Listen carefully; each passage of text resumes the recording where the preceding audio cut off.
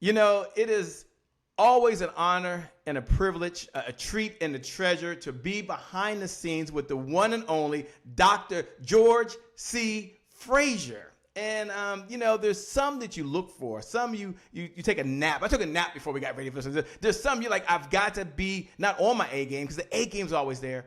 But I want to spend some precious moments and times with someone who doesn't have to do this. So, Dr. George C. Frazier, we sent the short version of your bio, as you would call it, to everybody. So they have that now. But they may be wondering two questions. Number one, who is Dr. George C. Frazier? But more importantly, what is the guy up to these days? Yeah. Well, this is the most interesting time in my life. At 75 years old, I have never had to wrestle with a pandemic. And so what I'm doing right now is figuring out what to do, how to pivot, how to earn, which of course is learning more, and just creating new products and services. And I have time to really think. I'm working on an autobiography, something I've been promising myself to do for the last 7 or 8 years. So I now have the time. So I am sequestered in my office 10 hours a day. I'm the only one in my office. Everybody else is working from home. And so it gives me a lot of quiet time to think and to innovate, to reinvent the Power Networking Conference. It's virtual, coming up again this year. So there's just a lot of cerebral work, a lot of research, a lot of thinking about how to innovate, how to make things better, how to make things different. I have 3 major platforms: the Fraser Nation platform, the Wins Wealth Building Center and Curriculum platform, and of course the Power Networking platform. So there's plenty of ways that I have to think about new creations and new ways to reach my audiences and new things to say to them. So I'm very, very busy. I'm busy 10 hours a day, and I'm loving it. I'm loving it. But this is very different for me. I am a road warrior. I've been speaking, 120, 130 times a year. I haven't spoken in almost a year.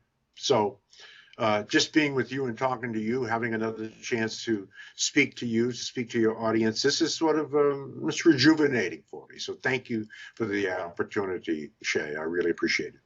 You know, Dr. George C. Frazier, thank you so much as well. And, folks may be wondering, I know we're in the green room, Dr. Frazier, so I get to ask any question I want. I just want to let you know that. I just want to give you fair warning that we get to do that. And they might be wondering, what does Dr. Frazier tell himself when he gets up in the morning? Is there affirmations that he tells himself? Is there a scripture that he uses? Like, what does Dr. Frazier's morning look like just to feed him for the day when he knows he's walking into situations that are different every single day? So here's the question. Number one, what are some things you're grateful for these days? Gratitude. And number two, it's kind of unfair, but what type of affirmations and what type of scriptures, like what are you feeding your mind to kind of get you mentally prepared to deal with the day?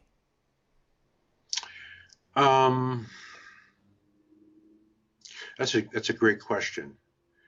I get my day started by scrolling through social media, scrolling through memes that I have produced over the last 10 or 12 years, something inspirational that I can post on social media. So I start with social media in the morning and that's really my affirmation. That's how I get my mojo working. That's how I get started. I got to start on a positive note. I got to start on positive words. I look back over words that I've written that I've forgotten. And, that's really how I get started. I get started with a cup of coffee. I get started with eating an avocado every morning. I eat an avocado every single morning. And what I'm thankful for, to be candid with you, at nearly 76 years old, I am so thankful, Shay, that I am in my right mind and that I can still talk, I can still write, I'm still innovating, I'm still creating. I am so thankful for that. And what happens when you reach this age and this stage of life, people start dying around you. My brother just died. We just buried my brother. So I'm the last of the 5 brothers. So I am thankful, again, to be vibrant, and to be energized. and to be contributing. I mean, that's just an incredible thing. I thank every day that I get up, that I woke up and I'm still in my right mind. Yeah, Yeah, that's the truth. Man, that is a super blessing. For those folks out there, we're about to go. I know we got a show. We got to get going. Lucy's, thanks so much for joining. We see you out there, by the way. Pam says hello. Pam, he doesn't know. Pam Carter says hello. She's out there, by the way. So many folks out there, George, are tuned in that are watching right now. I promise you, we can start in just a second. George, we're going to talk about Dr. George Frazier, kind of maybe the rules of life. Yes, I know it's led you to build this multi-million-dollar network, but can we have a frank conversation? Do you mind maybe giving us an exclusive, something that you may have never done, at least in this setting, at this age and time, to kind of share some of your rules of life? That would be pretty cool, Dr. Frazier. Your rules of life. Ladies and gentlemen, we're going to ask him on the spot. We're going to ask him, don't worry. Dr. Frazier, will you give us your rules of life? How's that? Not sweating. I love it. Thank you. He said yes. Hey, okay, we got to get going in 5. We'll be right back, ladies and gentlemen. You're going to get Dr. George C. Frazier's Rules of Life. Get ready. He's never released these. 4. I got to go. 3. I know. 2. We'll be right back. 1. Let's go. We got a show.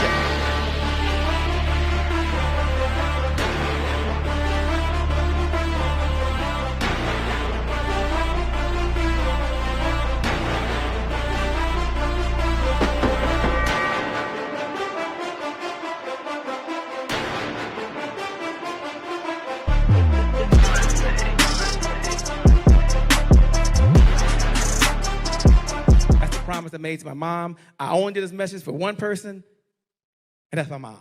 This is for you, Mom. Love you. My name is Shay Brown, the happy entrepreneur. Make it a great day, everyone. Thank you. All right, Shay Brown. Mic check. All I do is win, no matter what. Got money on my mind, I can never get enough. And every time I step up in the building, everybody hands go up. Yes. Yeah. And they stay there. And they stay there. And they stay there. Cause all I do is win. Well, it's a great day. My name is Shay Brown, the happy entrepreneur, and welcome to the Happy Entrepreneur Show, the #1 business development and revenue-focused late-night show in the country, where we're on a mission, ladies and gentlemen. We're on a mission. Our mission is to empower. Our mission is to inspire. And our mission is to provide you, that's right, you, the entrepreneur, with all of the resources that are necessary to execute that big vision you have for the people you were called to serve. And I always like to share you have 3 visions. I love to start off with 3 visions. I believe first, you have a vision for yourself, the way you want to live, the home that you want to be inside of. Some of you, the organic food that you want to eat. And it takes resources, which means it takes some revenue. Okay, we'll talk about that. And the second vision I believe you have is you have a vision for your loved ones, the ones you care the most about. You know, the kids you want to send to a school of your choice. Maybe like me, Mother Dear. Mother Dear is 73 years old, going on 74. I get a chance to take her to the doctors. We're hanging out, and at her house, she loves Amazon. She uses it. She ordered her humidifier. I'm there. I got to put my credit card in here one of these days. I feel so bad. But she knows how to hit the buttons, and she keeps ordering stuff. How many of you know it takes some revenue? That credit card's connected to me, by the way. How many know that, by the way? And some of you want to write a check for a cause that you believe in. You know what it takes? Resources. That means it takes revenue. And the third vision you have for those folks that are joining, you have a vision for the people you were called to serve. And that's a big vision. So I want you to imagine for a moment that you're Noah in the Bible. And you don't have to be a believer. You don't have to be. I happen to be a believer, but you don't have to be one. But imagine that God's giving you all the experience. Congratulations. He's giving you all the expertise. Congratulations. And right before you get started on your journey, there's a knock at the door. You're like, whoa, what's up? Someone says, yo, Noah, over here. Yo, what's up, man? There are no hammers in the house. No hammers. Cool. No big deal. Noah, over here. Me, over here. I might as well confess. There's no nails either. What? No hammer? No nails? Rule number 1, we don't panic. What? Now, how many knows that third knock at the door that gets Noah's attention? Back in the back. Noah, there's no wood and there's no people to put the boat together. Good luck on this mission. And maybe that's you right now.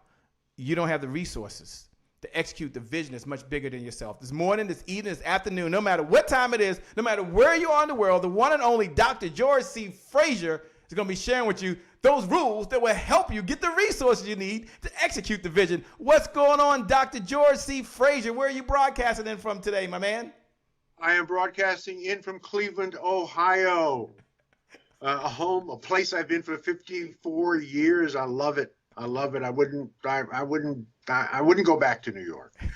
Born and raised in Brooklyn, New York, but New York is a wonderful place to visit, but it's not a place that you want to raise a family. So I love Cleveland. So I'm broadcasting live and in living color with you right now from the great city of Cleveland, Ohio.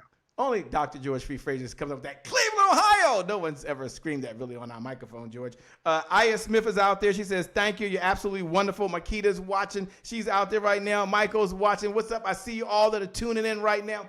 Look, Dr. Frazier, we were in the green room, and I asked you a question. I said, Dr. Frazier, will you share? This is an exclusive. That was cool. I never thought I'd have an exclusive. This is really cool. Your 8 rules of life. But before you do that, and you said yes. So, ladies and gentlemen, we're scrapping the whole show. Like I don't have any papers, but I want to ask him first, why are rules even important? I mean, I asked him to share his 8 rules of life, but I'd like to get his philosophy on why it's important to have a methodology, why it's important maybe to have rules, why it's important to have some strategies that guide you along the path before he gives it to you. I just want to hear his view of the world. So, Dr. Frazier, share why it's important to have rules of life. And before you do that, for those folks out there watching like Ashley, Dr. Frazier's okay with this. You can pay this message forward. You can hit the share button right now.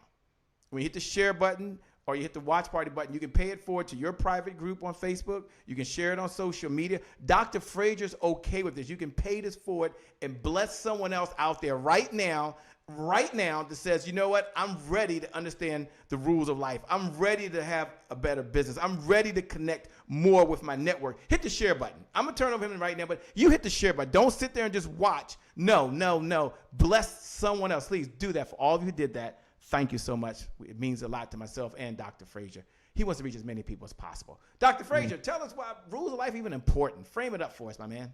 I think everybody needs touchstones, and I think everybody needs guardrails. And you have to have something that you have to refer back to as you go through the multiple decisions that we're making every day, every week, as it relates to your life. And so I had to think about deeply what were the touchstones in my life that helped me to climb the mountains that I have climbed. What were the rules, and what things would I do and wouldn't do? And how would I comport myself and conduct myself? How will I behave? How will I treat other people? What are my guideposts? And so you can call them guideposts, or at least they were for me. You can call them rules. You can call them goals. But for me, they're my rules. And this is what has gotten me to where I am. I mean, just basic. It's no more complicated than that. And the rules aren't complicated either. They're profoundly simple. Because, as I've said a million times, I believe that complexity is the enemy of execution. So you got to keep it simple. You got to have guardrails. You got to have touchstones. And you got to have a ceiling. And you got to have a bottom.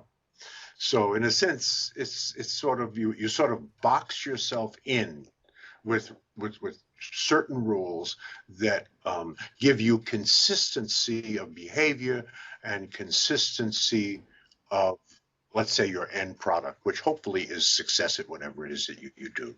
You know, I'm curious, before you give us Dr. George C. Frazier's rules of life, take a moment, if you will, maybe in 2 minutes or so, and just kind of share why you even decided to do this now. I mean, you could wait and put this in the book, which we may read in the future. You could wait and say, no, you've got to pay, because this right here, this is priceless. I mean, I didn't know this was going to happen, ladies and gentlemen, I promise you.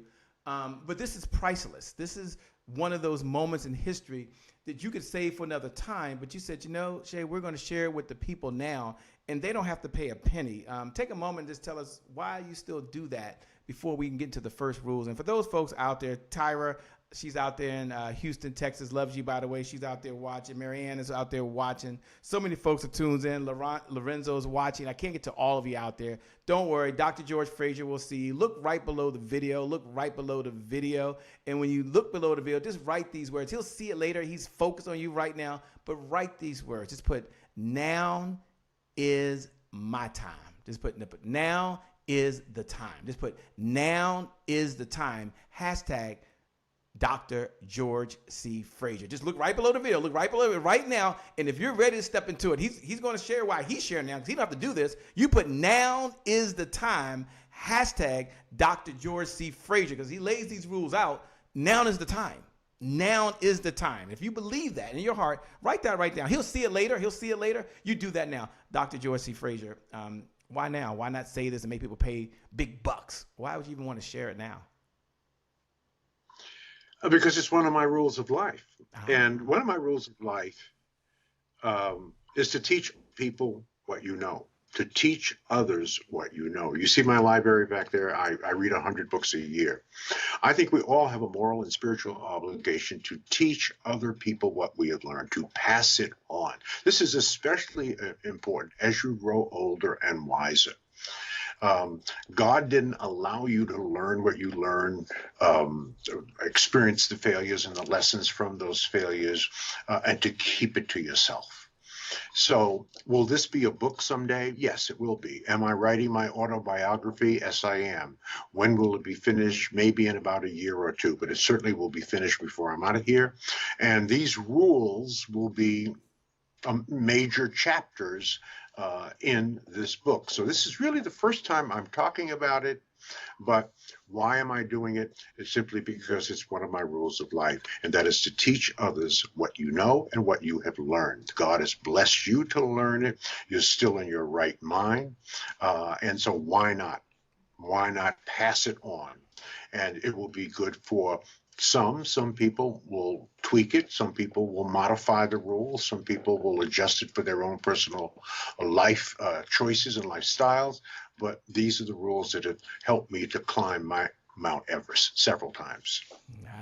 Several times. Okay, ladies and gentlemen, let's ask them, what is rule number one? And I don't know if they're in particular order, by the way, so I'm going to just throw it out there. But what's rule number one, or one of the rules of Dr. George C. Frazier that has guided him through this thing called life, to take him to his success? For those folks out there, Shirley Dotson put now is the time. She wants you to know that. Riquetta Porter put now is the time. Lisa Thomas is watching, says now is the time. Tiara says now is the time. Nashonda says now is the time. Mary Evans said now is the time. I can't get to all of you, but thank you so much. If you haven't hit the share button, he's going to give us one of the rules right now. Hit the share button. You might say, why do you keep saying that? We believe in the giver's economy.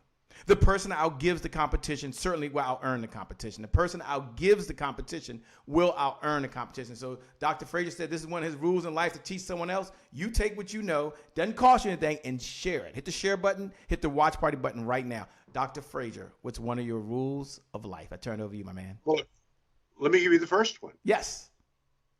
See failure as a beginning and not as an end. I have basically failed my way to success, right? Our ability to overcome our failures and our obstacles are really the key to life. You've heard me talk about this before, that my favorite quote outside of the Bible is by Marcus Aurelius, one of the 5 great Caesars. And it was Marcus Aurelius who said that the impediment to action advances the action. What stands in your way becomes the way. Let me repeat that for you. That went over a lot of people's head. The impediment to action advances the action. What stands in your way becomes the way. Said another way, the obstacle is the way. Where there is no obstacle, there is no way. What is the first thing God does when he gives you an assignment that he feels he has prepared you for? He puts an obstacle in your way. And your job is to find a way over, around, through, and under that obstacle, right? And to learn and to extract the lessons from your mistakes and your failures. And when you do that successfully, you get an atta girl or an atta boy. And then God gives you your next assignment at a slightly higher level. And then what's the next thing God does? He then puts an obstacle in your way. And again, your job is to find a way over, around, through, and under that obstacle. Learn the lessons, extract from the failures, the stumbles, the twists and turns, the circuitous path. And that's how we grow. So every failure is really an opportunity to learn and to grow. James Baldwin says it beautifully with just 4 words. We are born, we suffer, and then we die. Now, what did he mean by that? He meant that the way we handle our failures, the way we navigate our obstacles, right, will determine the meaning of your life between the dash between the year you were born and the year you die. So failure is good. As I said, I have failed my way to success, but I have extracted the lessons, I've learned the lessons, I've executed on the lessons, I've applied them to the next thing put in front of me. And step by step, I climbed my own mountain. So failure, see failure as good. You're learning. Now, failure can be bad if you don't learn from it, right? You can keep repeating the same mistake over and over. You've heard people say all the time that someone does something stupid or they fail at something, and someone who knows the person very well says they'll never learn, right? So you learn from your failure. It is your obstacle course in life. And no one is immune from having an obstacle course in life. Everybody will have it. Everybody will fail. It is not the end. It is really just the beginning of the next mountain you must climb. Wow, I love it. Step number 1, ladies and gentlemen. Rule number 1 from the one and only Dr. George C. Frazier. Someone write down rule number 1. Say it one more time, Dr. Frazier. For those folks that are just tuning in, Ashley's out there. Makita said, wow, that's good. They're taking notes. What is rule number 1 again? See failure as a beginning, not as an end. See failure as a beginning, not as an end. All right, we're going to go to the second rule. Once again, Dr. George C. Frazier is sharing with us his 8 rules of life. And I want you to imagine that you were at one of his $100,000 mastermind sessions and you had a personal, private conversation. He was sitting down as relaxed as he could possibly be. The phone's not ringing. He's not taking emails. And he's tuned in. He's decided to take what's inside of him, 75 plus years of experience, and share those rules, which I didn't know was going to happen. But, he says, no, Shay, I want to do this. So let's go ahead and hit the share button. This is how you give Dr. George C. Frazier a digital applause. Here's how you give him a digital applause. He'll hear it loud and clear. Hit the share button. Do that right now. Hit the watch party button. And then he's going to go to number 2. Now, if you're listening, you're like, Shay, I want to let them know I'm listening. I want to let them know I'm tuned in. Look right below the video and just put number 1. Just look right below the video and just put a number 1. That's a bat signal to him later when he goes in and sees number 1 that you're tuned in.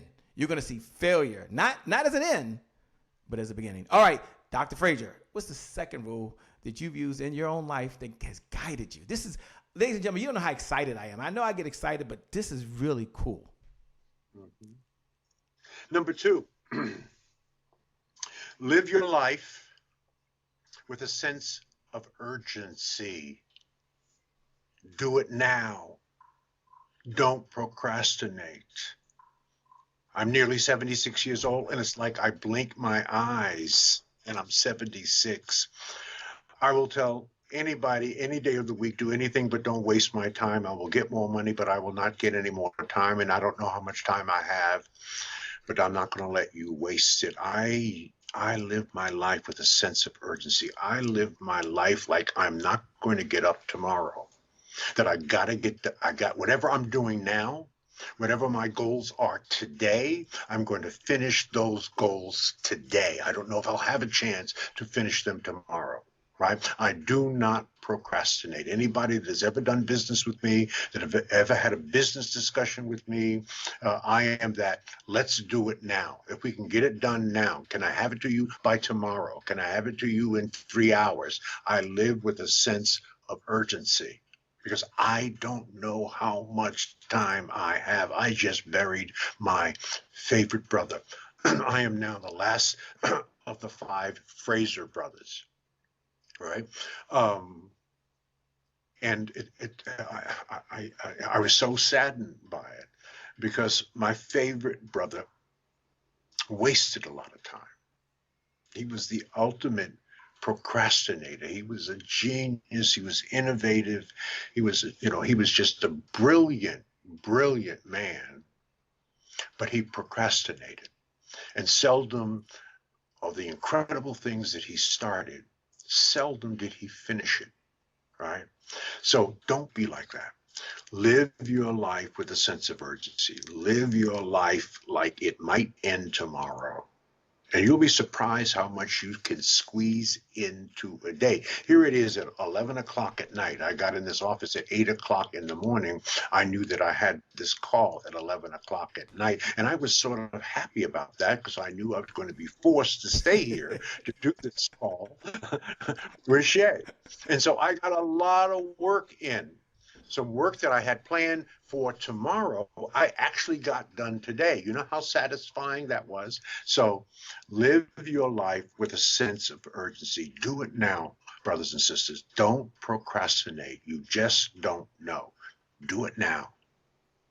Live your life with a sense of urgency. That was number 2. For those folks that are watching and tuned in, you listen to the one and only Dr. George C. Frazier. He's giving an exclusive. He's sharing something very deep, something very personal, but something that has guided him through all these years. And this is a special moment.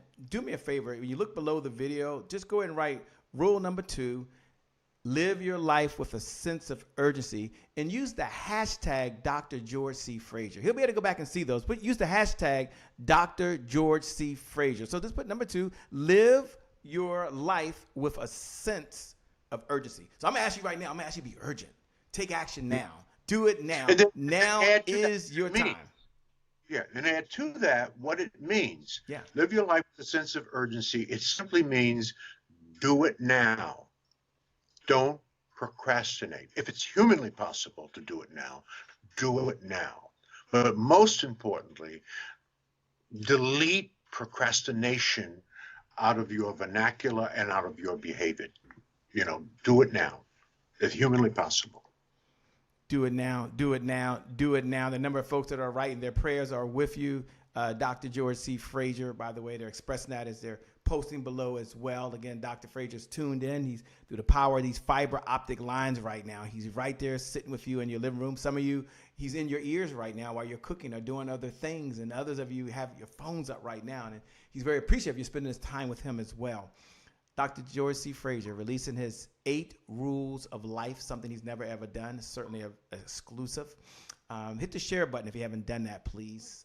Take the link and copy it. I know I've said that a couple of times, but he wants to reach as many people as possible and change lives and help them on this journey. Start off with teach people what you know. Well, you can share it forward as well. I love that. All right, Dr. Frazier, number 3, if you would, your rules of life. Always do more than what is expected of you. Let me say that differently. Chase excellence, never chase money. Chase excellence, never chase money. If you are excellent at whatever it is that you do, you will not be able to get out of the way of money. In fact, money will chase you down if you are excellent. Right? Make a commitment to excellence instead of mediocrity. Very, very, very, very important. And especially if you are a Black person in America, we cannot be mediocre. Mediocrity is for white people.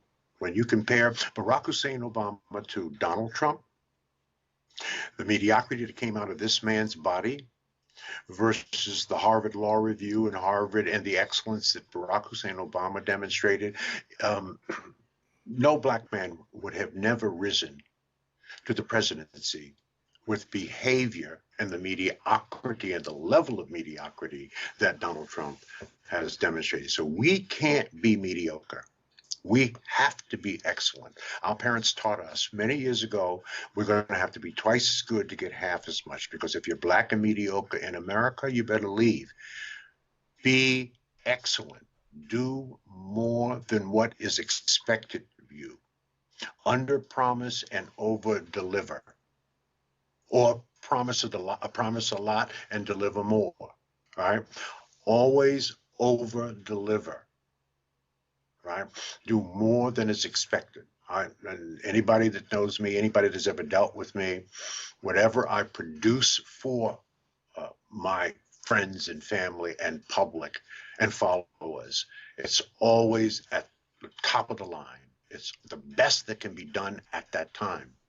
So I've lived by that.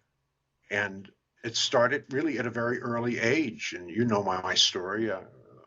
Born in Brooklyn, New York, and there was 11 of us, 8 boys and 3 girls, and my mother became mentally ill and she couldn't take care of my father, who was a cab driver in New York, couldn't take care of 11 children. So at 2 years old, I was orphaned. And then at 5, put into foster care, along with my sister Emma and my younger brother Joseph, and stayed in the system for 16 years. And no one thought I was college material. And so I went to a vocational high school and got a diploma in carpentry. And I couldn't get a job in carpentry in New York because the Italians controlled the carpentry union at that time. And then so my first real job was mopping floors on the midnight ship at LaGuardia Airport. And I loved that job. I took ownership in those floors. Absolutely. They were my floors. They were my toilets. They were my urinals. Right, and I cleaned them better than anybody. If you go to LaGuardia Airport today and you go down into the maintenance department, there's a plaque on the wall. You know who's on the plaque? Me. Yes, I was the best floor mopper, toilet cleaner, and urinal cleaner in the history of LaGuardia Airport. Why is that important? Because how you do anything is how you do everything. Right. So my excellence started with whatever task I was assigned in life. And that followed me throughout life, right? Always do more than you expect. Chase excellence versus mediocrity. And there will be no way that you can fail. When you're excellent at what you do, right? People will find you. You will not have to worry about competition. You will not have to worry about jobs. In my entire 75 years of living, I have never had to apply for a job. I have always been recruited by reputation. Chase excellence. Never chase money. And you won't be able to get out of the way of money and opportunity. Man, I love it. Said so well. Do more than is expected. For Dr. Tashika Green, who's out there right now taking notes. Frank Marshall's in the house. You know, Frank Marshall's out, said hello. What's up, L.A. Bilford? Frank. Jeff K. Uncle Frank in Atlanta. He wants you to know he's in the house taking notes out there. Jeff Cade is out there. So many folks are out there. Thank you so much. Ashley, I see you. Danae Bernard Bear. Danae, I always get her name wrong. Danae Bear is out there. Bar is taking those notes. So many folks are tuned in. Do more than is expected. Do more than is expected. Dr. Frazier, you're speaking from the heart. I can feel you coming all the way over here right now. He's in a good moment, ladies and gentlemen. He's in a good space in his life. He's in a good place, practicing what he's preaching, but more importantly, willing to share it. And don't worry, at the end, I'm going to ask him, how you getting ahead of some of his super friends? How do you learn their rules? Right now, he's on rule number 3. I don't know how many he's going to share. He didn't make a commitment to do this, but we had a conversation in the green room, and he came up and he says, Shay, I'll do it. I said, what in the LL Cool J is he about to do? I'm going to do it.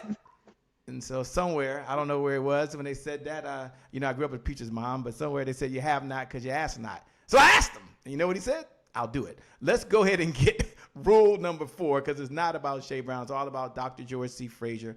It's all about how you can have the resources, and that's what he's doing, so you can execute the vision you have for the people you were called to serve. Do me a favor before I turn it over to him. What's up, Michelle? So many of you out there. Do me a favor. Hit the share button. Take the link, copy it, paste it, post it into social media. No matter when you're seeing this, wherever you are, pay the message forward. Okay, do that. That's number one. To do that now. Do that now. Take 30 seconds. Do that. And then number two, number two. If you're ready to follow these rules, and you're all in, you're like, Shay, I'm all in. Just look below the video. Look below the video and just write those words. I'm all in. Hashtag Dr. George C. Frazier. I'm raising my hand. I'm the first one following the rules of Dr. George C. Frazier. I'm writing them down as we go. You look below the video. You can participate. This is participatory. Don't worry. He'll read this stuff later. He'll see it later. You look below the video and just put, I'm all in. Hashtag Dr. George C. Frazier. All right, Dr. Frazier.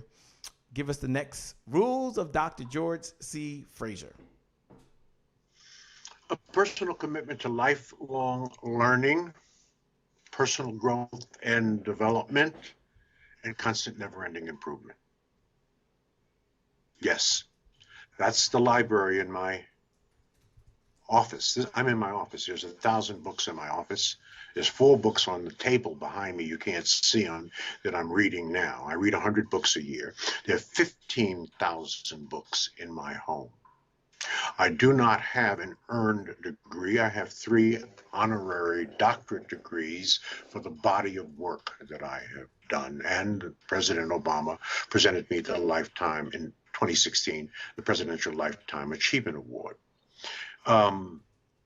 It was Socrates who said that the only good is knowledge and the only evil is ignorance. We must be smarter than the average bears. Make no mistake about that. Right? So we have to read, and we have to be committed to investing in ourselves. The best investment you're ever going to make is an investment in your own personal growth and development. Right? I spend about $14,000 a year on personal growth and development, whether it's conferences, workshops, seminars, and I'm 75 years old and I'm already at the top of the mountain. I'm already at the top of my game, but I am still learning. As long as you're getting older, you are still learning. Commit yourself to reading, to critical thinking, because that's what we must have in the context of our community. There is not enough critical thinking, but in order to think critically, you have to have an intellectual curiosity, which means that you have to read and you have to study and you have to practice and you have to fail and you have to learn from those lessons, be committed to that, and that's how you grow, right? And it's no different for anyone. One of my favorite passages in the Bible, and you've all heard it, my people perish for the lack of knowledge. You've heard that. I've said it a million times. You said it a million times. But what you don't hear is the rest of Hosea 4:6, because that's where it comes from. Hosea 4:6, my people perish for the lack of knowledge. The rest of it is this. My people perish for the lack of knowledge. For thou hast rejected knowledge, I therefore reject thee. You shall be no priest to me. So this is God saying that if you reject knowledge, personal growth and development, and lifelong learning, I reject you. And there will be nothing you can preach or teach me. Get out of my life. That's really, read the whole passage and you'll see what it says. So have a commitment to lifelong learning. I never stop learning. And it has helped me to innovate. It has helped me to pivot in what has been one of the most dramatically down years of my life. I speak 120 times a year. I haven't spoken in a year. I'm not going to speak for another year. Right? I miss that. So what do I do to replace that? Well, Zoom calls, doing things like this, but also reading, learning, growing, innovating, pivoting, thinking of new ideas, right? I'm very curious about things. And as a result of that, that has allowed me to make some very, very critically good decisions so that I can assuage the financial pain that this is heaping on me personally, as I know it's heaping on you.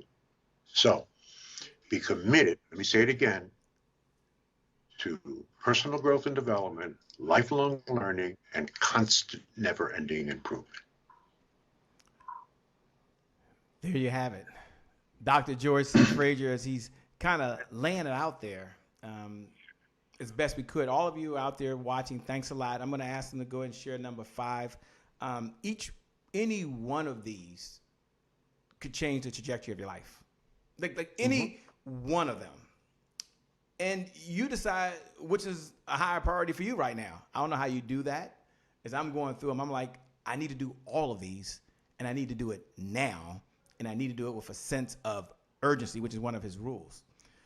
If you had a chance, as I said earlier, to be at one of Dr. George C. Frazier's $100,000 masterminds, he's never laid out what he's laying out right now as succinctly at one time. And you're on the other side of this, not to say that in a good way or a bad way, but thank you for watching. Thank you for tuning in. Dr. George C. Frazier, on behalf of everyone that's out there, Dr. Angela Pitts that says you deserve everything you're getting, and so many other folks that are making comments right now. Thank you for pouring out to us. Now, we're only at number 4. Don't worry, I'm asking number 5. I have not forgotten. I'm not in some moment that I'm forgetting what's going on. But somewhere I read, wherever you are, be there. So if you're present right now, this is not a time to be watching TV. It's not a time to worry about anything else. You want to be right here with Dr. George C. Frazier. And I'm going to ask him at the end, I'm going to ask him, how do we get more? I'm going to ask him, how do we tap into other people just like we are him right now? All right, Dr. George C. Frazier, I don't know how you have another one.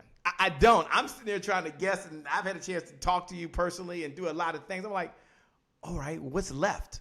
Don't worry. He's got more. What's the next rule of life for Dr. George C. Frazier? The 5th rule, and I have to be transparent here, I really grasped about 30 years ago, which means I went through 46 years of my life fundamentally financially illiterate, doing all the bad things, 7 or 8 credit cards, living above my means, most of the things that most of us were doing.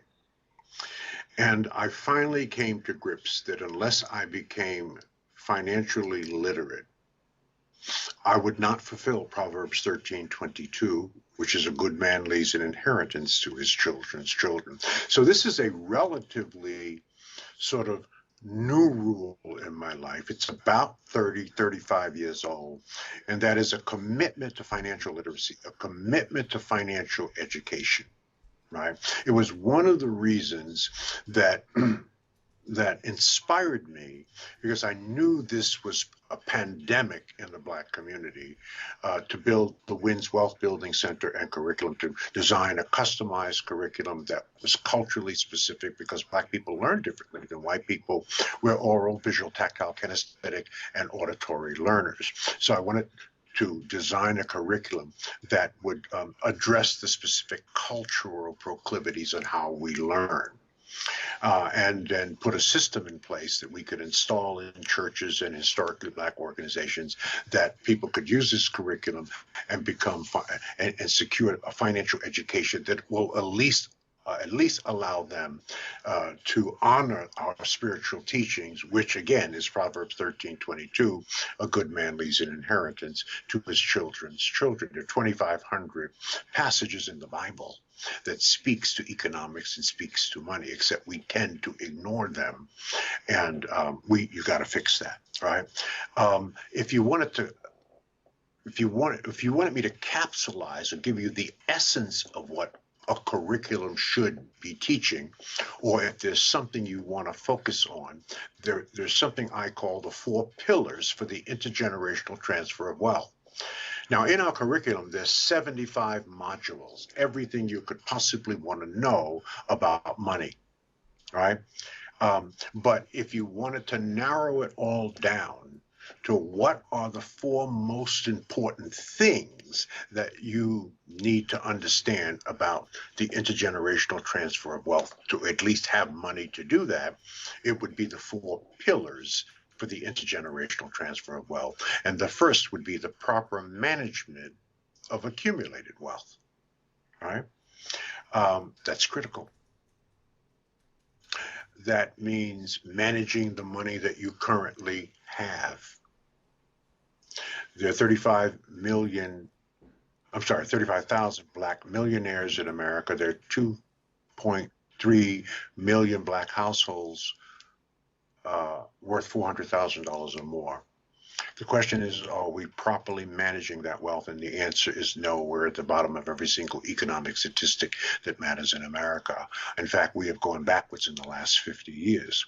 So we are the most financially illiterate people, certainly in this country. We have got to fix that. So the first pillar is the proper management of accumulated wealth. The second pillar is real estate. What is the first thing God gave Adam? Real estate. First thing God gave Isaac? Real estate.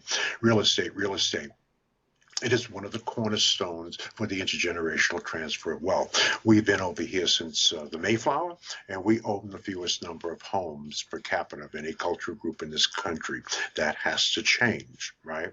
Now, there are a lot of institutional and systemic reasons on why we got a late start when it comes to money. All of you know those reasons.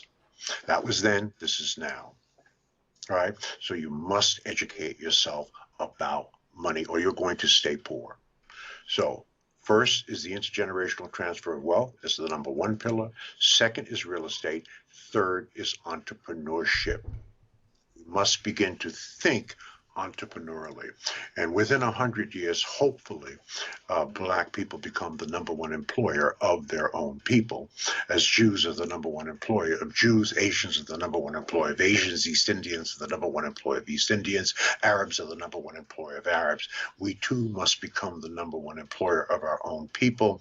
97% of our people have jobs, and we don't employ them fundamentally in providing them those jobs. Why is providing jobs so important? Because it is the only way to raise up the poor, is to provide them opportunity. We are the best hope for the opportunity for our people to work. So we cannot depend on others for 95, 96% of our ability to produce an income and work and to feed our families. We ultimately have to take responsibility for that. So thinking entrepreneurially, now you start by thinking, and that is taking control, and taking management, and taking responsibility for your own life. That's entrepreneurial thinking, right? Taking control and responsibility for your own life. When you begin thinking like that, you can then ultimately morph into entrepreneurship, because that's fundamentally what has to happen with entrepreneurship. And then the final pillar for the intergenerational transfer of life is proper insurance. That 60% of all wealth is transferred tax-free through strategic and tactical placement of proper insurance. An interesting article in the New York Times on black people and their cell phones. And here's what they found. They found that more black people had insurance on their cell phones than on their lives or the lives of their children by a factor of 10. So we value our cell phones more than we value our own lives or the lives of our children, right? That is a very, very egregious degree of financial illiteracy and financial irresponsibility. So those are the four pillars. We teach those in classes all around the country. And so financial education, a commitment to financial education, again, it's a modern day commitment. To me, it's about 30 years old. As a result of that, my stock portfolio, my financial portfolio has just been awesome. So I hope you feel me on that. I feel you. I mean, I'm feeling it. I'm getting fired up. I'm like, woo. And it's not the woo that what I'm enjoying most is Dr. Fraser's not asking you to be intellectually stimulated. He's asking you to take action on one of these 8 rules of life. And it's not about what you know or what you heard. It's really about what you move and what you do going forward. And moving with a sense of urgency. Now is the time for Bria Rice that's out there right now, for Tia Smith that's out there right now, for Gwen that's out there right now, for everyone that's tuning in right now. We appreciate it. I'm going to ask for rule number 6. He's breaking it down. I mean, it's nothing for me. He's sharing it in a way as if he was sitting having dinner with you right now. That's the power of his ability to communicate, the power of his ability to be able to network and to share what he has. You too can do the same thing. You can not just sit there and be like, wow, overwhelmed. You can hit the share button and you can change the life for another little boy or another little girl or another big boy, or another big girl, another mom or dad or couple that's out there right now, and pay this message forward. So do me a favor. Hit the share button. Hit the watch party button right now. Take the link and put it on social media, on your social media, so someone else can hear the 8 rules of life by Dr. George C. Frazier. He's not asking for a Cash App. Shh. He's not asking for a Zelly payment tonight. Shh. No credit cards needed. He's here to serve plus add value. Serve plus add value. Do me a favor. Look right below the video. If you're feeling them so far, give him a digital applause. Just hit number 1. Look right below the video. Just put number 1. Just number 1 is like a thumbs up. Number 1 is like a thumbs up. For Danae Bard is out there, number 1 is a thumbs up, Tina. Number 1. Just put number 1 right now below the video. He'll see it later. He's tuned in now. That's your digital applause to the one and only Dr. George C. Frazier. He's already laid out 5. He had 8 rules of life. I'm going to ask him number 3 because I don't want to, number 6, I don't want to spend much time. But Erna, who's in New York, your great home state, says, wow, this is amazing. Mary Figure says she shared it again. Mary Lucas says number 1. They're out there writing right now, George. We can't get to everybody, but we're acknowledging you and saying thank you. We appreciate you from the bottom of our heart. Nashonda Hoshel says number 1. Dr. Angela Pitts, you know Dr. Angela Pitts, the eyeglass lady is out there. She says number 1 in the house. Thank you so much, Dr. Tashika Green. All right, Dr. Frazier, I'm not going to hold them up. Let's go on. And for those that shared it from the bottom of my heart, Dr. George C. Frazier's heart, thank you. If you haven't hit the like button and liked and follow us, hit the like button right now. Follow the page. Stay in the conversation. You are a comeback champion. All right, rule number 6, Dr. George C. Frazier. 8 rules of life. An exclusive. Y'all, I'm like geeked up over here. Not excited, but just overwhelmed. Overwhelmed. Yeah. Overwhelmed. In that last long rant, yeah. I gave you and talked about rule number 6, and that is entrepreneurial thinking. That's rule number 6. I've always thought entrepreneurially. Now, I didn't remember this as a kid, but my sister tells me about this all the time, that I was creating businesses starting with 10. So I had a lemonade stand we lived in a corner house, and I had a lemonade stand. It was extra sweet, and I would sell lemonade and water, right? And I would give you, for 5 cents, you would get a healthy cup of lemonade. And I knew that sugar made people thirsty. And then if you needed water, I would give you a healthy cup of water for half the price that I sold you the lemonade for. I created a babysitting service for young boys. Back then, I remember, this is in the 50s, babysitting was a girl sport. Right? There were not young men doing babysitting. I came up with the idea that there may be a family who wanted to go out and they had boys and they would want a young man to watch their boys, right? That business went off the charts. I had to hire my siblings to cover for me. I created a domestic service for old people. You had to be 65 years or older. And I knew that older people just did not have the strength or even the desire to want to clean their own home. Stuff like cleaning windows and vacuuming, carpeting, and that kind of stuff.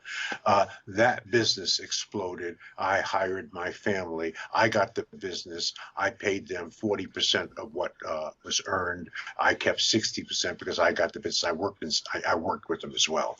So I did some of the work, supervise some of the work. So it was a 60-40 split. So thinking entrepreneurially is very, very, very important because it leads to innovation. It leads to creating work and jobs. And so, but it begins with thinking this way. and training your children to think this way. And then over time, we will catch up with others who are outpacing us in creating work and jobs for their people and being self-employed and creating their own wealth. So I basically covered it already. Said so well. Said so well. Give us number 7 then. I love the entrepreneur thing. You know, I didn't know the story about you doing the house cleaning thing. You know, I've got the chance to listen to you a number of times. Brilliant, man. Brilliant. Imagine how you apply those same principles throughout life.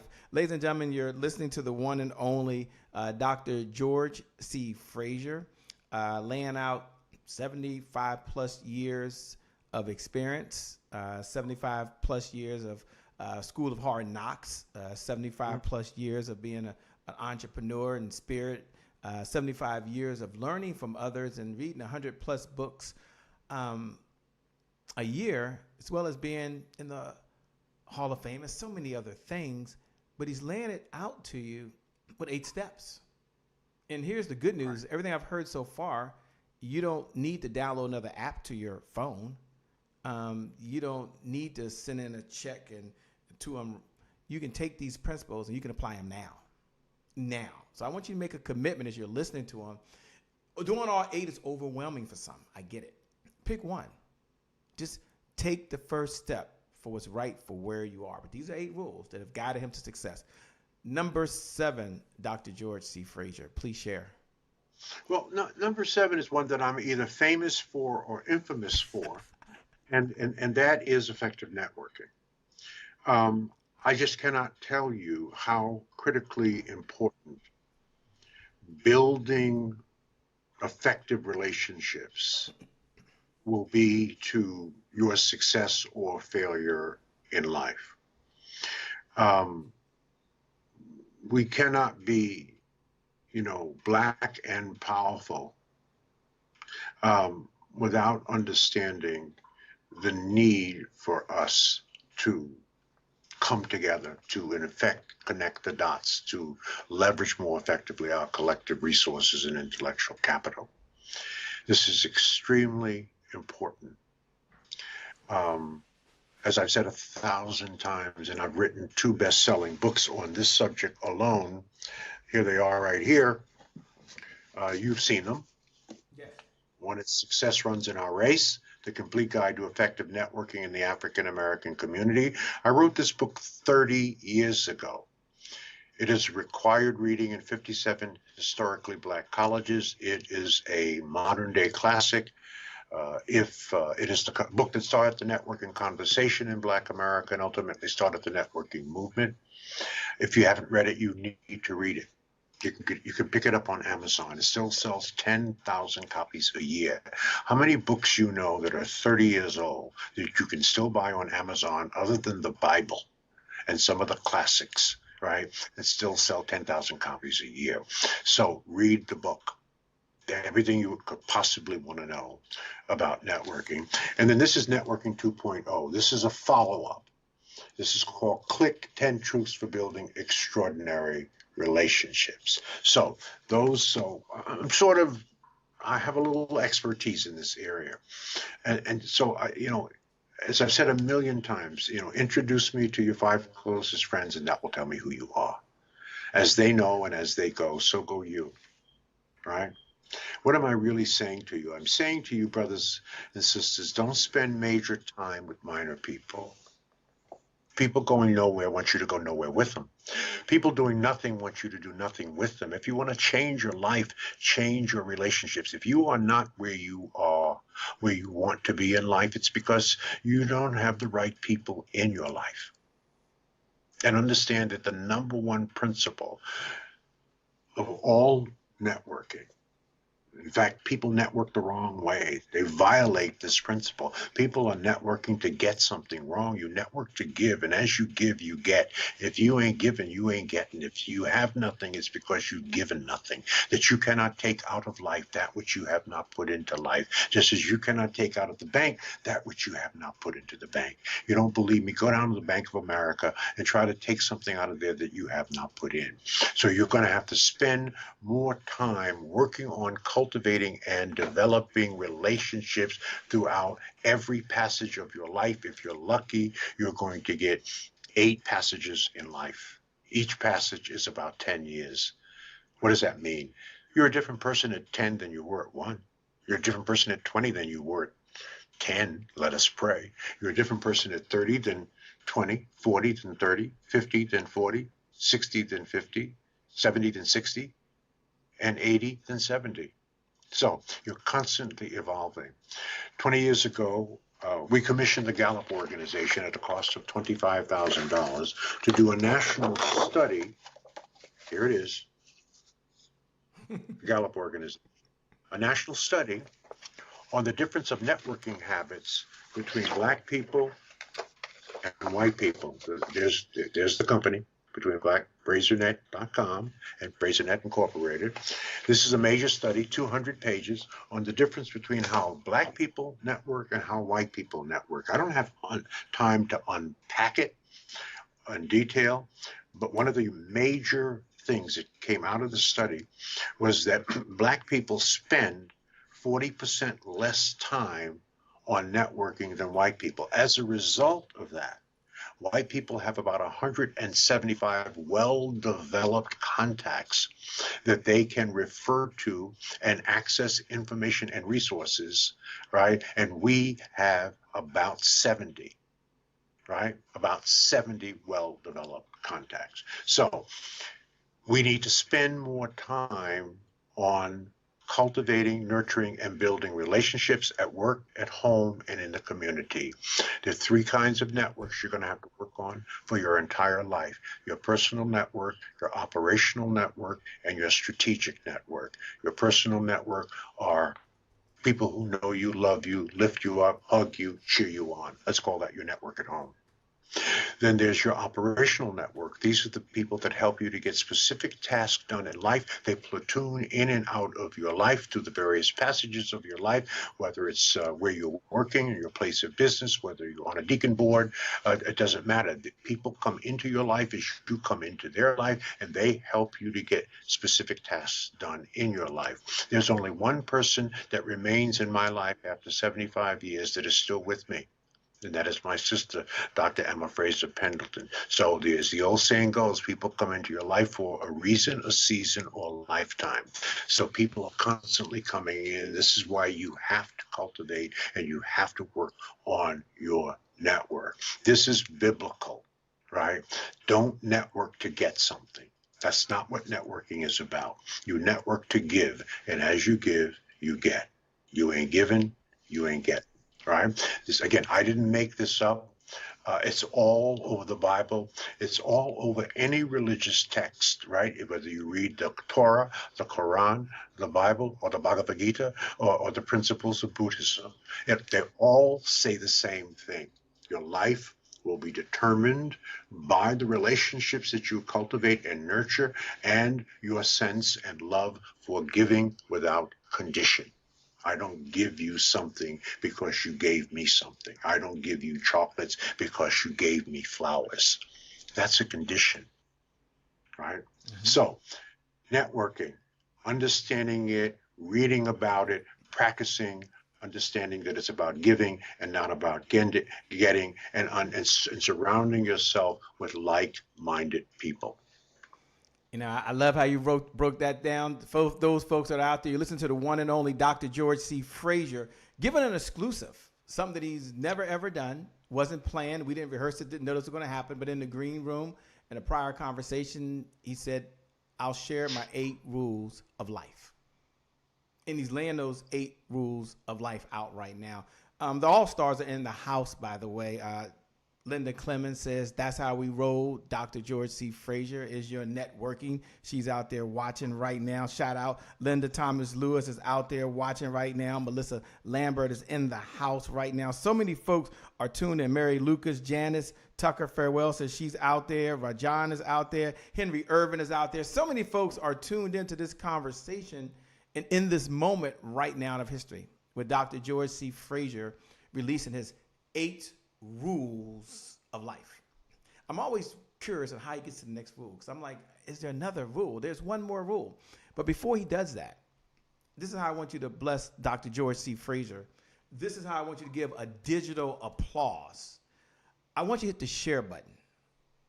I want you to hit the watch party button right now. I want you to pay this message forward. Many of you are taking notes. God bless you. We're so humble you're doing that. Thank you. You're taking notes while you're listening and you're putting the comments below. Yeah, I know. I get it. These videos go viral. I get that, okay? But your comments below bless someone else as well. So thank you for sharing.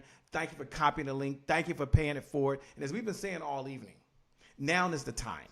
If you wrote it before, write it again. Look right below the video right now. What's up, Henry Doris? Look right below the video right now and write these words. Now is the time. Hashtag Dr. George C. Frazier. Just write that. Now is the time. Not tomorrow.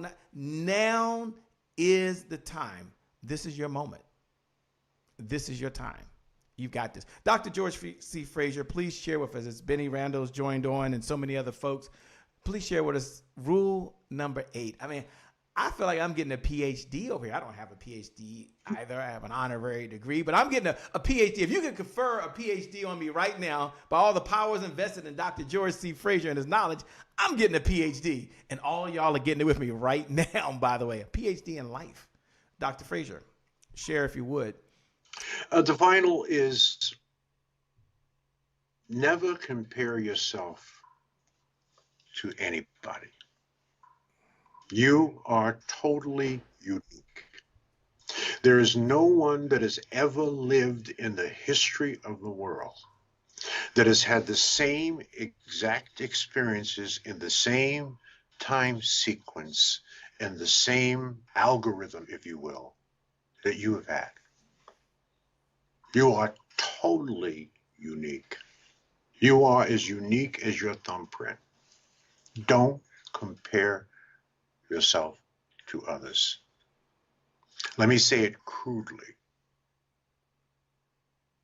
What I eat doesn't make you shit. All right? It is for me. It is for the nourishment of my body. All right? Good, bad, or indifferent. All right? Don't compare yourself to others.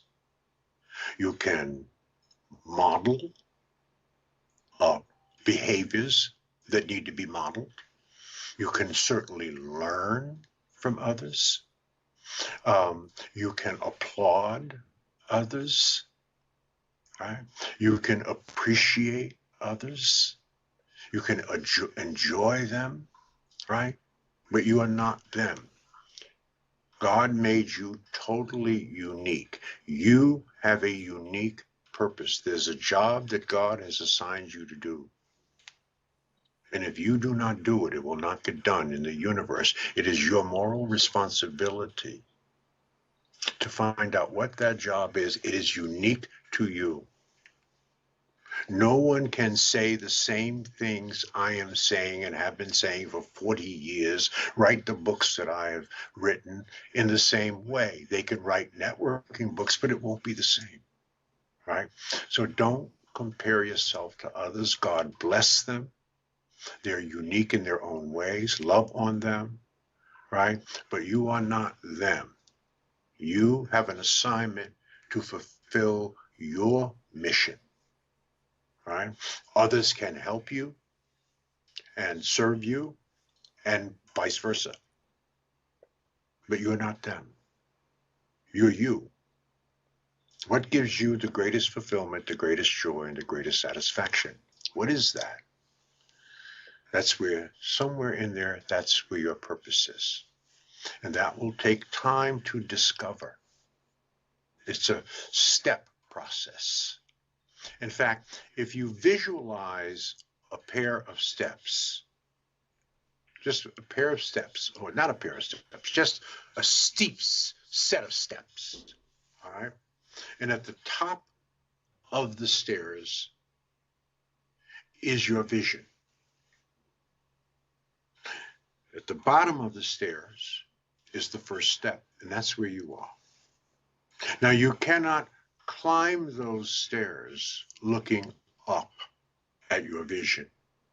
You have to climb those stairs looking down at the first step. First things first, second things never. Do the first thing. Do it with excellence. And then the second thing becomes the first thing. But first things first. Get up the first step with excellence. Then focus on the second step. And each of those steps are unique to you. Are there lessons you can learn from others on how to climb steps or your steps successfully? Absolutely. And hopefully you will. But you're different. Thank God. There is no one like you. And you have a responsibility to fulfill that which has been put into you, uniquely you, by God. Don't compare yourself to others. You can't win.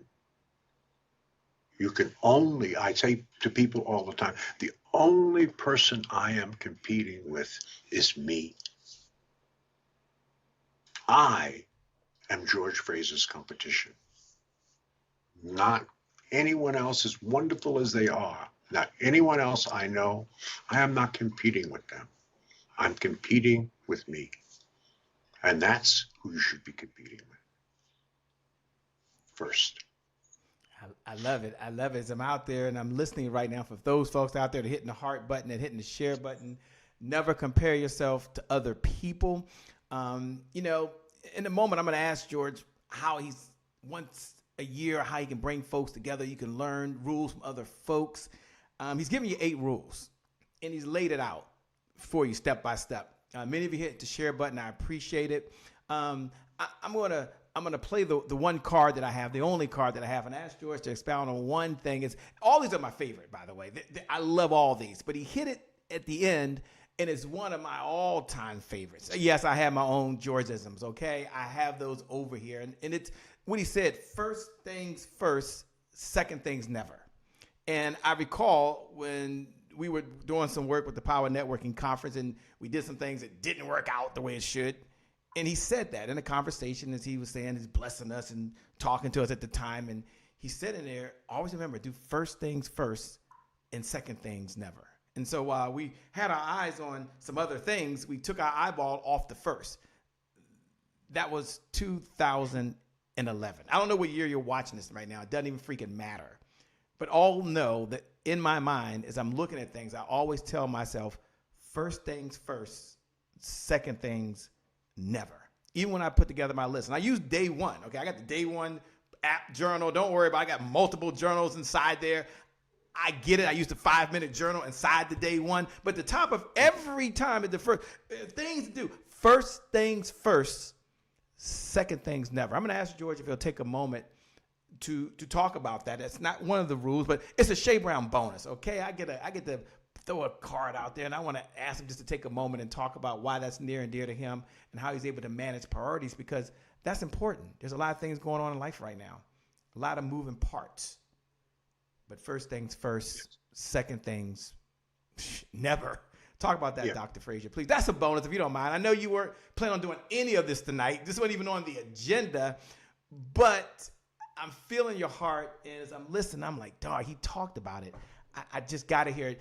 Carmen M. Herrera's out there saying she's love you. Keep going. They're saying teach on. George, Dr. Frazier, one of the few people I know that most folks wind down. Tonight. Huh? My family's watching tonight. God bless them. They're this late. Love them for that. Oh, my God. You're the only person I know that I get a chance to interview that winds up. It doesn't wind down. Most folks, if they go on, they start winding down. Dr. Frazier starts winding up. Like he's like in Happy Land right now, which is kind of crazy for him, but it is true. So let me get back to our regularly scheduled program, because I want y'all to understand some things that he's doing and how you can learn rules from folks that he admires or folks he respects in their respective disciplines. But first, take a moment. First things first, second things never. Everyone write that down. Look right below the video. This is a guiding principle. If I could turn the camera, you can see the wall. You'd see it right now. First things first, second things never. Talk about that, please. Yeah. Well, another way to say it is, and we've all heard it a million times, it's just focus, focus, focus. Focus. When you decide to do something, right? Do it. Focus on it. Don't stop until it's done. And you break it down into pieces, right? How do you eat an elephant? One bite at a time, right? Same thing. You break it down into pieces depending on how large it is.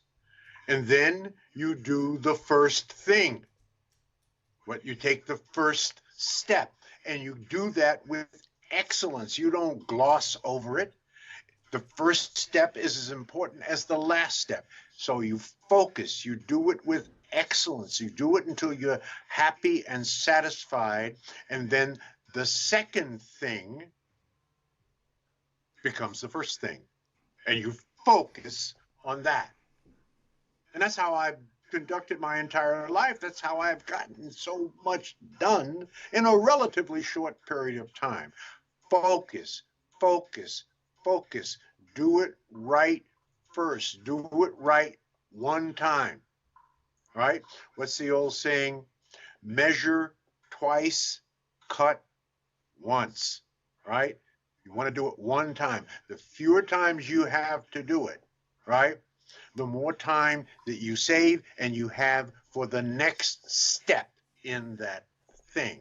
So it's first things first. Just remember that. I know Dr. David Whitaker says that's one of his favorite sayings by me from many years ago. First things first, second things never. Do the first thing and do it with love, do it with excellence, do it with care, right? And then move on. And don't move on until it's done. Right? There really is no such thing as multitasking. That's a lot of bullshit, brothers. It really is. There's no such thing as multitasking, right? You say, well, Dr. Fraser, how come I can drive and talk on the phone? Well, you can if you're going someplace that you know, right? So you're really driving on habits, right? You can do it on automatic. You can ride a bicycle, right, and talk on the phone because it's a habit and you're on automatic. Try to talk on a phone and go someplace that you have to be navigated to, like on your GPS. It's impossible. You cannot talk on a phone and then focus your brain on where you're going if you don't know where you're going. You can't do both. You will get lost.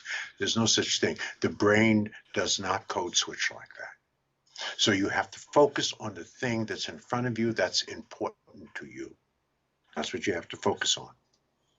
And if you do that, if you make that a habit, right, you will produce excellence. That's what you will produce, and not mediocrity. And remember, we can't be mediocre. That's for white people. They could be mediocre. We can't. So focus, focus, focus, focus, focus, or keep the simple little saying in your mind, first things first, second things never. Doesn't mean you don't do the second thing. It just means that the second thing becomes the first thing when you've completed the first thing with excellence. I'm loving it. I'm good. I mean, I was good with number one. You could have stopped at number one. You could have stopped at just the importance of rules, but no, you gave us 1, 2, 3, 4. I was good. Now I might not sleep. I mean, so important. Guiding principles, the 8 rules of Dr. George C. Fraser, is never heard, is never compacted before the way you're hearing it right now in this settings, that have guided him through his life right now, as of now, 75 plus years of life experience that he's taken and tried to capitalize or capsulize in this moment in time. I'm going to ask him how, in his networking, how he's bringing folks together to be able to learn rules of other folks in different disciplines of life, and how in this crazy world that we're in, as of this moment in time, how that's still possible, and how it can be effective, how it can be as impactful, how it can shift your life, and how it can make a difference for you. And you don't want to miss that. I'm going to ask that in just a moment. I'm going to ask him first about this whole mantra that champions always come back. Because some of you out there right now, you may be going through some tough times. Others of you right now, you might have family members that something has happened that impacted a family member that's impacted you. Others of you, you're doing very, very well, But you look at your own goals and you're off track, and then you're back on track, and then you're off track, and then you're back on track. And then others, you want to do so much more, and the pressure's on you to do more because you feel like you have more, you can do more, you can give more. And so you're a champion already. You're only a winner. Only champions are watching right now. Only winners are watching right now. Only those folks that know that this is your moment, this is your time. And only folks that believe that the best is still yet to come inside them. Only those are watching or listening now, no matter when you're listening to this, no matter when you're watching this. So I'm going to ask Dr. George Fraser the phrase, champions always come back. And if all the champions out there, for all the winners that are out there watching, for those folks that want to encourage and inspire someone else, look right below the video right now. Look right below the video and just write these words. You are a champion. Hashtag Dr. George C. Fraser. See, I already know you're one, but you're going to pat someone else on the back. You're going to, as he said, pay it forward. So you look right below the video and you write those words. You are a champion. Hashtag. What was the hashtag? I forgot the hashtag. I can't remember the hashtag. Anyway, just right. You are a champion. I don't know. I don't need notes. Hashtag Dr. George C. Fraser. We'll give all honor to Dr. George C. Fraser right now. Dr. George C. Fraser, when you hear those words, champions always come back. Take a moment and kind of frame what that means and what that looks like. And then we finish that conversation. We're going to go right into a conversation about how you're bringing champions together. How you learn I love how you have coined that phrase. And in its essence, what it means to me is that we're constantly coming back, right? If we fall off the horse, we get back up on the horse. That's a comeback, right? If you fail, you learn the lesson and you go back at it. That's a comeback. So we're always coming back. I love how you have synthesized that. It really means a lot with a little. And I'm famous for saying a lot with a little. I post something inspirational, aspirational, funny every single day on my social media, and the goal is to say a lot with a little. I want to give everybody an assignment. And while I have my rules for life, what are your rules for life? And if you don't have any rules for life, you should have. Or you have 3 or 4, 5, 6, 7, 8 rules for life. What are your guideposts? All right. What are the cornerstones? What is it that you refer back to when you have to make multiple decisions every day? And how do they fit into your rules for living? What are your rules? Write them down. Think about them. You don't have to do it tonight. It may take you a month to fully grasp what it is, right, that has been guiding you to wherever you are at this point in your life. Now, maybe some of those rules need to change. Maybe you have some rules that are not working for you. So you really need to take an inventory of that and write your own set of rules for life. Then write them down on a small piece of paper, maybe a little yellow sticky. I have one over here. And put it in your wallet.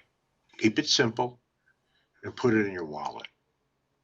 All right? And then refer to them, look at them, and memorize them, and internalize them, and habitualize them.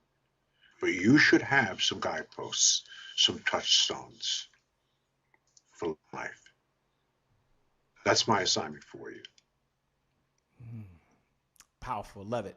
Dr. Fraser, tell us now how you are able now not only share what you know, but also network with other folks to come together and allow them to share what they know to help other folks as well. Take a moment, talk a little about the Power Networking Conference. For those that are listening and tuning in, this is very important. Something that he's done, and I'm going to let him frame it. But you out there, as you're listening to it, and say, whoa, I just heard from Dr. George C. Fraser. You mean there's some folks that he's able to be in his circle, and they have areas of expertise, and they're sharing some of the best principles that they're using, and he's putting it all in one place, and I can tune in from anywhere in the world. Shay, wait a minute, hold up, wait, what's going on? I don't know, but you're going to find out in just a second. Hit the share button first. If you haven't done that, hit the share button. That's your way of blessing this message forward. I know I've said that. Copy, paste the message, hit the share button. When the button comes up and you got to write something, just put serve plus add value, hashtag Dr. George C. Frazier, because that's what he's doing, serving plus adding value. Put that serve plus add value. No need to serve if you're not adding any value. You're just wasting time, taking a space. No. Serve plus you add value while you're serving.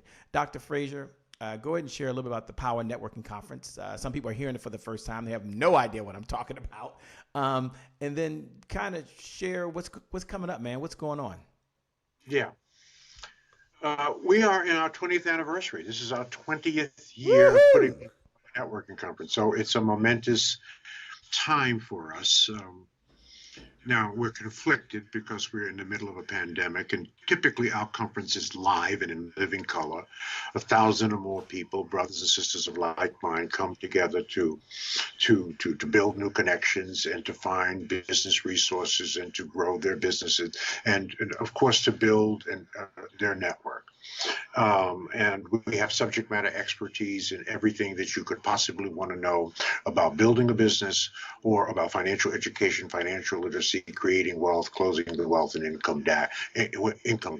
So that's what we focus on. We don't focus on social and civic issues. That's what the NAACP focuses on, the Urban League focuses on, and other major Black organizations, Congressional Black Caucus. We focus on money and business. We believe that economics must become the new Black power. And we've been doing this for 20 years at the very highest levels. Last year, for the first time it was 19 years last year, but in the first time in our existence, we had to do it virtually. So we put on an award-winning global virtual power network conference. And I mean award-winning. This is like something you've never seen before. So we were hoping that we would be able to do it live in Houston, because we have 2 more years in Houston. We're not going to be able to do it live. 12 to 1,500 people are not going to want to meet in a hotel ballroom in Houston, July the 14th through the 17th. The country is just not going to be ready for that. So we are going to do it again virtually.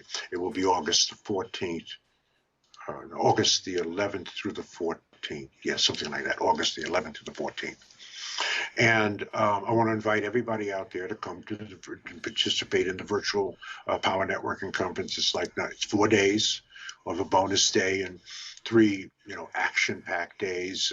Everybody from Boyce Watkins, we're going to have Stacey Abrams this year. We're going to have we have a lot of celebrities. We had, for example, last year we had Angela Bassett, T.D. Jakes, Ludacris, Stedman Graham, Oprah's husband. So it's of that ilk.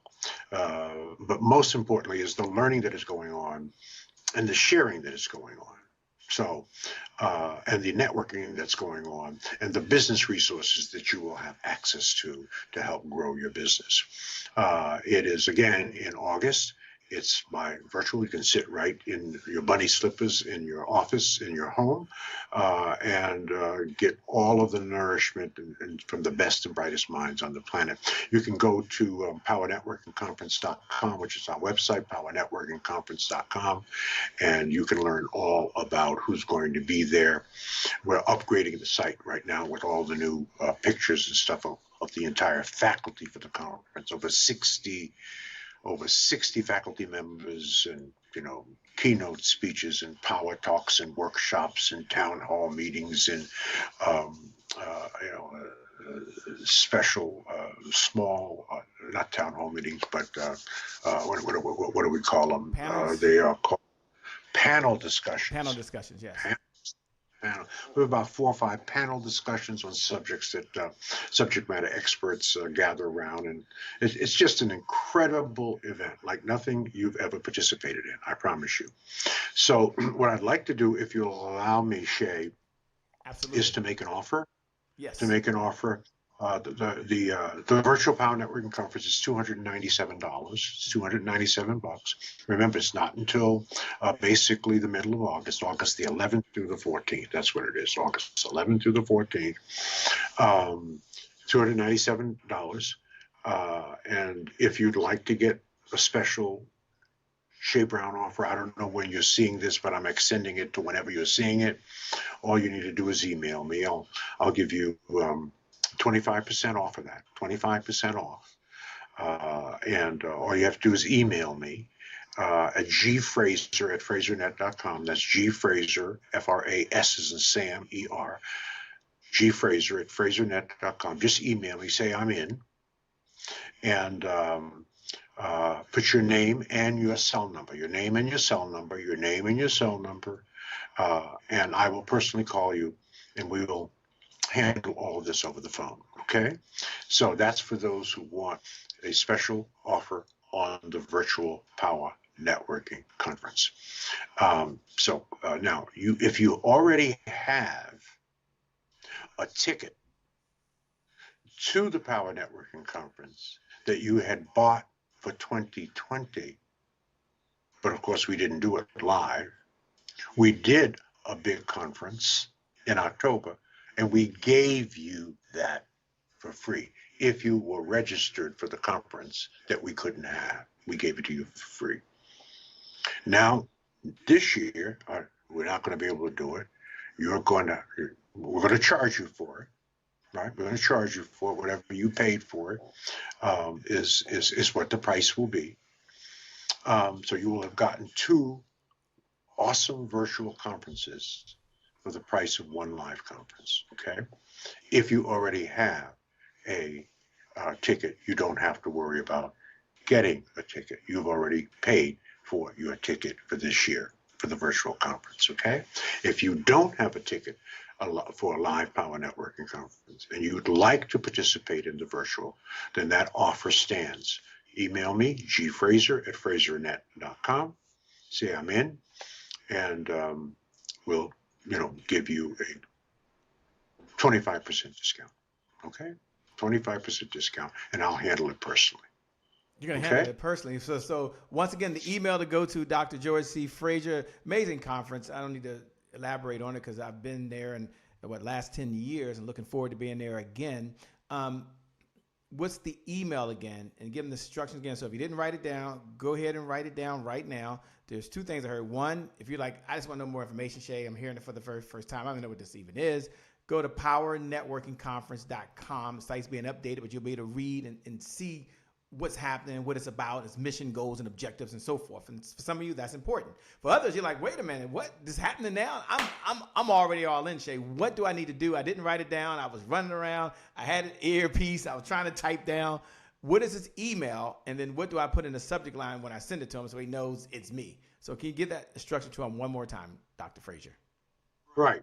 Just email me at gfraser@frasernet.com. That's F-R-A-S-E-R, gfraser@frasernet.com. Put in the subject line, I'm in. Email it to me. I will personally call you and handle our business over the phone. Now, me personally calling you may be worth the price of admission. So I say that with joy. So take advantage of it. You'll get a 25% discount. Take advantage of it before we start promoting it. We're going to start promoting it within the next 10 days or so. We're designing the flyers and we're updating the new powernetworkingconference.com website. So take advantage of that. The offer is good to the first 10 people. All right, so let me just give you some parameters here. The first 10 people that take advantage of this offer, I will handle personally. All right, and now we know who the first 10 people are because everything is time-stamped. Whenever you do an email, it's time-stamped. So we know that we just look at the time that you took advantage of it. And you know what? Now that I think about it, because I'm not sure when you're going to see this, quite honestly. I just thought about that, Shay. I rescind the notion of the first 10 people, right? Because I'm not sure when you're. So it's good to anyone who sees this and wants to take advantage of it whenever you may be lucky enough to see it. Okay, so you can do that. Gwen Moss says, I'm all in. She put your email down. gfraser@frasernet.com. Subject, I'm in, 25% off, by the way. Tune in and loving you.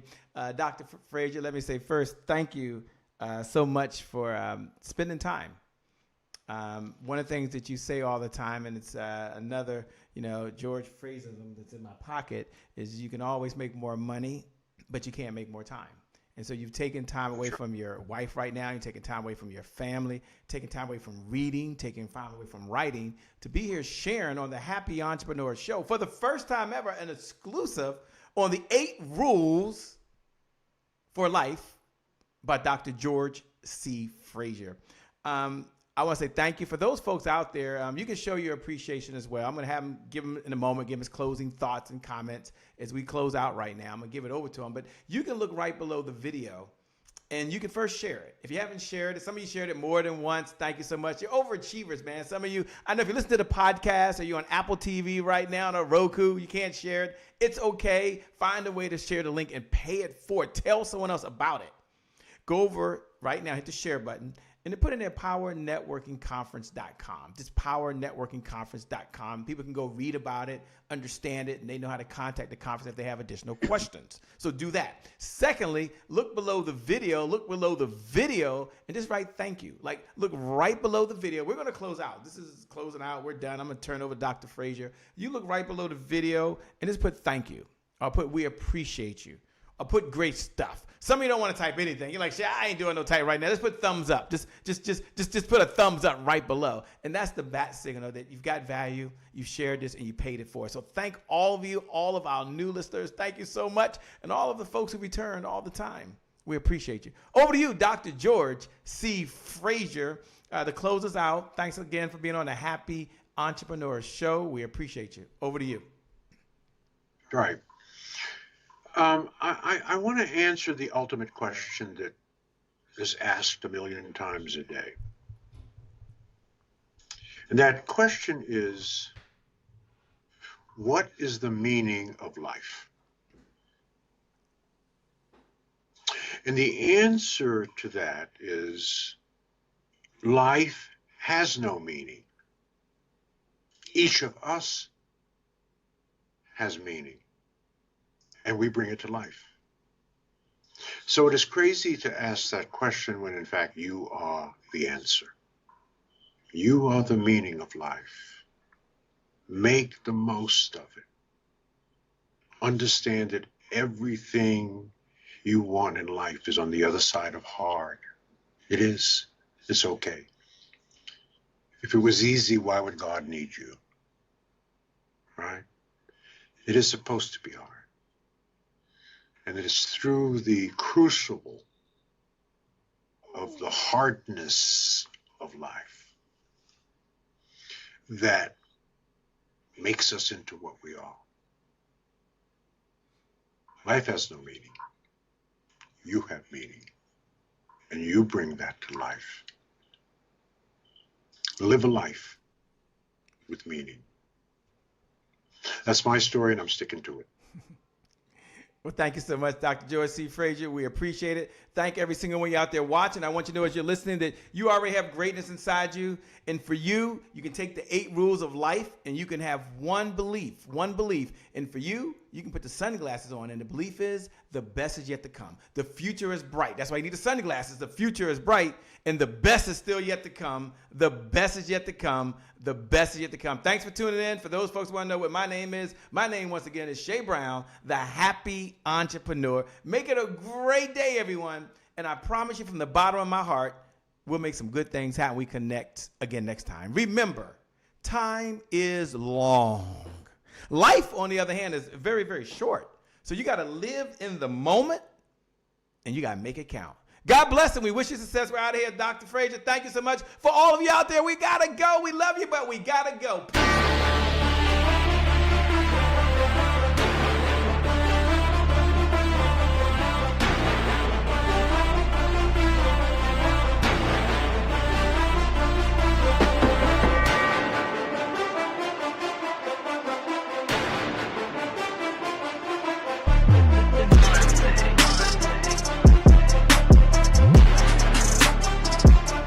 Promise I made to my mom. I only did this message for one person, and that's my mom. This is for you, Mom. Love you. My name is Shay Brown, the Happy Entrepreneur. Make it a great day, everyone. Thank you. Thank you. Thank you. All right, Shay Brown. Mic check, mic check. All I do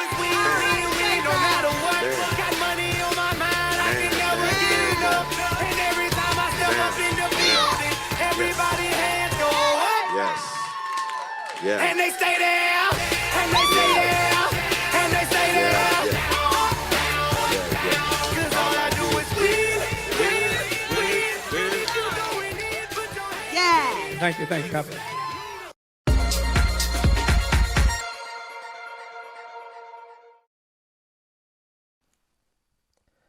Hey, how's it going, everybody?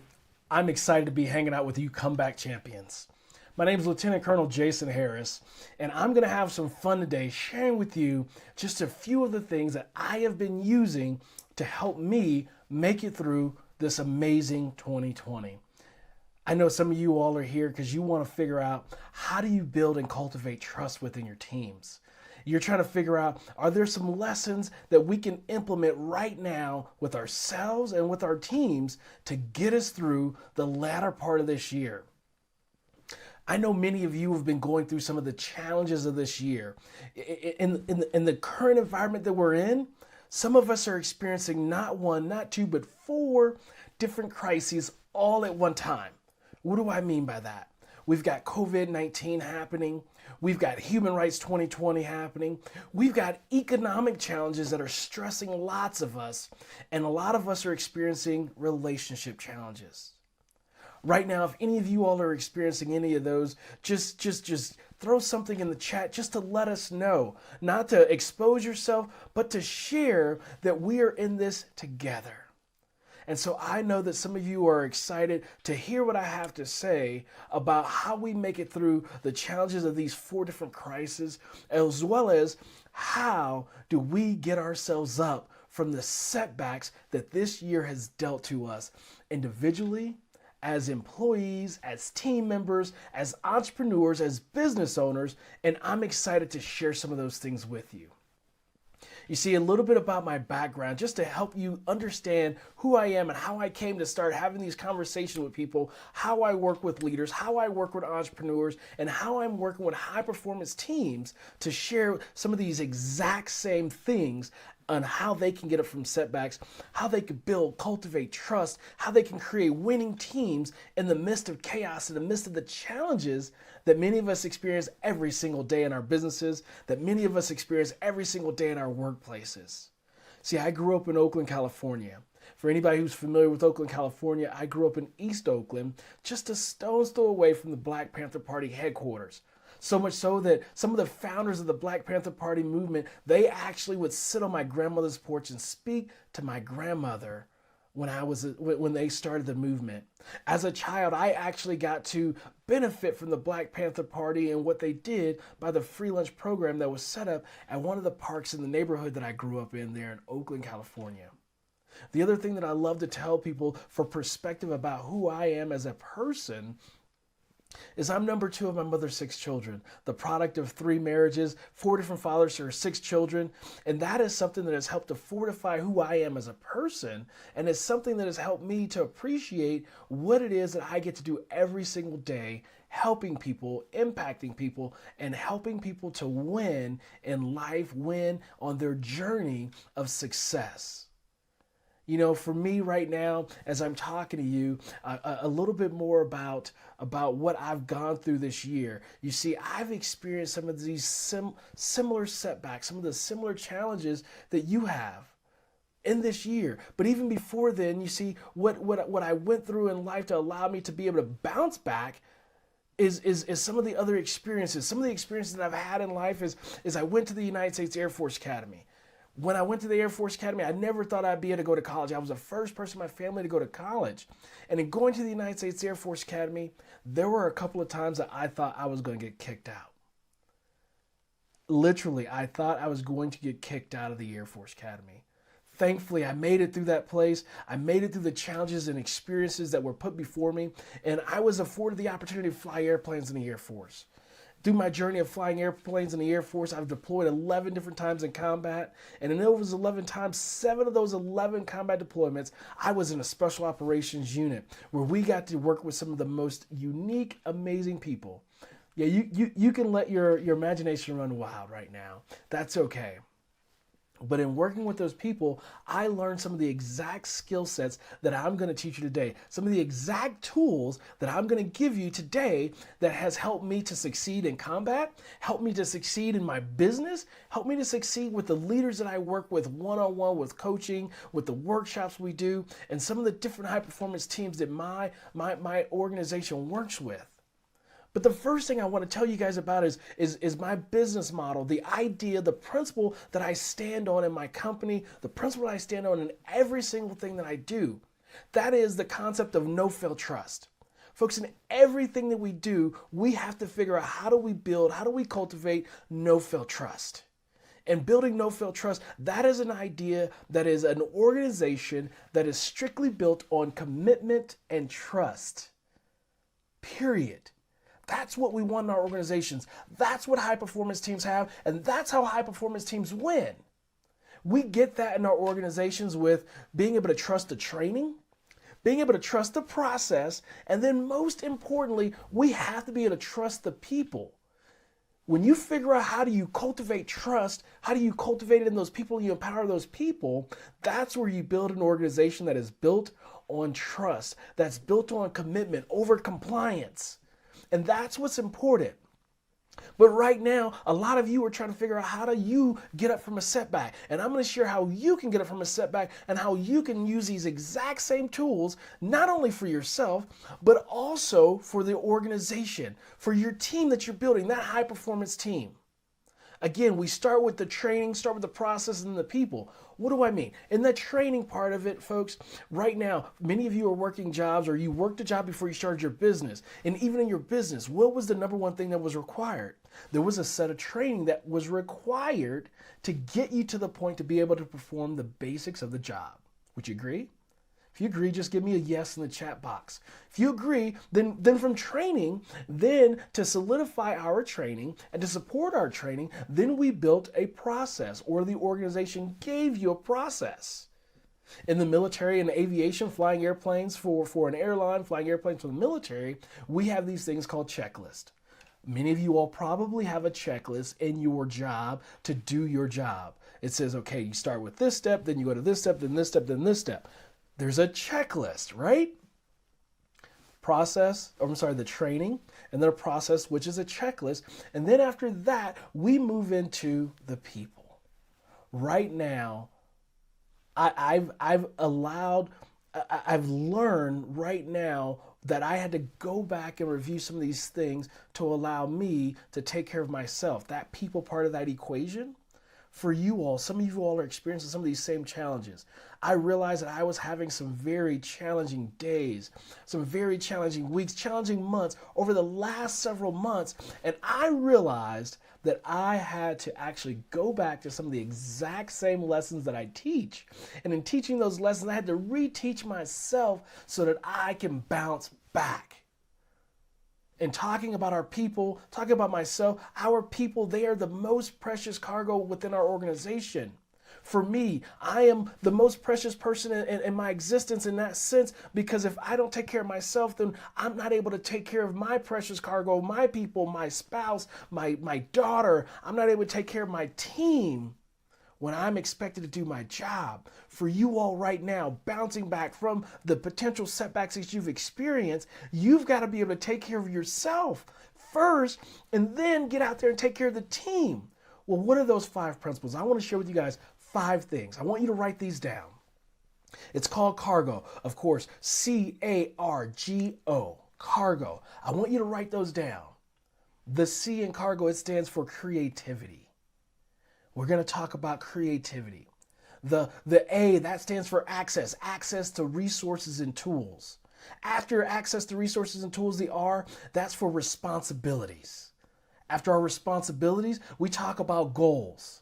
And then after goals, I want to talk about opportunities for success. Again, C-A-R-G-O, cargo. Because our people are our most precious cargo. And we have to give our most precious cargo, our people, the right tools and the right cargo to succeed. So I'm going to give these to you today, and I'm going to talk to you a little bit about them so that you can put them into practice for yourself as you prepare to make an amazing comeback as we finish out this year stronger than ever, and as you finish out this year like a champion. Right now, if you guys are excited about this, I want you to put in there, just type in the text, type in the comments, champion, because I know you're going to come out like a champion when this is all done and said with. That's C, creativity.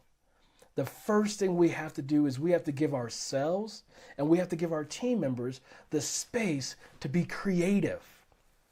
When I was down and out, when I was struggling with those days that just seemed rough and challenging in the past few months and those weeks, what I realized was that I had not given myself the space to be creative.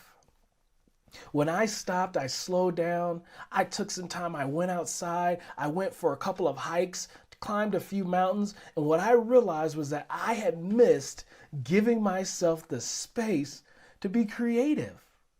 Right now, I want you to think about this. When is the last time you gave yourself the space to be creative? When is the last time you gave your team members the space to be creative? I want you to write down, if you know last time you did it, write it down. But more importantly than writing down the last time you did it, I want you to write down when you were going to provide yourself the space to be creative and how you're going to provide yourself the space to be creative. For some of you all like myself, it might be taking a hike. It might be going on a long run or starting to go on long walks in the morning to find that space to be creative so that you're not constrained by all the uncertainty. You're not constrained by all the things that are happening around us that's creating anxiety. Give ourselves space to be creative. The next thing, access to the right tools and the right resources. Once we realize that we need to give ourselves space to be creative and we give ourselves that space, then we realize, hey, I've now figured out after I've been able to be creative, what tools and resources I need. Then I look and see what tools and resources do I already have access to. For myself, I realized that there were some tools that I already had. I didn't need to go out and buy new tools. There were some things that I had. I just had to go and think through what those tools were. And then there were some tools I need to go and buy. This is not about spending a ton of money, especially as business owners and entrepreneurs. It's all about the bottom line. It's all about the budget. But sometimes we need to evaluate what tools we already have and then what tools do we actually need and then provide the access. The same thing goes for our teams. The next thing is responsibility. As a business owner, as an entrepreneur, and even as part of a high performance team in the workplace, one of the most important things is the level of responsibility that each person has within the organization. As a business owner for myself, there are things that only I can take care of.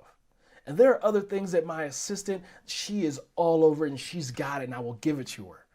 Right? When I'm flying those airplanes, there are certain things that I can be responsible for at the controls of that aircraft. And so no one else can handle that. But there are other things that happen around that airplane that I need to relinquish responsibility. I need to empower somebody, let them know that it is their responsibility and allow them to own it. When's the last time you evaluated what level of responsibility is required in the organization? What level of responsibility you take on as the leader, as the business owner, or as the team lead? And then what level of responsibility do other people need? Very important. Then the next thing in the cargo model is G, for goals. Seems so simplistic. I know a lot of people are like, oh, we've heard of SMART goals, Jason, whatever, got it, whatever. No, seriously, folks. When's the last time you reviewed your goals? When's the last time you had a conversation with your team about their goals? Right now, as we've had to shift priorities, as we've had to realize that things have changed, the dynamics of business has changed, the dynamics of our world has changed. So that means that our goals need to be reassessed. We need to evaluate, do we have the right goals right now for what we're trying to do? Do you have the right goals to finish out this year? Do you have the right goals in place for next year? For some, it might be reviewing the same goals you set for this current year. You're going to start doing some of those same things for next year. For some, it might be completely different. For me personally, I had to completely reevaluate my goals and I had to completely restructure them. And then I had to start sharing my goals with my team. I then had to begin to understand and appreciate what their goals were because I realized that their priorities also changed. Again, review what those goals are. Of course, we all know there's so much more. We can go so much deeper into goals and how we do that. When I work with various clients, we go through these workshops and we talk through how we look at those goals. We talk through how we evaluate them and how we ensure that everyone has put their goals on the table so that we can collectively support the entire team so that we can go after these big, hairy, audacious goals as a large organization. Then lastly, opportunities. That's opportunities to succeed, opportunities for success. I don't know about you, but for me, I need to find that I'm able to make wins each and every day. Some days I say, was there one thing that I did that was a win? And if I say that there was one thing that I did that was a win, then I provided myself with an opportunity to succeed. And I'm able to give myself a pat on the back, give myself that feel good that I need to know that I'm still in the game, to know that I had a win today, if it's only one thing. For you, for yourself, what are you doing to allow yourself to create opportunities to win each and every single day? Every week, every month, every quarter, whatever that space and span of time is, give yourself that opportunity. For your people, are you giving them the opportunity to succeed? Our people, they actually want to know that they're doing a good job. How do you do that? You show that you provide opportunities for them to win, opportunities to succeed, and you pat them on the back. Give them that feel good that they need, that they're looking for to be committed to the team. That's what people are looking for. That's how we build, that's how we cultivate trust. Again, cargo, C-A-R-G-O, creativity, access to tools and resources, appropriate levels of responsibility, goals, and then opportunities to succeed and opportunities for success. Again, going back to all the basics of what we talk about is no fail trust. You've got to always be to trust the training. You've got to always be to trust the process. And most importantly, you have to be able to trust the people. How do you trust the people? You provide them with the right cargo. That builds a culture of trust. That builds a level of commitment like no other. And at that point, you cannot fail. You personally cannot fail. Your people will not fail. Your team will not fail because you have trusted the training, the process, the people, and you've given your people the most precious cargo, the right cargo to succeed. You've given yourself the right cargo to succeed. Again, I am Lieutenant Colonel Jason Harris. I am beyond excited to see what each and every one of you all are going to do as we finish out this year strong and as we get ready to be champions walking into the beginning of next year, ready to completely crush it. I'd love to connect with each and every one of you. If I can help you on your journey, walk with you on your journey, whether that's a text message, whether that's an email, whether that's a phone call, a shout out, whatever it is, looking over some deal, some proposal, whatever that might look like, let me know. Connect with me. Feel free to send me a text. You can text me at 719-203-7257. Again, text me 719-203-7257. Connect with me on Instagram at Jason O. Harris.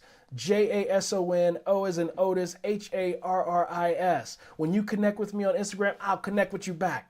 Connect with me on LinkedIn. Shoot me a little note. Let me know that you want to be connected. I'm excited to connect with you. You can find me on LinkedIn the same way, Jason O. Harris. Again, I am excited about you all coming back from any setbacks that you've experienced this year. I'm excited about each and every single one of you being comeback champions. And I'm excited to see what you all are each going to produce as we finish out this year strong as champions and as we stand tall, ready to start the new year grinding hard as business owners, as entrepreneurs, as successful leaders in our homes and with our families and in our workplaces and in our businesses as we come out swinging as champions. Again, I'm Lieutenant Colonel Jason Harris. Shoot me a text, 719-203-7257. Find me on LinkedIn, find me on Instagram, or you can go to my website, nofailtrust.com. Again, nofailtrust.com. Thanks, and make the rest of this year an amazing year and be a champion.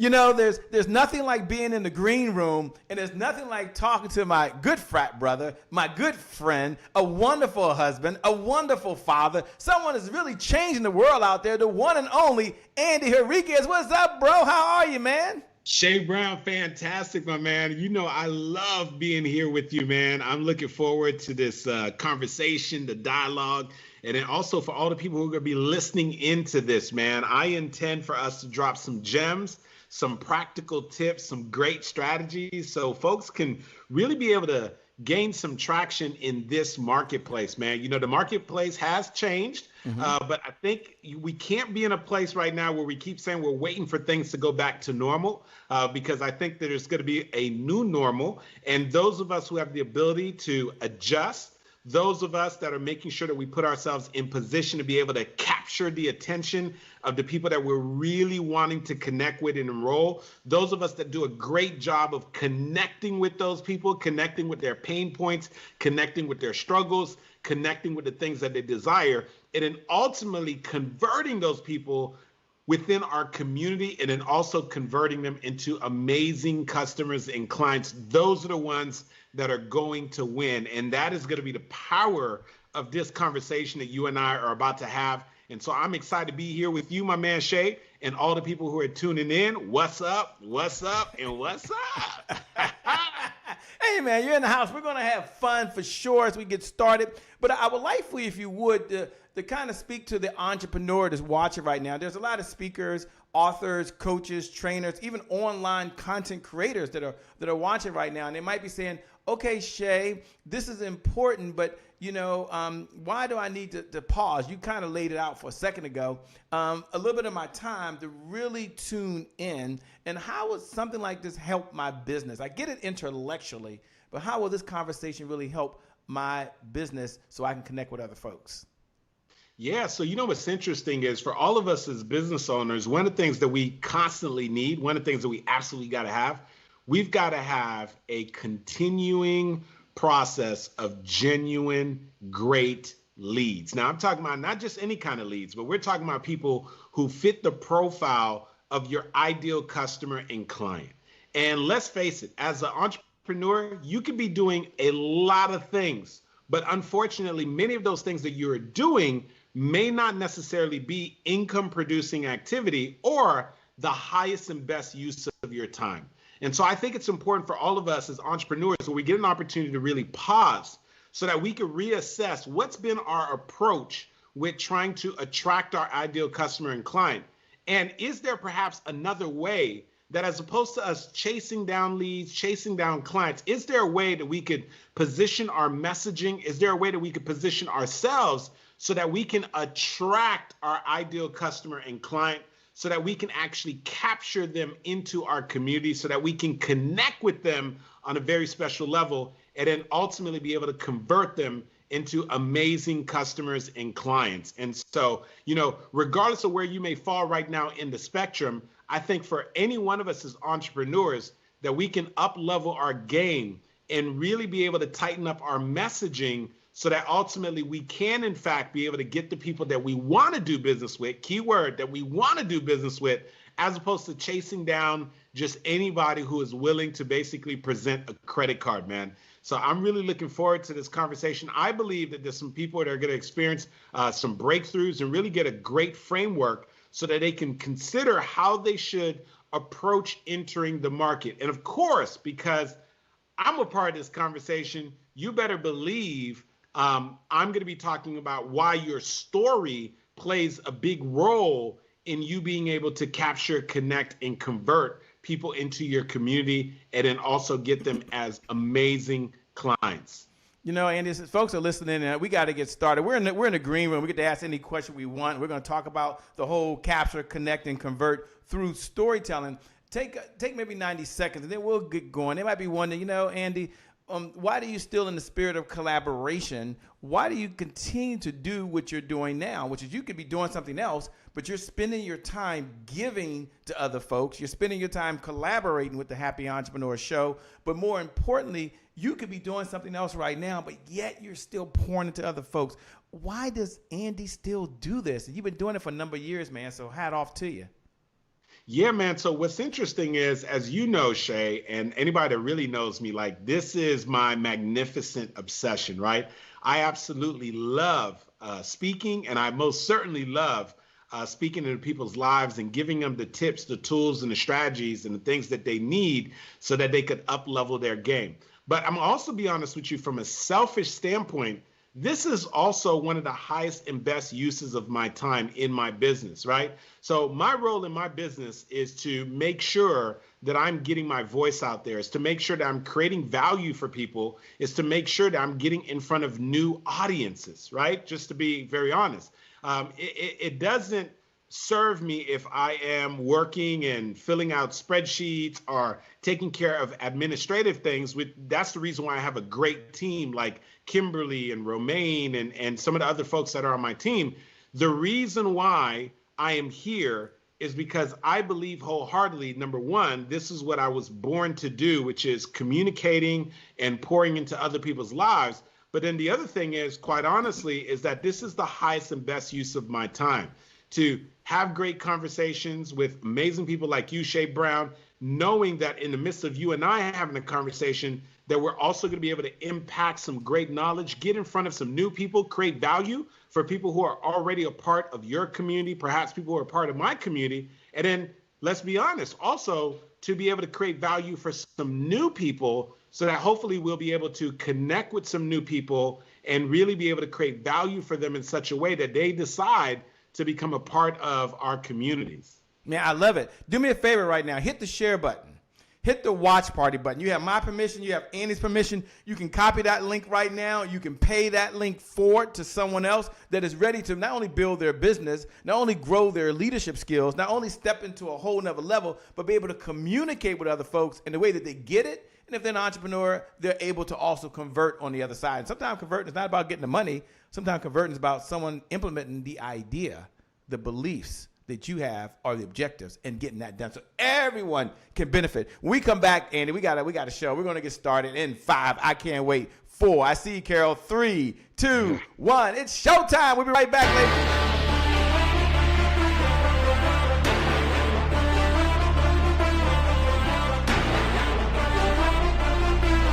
So we're right back. I'm not even sure if it was even playing. I couldn't hear anything on my side, but it might have been me on my side. And I think because we didn't connect with something. But Andy, here's the good news. When something doesn't work in your life, what do? You keep going.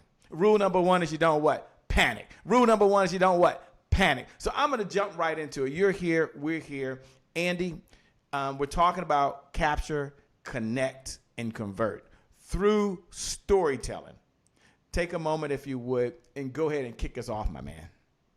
Yeah, Shay, man, I wanted to start off our time together, man, by sharing a story that I've actually never really shared before, man. So, and I think it's a great segue because it's a wonderful just sort of reminder about why stories are so effective. I remember when I was first got into elementary school, I was really, really struggling. So much so that the elementary school principal and administration, they asked my mom to come to the school.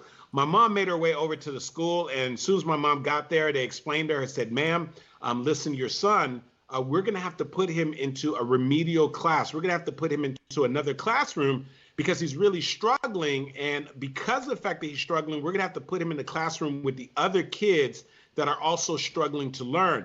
And my mom was like, wait a second, no, I don't want to put my son in a remedial class. I don't want to put my son into another classroom. Like, what's going on? And they said, ma'am, he's just really having a lot of issues and he's struggling to be able to keep up. And then it dawned on my mom that there was something that they did not realize. And here's what they did not know. You see, they had looked at my birth certificate and they saw that I was born in the United States. But what they didn't realize was that at my household, my mom and father were only speaking Creole in the household. So even though I was born in the US, in the household, they were only speaking Creole. So what actually the problem was is that I had a language barrier, and that was causing a lot of difficulty. And so my mom, realizing that, my mom pleaded with them. She said, is there anybody here at the school that happens to speak Creole? My family, we're from Haiti. We speak Creole. Does anyone speak Creole here?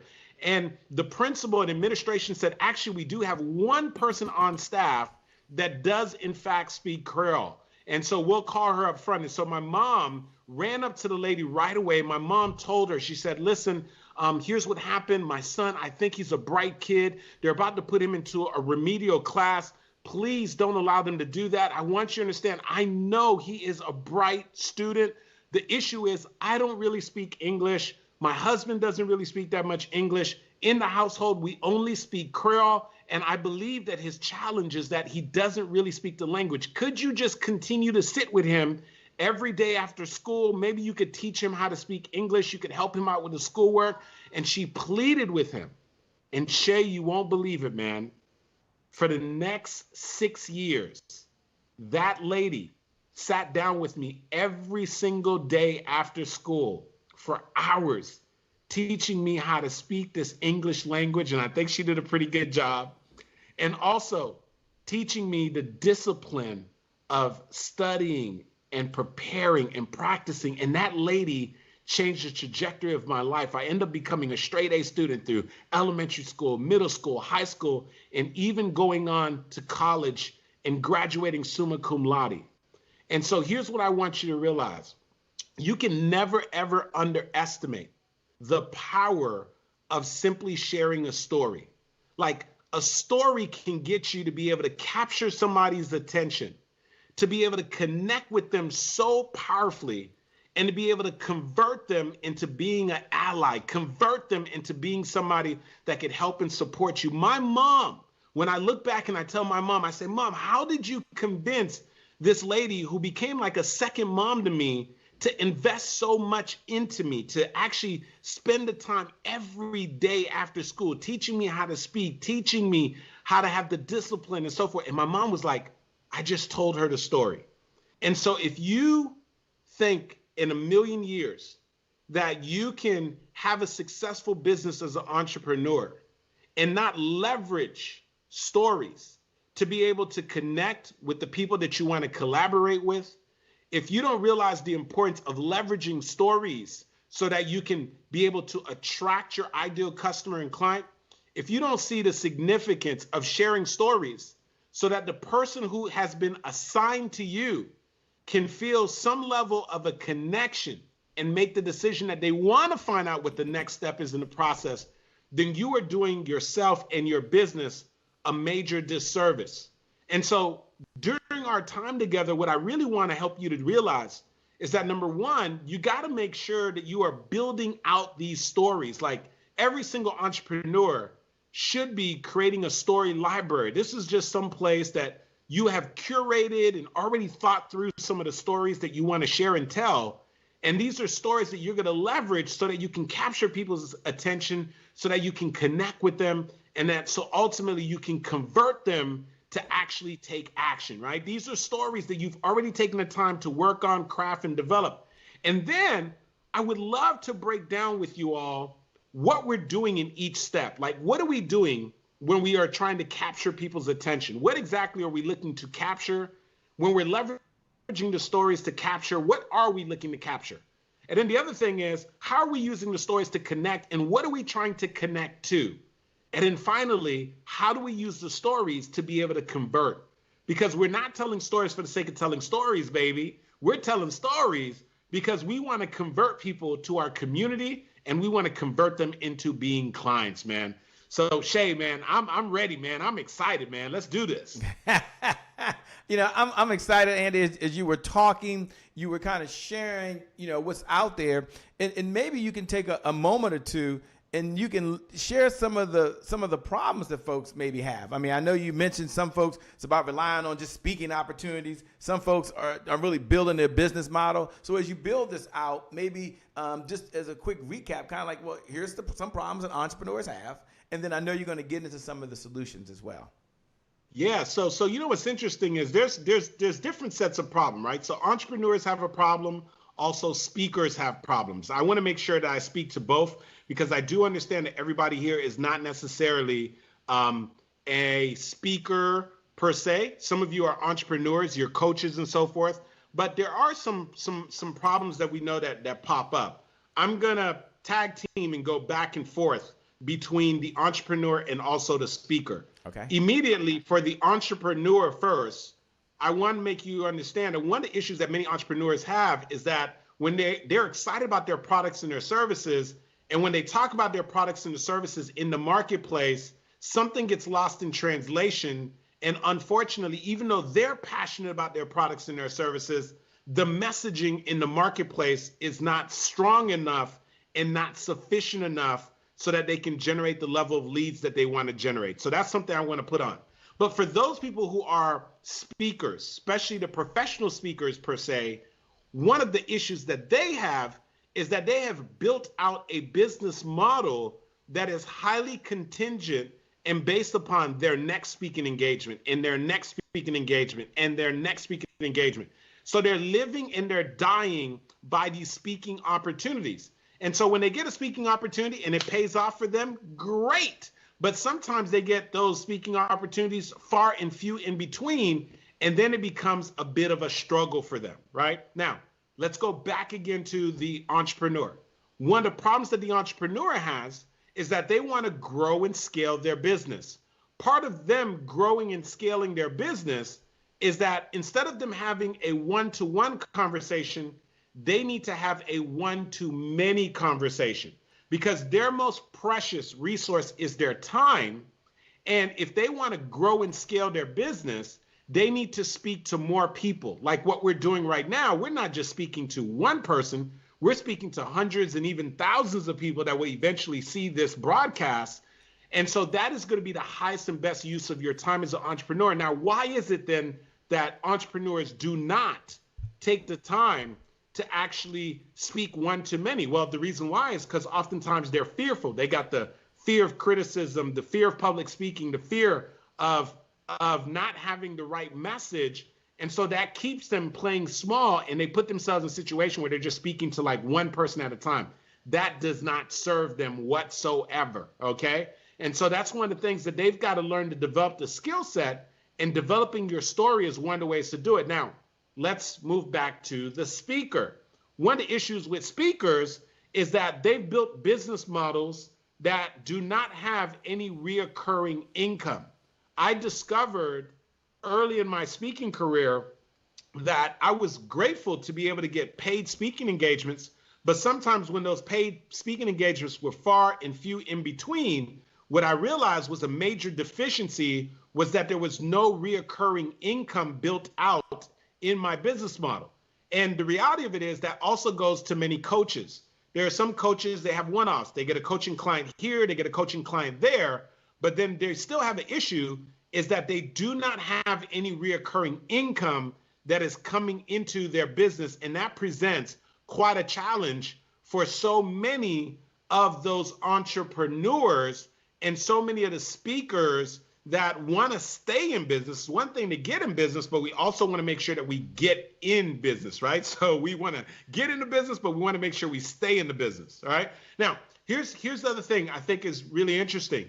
You have so many entrepreneurs that say they want to grow, they want to scale their business, but then I asked them, well, what are you doing to make more impact? What are you doing to have more touch points? What are you doing to contribute to more people? Because one of my mentors told me a long time ago, Shay, he said that impact drives income. And he said, hey, young man, do not chase the income, because when you chase the money, it has a way of running away from you. Rather, what you want to chase is impact. And if you can make impact, the money has a way of sort of chasing you.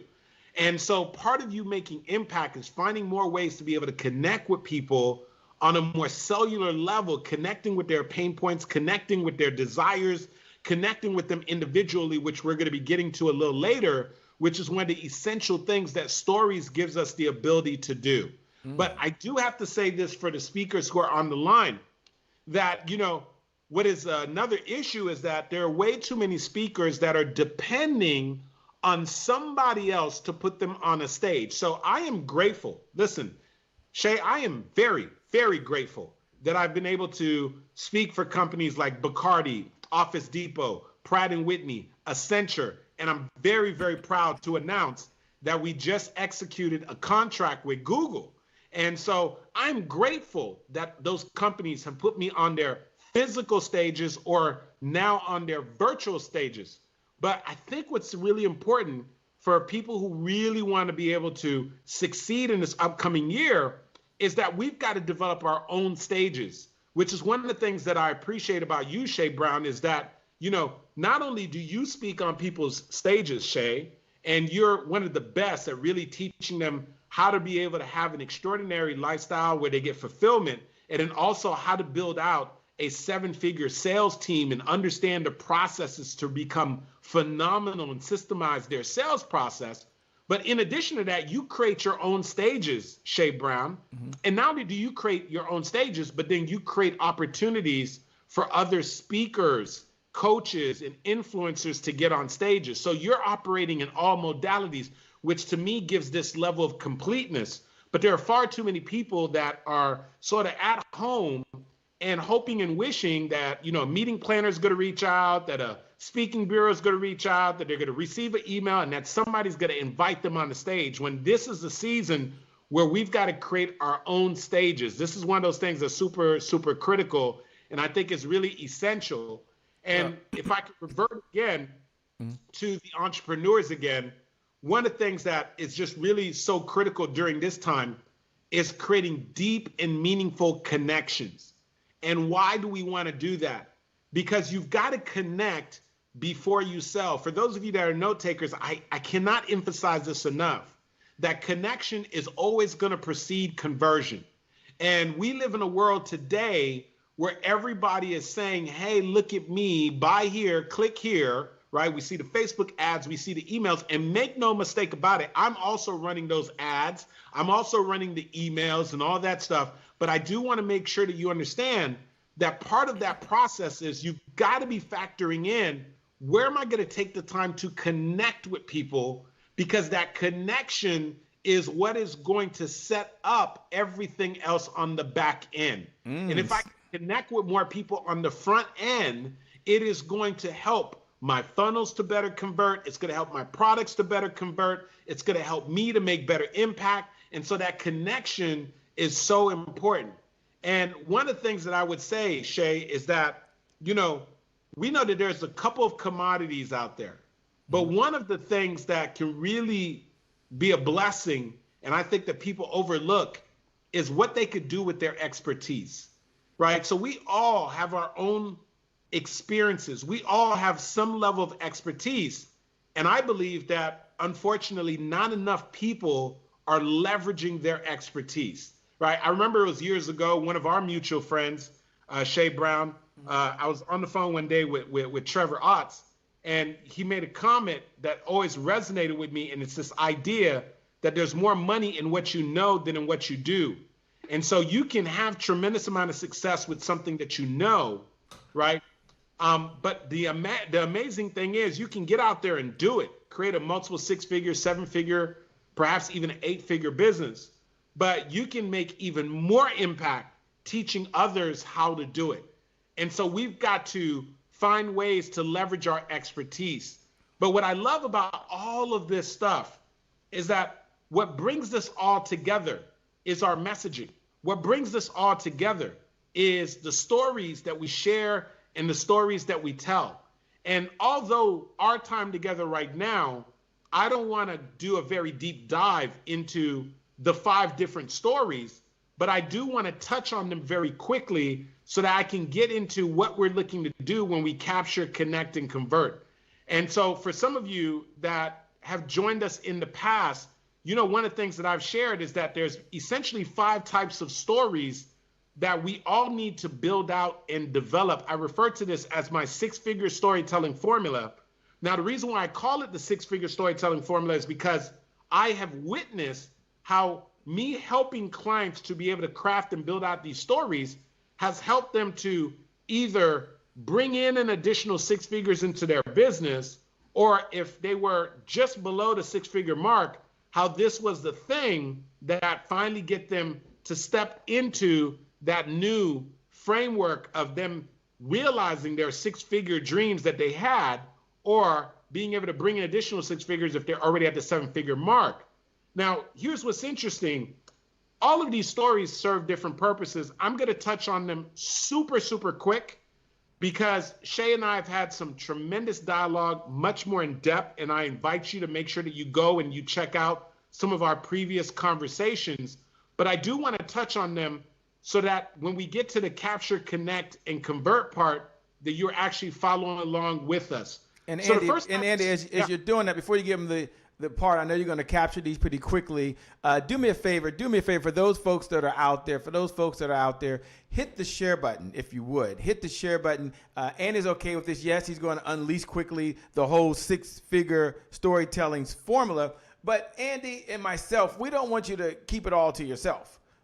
We want you to bless someone else. We want you to pay this message forward. We want to make sure that as you're paying this message forward, someone else has an opportunity to learn. So hit the share button, hit the watch party button. Make sure you pay it forward. Yeah, he's going to touch on storytelling, but he did promise me he's going to talk a little bit about capture, connect, and convert, which I know he's going to get to. Don't worry. I'm going to make sure that he doesn't just forget that. So he'll get to that. But you hit the share button.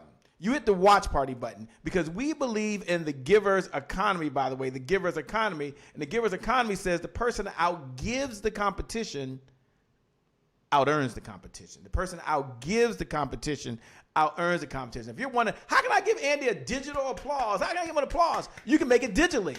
No, don't send him a cash out right now. No, he'll take that. Don't send him a Zelly payment. He'll take that too. Hit the share button. Bless another speaker, author, coach, trainer, network marketers out there. And now we're going to unleash. And this is the secret sauce. At the end of the day, some of you I know are doing these videos. You're posting on Facebook. You're like, I got to be able to connect, Shay. So what is the formula? I don't know, but I know one thing. Andy's made a commitment that he's going to share it. So let me turn it back over to Andy to kind of talk quickly on this whole six-figure storytelling formula. Thank you for sharing it. We really appreciate it. Absolutely. So we're going to go through these very quickly. If you're a note taker, just go ahead and write the word solve going down a piece of paper, because I believe that these stories solve so many of the challenges that we face as entrepreneurs, as speakers, as coaches, or even for people who are in transition right now. You're working a 9-to-5 and you're trying to enter the entrepreneur space. So the first type of story is what we refer to as a signature story, a signature story. Now, I want to tell you just real quickly, the significance of the signature story is that this is the story that you lead with.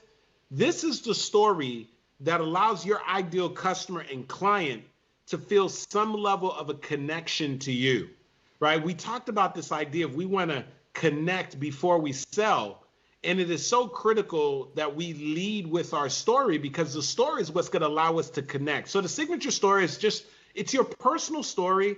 It's a story that gives your ideal customer and client some insight into who you are, that makes them feel a level of connection so that they feel drawn to you and so that they're actually interested in learning more from you. So that's what the signature story is.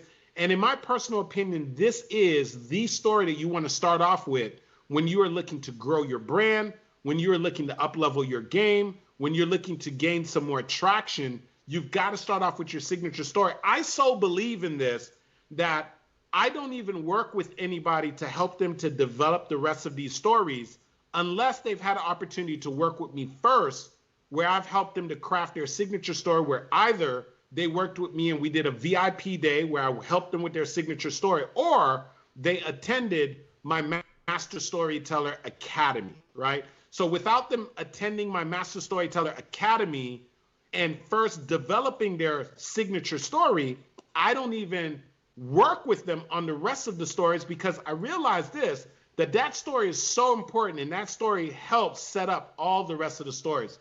Now, the second story is for those of you that intend to create offers. Like, you are going to eventually be making offers. If you're an entrepreneur, you're already making offers. You're offering your product and your services. So the story that is so important to help you to increase your level of influence there or increase your conversion is what we refer to as an offer story. Now, what is the offer story?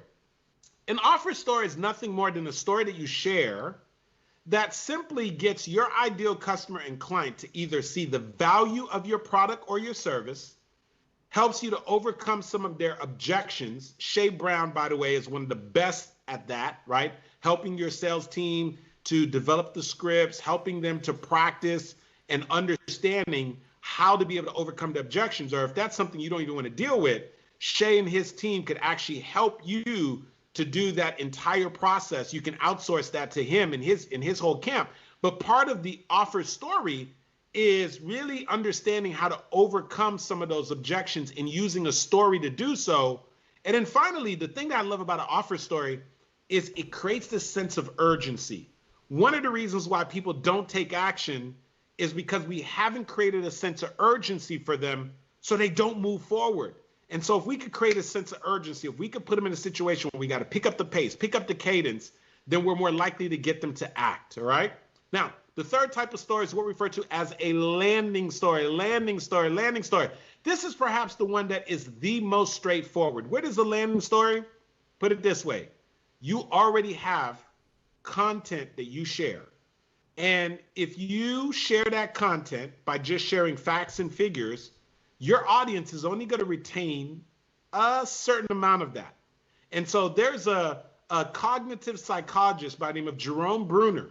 And here's what they discovered from his research. When you share your content, your facts and your figures within a story, it becomes 22 times more likely that people are going to remember what you said.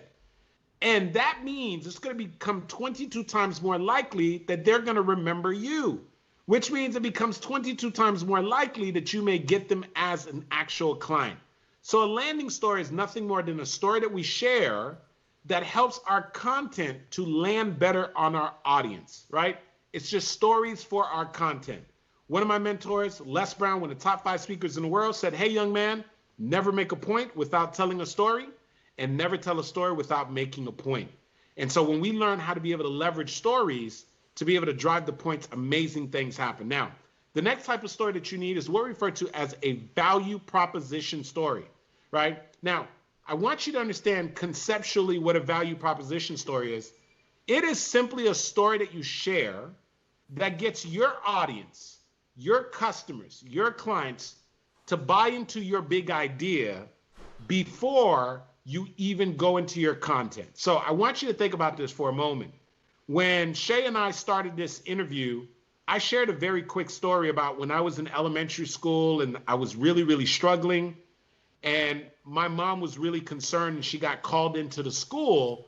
And what they didn't realize was that my mom was only speaking Creole to me in the house. And it wasn't that I had a learning disability, it was the language barrier. And my mom had an opportunity to speak to a lady that was employed at the school who spoke Creole. And my mom shared the story. And as a result of my mom sharing the story, this lady committed the next 6 years of her life of working with me and completely changed the trajectory of my life. And that story that my mom shared with her was enough to be able to influence this lady. She was able to capture this lady's attention. She was able to connect with this lady because this lady was also a mother. And she was able to convert her by getting her to commit to working with me. And I shared that story just to get you to just know that stories can, in fact, help you to capture people's attention, connect with them, and convert. I shared that story with the sole intent of setting up the rest of this conversation. That is a value proposition story. It is just a story that you share to get people to buy into your big idea. And then the final kind of story is what we refer to as an expert story. At the end of the day, people pay top dollars for experts. The reason why people reach out to Shay Brown is because he is an expert at sales. He is an expert at helping people to build a phenomenal sales team. People reach out to me because through my experiences and the things that I've helped with companies like Bacardi, Office Depot, Accenture, Pratt & Whitney, and then also the entrepreneurs, the speakers, and the coaches that I've helped to be able to craft amazing, compelling stories. And it also doesn't hurt that some of my stories have been featured by Goldcast, and one of which has over 4.7 million views on Facebook. None of those things hurt when I'm positioning myself to get people to understand why they should possibly work with me. And one of the things we got to know is that experts get the top dollar in the marketplace. So we do want to position ourselves as the expert. An expert story is simply a story that we share that gets our ideal customer and client to understand why we are in fact an expert and why they should pay top dollar to go ahead and work with us. So those are the stories, and I'm going to hand it back to Shay before we jump into this awesome framework that I want to share with you all, which is capture, connect, and convert. And probably before we do that, Shay, one of the things that we will do, especially because they've been so great with us, Shay, I definitely do want to give them my, special bonus surprise, which I want to give them that opportunity. And so, Shay, I don't know if this is the right time to do it, or if you wanted to say something real quickly right before I do that. No, Andy, I think now is the time to go ahead and do that. For folks that are out there that are listening right now, there are a couple of things that I want you to know. The first thing I want you to know that's very important is that I've worked with Andy myself. And it's not about me, so this is not about me. It really isn't. But here's why I tell you that, is that we all have stories, and sometimes we need to not only have the techniques, not only do we need to have the formula, but we need to have someone that this is what they do all the time to help us frame it, because we see it one way, but people are hearing it another way. And so by using the techniques that he's talked through, you're now able to tell a story in a way that they're able to connect with you, which is very important. And at the end of the day, for those folks that want to convert, connection is very, very important. I hope Andy gets a chance to talk about that. Andy, I know some folks just want help right now. They're like, look, he mentioned the six-step formula for stories, and I just want to know, what is my story, and where do I even start? So Andy, take a moment and kind of share with them something you brought it. Look, here's the cool thing. You don't need a Cash App, okay? Andy's got something he's want to bless you with, and I think that's so important. Some people are like, oh my gosh, no. This will help you. So Andy, take a moment, tell them what they're going to get, and we'll tell them how to do it, and we'll go ahead and bring that up for you as well. And before you do that, hit the share button. You might be watching, and you might only be watching because someone shared it with you, and you saw it pop up on Facebook, or maybe you saw it pop up on Instagram. Some of you took the link and put it into LinkedIn. We certainly appreciate you. Or maybe you listen to the podcast, or you got a hold of this long-lost video file. Congratulations. You got your hands on it. You're watching right now. You're with us now. Hit the share button, please. Take the link, copy, paste it, and pay it forward. That's your big give back. And you know what? It takes a thumb and a press and maybe a copy, and you got it. You can do it. You can do it. Do me a favor. For those folks, do that out there right now. For Barbara Beckley that's watching, thank you so much. Edith is watching. Beneva is watching. My mother's out there. Mother Dear is always watching in the house. Thanks a lot, Mother Dear. Nora is out there. Paula is out there. Deborah is out there. Regina, so many folks that are out there. All right, Andy, go ahead and share with them now, as they're sharing, how they can stay in this conversation and the gift that you have, the special surprise. Yeah, so let me go ahead and say this, because I'm going to, give this a quick gift away. But one thing I do want to make sure that you know is that you do not want to miss the second half of this, because I'm going to break down this capture, connect, and convert, which I believe is going to be the absolute game changer for you for this year.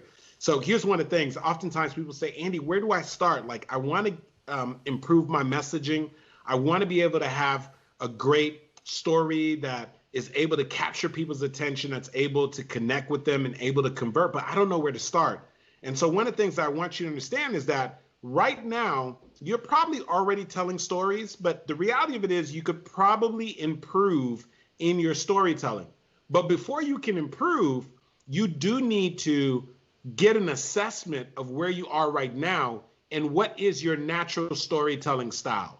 So right now, you innately and naturally tell stories in a way, and some of the way that you're telling the story is working for you, but a good part of how you're telling the story is actually working against you. And if you don't have that level of awareness of what you're doing right and what you need to adjust and tighten up, it's going to keep you from getting to your next level. And so I want to bless you with this really, really cool thing. So I've created this really awesome storyteller quiz. And the cool thing about this quiz is that there's 5 different storytelling styles. And when you take the quiz, it's going to tell you, based off of your quiz responses, what your natural storytelling style is. And then you're going to get a customized video where I share with you what are some of the benefits of the way that you've been telling stories in this style, but then where is there room for improvement, and what do you need to start doing a little differently so that you can up-level your game. But here's where the cool surprise is. After you take the quiz, in addition to you getting the results for your quiz, you're also going to get an opportunity to unlock a free training. In that training, I'm going to be sharing with you how you can locate what your signature story is. So here's all you got to do. It's so simple, easy. All you've got to do is you're going to text the word story to 954-278-3701. And let me tell you what's going to happen when you do that. You are going to get access to the quiz both in your phone as well as in your email. So here's what you're going to do. You're going to text the word story to 954-278-3701. And the cool thing about this quiz, when you take it, it's only going to take you about a minute, and then you're going to be able to get access to that free bonus training.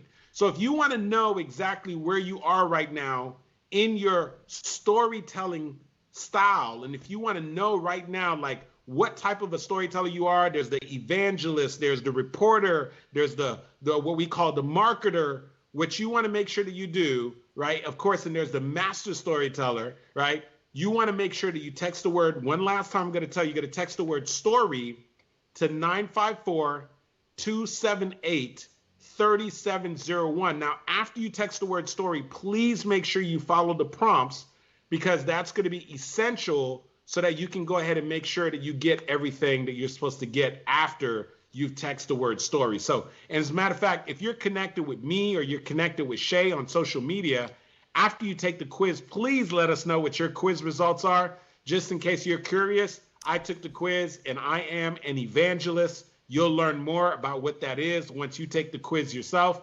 But make sure you absolutely take that quiz. Go over right now, take the quiz. Here's the worst case scenario. Worst case scenario is you take the quiz and you're like, well, I took the quiz and I know what I am, and you do absolutely nothing. That's the worst case scenario. What's the best case scenario? Best case scenario is you go over to 954-278-3701, and once you get there, and this is the best case scenario, you actually hit and text the word story. It comes back to you. Worst case scenario, best case scenario is you take a little action, Janice, and then once you take the action, you say, whoa, I know at least my story signature style, and now I can take what I'm already doing naturally, and I can get better to be able to connect, to be able to convert. And obviously you got to capture first, capture, connect, and then convert. So yeah. And then from there, I get better and better and better. And you know what? There's a lifetime value. Like seriously, like you have this, and that's what I loved about it, for the rest of your life. Powerful.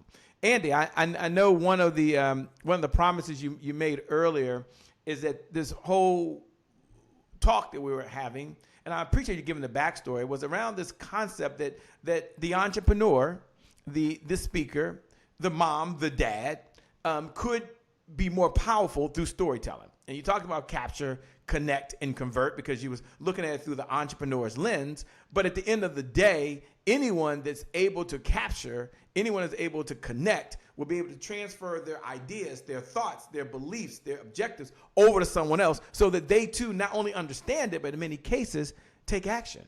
And maybe you just need your kids to brush their teeth. How many of y'all know about that, by the way? Or maybe you just need your team to perform at a higher level. And now through stories, you're able to do that. Big difference. So Andy, talk a little bit about this whole, you got to frame it for them, obviously. Capture, connect, and convert. And for those folks that look below the video, like Nicole Johnson Stern and others, she says she's taking the quiz. Look below, and it's okay. You can pay it forward. You can take the number 954-278-3701. Post it right below. Just put text story. And these videos go viral. I get it. Okay, I get it. But again, you're blessing someone else with little effort. Andy, back over to you, man. I was so excited when you even said that you would even touch upon. I know you can't go as deep as you want. So here's what I want you guys to do right now. I want you to make sure that you have a pen in hand. I want you to lean in. I'm about to drop something for you that if you can get this particular framework, what you're going to now do is be able to make the connection between how do I take the story and now use the story within my business? How do I take the story as a coach and leverage these stories to be able to get clients? How do I take these stories as a speaker and leverage it to be able to get more opportunities for myself.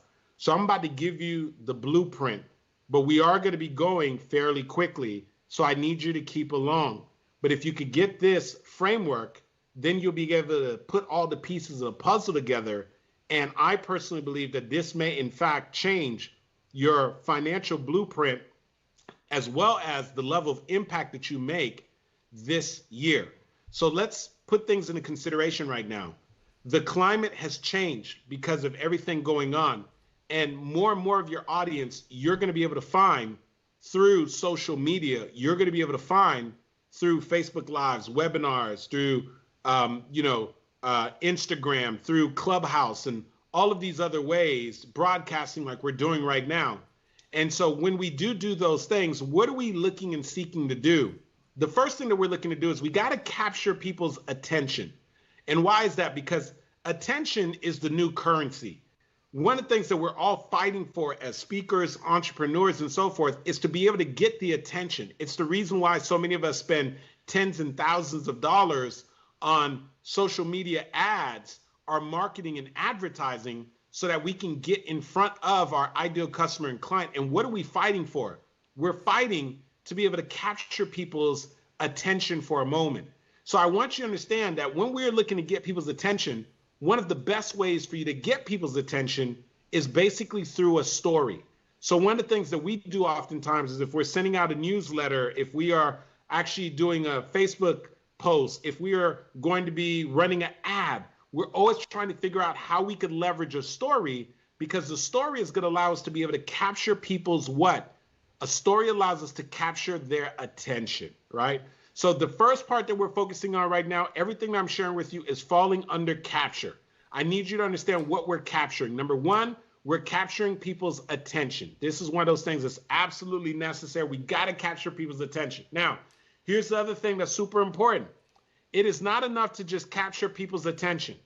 If you recall, there was some things going on with our ex-president, and even though he was technically the most powerful man in the United States, for those of you that are tuning in from the United States, his Twitter account and his Facebook account were temporarily suspended.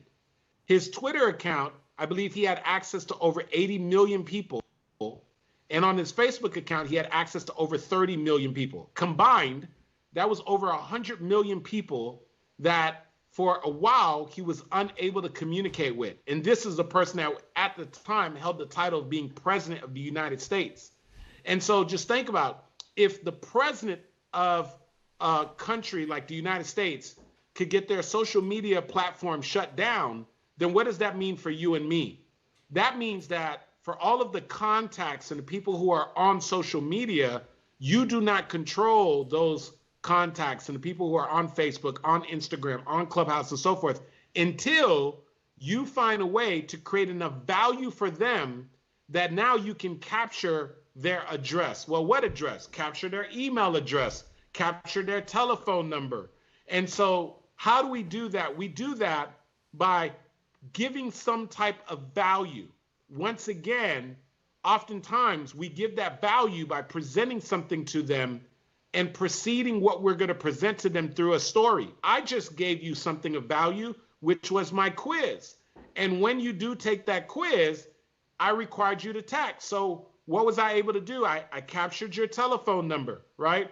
And then you will probably want to go ahead and put in your email address so that we can stay connected, right? But before I did that, notice I created value for you first. Notice I made sure to build a connection with you first.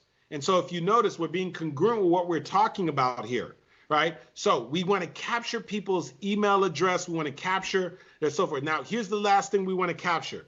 We've got to capture an audience. What I love about what Shay Brown does is that he creates so much value that anytime he's doing an interview and he's broadcasting, there's always going to be an audience there. Why? Because his community knows that whenever Shay is doing something, he's creating value. Whether it is Shay creating value or he's bringing on a guest or you're getting value from Shay and his guests, it's phenomenal. So we have to capture an audience. The audience is once they get onto your email list, that's when they become your audience. The audience is where you build your own community. And so what I want you to understand is this capturing, right? There's so many people who are missing the mark on this because they're not leveraging stories. So we can capture people's attention using our signature story. We can capture their attention using some of those landing stories around our content. We can capture their attention by using our expert story. So all these stories come into play. And sometimes people don't realize this is the connection. We build these stories out so that we can capture people's attention, so that we can capture an audience, and so that we can ultimately capture their address. Now, once we've captured their attention and we've captured this audience, now what's the next thing we got to do? We've got to connect with them, right? We've got to build some genuine connection. This is where so many people are missing the mark. They're not taking the time to connect. Now, what are we looking to connect to? Number one, if you're an entrepreneur, we got to connect with people's pain points, right? I know for me, my average client, here's what their issue is. They're a speaker, they're a coach, they're an entrepreneur, and they're wanting to up-level their game. And one of the things that's really frustrating them is the fact that they don't have the confidence that they need to have to ultimately be able to position themselves to speak to more people. So maybe they know part of them growing their business is that they should do more Facebook Lives. They should do webinars. They could talk to more people. But internally, they're lacking the confidence because they're not quite sure what their messaging is. Or another issue is they have is that they lack clarity. They're passionate about their products and their services, but they know that they could have a clearer message, and having a clearer message is going to allow them to get more customers and more clients, right? So these are all pain points. Another pain point that some of my clients have is that they don't have enough customers. Well, why don't they have enough customers? Because their messaging is off, because they're lacking the confidence, they're lacking the clarity. They don't have the stories built out, okay? When people come to Shea Brown, a major pain point that they have is that they're not converting. They've got customers and clients, prospects, and they're not converting their prospects into clients. Their sales, they're doing all the sales. And so they can't scale their business because they're putting all their time. So we've got to connect to their pain point, because when people have a problem today, they will invest today. It's one of the things that my buddy Shea Brown says all the time. If they have a problem today, they will invest today. So we've got to connect with their pain point. Now, what's another thing we got to connect to? We've got to connect to their passion. What is it that they desire? You know, part of the reason why I share my story, Shea will share his story, is because typically, and the reason why you should share your story is because your ideal customer and client is typically a few steps behind you. In other words, it's somebody who's on the same journey as you. And if you could speak to the time that you were where they were at, where you were experiencing the same pain that they were experiencing, maybe if you are in health and fitness, maybe it was a time when you were struggling with your weight, where you were feeling tired and fatigued. If you are a relationship coach like my wife is, maybe it's at a time where you were single and you were struggling or going through a lot of broken relationships. If you are a sales coach, maybe it was a time when maybe you didn't have enough leads, a time where you were struggling. If in my case, where maybe it was a time where I did not have the right messaging, where I did not have the confidence or the clarity that I needed. So we want to be able to speak to what they desire, but we got to, through a story, help them to understand that we know what it's like to have been where they were at one point. And that's where people miss the mark. We tell the story oftentimes without realizing that we got to meet people where they are. And why are we doing that? It's because we got to connect to what they're passionate about, right? And we got to get them to understand that we know what it's like to be where they're at, which leads me to the third thing that we're looking to connect with is we got to connect with them on a personal level. We've got to connect with them on a personal level. We've heard it over and over again. People love to do business with people that they know, like, and trust. How do you get them to know you? How do you get them to like you? How do you get them to trust you? You get them to know, like, and trust you through a story. So if you could share a story that connects with them on a personal level, then what you do is you start to build the connection, build the trust, which is going to lead us to the third part of this framework, all right? And I'm hoping you're catching all this. So now, where do we lead that connection to? Well, now that we've connected with them, ultimately we want to convert. What are we looking them to convert them to? The reality of it, folks, it's not always about converting them directly to a sale. We want to convert them first to our community, because if you can be able to acquire and put together a phenomenal community of like-minded individuals, a community of people who are your ideal customer and client, a community of people that you know that you could create value for. Now, instead of you always be in a mode where you got to be marketing, finding more people, what you could do is you can focus your time and energy in creating value for your community. And as a result of you creating value for your community, then what ultimately is going to happen is that the people in your community will eventually ascend. And what was going to happen is that they're going to ascend and convert to what? They're going to convert into clients.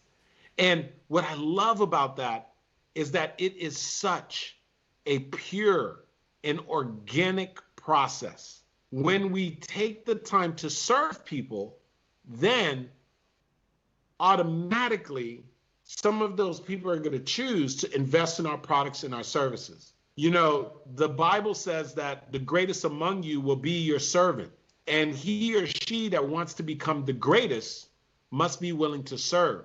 It's one of the things that Shay talked about is when you out-serve your competition, you out earn your competition. And so I want you to think about how beautiful this process is. And this process is very organic.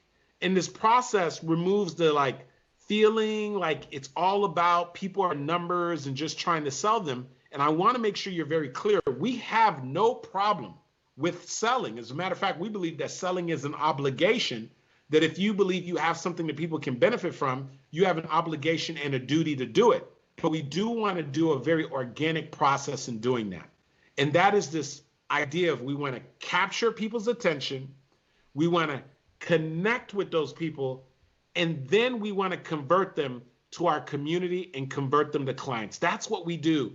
We capture people's attention, we connect with them on a personal level, connect to their pain points, connect to their passions, and then we convert them to a community and we convert them to clients. If you get that, I'm telling you, if you can rinse and repeat that process, you will have a business that has a recurring income model.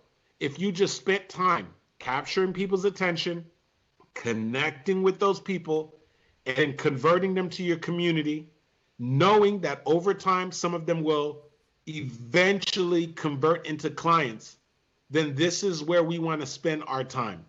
Shay asked me earlier, why was this a good use of my time? Because this allows me to be able to connect with people, right? And create value for them.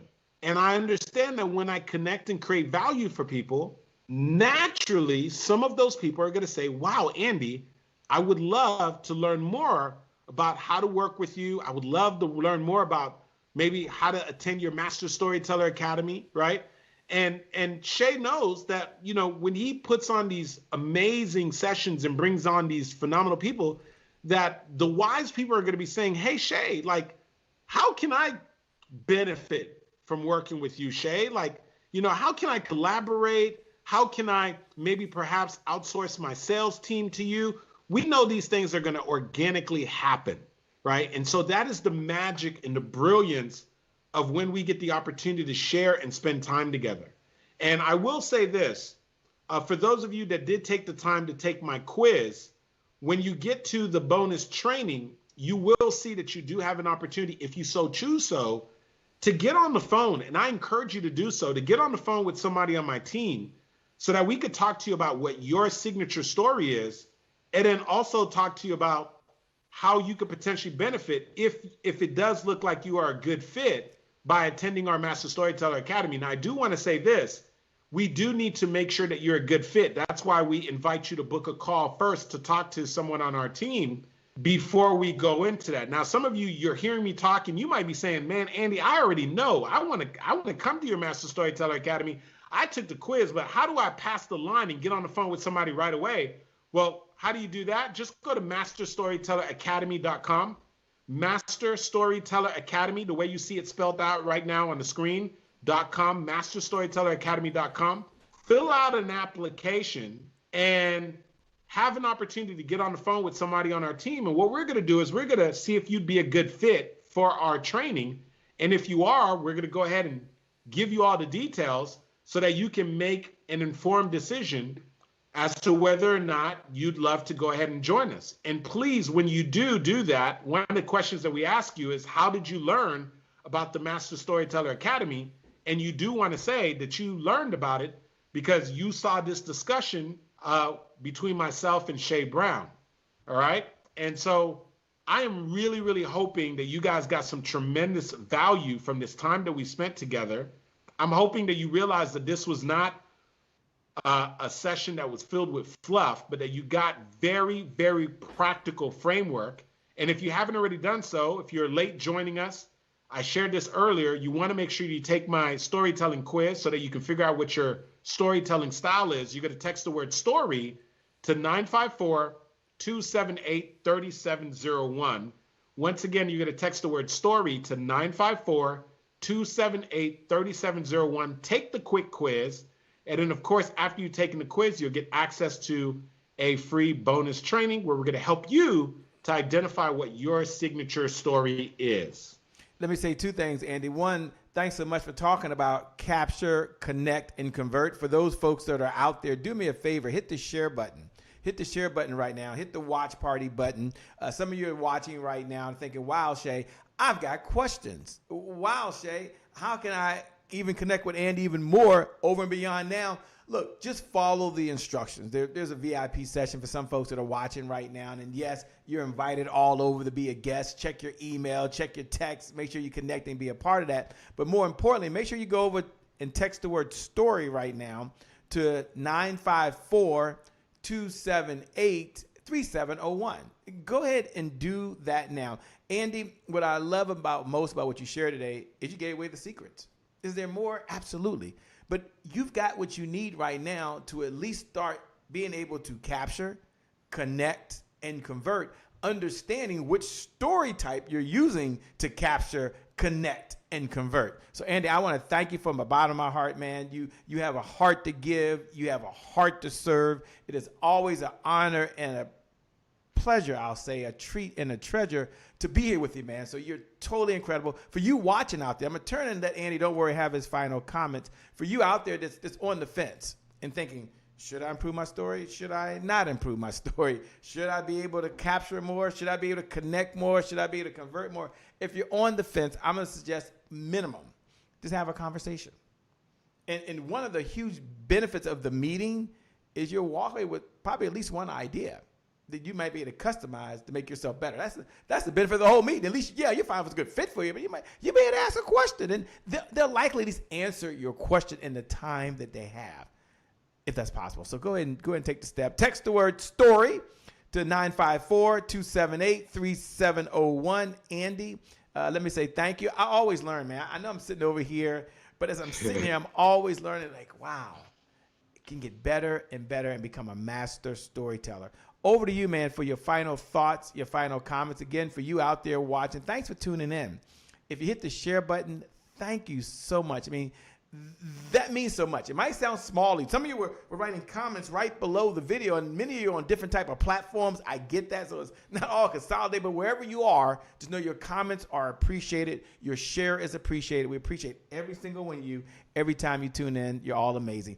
Andy, over to you. Please tell your wife we said hello, Coach Cass, that's out there making a difference in the world. Congratulations. I saw her in Forbes magazine now, man. You must be really, really, really proud over there, man. So great job, Coach Cass. Over to you, Andy, for your final thoughts or comments to empower, to inspire, or encourage folks as they got to go out there now and do what they have to do. Some folks will be talking to your team. They've got to capture. They've got to connect. And they've got to convert. So I turn over to you to have your final thoughts, my brother. Thank you. Yeah, so man, Shay, I just want to say this, man, Shay. I just want to say thank you to you because it is your relentless commitment to just serving your community, right? That's what it's all about. This is the classic example of when you do begin to build a community on how you serve them. You know, Shay pulls away from his very busy schedule. He pulls away from his business to have us come here, and he leans on his own personal relationships to bring some really amazing experts, phenomenal speakers. And I tune in all the time, Shay, when, you know, whenever you're bringing in your different guests and experts, and it just speaks volume to who you are and how you serve the community, man. So I'm just honored to be able to be here and serve. You know, for the folks that are listening in, you know, we can get very caught up where we're always consuming. We're always taking in information, always taking in data. But I'm going to tell you right now, if you want this year to be different than the previous years, and we already know it is different because we are now in a new normal. But if you want things to be different, if you want to up-level your game, then it's not enough to just consume. You're going to have to do something. You're going to have to take some action. And so I'm just asking that if you got any kind of value from our time together, just take some action. Make sure you act on something, do something, implement something, right?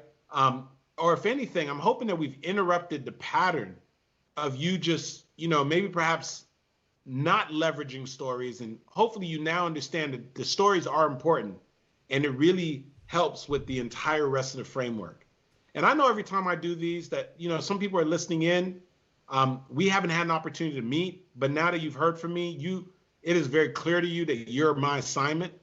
And if that's you, please be intentional. Make sure you either head over to masterstorytelleracademy.com and, you know, fill out the application there. Or if you've taken the quiz, just make sure you stay connected or book a session to get with somebody on the team.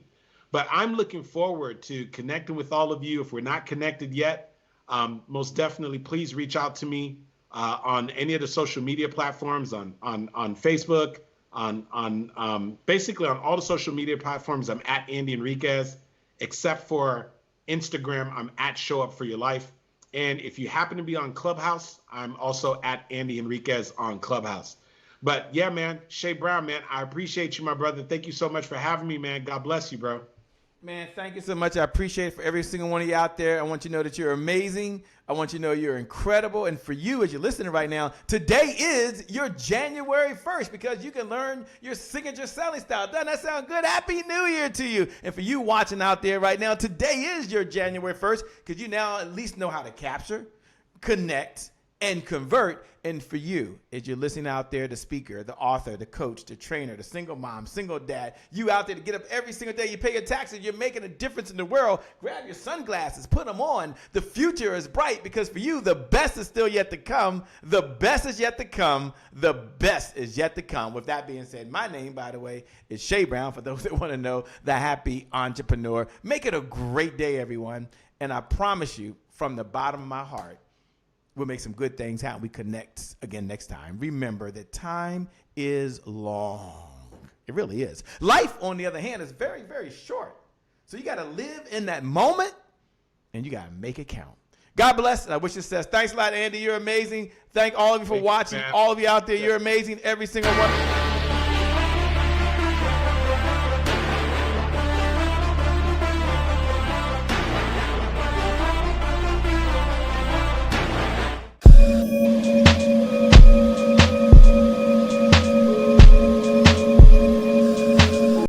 Hey guys, my name is Eric Swanson. I'm so excited to be here. Thank you very much for allowing me to be here with you and your awesomeness. Again, Eric Swanson, speaker, author, trainer, all the really cool stuff. And let's get started. I mean, I'm going to talk about this. Look, I want to share with you guys some principles of success in regard to what I call crush and dominate. So what am I talking about, crush and dominate? Well, it's part of my book right here, as you can see right there, displayed for you. Crush and dominate. And by the way, I don't know if you can see this, but the subtitle is 13 Strategies to Piss Off Your Competitors. Yes, 13 strategies to piss off your competitors. I'm going to share like 3 major ones right now. So you ready to get started? Let's do this. So number 1 is realizing that it is a mental game. And what I mean by mental game is it's in our mindset to be successful. Okay, so here's the deal. If you aren't playing a mental awesome game with yourself, every day, then you may be sabotaging your success just a little bit every single day. So what I mean by this is literally enhancing your attitude of awesomeness. How do you do it? Well, by simple things that you can do every day to constantly remind yourself that you are in charge of your life. You're not going to allow other people to come in and rent space in your mind, and you're not even going to charge them rent for it. How many of you all know some people like that? How many of you all know some people that they walk into the room and the lights seem to flicker or dim a little bit? Have you noticed them before? That's a sign. It's a sign for you to stay away from people like this, because it's not going to help you. It's not going to help you, and it's not going to help you help other people. So it is realizing that it's a mental game is step number one. Now, what I do is I do three major things to keep myself in check every day. All right. Now here's number one is create your awesomeness.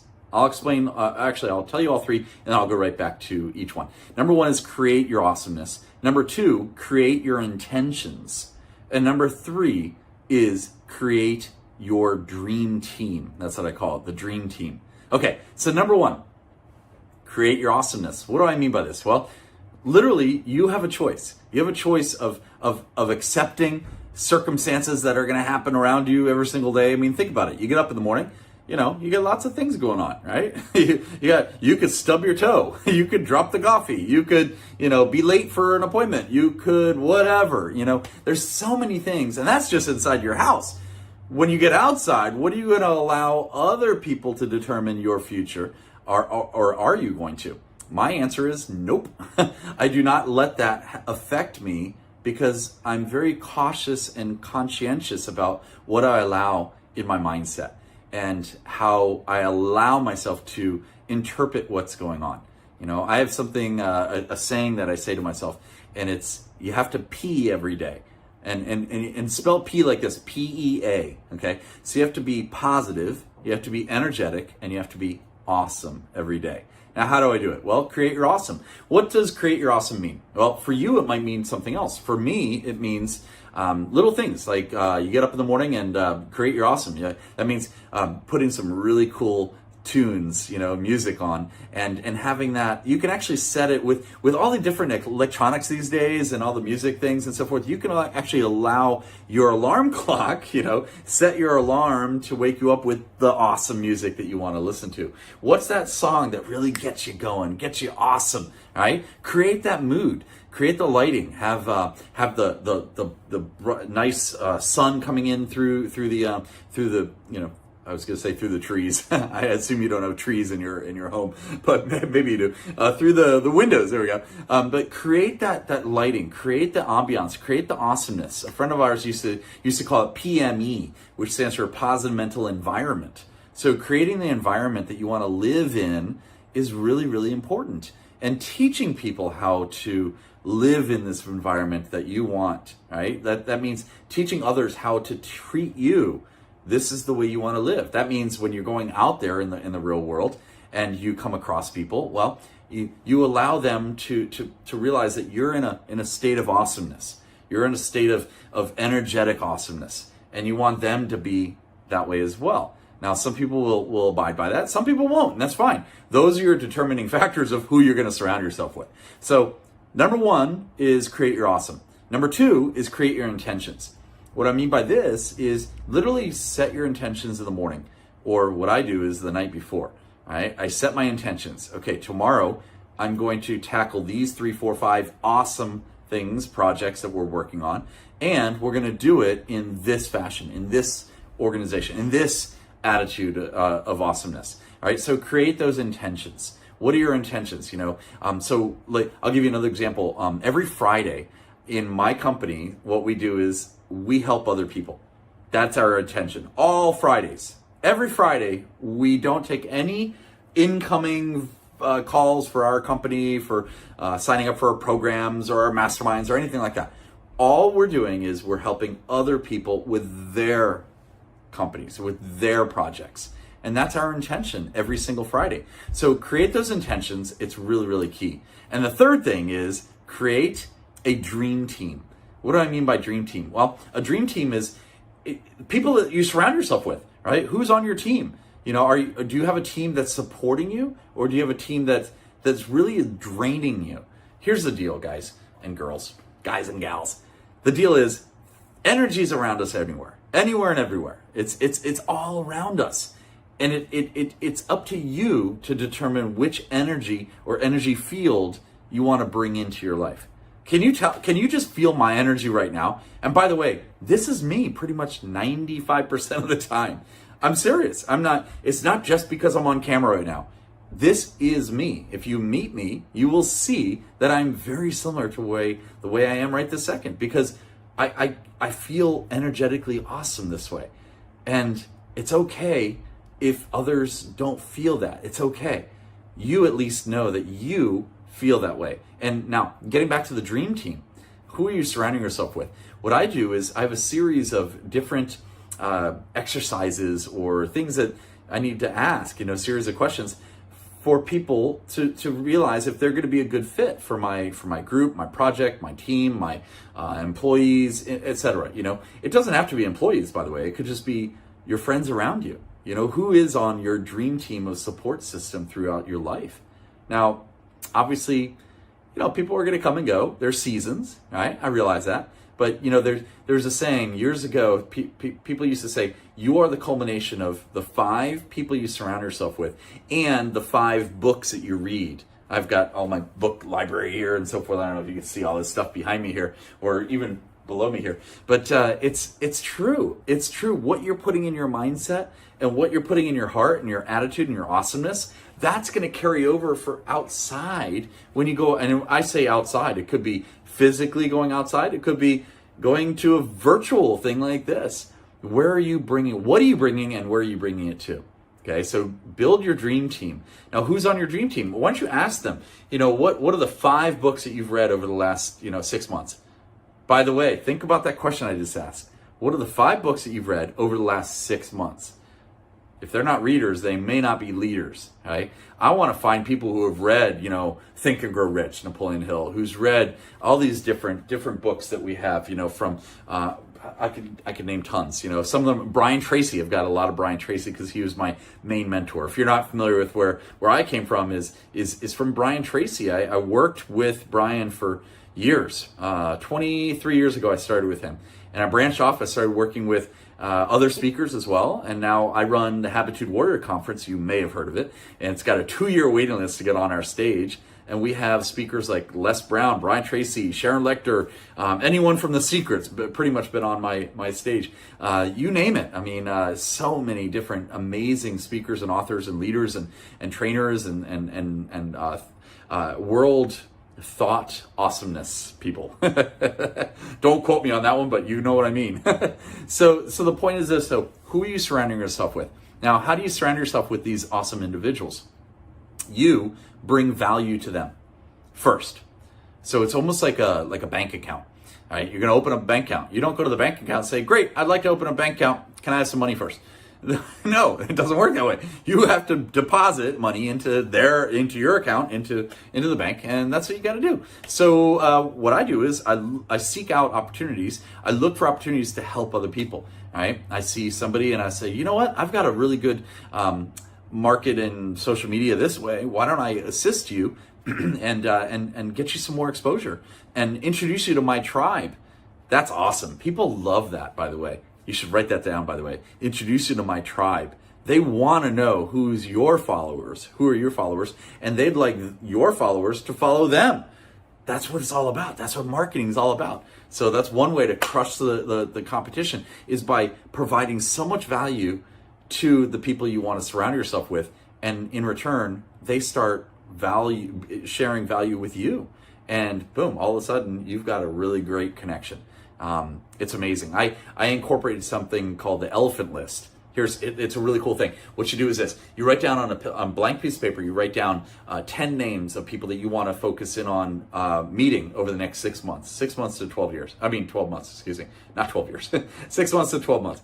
And put it in this piece of paper. And guess what? It's already going to be in the universe by putting it on the piece of paper. And then sure enough, percentages and the universe will work to your advantage and introduce you to these people. It's amazing. All right, So that's number one, is really creating your awesome, creating your intentions, and creating your dream team. All right. I want to go into, and that's all the mental game, by the way. That's all the mental game. I want to go into number two. I'm going to give you three major points. Number one is the mental game. We just talked about that. Number two is raising your rates. It's very simple, very straightforward. Here's the deal. You've got a certain price tag that you've put on yourself, okay? And what I mean by yourself is, it could be, they hire you to be their consultant. It could be they're hiring you to do all the work for whatever project you're working on. If you're an entrepreneur, if you're a business owner, if you're in sales, if you're whatever business you're doing, you have a certain rate that you're charging, right? Does that make sense? A price tag that you've already put on yourself. Now, what I would like you to do is I'd like you to raise that. I want you to raise the thermostat. I want you to raise the price tag that you've placed on yourself. So I'll give you an example. And there's many reasons why to do this, and I'll give you an example though. Let's say you're a speaker, and like I'm a speaker, okay? I'm an author, I'm a speaker, I run masterminds and so forth. Let's say you're a speaker and you're speaking on stages and you're only charging $5,000 a speech, okay? And it's a 60-minute speech. Raise your rates right now. Decide right now, and go to your spouse, go to your friends and say, I now charge $8,000 a speech. Just raise it, okay?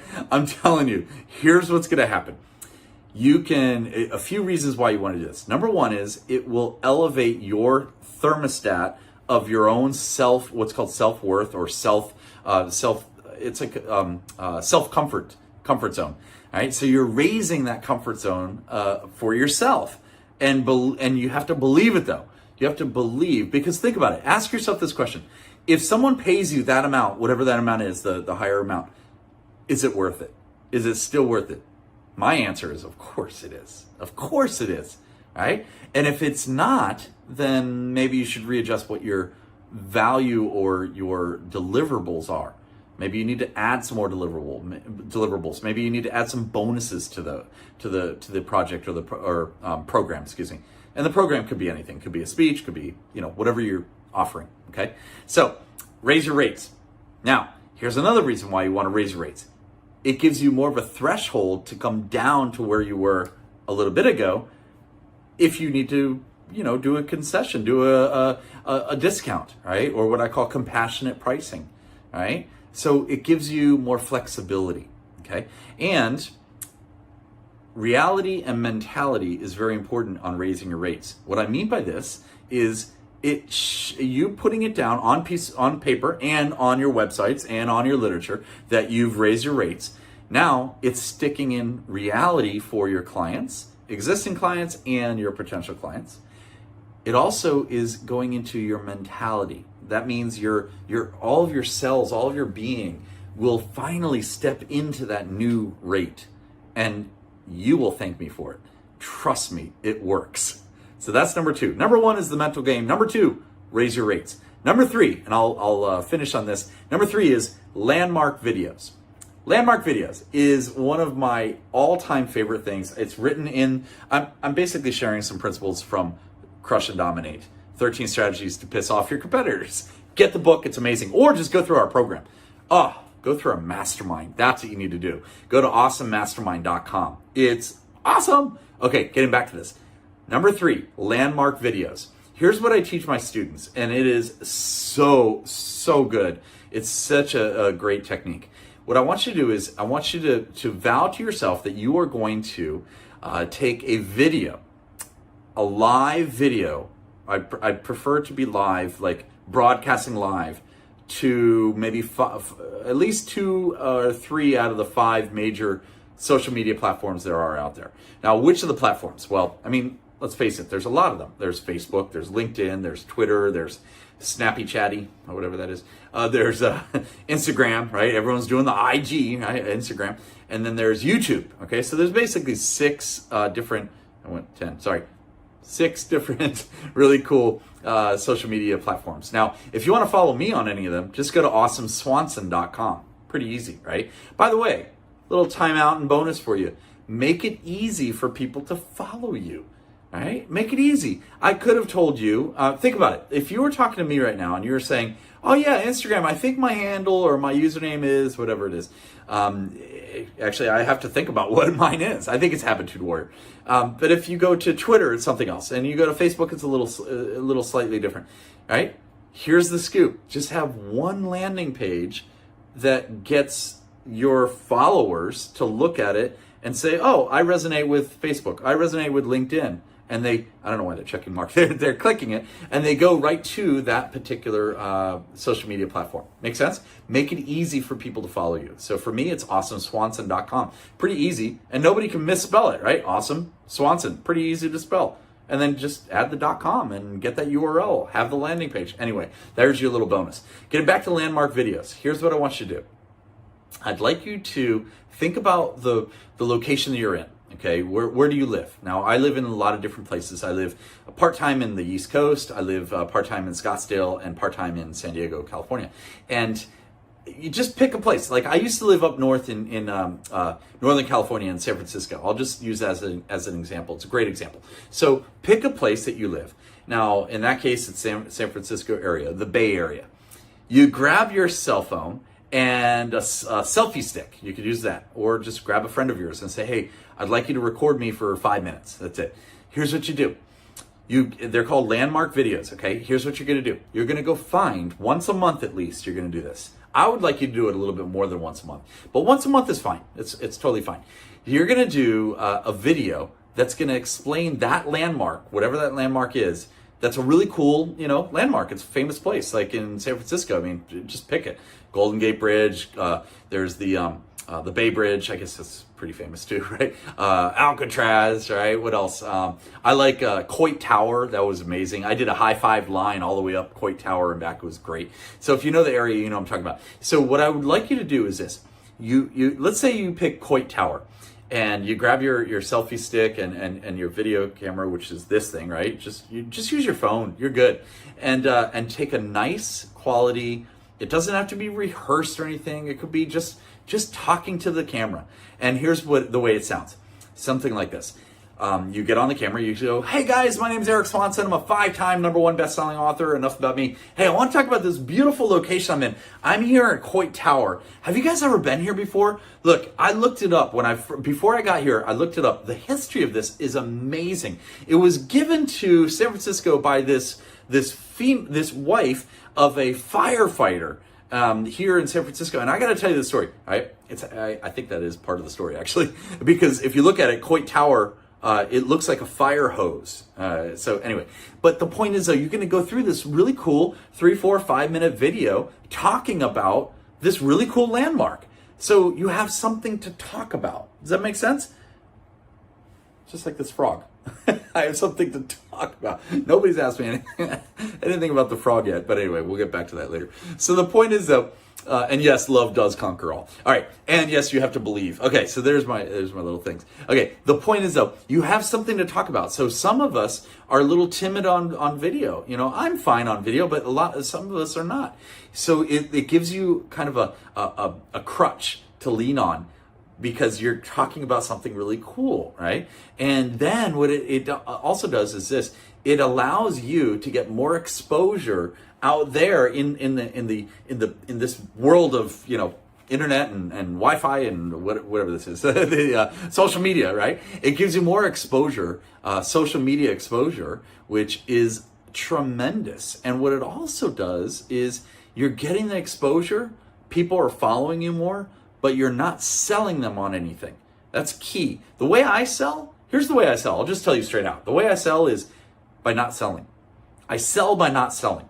What I mean by that is, you already know, look, I'm a coach. I train on all these different, if you want to be more successful, if you want to make, $10,000 in a week, great, call me. I'll show you how to do it. It's really easy, right? But, and I run masterminds. There's another thing. Just reach out to us.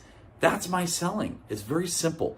But if you have the landmark videos that I'm talking about, this gets you the right exposure out there so people can see that you're a real person, you're amazing, you're awesome, you're smiling, and you're just educating the world out there. It gives you such a level up over the competitors out there in your industry. Pick your industry. It doesn't matter what industry, by the way, because most industries, what they're doing is they're talking about their business. They're talking about themselves. They're talking about me, instead of, check this out. Let me share some education with you. Let me share what's exciting for me to share with you. You know, in this case, you know, in San Francisco, it's a really cool place. You can do this anywhere and everywhere, by the way. You know, just pick a place and share that awesomeness with the world. And then at the end, say, hey, if you want more videos like this, or if you'd like to follow us, please go to, and you give them your simple landing page that's going to have more followers, and then maybe there's a button for them to you know, for you to lead gen them, or ask them, you know, call to action is what they call it, right? So that's what I highly suggest. So there you go. I want to end it on that note, actually. Let me just share this. I'll share with you a lead gen and a call to action. Here they are. Lead gen. Go to awesomeswanson.com. Check it out. Follow us. Follow us so we can follow you. It's a great way for us to connect and help each other. I'd love to do that. So just go to awesomeswanson.com. Click on whichever social media outlet works best for you, and let's connect. And then the call to action is pretty simple. We have a mastermind. Our mastermind's amazing. It is amazing, guys. It is a true mastermind. Just to let you know, just to be clear about this, our mastermind is called the Habitude Warrior Mastermind. It is a true mastermind where we actually go through bylaws of rules and regulations on how to run the actual mastermind, which is a 90-minute virtual, just like this. Like, well, we would be on a private Zoom link, and we cap it to 14 members per group. And it is awesome, guys. So if you want more information on that, and check it out. By the way, we don't sell you anything either. That's another thing. How many of y'all, I mean, just raise your hand. Have you ever experienced this where, are you raising your hand? Have you ever experienced this where you go to let's say a mastermind, and all it is kind of a platform for the organizer to sell you more things, or to bring in different people to sell you more things? We don't do that. We don't do that. This is a true mastermind. It's such a great experience, such a great support system. It's based off of habits, attitude, and the Think and Grow Rich principles of one of the, obviously the book right here, Think and Grow Rich, Napoleon Hill. So if you want to check that out, please do. You have two choices. Either go to awesomemastermind.com, or if you'd like a guest pass to join us at one of our upcoming mastermind sessions, what I call a ride along. It's really cool. Basically, you're a fly on the wall, or somebody just told me a frog on the wall. Anyway, hey, literally frog on the wall. That's funny. If you want a guest spot just to sit in on one of our mastermind sessions, just to see if it resonates with you, and if you resonate with us as well, then check it out. Go to mastermindguestpass.com. mastermindguestpass.com, and you can sign up. We have limited space for guest passes, but hey, check us out. It's a lot of fun. It's so educational, informative, and the growth patterns from our mastermind members, it is amazing. So we'll see you guys there, awesomemastermind.com, or go to mastermindguestpass.com. Again, my name is Eric Swanson. Love being here with y'all. Enjoy the rest of the summit. Thank you so much. Take care.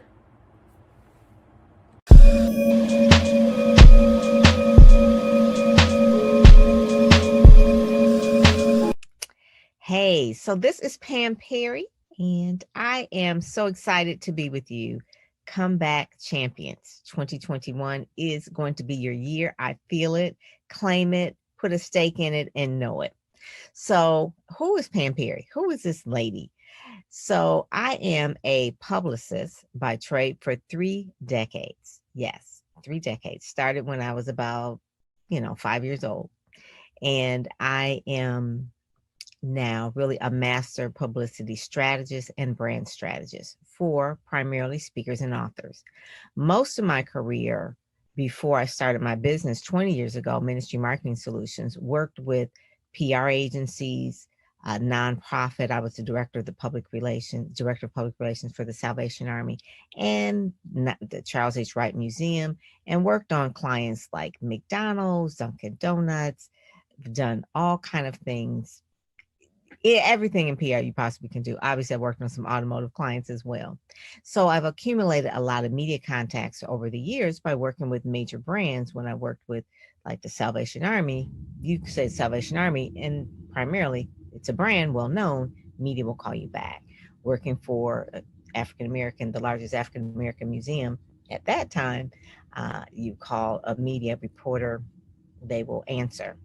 Working with clients like McDonald's, working with clients like Ford, working with clients like Dunkin' Donuts, major brands, media will call you back. So I said, you know what? I can do this. In 2000, I said, I'm going to start my own PR firm and I'm going to do this myself. Well, the clients I had weren't necessarily those big name clients at that time. So you would call the media and you say you're calling regarding someone they haven't heard of. They're not going to call you back. Real big shock, because at one point in time, I'm working in the media. I have had a media track record. I used to work for the Free Press. I know reporters. I worked in television stations. I worked at radio stations. But the clients that I had, because I wanted to work with speakers and authors that weren't well known, they did not call me back. So that's when I said they need to build their brand just like McDonald's built their brand. They need to build their brand just like Dunkin' Donuts built their brand. They need to build their brand just like Starbucks, just like all the rest. So that's why I call myself a master publicity and brand strategist. You can't get publicity until you have a brand. And so that's what we're going to talk about today. We're going to talk about publicity and branding and how that really can happen for you and help you as a speaker and as an author. So it's more than pictures. It's more than graphics. It's more than social media. It's more than being Facebook famous or Instagram celebrity. It does take a concentrated, deliberate mind to think like the media, think like a producer, think like a publisher, think like a journalist. Because what at the bottom line, they're going to wonder, who cares? Who cares? They're not trying to help you sell a book. They're not trying to get you booked as a speaker. They want to know your story. So as a master publicist, what we do is we help people flesh out hooks, angles, and give it a spin. You know, you hear that PR people are spin doctors. Yeah, we're spin doctors, but we have to spin it so that it works for the media and works for the client. So we're in the middle of that whirlwind, trying to make the client happy because they want the media, and trying to make the media happy because they want a good story. So how do you find that in the middle? Now, my background, I'm a journalist by training. That was what I went to school for. Worked for the Free Press for 7 years before I went into the PR room. So I know how journalists think. I actually published a magazine, Speakers Magazine. This is not the first magazine that I've actually published. I've published 2 Christian publications and then also a local Detroit publication. This is the 4th publication that I've published, and this is now 4 years old. This one seemed to click. The other two Christian magazines were too narrow of a focus. So not that I don't have Christians in Speakers Magazine, but it's not just a Christian publication. So what we want to talk about today is really how your PR game is going to up level in 2021. How are you going to make this come back? Now, I will say this, I do teach people a little bit about social media, but I don't really go in on social media as much as I really want as other people may, because I'm old school. I'm an OG PR person. So OG meaning like there's more credibility when you are on someone's television, radio, or in their print publication, magazine, or newspaper, because it's vetted. It's vetted by a journalist who has done a story. It's not what you say, it's what they say. You know, it's not so much what you say, but what other people say. And the other people, if they have the power of the pen or the power of the camera or the power of their airwaves, that's what matters, because they are giving you that third-party credibility. So in the eyes, when you're positioned in the marketplace, it's not all like, oh, I'm saying I'm so wonderful. I'm posting my pictures all over the place. Aren't I wonderful on Instagram? Yeah, anybody can do that. But not everybody can pitch themselves to an ABC, an NBC, a PBS, a Spectrum, a Cox Media Group, Time Magazine, People Magazine, whatever, and get shine. Because it takes a little bit of steps on how to do that. The basis of it, just like what any journalist would do, any publicist would do, is really deciding the hook, the message, the overall arching of the angle. How are we coming at it? Sometimes around certain times of the year, if it's February, we're going to talk about Black History Month. So maybe we'll have that Black History angle. or it's Heart Association, it's Heart Health Month. We're going to talk about heart, how that relates to your message, or we're talking about Valentine's Day, how that relates to your message. So sometimes those are easy picks.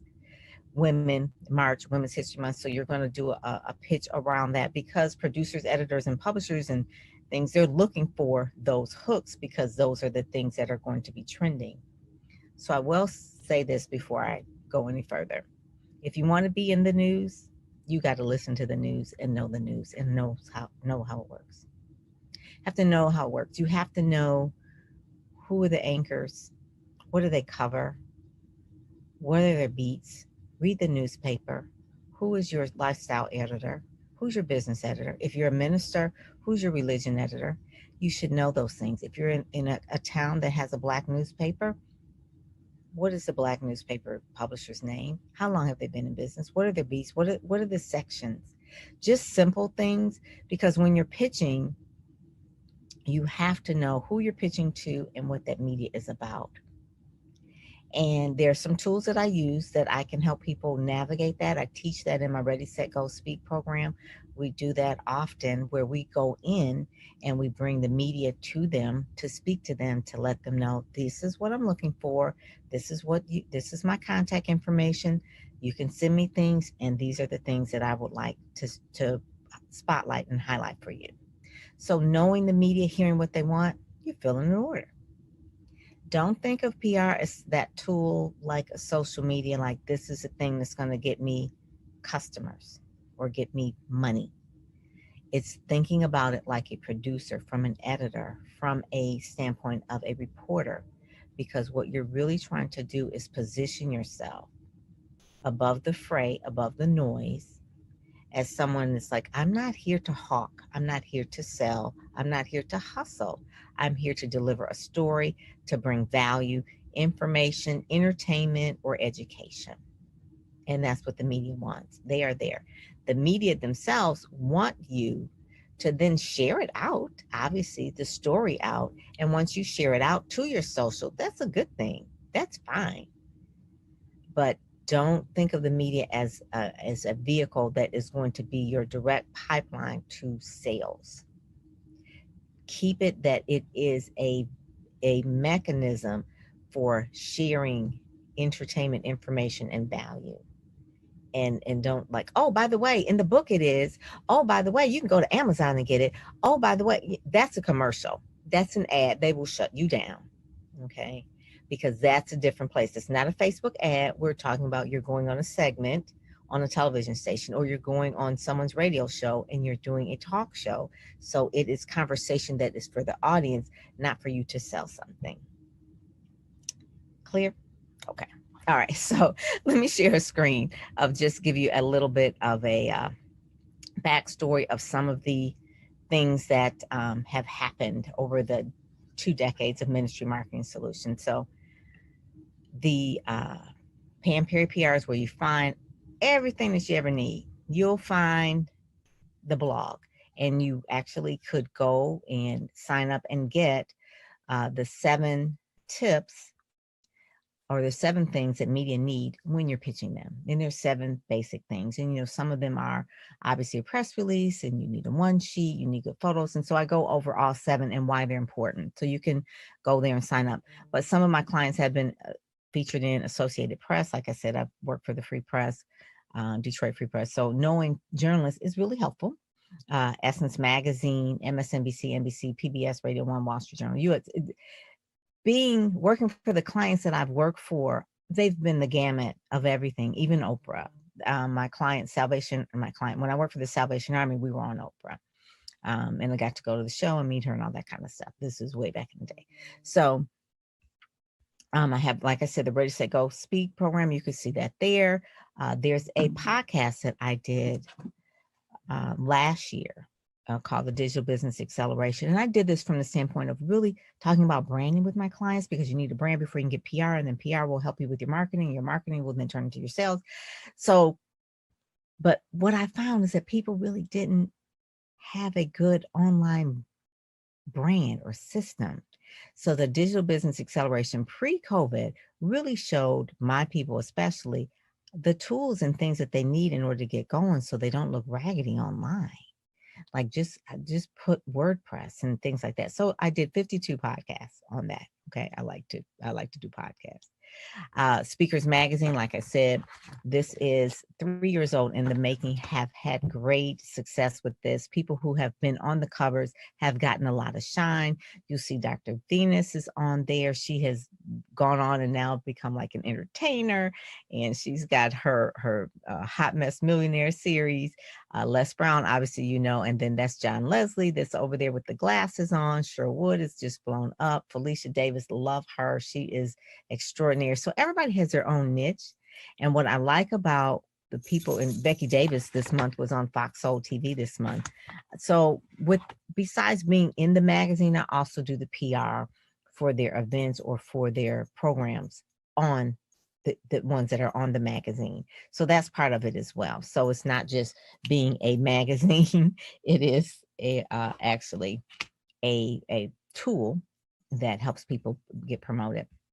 So my blog I've been blogging for probably 16 years. So there's a lot of content if you just search the blog on different things. That's a picture of my godson. So my blog is personal. You know, sometimes I give like tips of, you know, this is how you do business, but then also, you know, the personal Pam that my son was recently killed, and there's a blog about him there. My in-laws celebrate 70 years of marriage. That's them there. So anyway, so I'm going on and on to say that you can find things there. The podcast that I have is called Get Out There and Get Known Podcast, dropping gems every single week, and you can go and listen to that on our Heart Radio. Speakers Magazine, again, a lot of the covers are great, but also too, when you look at someone like Shannon Battle, she's just really beginning her PR journey. And so if you Google her name, you'll see some PR things are beginning to start for her. Her digital foundation is pulled together, but her pitch that we have put for her is that she's a serial entrepreneur. She's a licensed counselor, media personality because she does Christian television, and a women's empowerment speaker. She has 5 children and she still does all that. So she calls herself the I Can Lady because she believes that she can. I can do all things through Christ strengthens me. So just knowing a little bit of each person, Athena Lucene, spiritual thought leader. So knowing Kadena Tate, each one of these, and I would, you know, advise you to do this, is to look in the research other people who are in the spotlight, so to speak, on Speakers Magazine, and see how they're positioned, see how their bios are written, see the photos, see the things that how they are positioned in the market, and some of the media, and Google them and see what media hits they have had. A lot of them, Erica Lynn, she's one of the speakers as well. She was on the Black News Channel, and she's gotten a lot of media hits, but starting from the bottom, now she's here, right? So a lot of it has to do with how you're positioning. So that's why branding is important before you really get the PR. And so having the right photos, the right video, having a speaker reel, having a book is really helpful. Dr. Fayola, having a lot of different pieces, having an online course, those things help really push you up so that you're interesting to the media when you're doing a story. So you can see some of the Precious Williams, some of the speakers and things that are part of Speakers Magazine. So the clients that I've worked with over the last 2 decades, like I said, speakers and authors primarily, and seasoned speakers, really, they're like my VIP clients, but then there are other clients that I coach. And so some of my coaching clients and some of my private clients are mixed on this Pinterest board that you see here. You'll see that Nicole Roberts Jones has been on, like I said, she was on Rashawn McDonald's show, which is a right-hand guy of Steve Harvey. She was on his show. She did fabulous. She was on blackdoctor.org. She streamed just on one day, like 20,000 views just on one platform, and they're on different platforms. But the thing about Nicole Roberts Jones is not only is she easy to pitch because of who she is, but she has her things together. The 7 things that I told you, what the media, what they really want. So she has we put together all of her materials. When we pitch her, we have exactly what we're going to say. Her moniker is Bankroll Your Brilliance. She speaks to women. She speaks about business. She happens to be African American. She's from Boston. So those are just what I call different legs for her story. So obviously Boston media, business, women. Then we have a good electronic press kit. And we have video of her when she was on a national television show in Atlanta.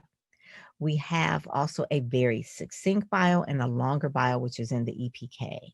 We have a press release that talks about what's new. She has a book. So all these things matter when you're pitching the story. You're trying to give the media enough, I guess you would say, enough information, and you're really trying to give them as much ammunition when they have to sell it into their producer. Those are some of the things that you want to make sure that you're doing is when you're doing that. So you want to make sure that you do that.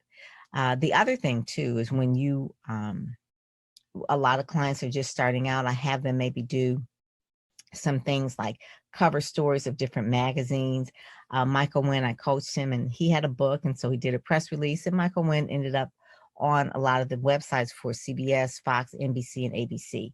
And I will say this, and I've said it before, that a lot of times when you see the logos of people that have had those, it's not necessarily that they were on those stations. So he was on the Fox station here locally, but you could be on their website and you can still use those logos. And that's by doing a press release on a press release service. A press release when it's distributed on PR Newswire or PR Log or blacknews.com, any of those things, because the news stations will pick it up and put it on their website. That's one of the things that they do. So you could see by going through some of my clients have been in the Courageous magazine. Obviously, Speakers Magazine is the first stop. Dr. Cindy Trim has been there. She's been a client of mine. Dr. Suja, I think Kat says that she saw her. We've done some things with her when her book was out. So a lot of the clients that I work with, I'm pitching their book. So that is the news. So I'm pitching it, not necessarily so that they can sell the book, but just they're the authority in that. So speakers and authors, they go together because you're an authority. The word author is in authority. So you're not authority for that. Excuse me. Hey, if anything knows anything about me, I am a dog lover. So the dog is here, but typically he's quiet. Dr. Miles Monroe, done easy to pitch him. Dr. Geneva Williams, you see that there, she started with no brand. We actually started branding her, drgenevaspeaks.com, and she ended up doing a fabulous commercial. Now she is a speaker, but she is also an advocate for living a vibrant life. She is 71 years old. Okay. The whole story about Dr. Geneva needs to be a case study because she didn't even have a domain name when we started. So now she's got like over 100 podcasts. She's won beauty pageants the first time at 69 years old. She, like I said, this is a national campaign that ran on CNN. She's been on MSNBC. So it's a whole lot of stuff. So if you give a publicist enough to work with, they can get you in places where they know there's a match. And finding the media is really key, but not just finding it, but building a relationship with the media is really important.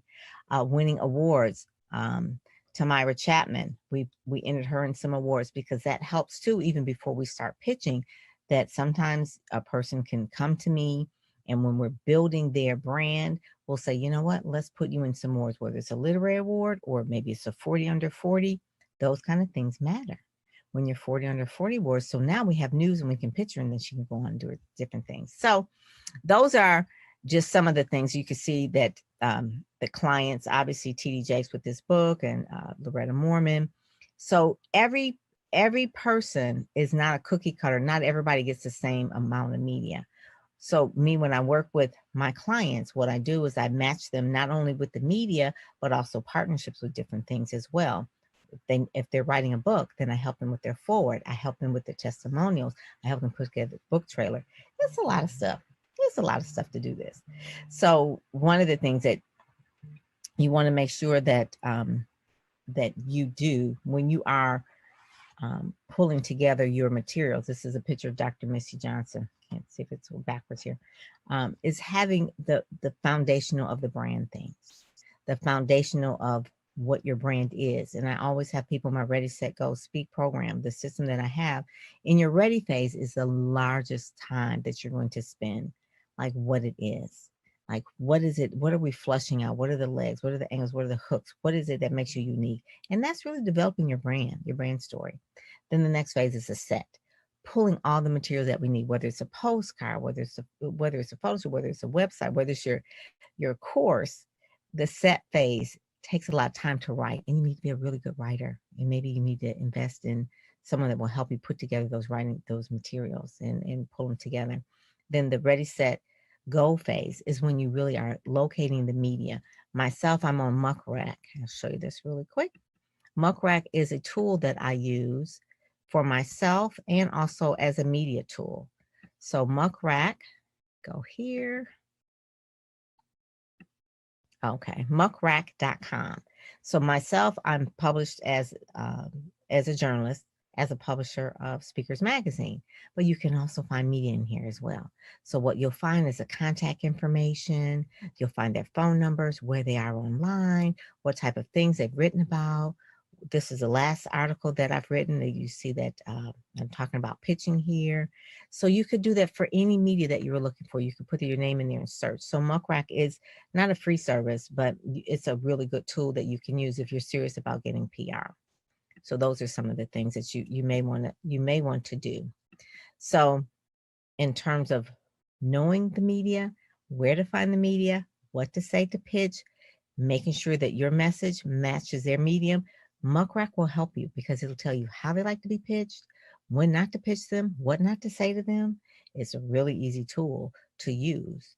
And we teach you what to say so that you don't look crazy in front of the media in the Ready, Set, Go Speak program. And that's one of the things that people can find where they can, quote unquote, pick my brain in the monthly membership program, because it is one of those things where you're not going to know everything. You can't, because you know what you know, but you're not going to know everything.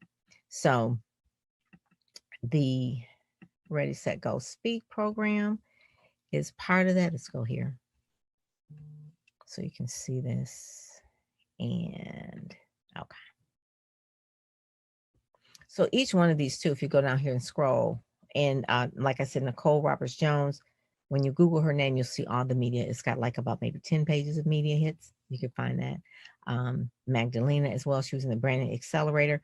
How her brand pulled together was just like, oh, now she's together and now she knows exactly what she's pitching. Before, she was all over the place. We didn't know what she was going to do. It was like, are you going to be relationship? Are you going to be this and that? And so more is not better. Actually, less is best. So narrow your focus down. Same thing with Erica. Narrow your focus down. She showed up looking like a brand new brand, right? Carmen, Alicia, and Dr. Geneva, and you'll see all the other testimonies as well. But the Ready, Set, Go program is the one that will get you out there, get you seen, get you noticed, get you heard, so the media will find you as their darling. Find you as their darling. And that's really what we want. We want people to really find us as the media darling, as a go-to person. I've had people who have had media hits with me, and now they're regular on TV shows, right? They're regular on TV shows. They're regular on the radio show because they're being called back all the time because they did really well. So I always tell people the secret to any media is making sure that you know your message in the ready phase.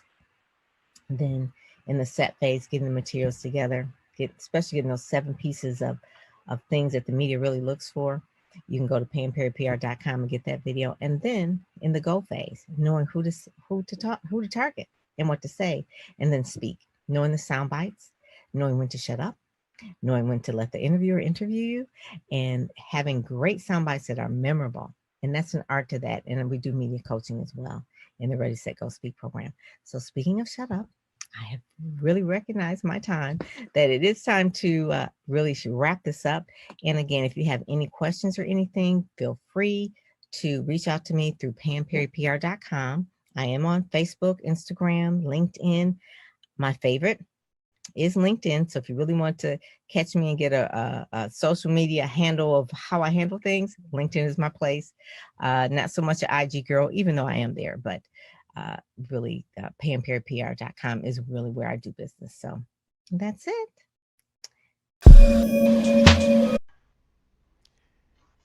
You know, there's just nothing like really being behind the scenes. And, you know, we're with the one and only Walter Bond. And I know that's cool. I know you all have his bio. I always say that, and you do. But I'm going to ask him two questions. Normally, I start off with, who are you and what are you up to? But I want to start a little differently, if that's okay, for the first time ever. This is like an exclusive. So we're kind of like an exclusive behind the scenes. And my first question is, who is Walter? Give us that 90 seconds, 2 minutes. But more importantly, what is this whole concept about being the most improved player? Like, I showed up as a business owner, Walter, because to be the most improved entrepreneur, the most player in my company, what does that even look like? What does that even take? So take a moment for all those folks that are watching, that are tuning in and taking time away from their business to talk about, who are you? And then more importantly, this whole most improved player. What's the philosophy behind that? Well, first of all, that is my mantra. Everything I want to do, eventually, I want to be the best in the world at what I do. But along the way you achieve that is by being most improved player. And in sports, where I came from in the past, Shay, every year you got to get bigger, stronger, and faster. Like when I was 10 years old, dreaming about the NBA, every year I was working on a new feature of my game. Whether it's my left hand or getting stronger. Man, I grew 3 inches. But it all had the end goal in mind of playing in the NBA. And so my job was to reach my potential, but I had to do it in year increments. I mean, from 8 to 9, 9 to 10. So by the time I got 18, I was a Division I ball player, but I still wasn't done yet. I mean, I still had to become an NBA prospect. So when I think about business, I've never had a real job. I started playing ball at 30. Put a resume together. Nobody would hire me. My wife and I was like, bump it. Let's do our own thing. So we came in the business game from scratch. I knew nothing about marketing, branding, selling, brand building, upselling, how to close, overcoming objections, all the fundamentals of business. I knew nothing. My wife had a head start because when I married her, she worked for Dr. Pepper, and then she was a pharmaceutical drug rep. So she had that kind of training, but I knew nothing. But every year, just like basketball, Shay, I was most improved player. And so now, as a Hall of Fame speaker, best-selling author, I'm still trying to get better. As far as I'm concerned, I have not arrived, and I'm not going to ever arrive, because I think all of us have a chance to get bigger, stronger, and faster and improve somehow, some way, every single year. Walter, a number of folks are taking time, like I said, away, and that was great. I love that. And they might be thinking, Shay, but everything's changed. Like, okay, he says be the most improved player, and we're going to get into that in the segment, but we're behind the green scene, so I got to be honest. They might be thinking, but what do I focus on during these days? And I know you can't answer what they focus on, but how do you really improve during a time when the market seems to be changing, the people are changing, the systems are changing, the government is changing? Walter, there's so much going on. How do you continue to improve in an environment like this? Can you take a moment and talk to the entrepreneurs, the speakers, the authors, the coaches, the trainers, there's leaders that are watching right now? How do you be the most improved player in an environment like this? It's simple. Stop chasing money. I know speakers and authors and coaches that chase money. And basically, what's people buying? Leadership? All right, I'm going to do leadership. What are people buying now? Customer service? I'm going to sell customer service. Are we doing virtuals? I'm going to do virtuals. Slow down, take a break, and really figure out what's your purpose? What's in your heart? What pisses you off? What makes you cry? When I really think about being an athlete, I had to learn my game and what do I do well. And then once I understood my game, then I developed my game. Same thing is true for me in business. I had to figure out, what am I good at? What do I do well? And once I understood my game, then I was able to develop and improve once I understood me. So to answer your question, so many people chase money. It's not about money. It's about you being the best in the world at what you do. And the only way you can do that is really just take a little time, whether you pray, meditate, and figure out your purpose. In other words, why are you here? I want to preach a little bit. Jesus says, I came so you can have life and life more abundantly. He was clear on why he came. So the question is, in correct English, why did you came? Right? What is your, Jesus says, I have come. So the question is, what have you come here to do? And I have literally been able to get focused and stumble into my perfect place. And it's not about money. It's about me really being true to who I am and being a resource for the world to be able to use so they can achieve their dreams. So all my failures, all my successes, all my setbacks, all my ups, all my downs, has equipped me to be a resource to fulfill my purpose to help others with their ups and downs, setbacks on their journey in pursuit to being the best in the world at what they do. So stop chasing money and start understanding your purpose. And once you figure out your purpose, the money will come easy.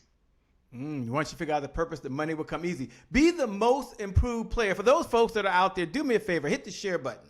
Hit the watch party button right now. You have Walter's permission. You have my permission. Pay the message forward. In just a moment, I'm going to ask him. Matter of fact, I'll ask him right now. We're in the green room. We'll take another 2 minutes here. He was talking about the big why, knowing your purpose. You might be wondering right now, before he gets into this, how to be the most improved player. Step by step, maybe 3 things that you can do to do that. What's his big why? You might be wondering, Walter, why are you here now? Walter, what's your big why? I think it's a fair question. I think it's very reasonable. Let's find his answer, ladies and gentlemen. Great question, Shay. And my why is simple. People, I just did a program for a high school, just as a favor to a friend. Mm-hmm. And one of the kids asked me about, being an author, and do you enjoy it? Mm-hmm. And do you miss basketball and playing in the NBA? And the truth is, NBA was for me. I mean, I benefited from the NBA. I made the money. I was able to take care of my family, and it was all about me. And so now, as Walter, it looks like you might have froze for a second. Let me make sure. I did freeze. It's okay. This was kind of happening. I just wanted to make sure. It might be. Hold on. Let's just check it for a second. That kind of happens. We can hear you loud and clear. I mean, I'm going to get us started, and then we'll just check what that is, and we'll come back. It's not a big deal. Ladies and gentlemen, you're live. We're live. This is what happens. Right, this is real-time stuff. In the worst case of Walter, you may have to log off and then log back on. Worst case scenario. Sometimes that does happen, but we can hear you certainly loud and clear. Ladies and gentlemen, you're with the one and only Walter. He's right there working on the camera. Rule number 1, we never panic. When we come back, we're going to kick off with how to be the number 1 or be the most improved player and how to build your business. This is your time. This is your moment. We'll be back in less than 2 minutes.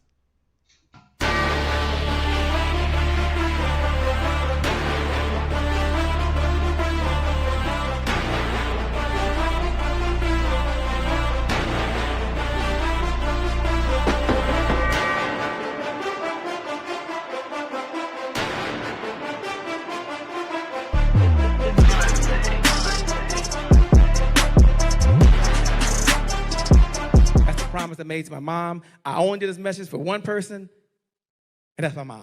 This is for you, Mom. Love you. My name is Shay Brown, the happy entrepreneur. Make it a great day, everyone. Thank you. Thank you. Thank you. All right, Shay Brown. Mic check, mic check. All I do is win, no matter what. Got money on my mind, I can never get enough. And every time I step up in the building, everybody hands go up. Yes. Yeah. And they stay there. And they stay there, and they stay there. Cause all I do is win. Yeah. Thank you. God bless. Well, it's a great day. My name is Shay Brown, the happy entrepreneur, and welcome back to the Happy Entrepreneur Show, the number 1 business development and revenue focused late night show in the country where we're on a mission. And our mission is to improve. Our mission is to empower. And our mission is to provide you, that's right, you the entrepreneur, with all of the resources that are necessary to execute that big vision you have for the people you were called to serve. And I always say that you have 3 visions, by the way. You have 3 visions. I believe first, you have a vision for yourself, right? The way that you want to live, the home that you want to be in, and more importantly, you have a vision for how you want that to happen. And it takes resources, which means it takes revenue, which means it takes money to do that. And then the second, there we go. We can see you, Walter. We can see you. And then the second vision you have is you have a vision for your loved ones, the ones you care the most about. Just today, by the way, or yesterday, I was with Mother Dear and had a chance to take her to the doctor, which I love doing, by the way. And I love sitting there. She ordered a humidifier on Amazon. Now, how many of you know that Amazon card is connected to me? One day I got to give you my card, don't I? No, Mother Dear, it's okay. She orders like 2 and 3 packages. She may be watching right now. How many of you know, do you have a loved one out there? You want to write a check to make sure that the health care insurance is taken care of. You want to make sure they have everything they need. It takes revenue to purchase those resources. And then the third resource I believe you have, the third vision I believe you have, is you have a vision for the people you were called to serve. Imagine, I always like to say that you're Noah in the Bible and you're on this mission. You don't have to be a believer. I happen to be a believer, but just imagine for a moment, you've been given all the experience, you've been given all the expertise. Then right before you get started on this mission, there's a knock at the door. You're like, yo, what's going on? Yo, Noah, over here, man. There are no hammers in the house. No hammers? Okay, so it's no problem. Who's banging? What is up? Hey, man, I got to let you know. He says no hammer. I ain't got no nails either. No hammer, no nails. Rule number 1, we don't panic. We don't panic. How many of you know it's that third knock? Back here, me. Noah, there's no wood and no people. Good luck on this mission. Whew. And maybe that's you with your business right now. You've got a big heart. You believe. You can't believe anymore. But there's no revenue to purchase the resources to do the things you were able to do. So with that being said, we have the one and only Walter Bond is here right now to talk about how to be the most improved player, but person in your business. Walter, what's going on, man? Welcome back. Hey, I'm back, Shay. You know, the internet can be a little flaky. We hardwired it, right? And I have that too. Devil out this out this computer. I rebuke you in the day. But you know what I was saying earlier, man, is like the NBA was for me, and I really benefited from it. But now I get a chance to bless others. And when we get notes from Africa, we just did an event for Oxford and some of their students, and the way we touch the globe. I had a session with a company and a business leader from Australia. I mean, we're doing international touches, and that is so much more rewarding and fulfilling. But I never got that feeling from basketball, and to be able to help somebody else and become a servant, you know, has really been my biggest blessing, and that's what I do. That's my purpose, to help people live their dream. And Shay, I got a chance to do it twice. Play in the NBA and wear that jersey and play against Michael Jordan as a kid who dreamt about it. And now as a Hall of Fame speaker and best-selling author, you know, literally I've lived 2 different dreams, and I'm only 51. And so honestly, my purpose is to help everyone that's willing to get locked in to live their dreams. Thanks a lot for sharing. For those folks that are out there, Dory on Purpose is watching right now. Tiffany Howard is out there. Kathleen is out there. Thanks a lot. They say they love you. Joyce, I see you. Karen, I see you. So many folks, by the way. If you're a servant leader, do me a favor. Look right below the video. And just hit number 1. That's a bat signal that you're a servant leader. You're someone who wants to improve, but more importantly, you're a leader. Hit the number 1. Like look right below the video. Do that right now, and then hit the share button. Before Walter gets into really how to be the most improved player, I've got to ask him his methodology on. You might be busy, and now Walter's like, okay, you can improve. You can slow down to speed up. I got that from Daniel Grissom. That's my man. You can slow down to speed up, but take a moment. Daniel, I gave you a shout, all right? So don't send me a note. But in all seriousness, take a moment, Walter, and talk about how folks can manage everything they're doing right now and still slow down to become the most improved player, because they got a lot of stuff going on right now. And here's another thing you put on their plate, man. What's up with that? Seriously. You know, here's the truth, man. 24 hours is a long time. And the truth is, you know, everybody's busy. But honestly, I hate being busy. I want to be productive. So my challenge to everybody's listening, if you're not where you want to be, busy is your enemy. And sometimes we're addicted to busy. I want productivity. I want exponential growth. So if you got the same credit score the last 5 years, you got the same balance in your checkbook the last 5 years, you got the same amount in your savings the last 5 years, you look the same, you think the same, you act the same, you've been busy, but you have not been productive. To make it to the NBA, you got to be productive. To become a millionaire, you got to be productive. You know, if a tree is not growing in your yard, something's wrong, right? It's not getting enough sun. It's not getting enough water. It's not getting enough nutrients. There's something off. And so the same thing is true with you, your business. If something's not growing and moving, we got to figure out why and what nutrient are you lacking that's holding you back from reaching your potential, because you should be dominating, right? You should be having tremendous success. And every year, just like a tree, it should grow every year. And I challenge you, look at your bushes. Look at that tree. Look at the tree in front of your mama house you grew up in.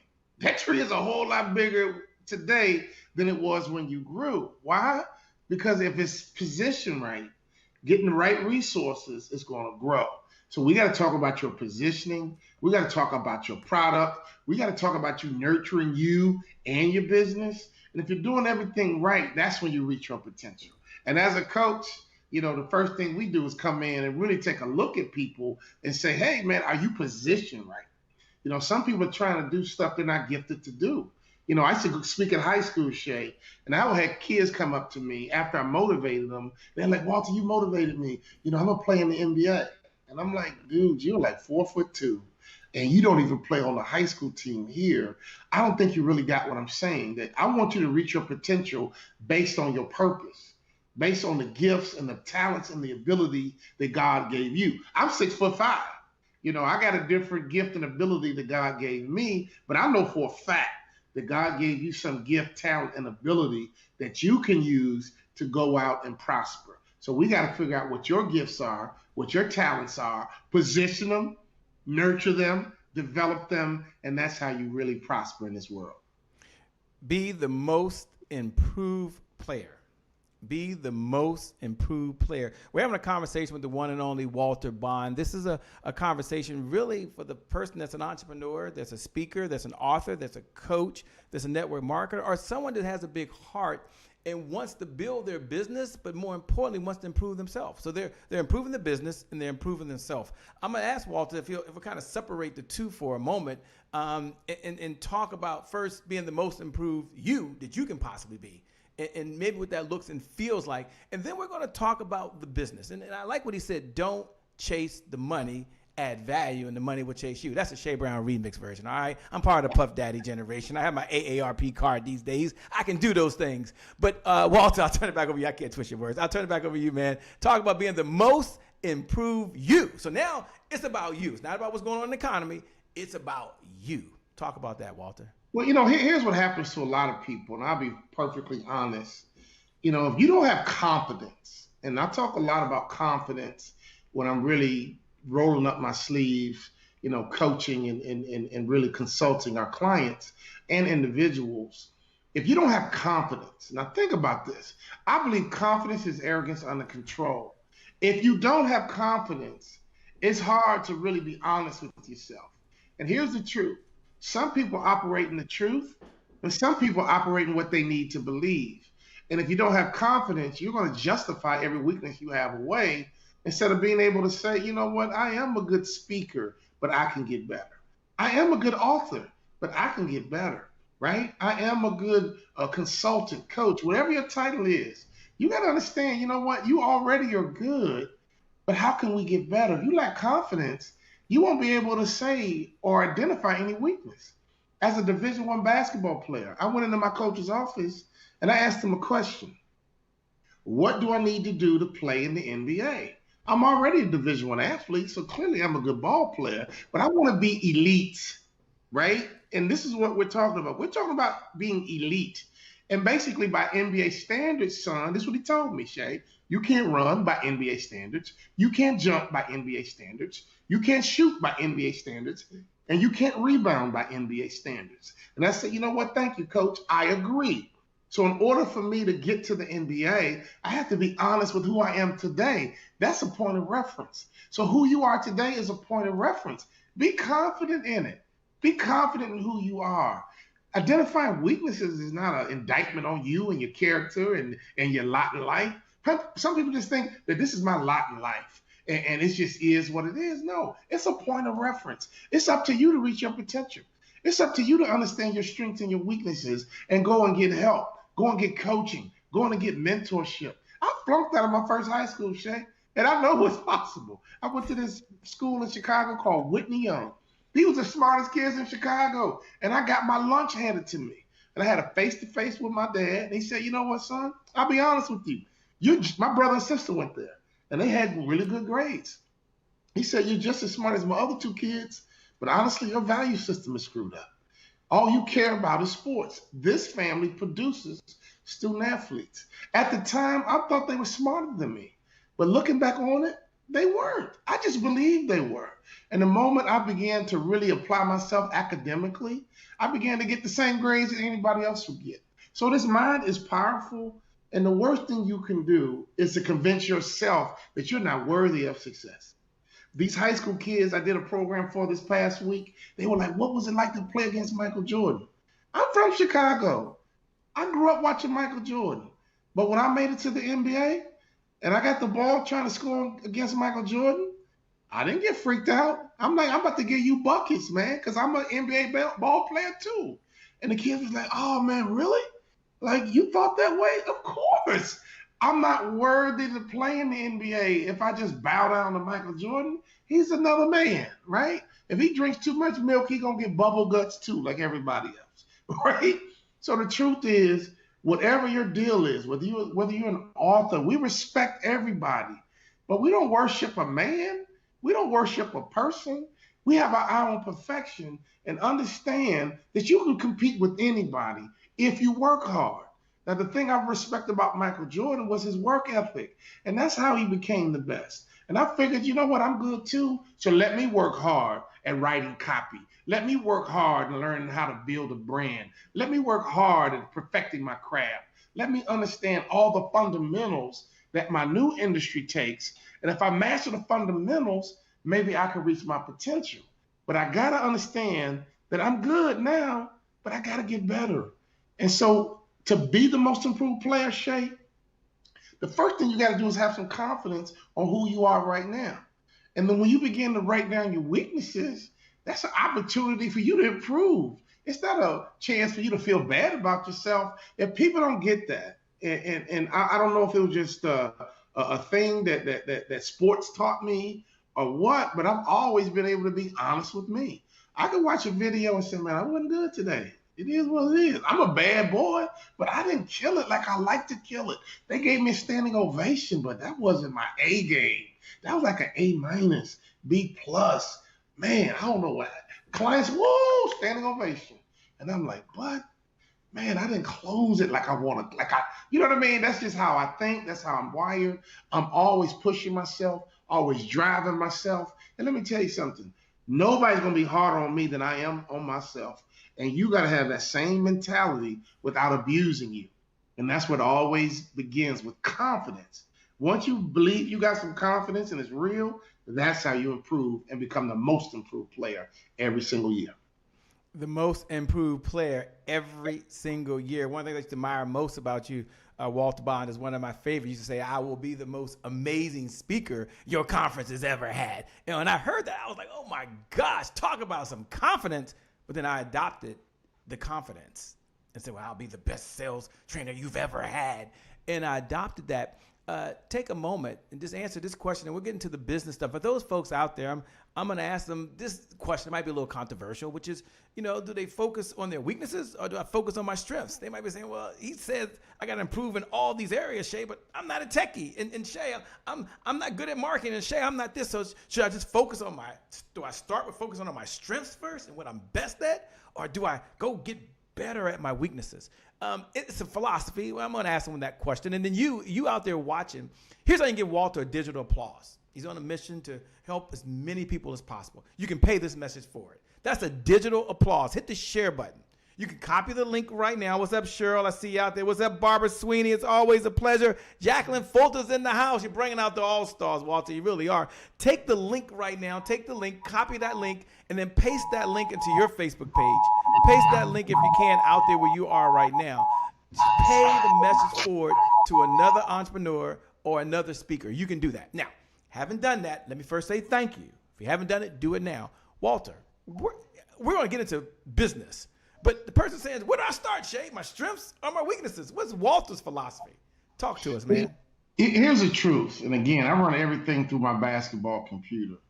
And what we really want to talk about is how to be the most improved player every single year is your off season, right? But in season, you're going to compete, right? And so obviously when it's game time, you got to show up and be the best you can be in that moment. And you got to compete, right? But in the off season as an athlete, when the season shuts down, That's when we don't work in our business, Shay. We work on our business. And that's when you can identify your weaknesses, right? And turn those weaknesses into strengths. So clearly, when it's game time, whether you're doing a coaching session, whether you're writing a book, in the moment, you focus on your strengths. You focus on this generation of you. Whatever year it is that you're in that year, this is who you are this year, okay? And you do the best job you can based on who you are, and understand that development is a journey. And when the year ends, you enter into your off season. And as an athlete, you sit down with your coach and say, Coach, I had a pretty good year, but what do I need to do to get better? Well, Walter, you got to lose 10 pounds. Walter, you got to work on your left hand. Well, Walter, you got to work on your jump shot. You got to work on your openings. You got to work on your close. You got to get better at selling on the phone. You got to give the audience more meat, more content, less entertainment, more, whatever it is that you're working on, you spend time in the off season. So, for example, my industry, from Thanksgiving to New Year, I still do some keynotes in a normal environment, but for the most part, it slows down between Thanksgiving and the New Year. Guess what? That's my off season. That's when I turn my weaknesses into strengths. When my season ends, Shay, I already know what I need to improve, right? And I can't wait for the season to be over. And that 6-week period, man, we take our time and we'll break down our website. We'll break down the technology. Do we need to get more technology, different technology? How do we like all of our vendors? In our off season, Shay, we don't work in our business. We work on our business, because when we come back to that new season, that new year, we're not going to be the same. The worst thing you can do is be the same. And when I left sports and got into the real world, the only thing that separated one year to the next was a holiday party or black eyed peas. I'm still trying to figure that out. You want to prosper, so you're going to eat a bowl full of black-eyed peas. Come on now. If you want to prosper, you got to do something different. If you want to prosper, you got to get better. You can eat all the black-eyed peas you want, but if you don't get better, if you don't improve your processes, if you don't improve your system, if you don't improve your website, if you don't improve your product, that's what you do in the off season. You can eat all the black-eyed peas you want to eat, and ain't nothing going to happen.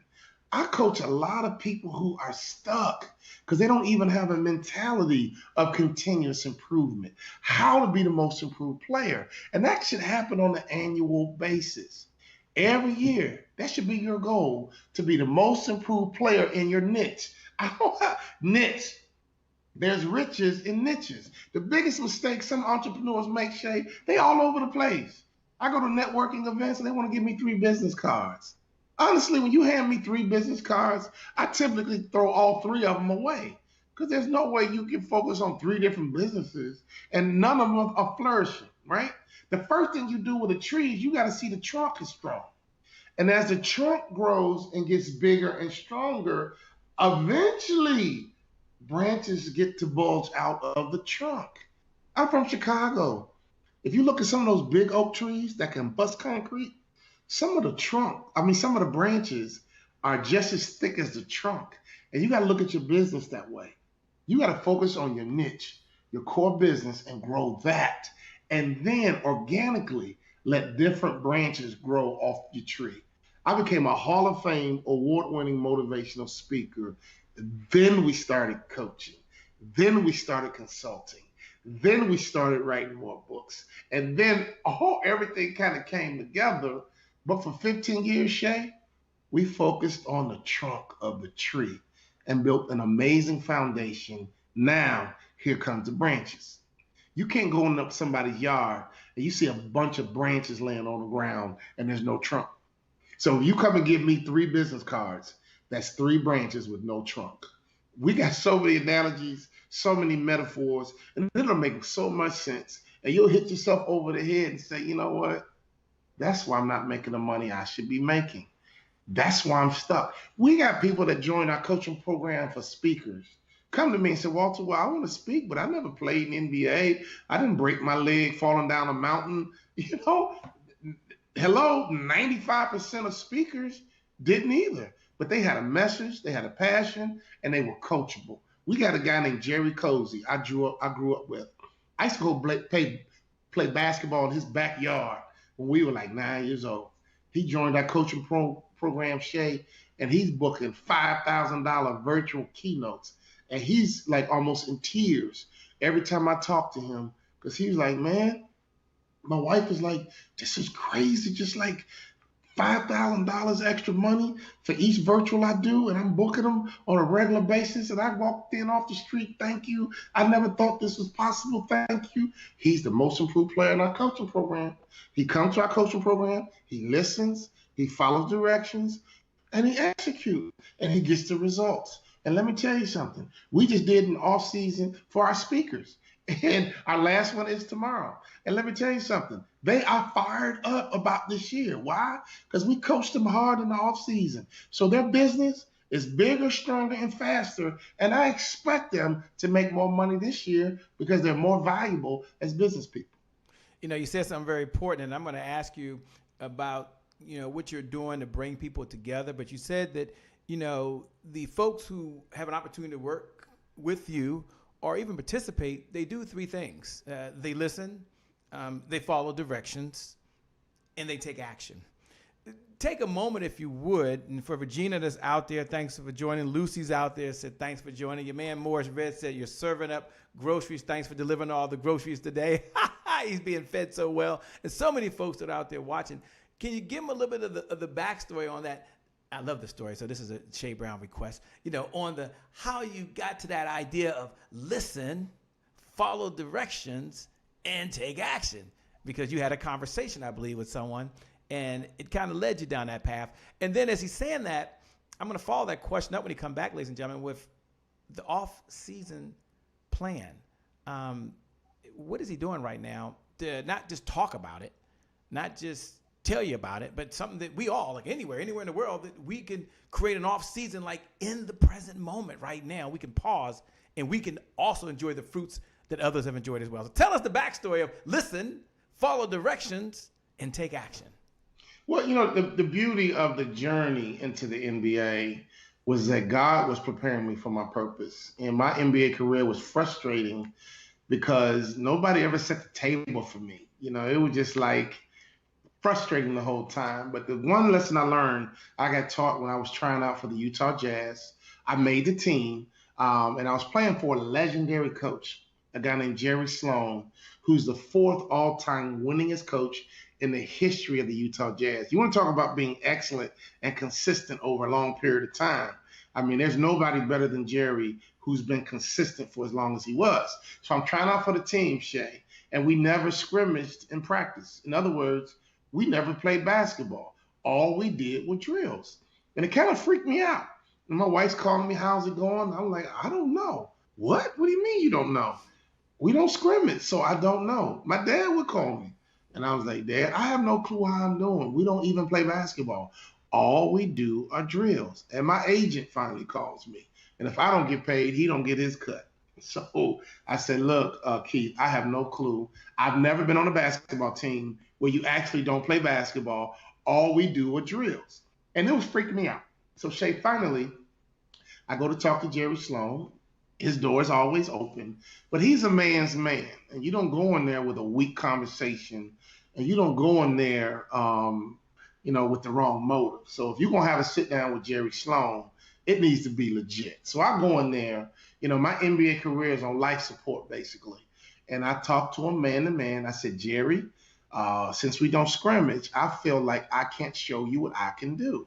And that's what he said to me, Shay. And it was a game changer to this day. It's really the backbone of our training and development company and why we train casinos and big franchises. And this is what he said. He says, Walter, I already know what you can do, right? I'd already played in the NBA a couple of years before I got to Utah. He says, I already know what you can do, but if you want to make my team, I suggest you listen, follow directions, and execute. If you listen, follow directions, and execute, you'll be fine. And I was like, wow, this is so different. Long story short, it was a different way to really focus on playing basketball. And at the end of the day, he was really teaching me the Utah Jazz way and really saying, was I willing to play the Utah Jazz way? Now, Chick-fil-A has a way, right? McDonald's has a way. I lived in Minneapolis for a long time. Target has a way. General Mills has a way. Every great company has a way. So my question for you, entrepreneur, small business owner, what is your way? And when you hire a new employee, are you teaching them your way? Because if you're not teaching them your way, guess what? They're going to come in there and do it their way. And then you get mad at them when it's not their fault, it's your fault. Great cultures are built around core values. And all Jerry Sloan was letting me know, Walter, you've been playing basketball a long time. But I want to teach you how we do it here, because we might do it a little bit different than where you came from. And so strong cultures, I don't care what industry you're in, as you onboard new employees and new teammates, you got to teach them your way. And if you don't teach them your way, it's a matter of time before they're going to bring their own way. And then it's going to be chaotic. And it's going to be frustrating. And then you're going to talk about them. And, well, I can't believe they did this. I can't believe they did that. Well, you didn't teach them. You didn't coach them into your way. So if they're going off script, that's not their fault. That's your fault. So every client that we deal with in training and development, I typically tell that story that we're going to teach you, but I need you to be coachable. I need you to be teachable. I need you to get in alignment. And I need you to listen. The Bible says faith comes by hearing, which means you got to listen. You got to follow directions. Faith without works is dead. And you got to execute. Okay? You know what? If you learn success principles, and if you execute success principles, you will have success. It's not about you being lucky. It's not about your lot in life, right? It's not about you being connected to the right person. It's about you executing success principles. I've never had a real job, Shay. I left basketball, but I understood success principles from basketball. When I got into the business of speaking and building a training development company, I had to access new success principles. And it's been a revelation of me being in transformation mode, because the more I learn, the more valuable I get. And now we're able to come back and teach small business owners and entrepreneurs what we're teaching the big boys. And if you listen, and if you follow directions, and if you execute like my boy Jerry Cozies, you will be fine. But the funny thing is most small business owners and entrepreneurs, and we can be honest, they're all over the place. No discipline, no focus. Bruce Lee put it this way: if he can get an average person with laser-like focus, he can turn them into a ninja. That's the same thing we basically say in our coaching program. All we need is an average person who's coachable, who will listen, follow directions, and execute. We can teach you how to grow a business. And honestly, if I can do it, you can do it. And that's what we do in all of our coaching programs. I've gotten a chance, Shay, to become the best in the world in 2 different industries by mastering fundamentals through great coaching. So our coaching program, that's our focus, to take somebody with some raw talent, some raw ability, a raw company, and say, we're going to transform you by teaching you basic business fundamentals that's going to put you on a growth and a fast track to reach your potential and dominate your industry. Reach your potential and dominate your industry. Look, I'm going to jump right into it, Walter. Not only are you teaching people one-to-one, and you can only do that so much, but you have this whole off-season plan. I think it's www.offseasonplan.com. I'm going to put it out there. First, before I do it, you hit the share button, all right? Because I'm going to ask Walter to talk about the whole mission, goals, and objective of this off-season plan that his organization is doing. So you at least know what the mission is, what the goals are, what the objectives are, and what it looks to do. So you first, before you figure it out, because inside that, I'm going to ask him to talk about my favorite, they're all my favorite, but habits and rituals. Habits and rituals. So if you aren't the most improved players because of your habits, I know that's your thing, Walter. And rituals, I know I'm just, I know my wife tells me I'm terrible at this. But here's what I want you to do in all seriousness. Hit the share button. Hit the watch party button. Like, do that right now and pay it forward to another entrepreneur. If you're part of a network group, take the link right now. What's up, Glenda Powell? What's up, Karen? What's up, Samantha? I see you in the house. Hawaii's in the house, by the way. I see. What time is it over there? But take the link and post it into your Facebook group right now and pay it forward. Some of you are doing it, I know. Some of you are taking it off wherever you're on different platforms. Share. If you listen to the podcast, it's okay. Pay it forward. Walter, the question. First, do me a favor. Dory's taking great notes, and so is so many folks. Look right below there and put www.offseasonplan.com. offseasonplan.com. I hope that's the website. www. If you're watching, I don't care when you're watching, if you listen to the replay right now, if you got your hands on this long lost video file, you got your hands on it, congratulations. Go to www.offseasonplan.com. Hopefully that works. That site works. You check it out now. Offseasonplan.com. Now, when you get there, just follow directions. But first, I want Walter to talk about what the mission, goals, and objectives are. So you can hear from him. He's there. So he's involved in this. It won't be some other body if you're fortunate. It'll be Walter and his team. So Walter, go ahead and share. What's the mission, goals, and objectives for entrepreneurs that want to attend? And then wrap that around later, habits and rituals. Let me give the backstory real quickly, and I want everyone to hear me clearly. There's a time in my basketball career where it was not going well, and I was not on track to make it to the NBA. I was at the University of Minnesota, and I didn't even play. I was sitting on the bench, and I was like, man, I'm like a million miles away from my dreams. And some of you guys as small business owners, you don't like your bank balance right now, right? You don't like the revenue you're making. You're frustrated. You're discouraged. And you're like, man, I know I should be making more money. And I'm with you because I knew that there was more inside of me, and my circumstances weren't lining up with how good I was, or at least how good I thought I could be. And here's the problem. Most of us confuse our potential with who we are at the time. Write that down. Do not confuse your potential with who you are at the time, because if you do, you're going to be frustrated, and it's your job to reach your potential. So I go into my coach's office and I ask him point blank, what do I need to do to play in the NBA? Initially, Shay, he laughed. He said, son, you don't play for me. And I said, I know, coach, but I plan on becoming somebody different. And that's when he told me, you can't run, you can't jump, you can't dribble. He said, son, you got potential, but you got to work in your off season. When the season ends, son, you got to get to work. Shay, as soon as that season ended, when I grabbed one of our assistant coaches, I grabbed our personal trainer, and I worked my butt off in the off season. So when the next year came around, he voted me most improved player. I mean, I was tremendously more improved. And the end of my sophomore year, same conversation. What do I need to do to play in the NBA?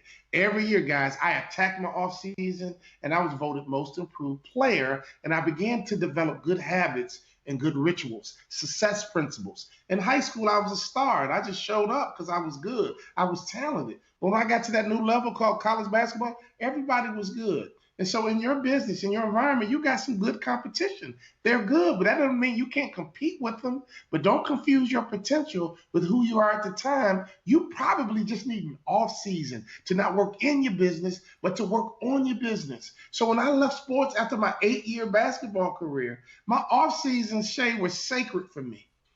I couldn't wait for my off season because I knew I could do some transformational work with my body, my skill set, my mind, whatever I needed to transform to turn a weakness into a strength. And so my career ended. I became corporate, and I started running around drinking coffee and going to Starbucks and doing what corporate people did. And before I knew it, I felt lethargic and stuck, unhappy, started gaining a lot of weight. And I looked at my wife and I was like, babe, this corporate thing is different. I need an off season. And she said, honey, you're not going to get 5 months off. I said, look, I know that, but I became a pro athlete because of my off season. We need to take a little time, but we don't work in our business. We work on our business.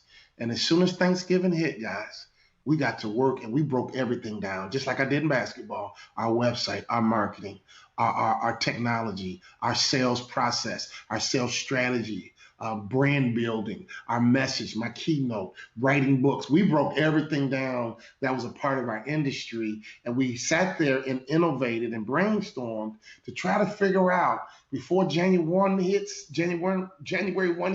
and we're into this new year, we got a 6-week time period to figure out how can we get bigger, stronger, and faster. And Shay, just like in sports, it was transformational. And then I go to a conference. And I was sitting down with all these thought leaders, and we all were supposed to come up with $1 million idea that you haven't worked on yet and you haven't done anything with. And I was like, okay, I'm going to talk about the off season. It works in sports. It's worked for me. All these thought leaders, some best-selling authors, household names. I'm sitting there, and I said, look, pro athletes have an off season. Why not you? You want to know why guys can throw a fastball 100 miles per hour, or throw a football perfect every single time, or have a body chisel, like they're a Greek god? It's your off-season work. And I just shared with these thought leaders that we all have to take a little bit of a break, not to work in our business, but to work on our business and transform our weaknesses into strengths.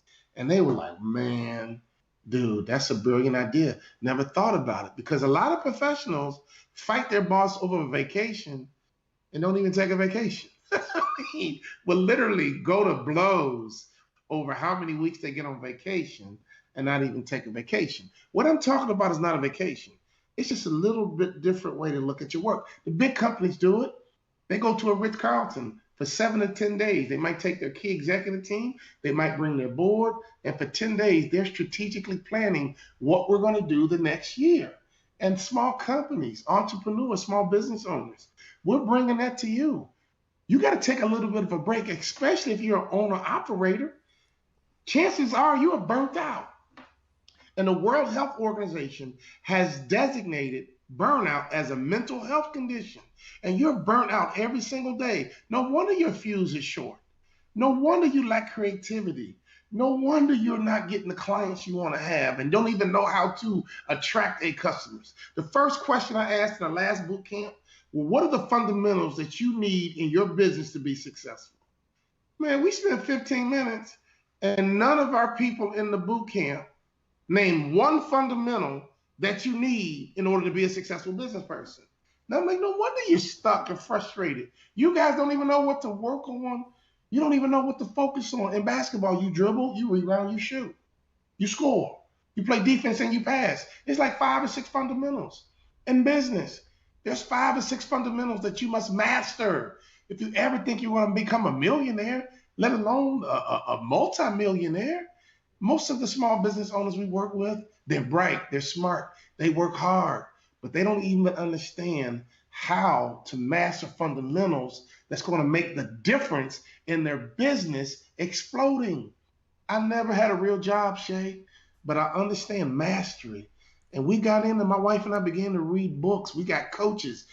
I went to London, England, and paid $10,000 for a boot camp on how to better connect with my audience from the platform.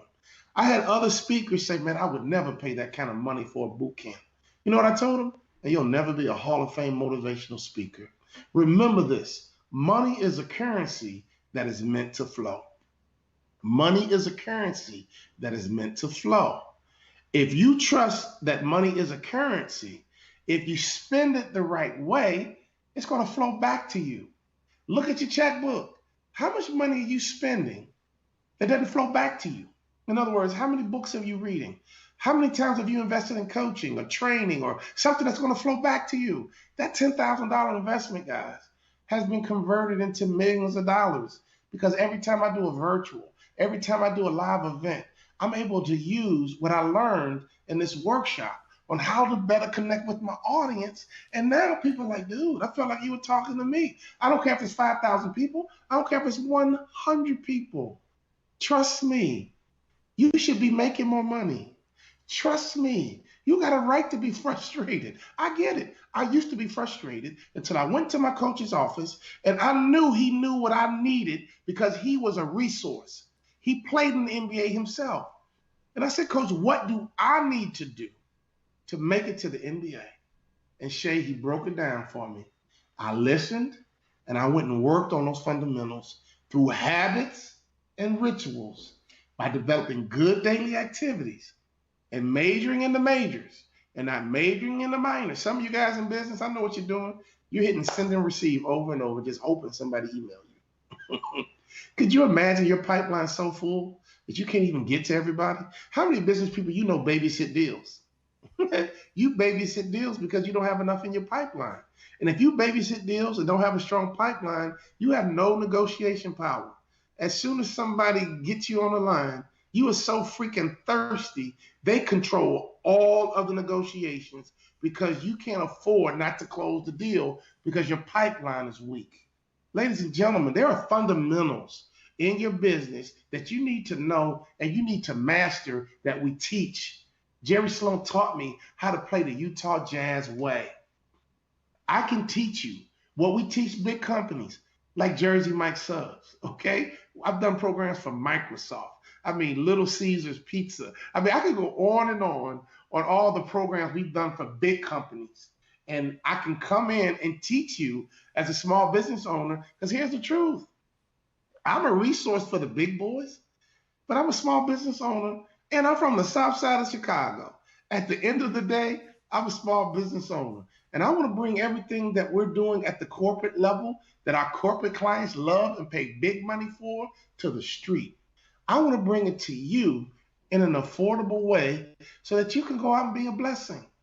I make tons of money off corporate America. Trust me, I don't need your money, okay? This is really a service we're giving because my purpose is to help you get over your frustration, honestly. My purpose is to help you get off your bench. My purpose is to coach you so that you can reach your potential. And I'm on a mission to do that. And the money that we make is just a reward for being good at what we do. And Shay, I can go on and on, but let me tell you something. I know why I came. I came to teach small business owners who got a dream just like I did. My dream was to play in the NBA. And my dream was to make more money in business than I did in sports. But in order to do that, I had to grow because my business is going to be a reflection of me. And I want you to understand your business is a reflection of you. We've been so good at sales training that if I get a client on the phone, I'm not only going to close it, I'm going to upsell you while I close. So for example, Buffalo Wild Wings said no to me for 8 years. Do you know that 80% of deals are closed on the 5th through 12th follow-up? Buffalo Wild Wings said no to me 8 years. But guess what? I kept following up. And they finally said yes. And when they said yes, Shay, this is what I told them. I said, look, I'm going to be the best motivational speaker you ever had. Mm-hmm. Your only issue is finding another speaker to follow me up. But that's okay because I can come back 2 years in a row. I'm planting a seed as I close that I want to come back and do repeat business. Jersey Mike's just booked me to do 25 keynotes. Come on now, because I'm upselling you as I close. That's a technique that I can teach you. And here's what happened. When I got done with Buffalo Wild Wings, you know what they told me? They said, man, you and Lou Holtz were our best 2 speakers ever. Well, what happened to Magic Johnson? Well, you and Lou Holtz. And on that platform in front of 3,000 general managers, I was able to execute what I learned at that $10,000 workshop in London every single time I speak. Through coaching, through development, through my off season, I've been able to transform my weaknesses into strengths. And it's no longer about my potential. Okay, I'm no longer confusing my potential with who I am at the time. And I hope the same thing for you. Don't you ever confuse your potential with who you are at the time.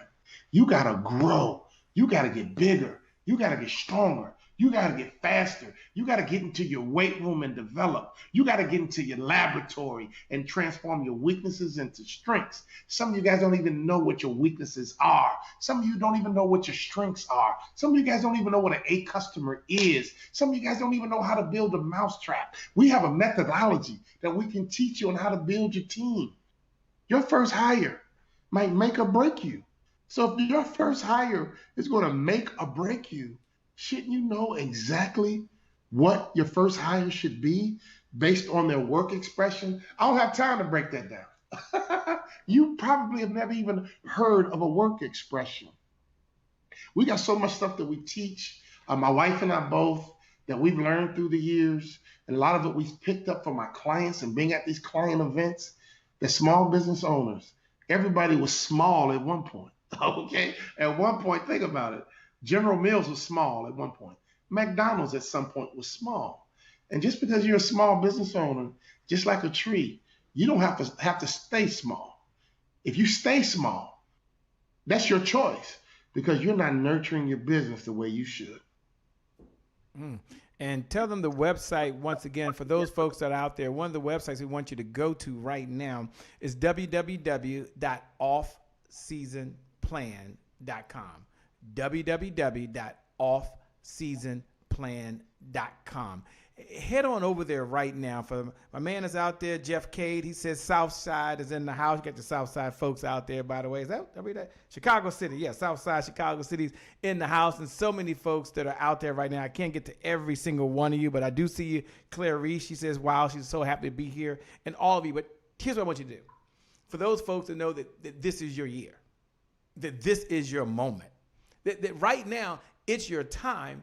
But you've got to make sure that you work on a few things to get to that next level. Go over to www.offseasonplan.com. Again, www.offseasonplan.com. Now, what should you do when you get there? Follow the directions. Just hit the button, follow the directions. You know, there's something that's going on that's special for every single one of you. And here's my promise. I'm in. I was in when he mentioned it. I'm in. I put the chips like this and I pushed them all in. I'm all in. And others I've known have gone as well. And here's what they've said. It's the best training they've ever had. What? Wait a minute. What about mine? Shay, it's the best training I've ever had. And it will change your life. Walter, not himself, but his methodology will change your life if you let him. Walter, I know we're coming down the home stretch. Those folks out there, some folks may be on the fence. Should I do this? Should I not? Should I spend a day from the business, Shay? Like, I'm on the site, Shay, and it's a full day from my business. You know what it cost me to leave my business for a day? Or I've got so much going on. It's not a sales pitch, but I do want you just to talk to them. And what's kind of going through your mind to the person that's thinking, gosh, a whole day. Can I take a day away from my business? Well, first of all, I want to say what's up to Jeff Cade. I've known that young man a long time, Southside. Oh, really? You know him? Get out of here. Yeah, hey, what's Jeff? You got a shout out, man. Okay. Jeff's a great guy. Absolutely. I don't forget my people from the Southside. You know, I let people know. But, you know, here's the truth. I'm a city kid, and I get it. You know, a lot of times, you know, people are skeptical, or we have this poor association with money. And again, I'm going to repeat it. I live in a very affluent neighborhood, and we did it on purpose because I wanted to get access. Okay, there's two ways you spend money that's really going to come back and bless you. One, for access. You got to use your money to get access to successful people. When my NBA career ended, my wife came to me. She said, "You know what? We got to get you around successful business people. So let's join the country club." And I'm like, "Country club, girl, you are tripping." But I understood the principle, because when you're a Chicago kid, you know, your fellowship can be life or death, right? And so my parents always talked about fellowship. And so my wife, you know, picked up on that, and she had understood success principles. She was like, "Walter, you just came out the NBA and you hung around NBA ball players and you made NBA money. So now that we're business people, we need to get you around business people." And we joined the country club in Minneapolis. The rest is history. We've always lived and belonged to country clubs ever since. And the country club we live in now, the founder of Home Depot lives in here. We just played 9 holes of golf, and there's a guy in here who's a hedge fund. His name's Leon Cooperman. He's all over all of the financial networks. He's my neighbor. And so the fellowship here is just reinforcing that money is a currency. And the way our neighbors think is a lot like how I think. And I'm like, wow, I'm in here legit because I think like they think. And this is crazy. Like, man, these success principles work in sports and they work in business. Money, you know, is a resource. And if you let money become bigger than what it is, you're going to be really tight with your money. But remember, money is a currency. If you spend it the right way, it's going to come back to you. So Capital Grill, what? You'd be better off taking $100, honestly, instead of going to Capital Grill with your girlfriends feeling fabulous. You'd be better off going to a bookstore and buying you 5 books. Think about it. What's going to come back and bless you more? Capital Grill, $100, or going to a bookstore and buying 5 books. You know, the truth is, after you eat Capital Grill, when you wake up in the morning, you're going to be hungry again. But if you get 5 books, I mean, it can give you innovation, initiation. I mean, reading the right book from the right author, you can have a one-on-one coaching session with any author in the world for $20. And that's powerful. So currency, think about your money as a currency. As long as you know you're going to get it back, spend the money. You know, we have a company right now that we're working with on our assessment that's going to validate the assessment. The guy goes, "Man, it's $8,000. I'm like, cool. wow, you're going to be able to produce us a validated assessment that I can go all over the world and sell as a hiring tool for companies globally. $8,000 is like, what? I'm happy to pay that based on the value I get back. I know I'm going to get it back. Currency. Now, I don't waste money. I'm still Southside kid. I don't blow money. And people reach out to me all the time. They hustlers, right? I didn't lose my street sense. You know what I'm saying? But when I can find a vendor or a coach or a resource that's legit that I know can help us as a business, man, it's typically almost free money because I'm gonna get it back multiplied.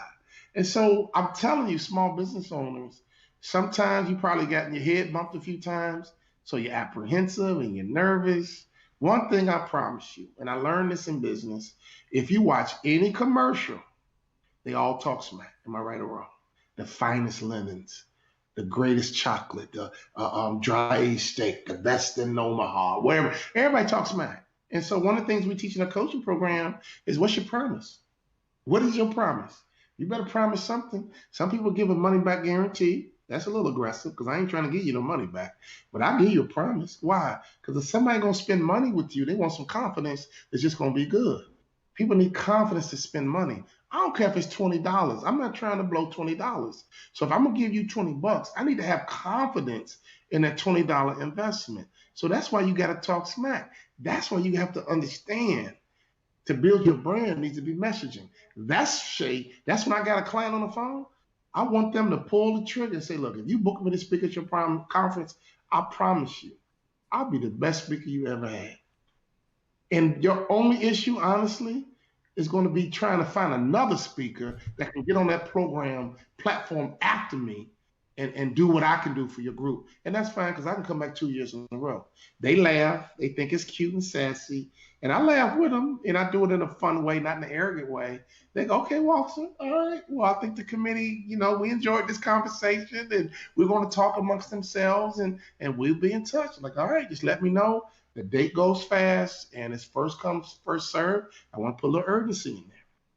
Don't think too long, because if you think long, you're going to think wrong. Okay, there's a lot of psychology to selling.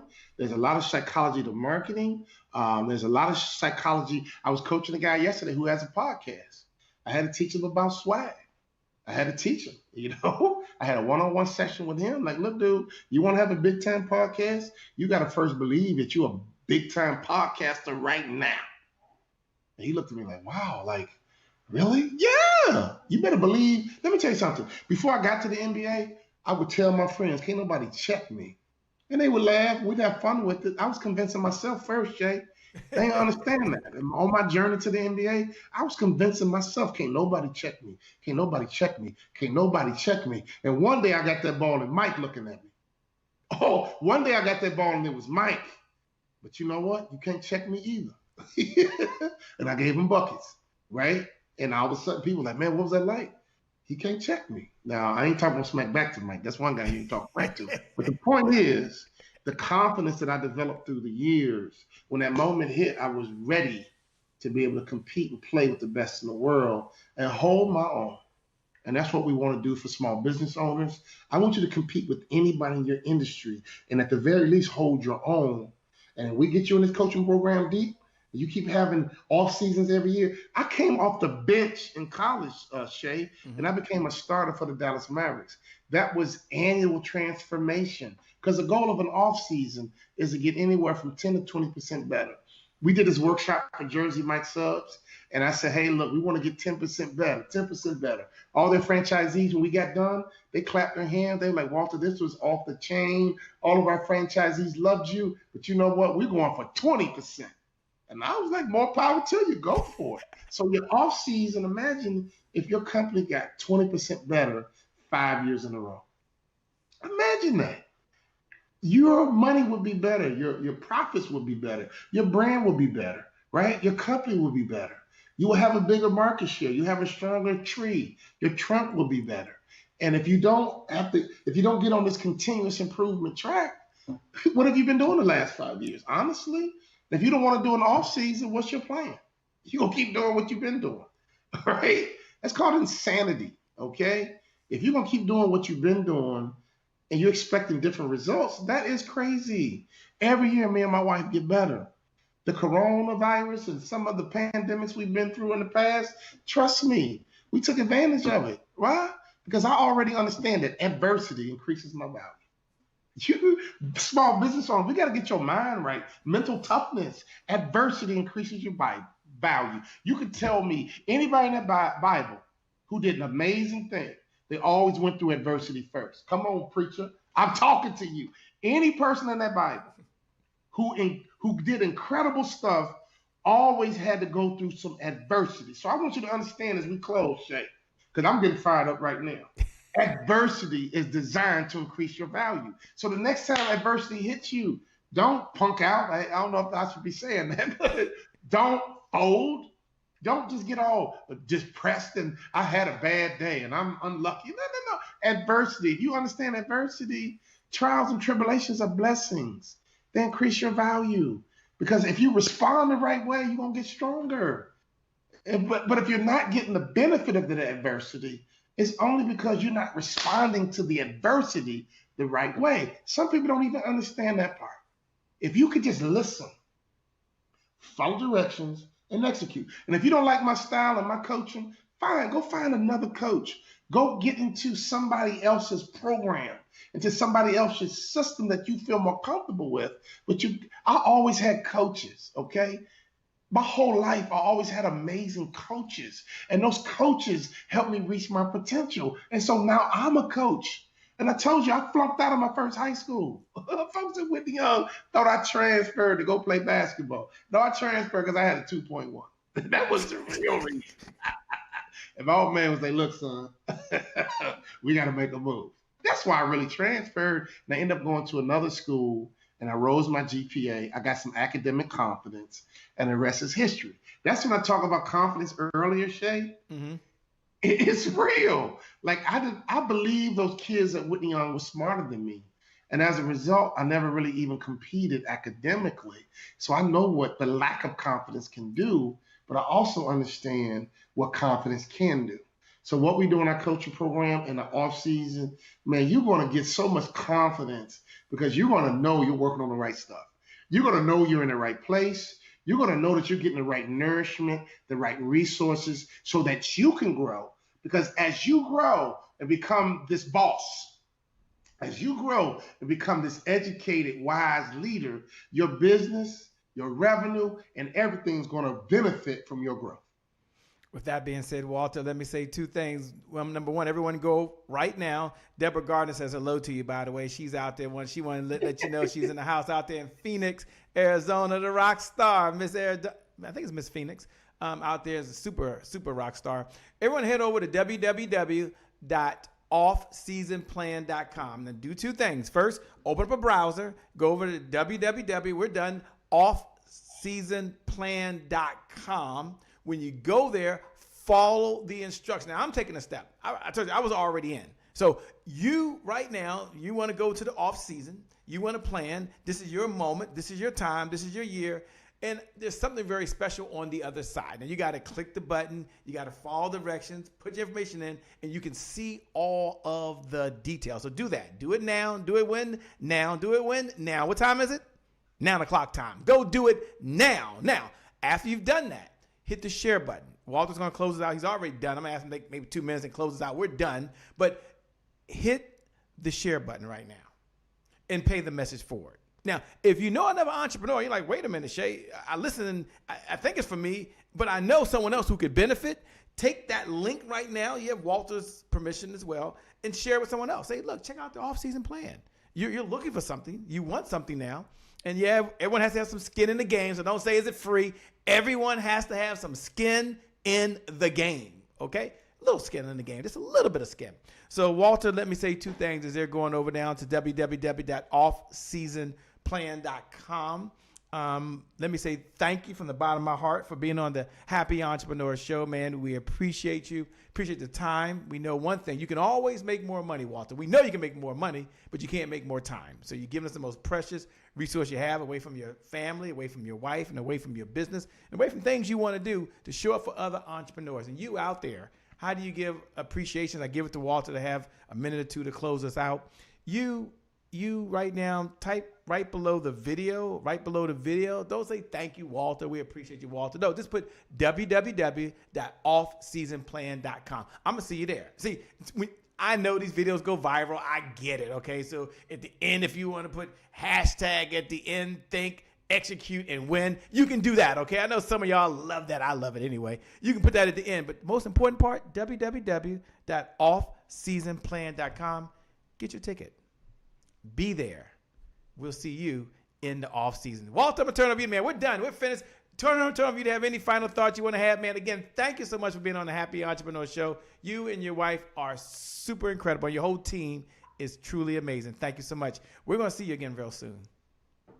Well, Shay, thank you, for allowing me to come on your program. And you've been wonderful. And, I just love your heart. I love your positioning that you're really connecting some top thought leaders with a network of hungry entrepreneurs who are trying to get there. And I think entrepreneurs have courage. I think entrepreneurs have charisma. I think entrepreneurs are a special group. But one mistake we make sometimes as entrepreneurs, and I've been guilty of it, sometimes we get real cheap, and sometimes we just want to do it ourselves, and we end up getting on these little islands by ourselves. Here's the truth, man. You got to get connected to something. You got to get connected to something bigger than you, and buy into a methodology. Here's my final thought. We all have heard about ways to lose weight. When we see our friend, like, girl, you look good. What'd you do? Weight Watchers, Jenny Craig, Atkins. Why are you asking them what they did? The truth is they all work if you execute them, right? Jenny Craig will work. Weight Watchers will work. Atkins will work. Peloton, get your bike in there. They all work. But the key is you got to find one that fits you. And all you got to do is just listen, follow directions, and execute. So you business owners, again, we'd love to have you in our world, because I know my purpose and my passion is to help you reach your potential, to help take you from where you are today so you can become the best in the world at what you do in your niche. That's my purpose. That's why I came.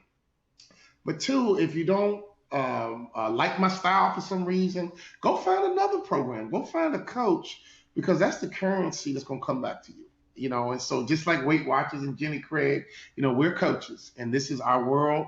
We focus on very specific things that we teach. So, for example, we just closed the biggest contract we've ever closed, okay, with the casino. We got Home Depot on the pipeline. That deal looks imminent. And I'm going to teach you everything that we've done to really close these deals. And I can't obviously teach it all right now, but we've made mistakes. We've learned, we've been taught, we've been influenced, and now we got our own way. And just like Jerry Sloan says, listen, follow directions and execute, learn the Utah Jazz way. Chick-fil-A has a way. And their way is so good. They can say, look, man, we so bad, we're going to take one day off. Think about that, man. Our way is so fantastic that we're going to kick everybody else's butt in 6 days. And we're going to go ahead and give them a bonus day, and we still going to kick some butt. Why? Because Chick-fil-A has a way. We want to teach you our way, and we want to help you grow your business. And as you hire on new employees, because you're going to need them, you're going to teach them your way, but your way is going to be Trump tight. It's going to be fundamentally sound, and they're going to be thrilled and honored to be a part of your organization. And when they come to work, you got to teach them. I just hired you as an onboarding new employee, but you got to listen. You got to follow directions, and you got to execute. Because if you onboard an employee the right way, they're free. They're free. Okay, let me understand. An employee is free if you grow your business to a certain point and you get them doing the right kind of work for you. They're basically free. Basically free. Thanks, Matt. With that being said, thank you so much, Walter. We appreciate you. Thank you all for watching. Thank you for tuning in. We certainly appreciate you. And I want you to know, as you're listening right now, for you, the best is yet to come. The best is yet to come. The best for every single one of you is yet to come. God bless. We wish you success. Remember that the time is long. Life, on the other hand, is very, very short. You've got to live in the moment, and you got to make it count. God bless me. Wish you success. Thanks a lot, Walter. We appreciate you. Peace, everyone. We out of here. Bye-bye.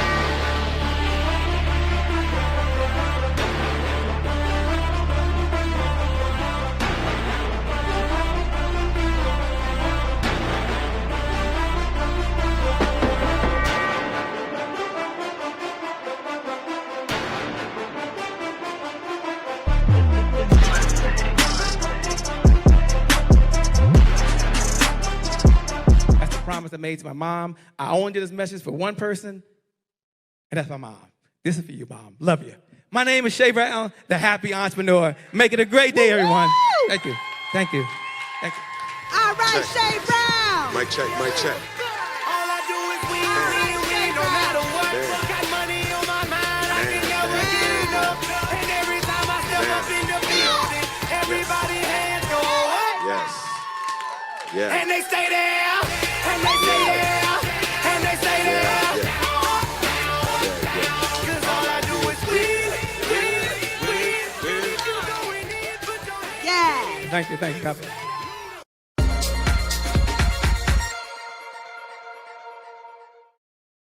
Hi there, I'm Norm Hull, and welcome to my session on alchemy, how to nurture your soul and fill your bank account. In the time together, we're going to share some things I think will help enhance your business. More importantly, will help you as a person, as a presenter, as a consultant, as someone who might want to make a difference in the world. And the best way for me to explain how you can do this and enhance your business is to just share some experiences, some stories, some suggestions that you can incorporate and adapt to work for you. The first one that best symbolizes what I want to share with you is years ago, I'm a professional speaker. Years ago, I was with another speaker, and we were doing a series of workshops. And we were in Florida, and we were there the entire week and the following week. And I have to tell you that after about 4 days of working together, we knew we needed a break. And so the weekend was coming up, so we were both looking forward to it. And so I said, Mike, what are you going to do this weekend? And he said, I don't know about you, but I'm going to go diving. And I said, well, that sounds pretty cool. Can I go? And he said, well, not really. And I said, why not? He said, well, you're not a professional diver. And I said, is there a way I can go? And he said, yeah, there is. If we can get you into a recreational diving course, you probably can go with me. And I said, wow, great. I was in. And so we found out that the local hotel had a pool that they were using to teach lessons. So I was pretty excited because I signed up and said, yeah, I'm going to dive. And because I'm so old, a lot of you won't remember this guy, but his name was Mike Stone, and he was on Sea Hunt, and he was played by Lloyd Bridges. And the great thing about that show was he always somehow ended up in the water saving people, but it was a great entertaining show. And since that show, I've always wanted to go diving. So I was pretty excited. Friday came, and we were done with the workshop, and that night I went to the hotel for lessons, and I sat for 3 hours in a class and watched the world's most boring video.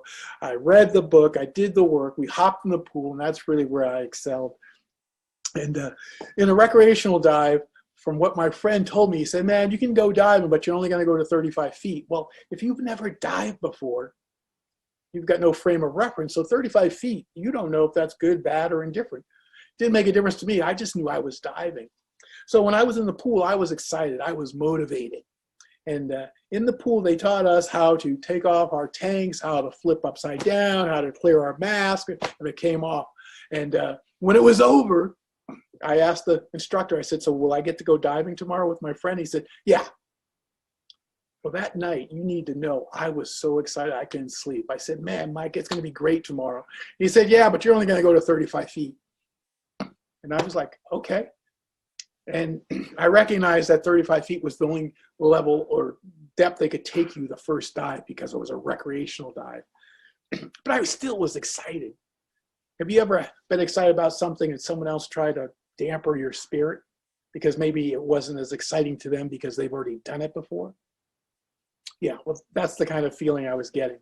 The next morning we got up, we went to the shop, and there were other divers because it was Saturday, popular day to go diving, and walked up to the dive master And I said, I'm ready. He said, good. I said, I can hardly wait to go diving with my friend. And he said, well, actually, you're not diving with them. And I said, why? You said I was good.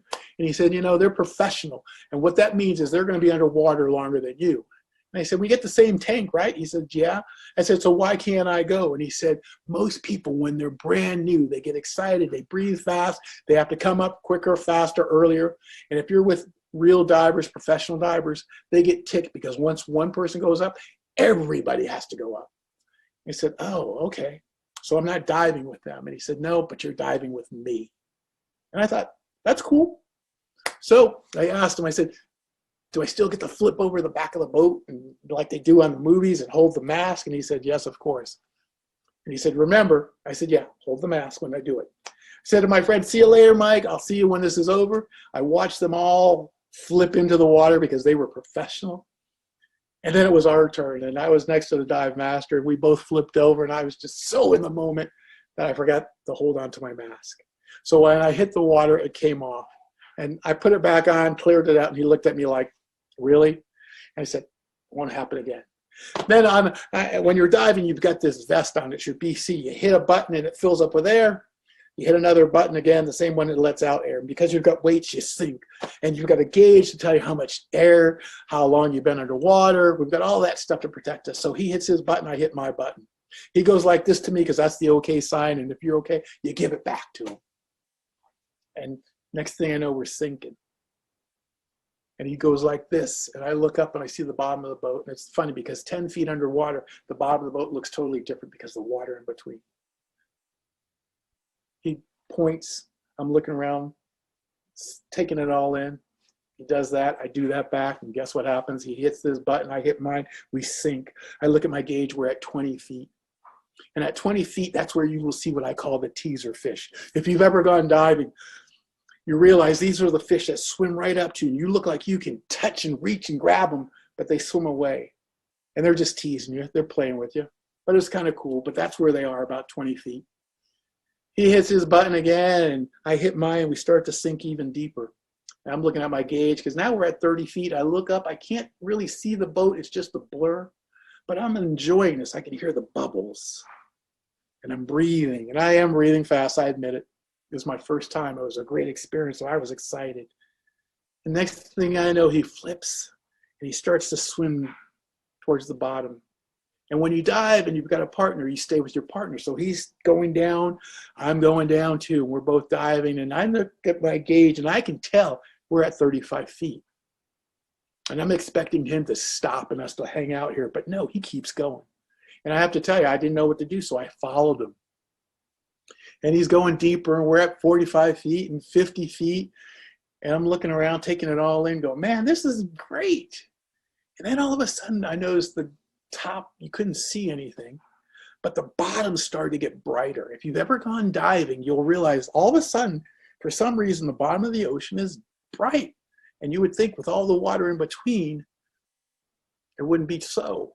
I probably should have spent more time in science class and I could explain why this happened. But in that moment, I just saw it getting brighter. And we kept going, and I looked at my gauge, and we're at 60 feet, and I'm going, wait a second, my friend said 35. I could deal with 40 feet, 50 feet. We're at 60 feet. And he does this sign to me again, and I'm like, oh my gosh. I give it back to him because in honesty, it was the only sign I remembered. So we're going deeper. And next thing I know, I see the bottom of the ocean. I look at my gauge, we're at 85 feet, and I'm ecstatic, scared out of my mind. And he looks at me smiling, and I'm smiling back because this is cool. And next thing I know, he swims over to this rock overhang, pulls off his glove, and he starts waving it. And I'm thinking, what is you doing? What is this? And all of a sudden, out of the rocks comes this eel. Big teeth like this, scared the heck out of me, and he starts waving, and the eel starts biting where his finger would have been if he had the glove on. And I'm watching him wave this, waiting for that eel to go, I want more than the glove, I want your face. And he does, and he backs up, and he turns to me like, do you want this? And of course I'm like, no, I'm swimming back. And at that point, that's when I realize I'm diving with a crazy person. And what happens? He puts the glove on, does this, I'm like, And we start swimming. I look at my gauge. I'm through a quarter of my tank already because I'm breathing hard right now. And next thing you know, we're swimming, and he does this in the water on the sand, and the sand comes up, and something starts running, and I realize it's a lobster. Now, you and I have seen a lobster in the store. They're sitting there screaming, "Take me, get me out of here." Or actually, "Don't take me, leave me alone." And you and I know that when we take them home, put them in the pot, they get orange, and we eat them and have butter, and we're like, "Hey, you taste good." But I got to tell you, in their natural element, they are fast. They don't look like they are trapped. They're living life. And sure enough, we're watching this one just scamper away, and he was quick.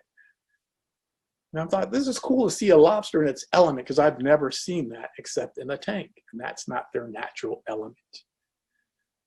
You know, one of the things about being out of your natural element is you get to figure out how you're going to behave. Because I have to tell you, I was out of my natural element. We're at 85 feet at the bottom of the ocean, tank on my back, diving with a crazy man, and I'm loving it. I'm loving it. You see, when you have a setback, my question is going to be, when you're planning for the comeback, are you going to love it, or are you going to wallow in it? There's no way I could get back to the top, even if I wanted to, because it just wasn't in the cards. I wasn't experienced enough. So the best thing I could do was enjoy what was taking place. And the funny thing was, it was expanding what my world was. It was a transformation. In fact, this dive master was an alchemist, because I guarantee when this was over, I was not going to be the same person. And think about that. If I'm looking to do business with somebody, I want to work with somebody who's going to give me a transformation, who's going to make sure I'm different than when I first started working with him or her. So how do you fill your bank account? How do you nurture somebody? You make sure you include some type of transformation in your experience that you provide. Now, I got to tell you, I was scared, and you can sweat underwater. You know that. I know this. You can. My mask was a little foggy. I was sweating in my suit, and maybe I was watering or whatever, but I was nervous.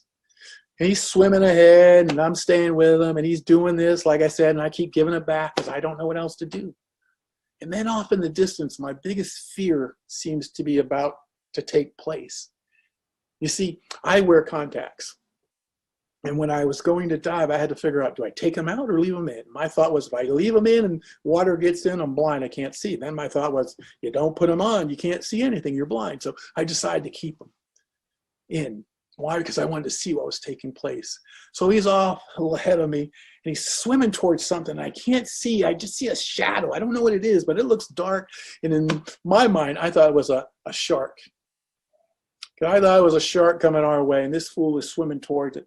And I started to swim kind of back, because you know what? I had a black wetsuit on. A shark's favorite meal is a seal. I complimented the look of a seal with my outfit and me. And I thought, I didn't want to be near this guy or that. And so I'm sitting there watching him. And as this thing comes closer, I realize he's swimming towards it. And it's not a shark at all. It is a turtle, a big turtle. And he gets on the back of it, which I now know is illegal. You can't do that. He's riding this thing. He pulls out his knife, starts rubbing it on the back of his shell. And later on, he told me they love that. And my thought was, how do you know they love that? Did they tell you? But he's enjoying the ride. And I'm looking at him going, this is great. This is weird. I couldn't believe it. So I watch him for a couple of minutes. I show him my gauge, because I am now halfway through my air. I'm nervous, but I'm having a great time. I'm transformed. And he's swimming on this turtle's back. And I'm just thinking, this is crazy. My friend is not going to believe this. He hops off, and we start swimming, and he starts pointing out the coral and the sea anemones and just all the things I might have missed because I wasn't looking in the right place. He was showing me what was at the bottom of the ocean. And I showed him a little bit later, which probably was only 2 or 3 minutes, my gauge again. I'm like, and he's like, I'm like, okay. I hate that sign now. Or maybe I don't now, but in the moment I did. And the funny thing is, we're just enjoying this, and he's smiling, and I think he's just getting a kick out of me. And we swim around, we see the other divers off in the distance. And I don't know if my friend was there, but I just saw a bunch of them, and they had to be the group that took off earlier than us.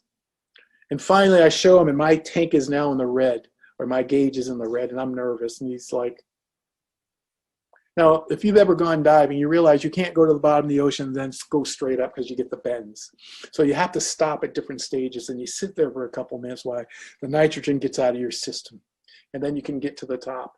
And as we're doing this, I'm sitting on the rope looking at him, and he's just smiling at me. And I'm watching my tank drain of air and thinking, I'm going to run out of air while we're waiting. And he's smiling. He thinks it's funny. I don't. And I promised myself, if I make it out of that moment, I wanted to just pop him one, because I was kind of scared, which you would be if you didn't know what was going to happen. And finally we get to the top. And the funny thing is, when you're underneath the ocean, that tank on your back isn't so heavy because the buoyancy. But when you get out, it comes back to you, the weight. So as I'm trying to get on the boat, that weight comes back. I'm tired. I'm nervous, I'm scared, I'm exhilarated. And I sit there and think, maybe I'm not going to pop you because I'm just too tired. And he looks at me and says, how was it? I said, it was great, but I'm tired. He says, yeah, it happens the first dive. I said, it was really good. I said, yeah, but I only was supposed to go to 35 feet, right? He said, yeah, about that. I want you to remember this when your friend gets up here. And I said, what? He said, well, tell me what you saw. And I said, well, I saw the lobster, I saw the eel, I saw you on the back of the turtle. And he said, yeah, don't mention that. He said, did you see the fish that looked like that? I said, yeah, I saw that. What about the coral? Wasn't that gorgeous? I said, yeah, it really was cool. He said, I need you to remember all that, because when your friend gets up, he's going to want to pop me. And I'm thinking, yeah, I get it. I want to pop you. And a couple minutes later, they all come up, the professional divers. And I'm looking at my friend, and I run over to him. I said, Mike, I saw you guys. And he looks at me like, how could you see me? We were at the bottom. I said, I was at the bottom. And as soon as I said that, he looked at the dive master and started to walk towards him like he was going to hit him. I'm like, Mike, stop. And the funny thing is, the dive master is sitting over there like this. I don't think that was the first time he's taken somebody down deeper than they were supposed to be. But he's sitting back there just laughing. And my friend just goes off on him and says, what are you doing? You know you were only supposed to take him 35 feet.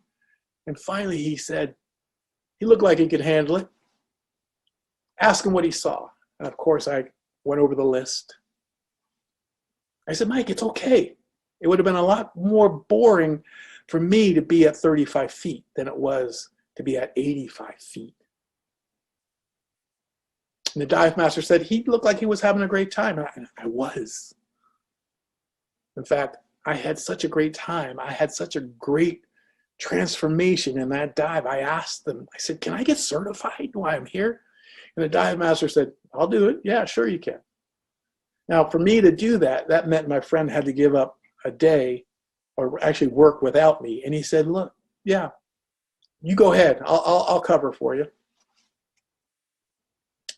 So at the end of that trip, I had my certification. Professional diver, certified. I wouldn't say professional, certified diver. And the funny thing was, I don't know if that was the plan of the dive master with everyone he takes out who's new to get them certified and use him to do it. What I do know is after that dive, I wasn't the same person. You see, I would have been happy snorkeling. I would have been happy at 35 feet, I'm sure. But because the dive master was really an alchemist, somebody who wanted to see a transformation take place with one of his clients, he got more business because I dived with him. I was safe. Of course, I'm going to him. He created an experience I'll never forget. He created a transformation for me. And it was just one of those stories that I've told for years. You see, whatever your comeback's going to be, there's going to be a story in it. And the question is, how do you take that story and help other people with it? And it can be a story about how things went wrong, how life sucked, or it can be a story about how that happened and you made it better. It can be about your transformation. It can be about the people who were the alchemists in your life who helped you move forward. You see, the dive master was an alchemist. And that's what I call myself now, because when I'm working with my clients, my goal isn't to give them an experience. It's to create a transformation in them so they are different than they were before we started working together. Isn't that what you want to be doing for your clients and with your clients? And when you hire somebody, isn't that what you want from that expert? When you hear a speaker, do you want to just be entertained? Or when it's over, do you want to be different than when you walked into that room? Now, there's nothing wrong with being entertained by speakers. I've been entertained by plenty of wonderful ones. I also have entertained people versus giving them a lesson to make them different, because in that moment, that's what it called for. One of the things I know is that if I can help my clients change, have a transformation after working with me, then they bring me back or they tell other people about me. You see, one of the things we love about watching TV shows when they do the makeovers is we get to see the transformation. This is what they look like before. This is what they look like after. Whether they've lost weight, they change the way they put their makeup on, the clothes they wear. That's what we're looking for, is the transformation. That's what we want to see. We want to see how you brought in an alchemist who said, this is what you do, and when it's over, you're going to look like this. That's what we're really looking for, to see how it happened and what's the results. So if you want to fill your bank account, let me give you a tip here. They can either dive at 35 feet, or you can provide this opportunity where they get an experience that they weren't planning on. That a transformation takes place as they get deeper with you. That dive master knew what he was doing. It wasn't by accident. He could have went and dived with all the more experienced. He took me. Why? Because he was going to get more business. And he probably knew I was going to tell a story like this. Think about it. You want to get more business, then how do you become the alchemist? How do you create alchemy where all of a sudden you add something when you're working with people and they are different? There's a transformation. You see, don't get caught up in the experience, because, these days when we hear an experience, it's not always a positive thing. Oh, the experience I had when I went to that store. Oh, the experience I had when I hired this person. I don't know about you. I don't need any more experiences. I want changes. In fact, it reminds me of years ago. I can't even remember the airline, but it was in Turkey. I remember it was in Turkey, though. They show a picture, and you can Google this on the internet someplace. And I want to say it's like Pachongo or something Airlines, where they showed how the plane went off the runway and it was on the side of an embankment. It didn't go all the way down in the ocean, but the picture is of it on its side, or on the side of an embankment. And the funny thing people talked about was the experience those people who were on the plane must have had. They were scared. I don't know if they'll ever fly again. And that's an experience. I don't think that's what people want, being on a plane when it goes over the side of an embankment. But if we were to dive deeper and looked at transformation, what's the transformation you think took place among the people who were on that plane and survived, which they all did? How many of you know they probably left that plane thinking life is more important, their loved ones are more important? How important it is to make sure you check out the airline and check out their safety records, or the weather, because it was a weather-related incident. You see, you can have an experience, or you can have a transformation. What do you think people are looking for? Experiences, they're a dime a dozen. When you go to the store, when you go to the restaurant, when you go to the movies, when you hang out with friends, when you go to a sporting event, that experience it lasts this long. 2 hours at a game, hour and a half at dinner. And I'm not knocking them, but if I want to get hired, I want to be the one people are calling. It's the transformation I'm going to provide. So think about your business. How do you take what you do and make it a transformation, not an experience? I guarantee those people who got off the plane, life was sweeter. And if you were to ask them, did their life change from that flight? I bet you they would all say, yeah. They probably called somebody, sent a note. They were nicer. They took things, they let it roll off their back. It wasn't such a big deal. That was a transformation. Granted, I don't want all of us to be on a plane that goes off like that, but think about it. How do we create transformations? The other thing I want you to think about, if you're going to fill your bank account and you're going to nurture your soul, one of the things you have to think about is it is not always about the information you are going to provide. You see, in this particular setting, you are going to hear from so many other presenters who are all giving you information. Nothing wrong with that. But you know what? You can, wrong side. You can Google anything you need to know these days. Or you can Bing it, or you can, whatever the search engine is you use. I guarantee you can find it, because guess what? There is somebody who has taken the time to make a YouTube video about it. Someone who has decided that they had too much time in the day and they decided to show you how, which I am so thankful for. Information is easy. So when you're looking at how do you get more business, it isn't going to be about giving more information, because it probably isn't unique. They can probably find it without you. It's going to be about the way you present it, the way they can digest it, the transformation you incorporate in it. And so one of the things I have learned when I'm working with people is that they're people. And that sounds kind of crazy, but they're people. They're not students sitting there trying to take in more information. No one is screaming, give me more information to put in my head so I'll just have another set of facts. They're looking for you to present it in a way that touches them, that nourishes their soul, that is relevant to their life. They're looking for you to be the alchemist, for you to somehow give them this information that's going to change the way they see things. And I'll give you a secret that works for me. It might work for you. You see, if we were to make a list of what people are looking for in their life, or when they're going to their traditional job, or they're in a group of friends or an association, if we were to make a list of what they're looking for, I bet you in that list we would find things like, I want to be respected. I want to have friends. I want to be supported. I want to be in a place where people value my contribution.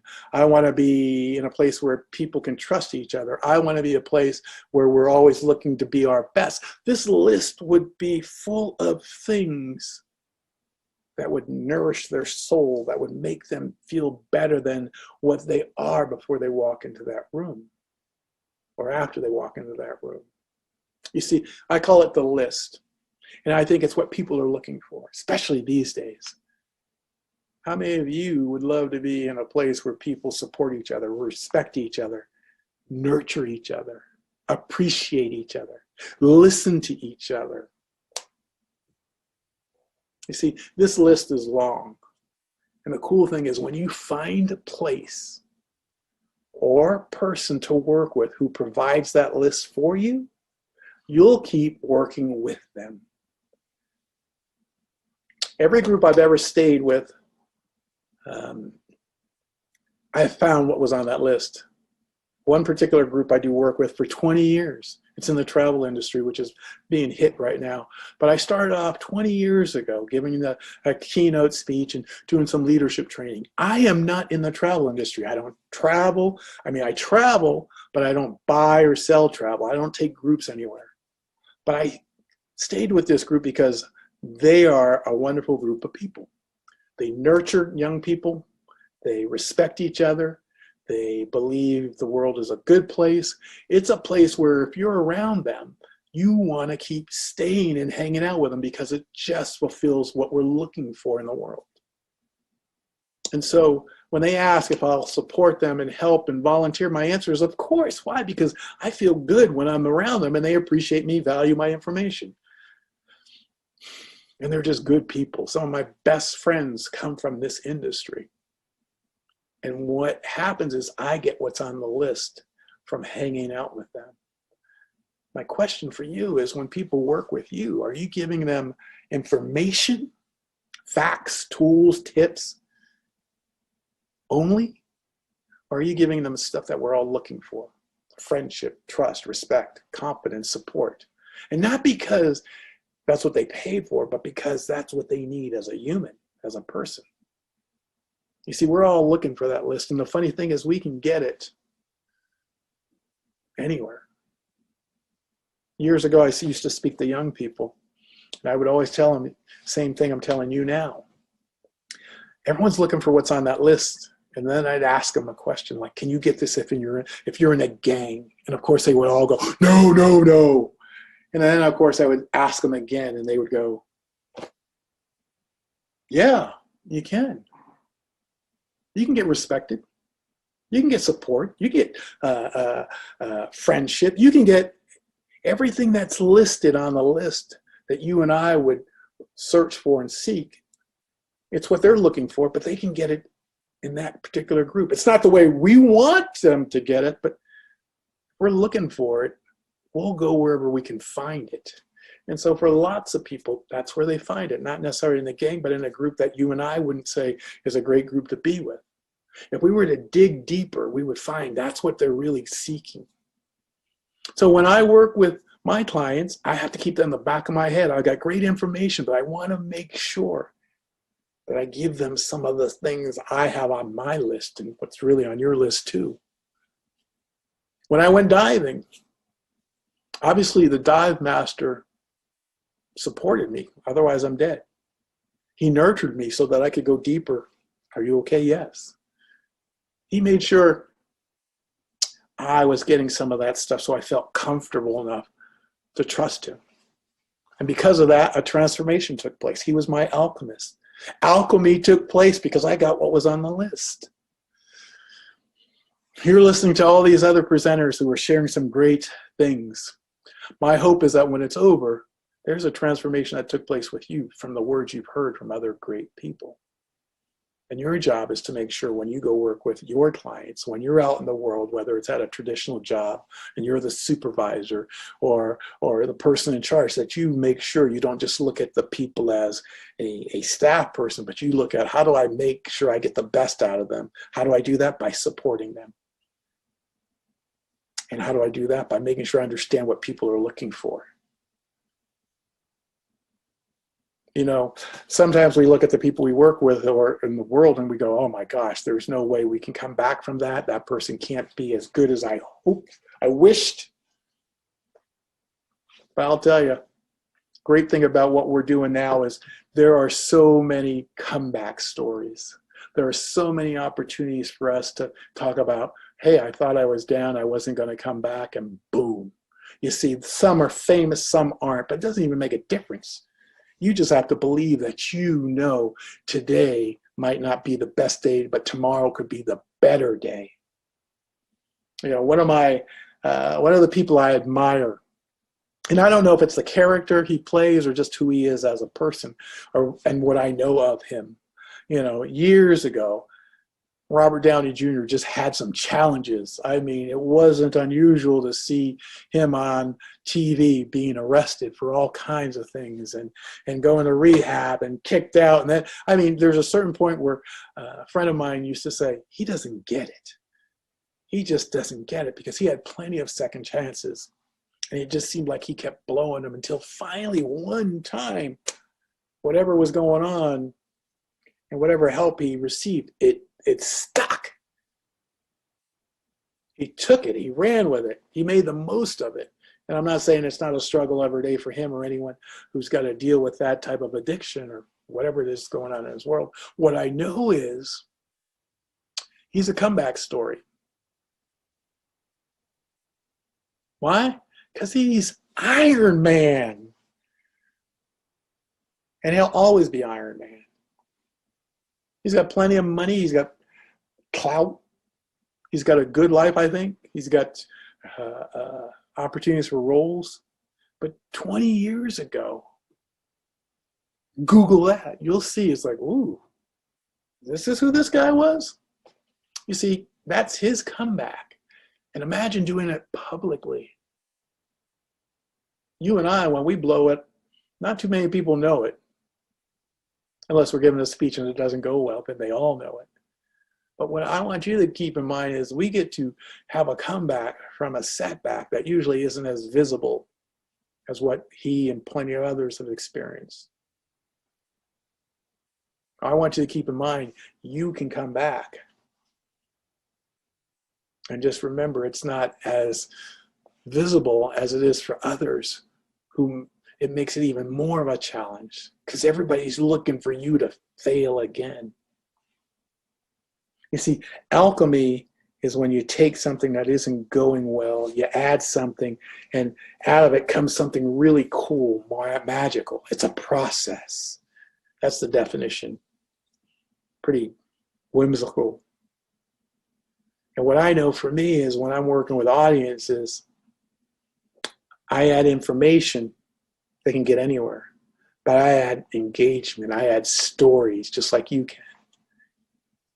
I add something visual. I add an anchor. And all of a sudden, it's not just an experience, it's a place where transformation takes place. You want to get more business? You want to keep business? Make sure it's more than an experience you offer. It's a transformation. It's a story. It's a sharing of where you didn't do so well, but you came back. You see, you're the alchemist. You're the dive master for somebody else. And the question is, do you take them to 35 feet or you take them to the bottom of the ocean and show them all the things that are there that most people will miss out?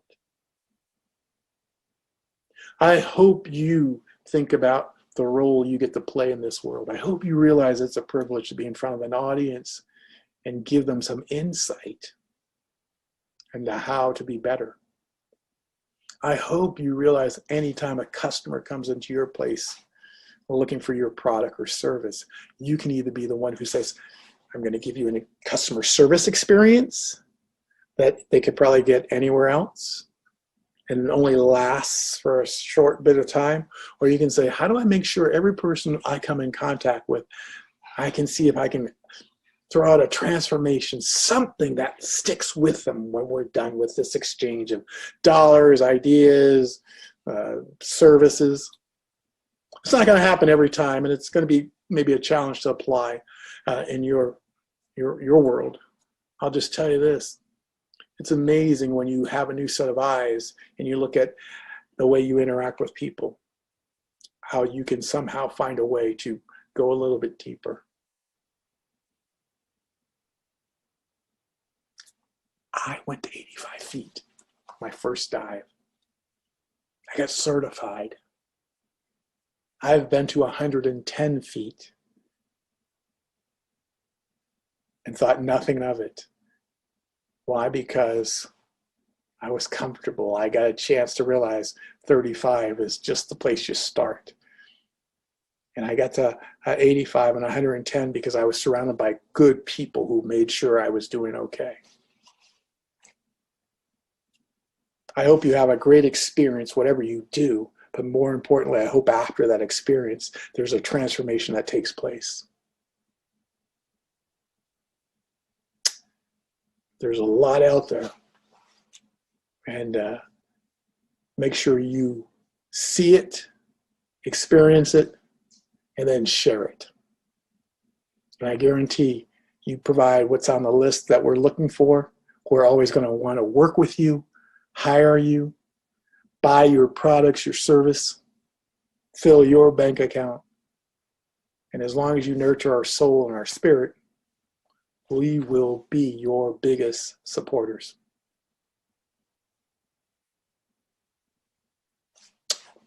I hope your comeback stories are few.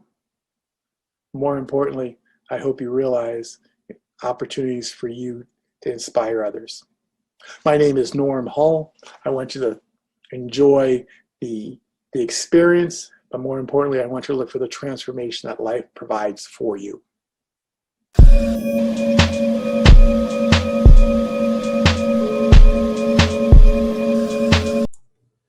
Hello and welcome. It is an honor and a thrill to have you here. I'm Jerry Foster, the big branding guy, also known as the branding evangelist. And I am hyena happy and peacock proud to be speaking today at the Comeback Champion Summit on how to brand your small business like your life depends on it. Said another way, I'm going to be sharing with you 6 proven big branding ways to create a world-class, magnificent brand that will show your market how special you are, make more of an impact in social media, and captivate customers, even if you already have a logo, website, videos, and other stuff people can see. Because make no mistake about it, this is not the time to put a mask on your brand. And this is certainly not the time to social distance your business. If anything, you've got to show up and show out in 2021. If anything, it is time for you to not only think about different ways to scale and level up so you can have more impact, you've got to think about how to have the strongest brand possible so that you can have big things happen for you. Now, before we get into the nitty-gritty of my workshop, I thought it would be appropriate if I shared a little about myself and how I got here, because we're about to hang out. And I like to think that if someone wants you to spend time in a workshop with them, you should know a little bit about that speaker. Wouldn't you agree? So this is where it all started. This is me. As a kid, on Christmas morning, in Detroit, Michigan, back in the day. I was born and raised in Detroit during the times when Detroit was the 5th largest city in the United States. The auto industry was booming and something called Motown music was blasting. And that's me on Christmas morning, where I had just gotten an album, a record album from one of my favorite Motown groups called the Four Tops. And for those of you who may be a little young, I'm standing next to something called a record player, which is how we listened to music back in the day. And so I share this story because the Motown brand is what lit the fuse with me on pursuing and finding out more about what is this thing about having a brand. I mean, back then, there was nothing like the Motown sound. I grew up listening to artists like the Temptations that you see in the upper left-hand side of the screen. From the original Temptations is what you see here, where you've got from right to left, Eddie Kendricks, Otis Williams, Paul Williams, Melvin Franklin, and the incomparable David Ruffin. Oh, come on with me, somebody. And then to the right, Stevie Wonder, Marvin Gaye, Michael Jackson, Lionel Richie, Gladys Knight and the Pips, the legendary Smokey Robinson. Oh, that's who I grew up with during the day. Now, I love to share that because the Motown brand was that kind of moving and grooving, passionate, romantic music that just lit your fire and soothed your nights and made you just feel good all over. And like I said a few minutes ago, it's what lit the fuse for me to find out more about this whole thing called branding. And I literally ended up, after leaving high school, going into college, where I majored in marketing with deep study in branding at the University of Southern California, USC.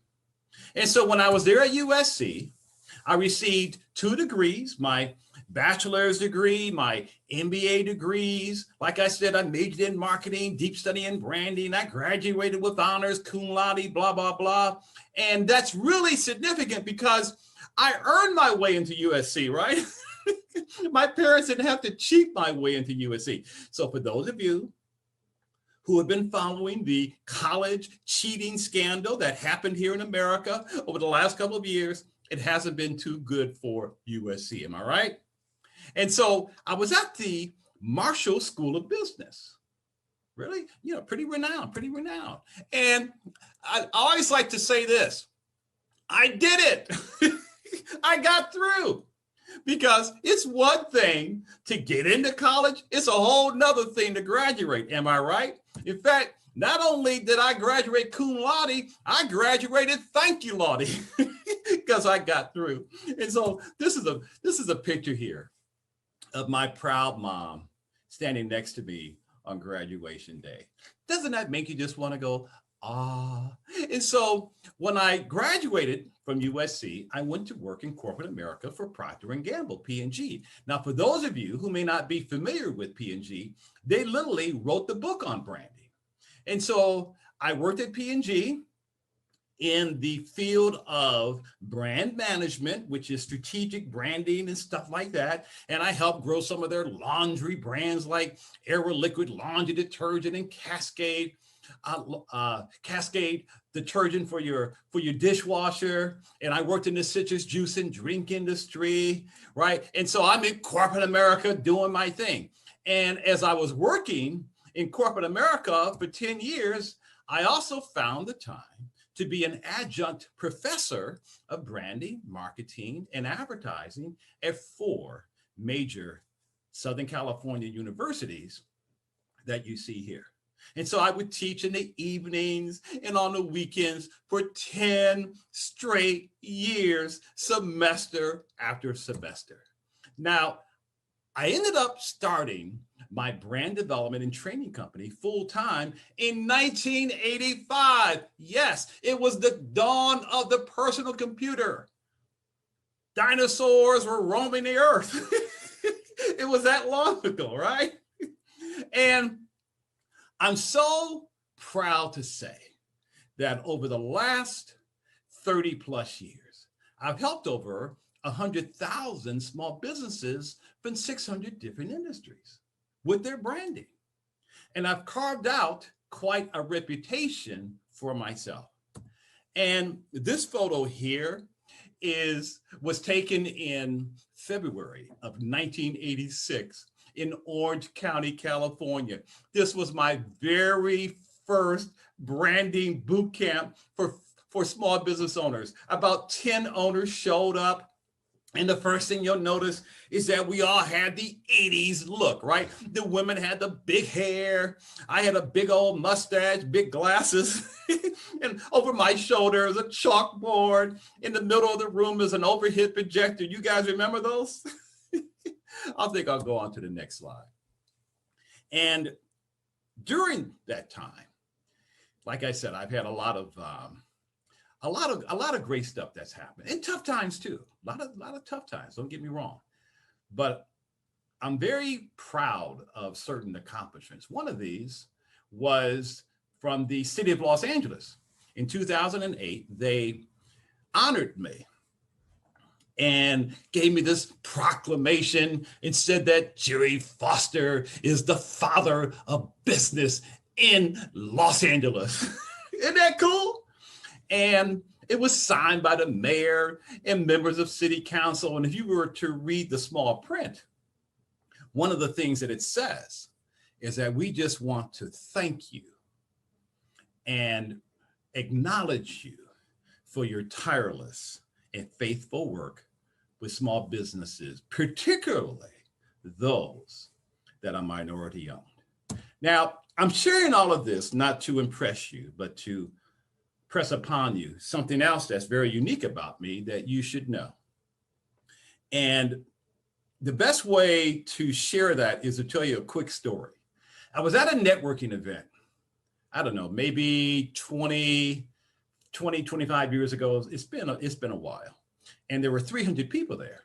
And the organizer said to the audience, please stand up if you're in the same field that you majored in college. And I stood up with 2 other people. 3 of us stood up from a crowd of 300. And my point is that in the branding universe that I orbit in, I'm recognized as a bona fide branding guy, the real deal. Because the truth is, there are a whole lot of folk out there who say they do branding, and then you find out they do pieces of it, or they do what's called pseudo branding, which may be just doing design work and photography and videos and stuff like that. And great brands are built strategically and not visually, and we'll talk more about that later. But here's the key thing I want you to take away from this. I read an article which said that the average American changes their job or their career 10 to 15 times in a lifetime. And I've never done anything else but branding my entire adult life. Can you imagine that? I mean, I do what I love what I do, and I do it the way I want to do it. I live and breathe branding. I love everything about branding. And because of that, people who will listen to me and work with me, or whatever that relationship is, understand, just like you, that you are about to receive something that is golden for you, as opposed to something that may just be some tips or something that may not be that useful. But the main thing I need to know right now is if you are ready to fly, because that's the key. Because there is nothing more important than your brand. Nothing in this brand conscious world that we live in. Think about it. You turn on the TV, it's all about a brand. You look in the newspaper, you go online, it's all about your brand. You've even got celebrities talking about what? Their brand. And so for you, as a small business owner, you must have the strongest brand possible in order to compete and be successful, particularly going into what? 2021, where we now are. Because your brand is your reputation. It's what you're asking people to pay for in terms of what they are truly going to receive from you. The brand is your legacy. And so what I thought we would do in our time together in this workshop is I'm going to provide you some nitty-gritty information on how you can have the strongest world-class brand possible in this new year. Now understand that there's 5 types of brand. You can brand a company, you can brand a product, a service, a nonprofit, or yourself in what's called a personal brand. So regardless of which of those 5 categories that you fall into, do know that this is all about you and not about me trying to get you to buy something, right? It's all about you. So what's the first thing that you've got to do? Write this down. You've got to be the honey and not the fly. It's time for you to be the honey and not the fly. Honey attracts, flies chase. And it's a fact in branding that consumers are most attracted to someone who presents himself or herself or their company as something that is genuine, authentic, and unique. And so one of the keys to having business come to you instead of you having to chase after it is to determine who you are as a brand. Write this down. Determining and nailing down what's called your brand identity. So that when people come across you, online, offline, whatever, they see you as the person to do business with. Does that not make sense? So that your ultimate goal for 2021 and even beyond is to do what? Create a conveyor belt of customers coming your way. Does that sound of interest to you? Now, there's a lot of great speakers at this summit. And I really want to make sure that you're in the right place right now, because you got a lot of choices. So this program, this workshop that I'm about to lay on you is if you want to establish yourself as number one in your specialty, the recognized authority in your field, especially if you want a world-class personal brand. So if that is you, you are in the right place. This program is also for those of you who want to generate more leads and increase sales conversions through your marketing with a stronger, highly differentiated online brand. We'll talk more about that as we go along. And this program is for those of you who want some proven water, flour, and even sugar ways to set your brand apart and make it preferred, the best option to go with versus other choices. And this workshop is also for those of you, if you want potential customers to see you as a credible voice, they will want to listen to, even if you already have a catchy logo, words, and fancy graphics or a website. And more importantly, this program, this workshop, whatever word you want to use, is for those of you who want to make sure that any marketing you are planning to do is as effective as possible. From websites to social media to creating marketing funnels and putting out offers and doing any kind of online marketing, this workshop is going to show you how to connect the two so that your marketing can be as effective as possible. And this program is particularly for those of you who offer any kind of services. I'm talking about expertise, any kind of skill, talent, or ability. And so you're going to discover what you can do right now to outperform, outclass, and outshine your competition. Is that of interest to you? Because I'm going to show you how to do it quickly and easily and affordably and painlessly because of the strength of your brand. Can I get an amen from somebody?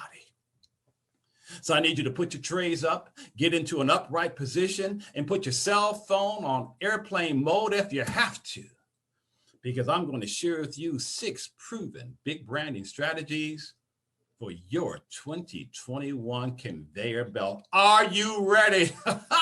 Let's get it going. Now, before I jump into the nitty-gritty of my program, because I put together something just for you,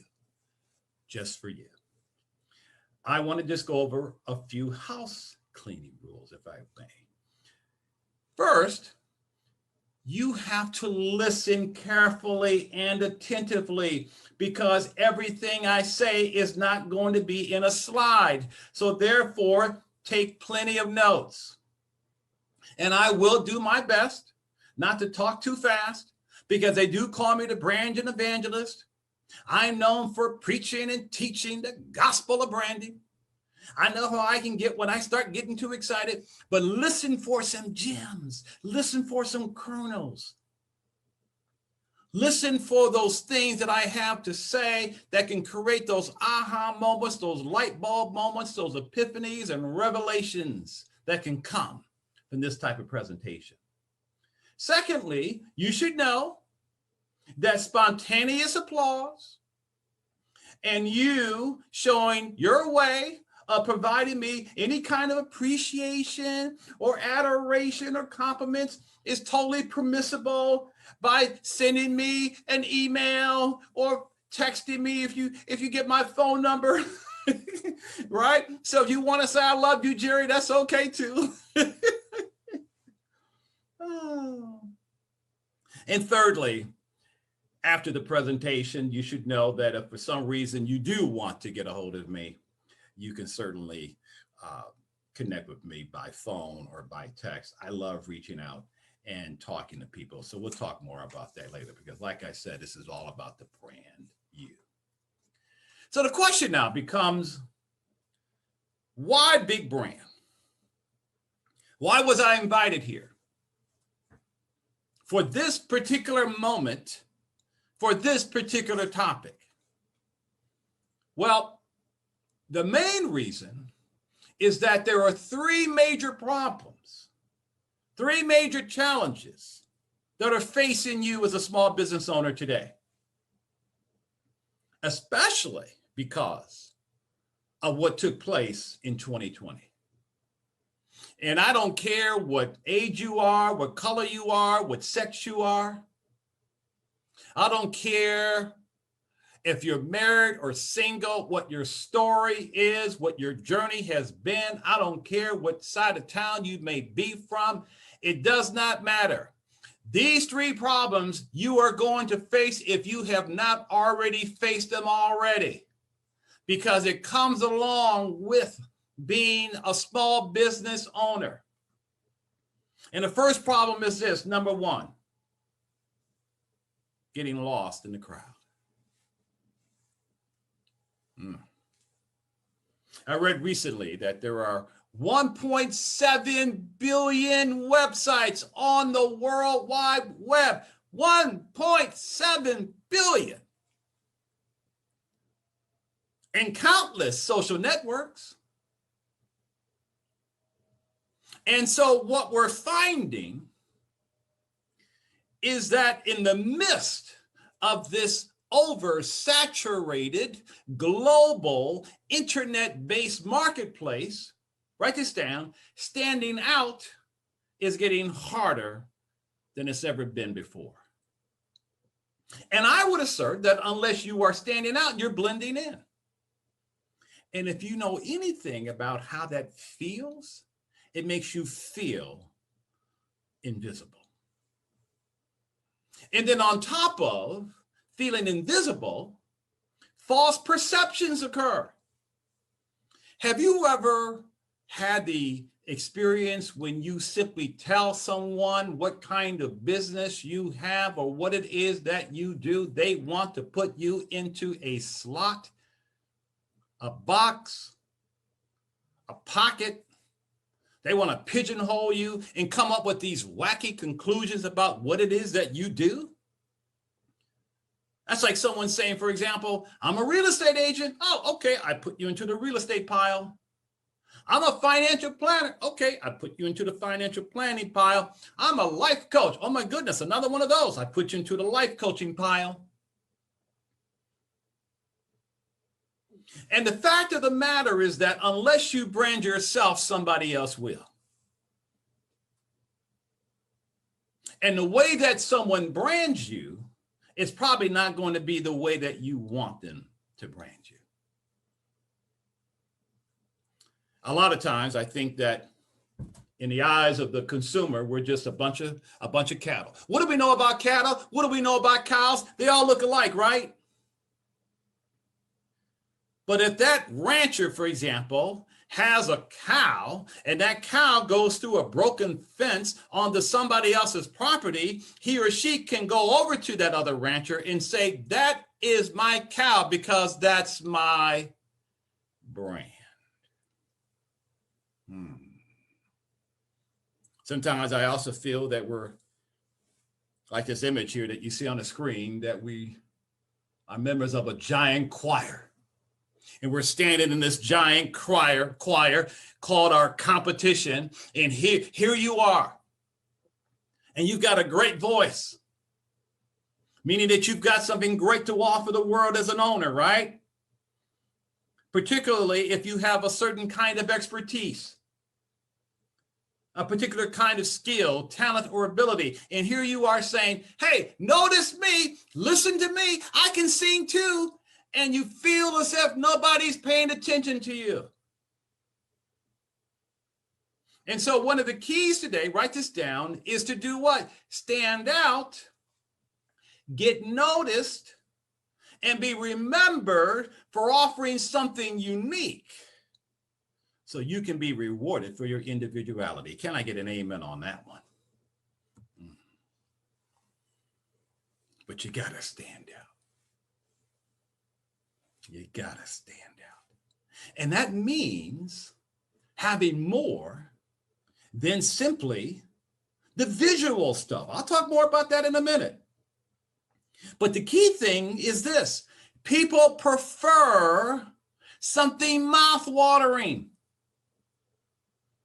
Nowadays, you cannot be in business and put something out that is perceived as being ordinary as opposed to extraordinary. because people prefer mouth-watering brands over something that's plain ordinary, particularly if it's any kind of product or service. I mean, think about it for a second.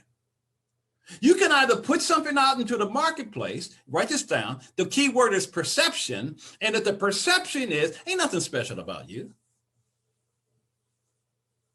And so if that perception occurs, then they see you as what? Plain vanilla. As opposed to something that's mouth-watering. So think about it for a second. If you were going to an ice cream shop, if you were going into a yogurt shop, do you want just plain vanilla, or would you rather have what you see on the right side of the screen? You want something that's got toppings on it, right? I mean, you want, hey, put on the chocolate sauce, the chocolate fudge, the whipped cream, put on a cherry. I want some nuts, right? You want toppings. And so therefore you have to do what? You must serve something up that people find irresistible. Does that make sense? You know, it's so funny. Not long ago, I had a craving for a hamburger. So I went to Five Guys Burgers and Fries. And so after I placed my order, as I was standing around waiting for my order to come up, I saw this sign that they had right there in the Five Guys restaurant that said 2 patties, gooey cheese, a heap of fresh toppings, and crispy bacon. Who wouldn't want that? As opposed to a plain hamburger. Am I talking to anybody but myself? And so you have to make that choice. You have to make the decision that you're not ordinary. Which then leads to problem number 2. And that is, there's no discernible difference between most companies, watch this, when you start going from website to website, person to person, business versus the competition. This is an image of a lingerie model who was born without legs. And she said, I know what my brand is, and my brand is that I'm sexy. I don't need legs to feel sexy. My question to you is, do you know what differentiates you from others? My friend, the simple truth is that today, people have expectations. We live in a world now, internet-based, as I shared earlier, that revolves around people not only preferring mouth-watering brands and doing business with folk who don't appear as ordinary like everybody else, they are now expecting you to not only meet their expectations, but perhaps to exceed them. And you know what's interesting about that word, expectation? Think about that for a second. As human beings, we all have expectations pretty much in many, many areas. If we flip a light switch, assuming the bulb hasn't burned out, we expect what? We expect the light to come on. If we hop on a plane, we expect to have that plane take us to our destination. We may not get there on time, but we do expect to land, am I right, at our destination. If we put a letter in a mailbox, we expect that letter to do what? To be delivered to who it is being sent to. And so the fact of the matter is that in branding, one of the core ingredients of having a mouth-watering, irresistible brand is to nail down the expectations that people have when it comes to your kind of business, and then your job is to go beyond them. Because make no mistake about it, consumers today know they have many choices. The internet has changed everything. Back in the day, think about it. Before the internet, your competition was who? Probably somebody within a 3 or 5 mile radius of where you lived or worked, right? That was your competition. But now your competition is what? Global. And consumers are very discerning. They're very savvy. We know that as consumers, if we're sitting at our keyboard, we can just go ahead and at the touch of our fingertips, we can check out anybody around the world. And so the expectation that your target audience has, we'll talk more about this later, is that they want to get something from you that's going to give them the kind of brand experience that is promising and positive. They want and expect a promising, positive brand experience.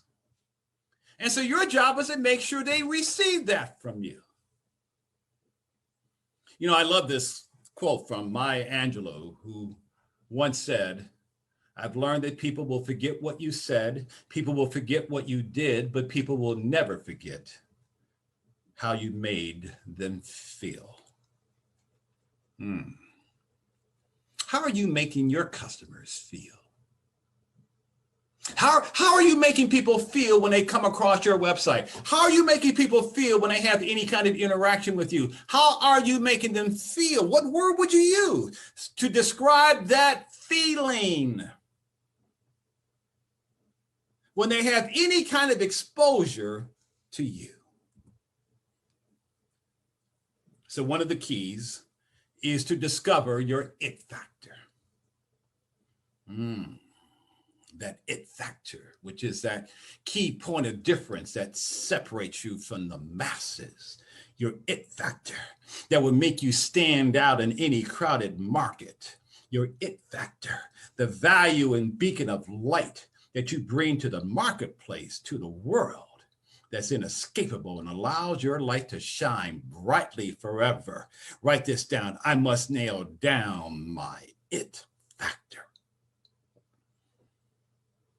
for 2021. And let me tell you something. Your it factor goes beyond simply telling people what it is that you do, or simply telling people what it is that you offer. Because anybody can match or beat a resume.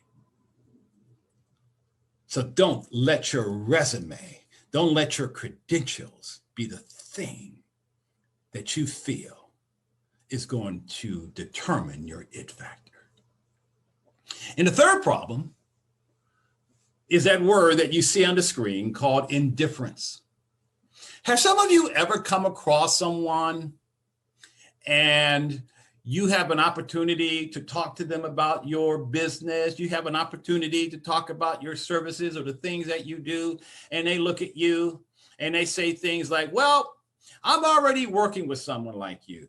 Or, well, I've already talked to some people who do what you do. Or I kind of have my mind made up about who it is that I feel can give me what I'm looking for. And they literally cross their arms like the woman you see in this slide, where they basically are saying, my mind is made up and you can't change it. You ever come across that person? I mean, they're literally saying to you, I've got a company, I've got a person, I've got a vendor, I've got a whoever or a whatever that can give me what it is that I need. I don't need anybody like you. I'm fine.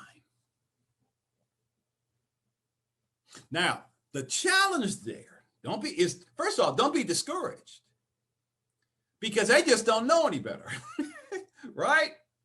Because if your brand, watch this, is strategically put together and anchored and rooted in those things that will make your brand not only irresistible, but will make your brand as the brand of choice, because it is going to be looked upon and perceived as being as interesting and special and valuable as possible, and you are able to let them know that there are certain advantages that your brand provides, then not only do you have the opportunity for that person, that customer, to be separated from whoever or whatever, they can have a divorce. Can I get a witness? Am I right? And see, it's been shown in branding that one of the main reasons that will cause someone to switch from one service provider to another, to switch from one product to another, said another way, to switch brands, is when it's brought to their attention that there's a better alternative. And so you've got to go, what? An inch wide and a mile deep to put something out into the marketplace that not only goes beyond their expectations, it's something that they've never heard or seen before.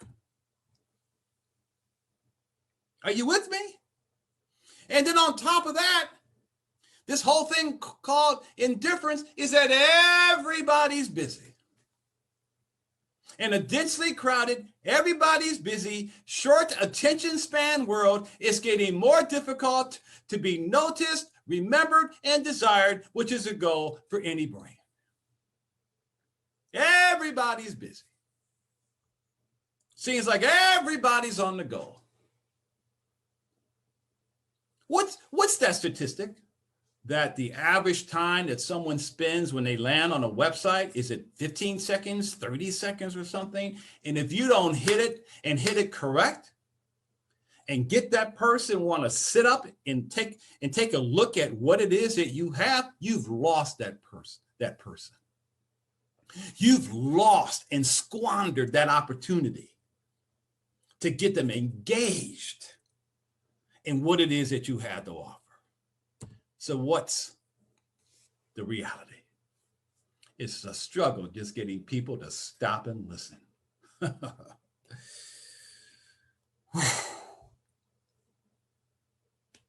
How many of you have come across that situation when you find yourself simply asking a basic fundamental question such as, can you return my phone call? Am I asking too much for you to reply to my text? Am I putting you out of your way if I request that you put your name and email address in a form so that I can give you something for free that will bless you? Am I asking for too much? And it's frustrating. And it can hurt. Been there, done that, bought the t-shirt, the mug, and the DVD.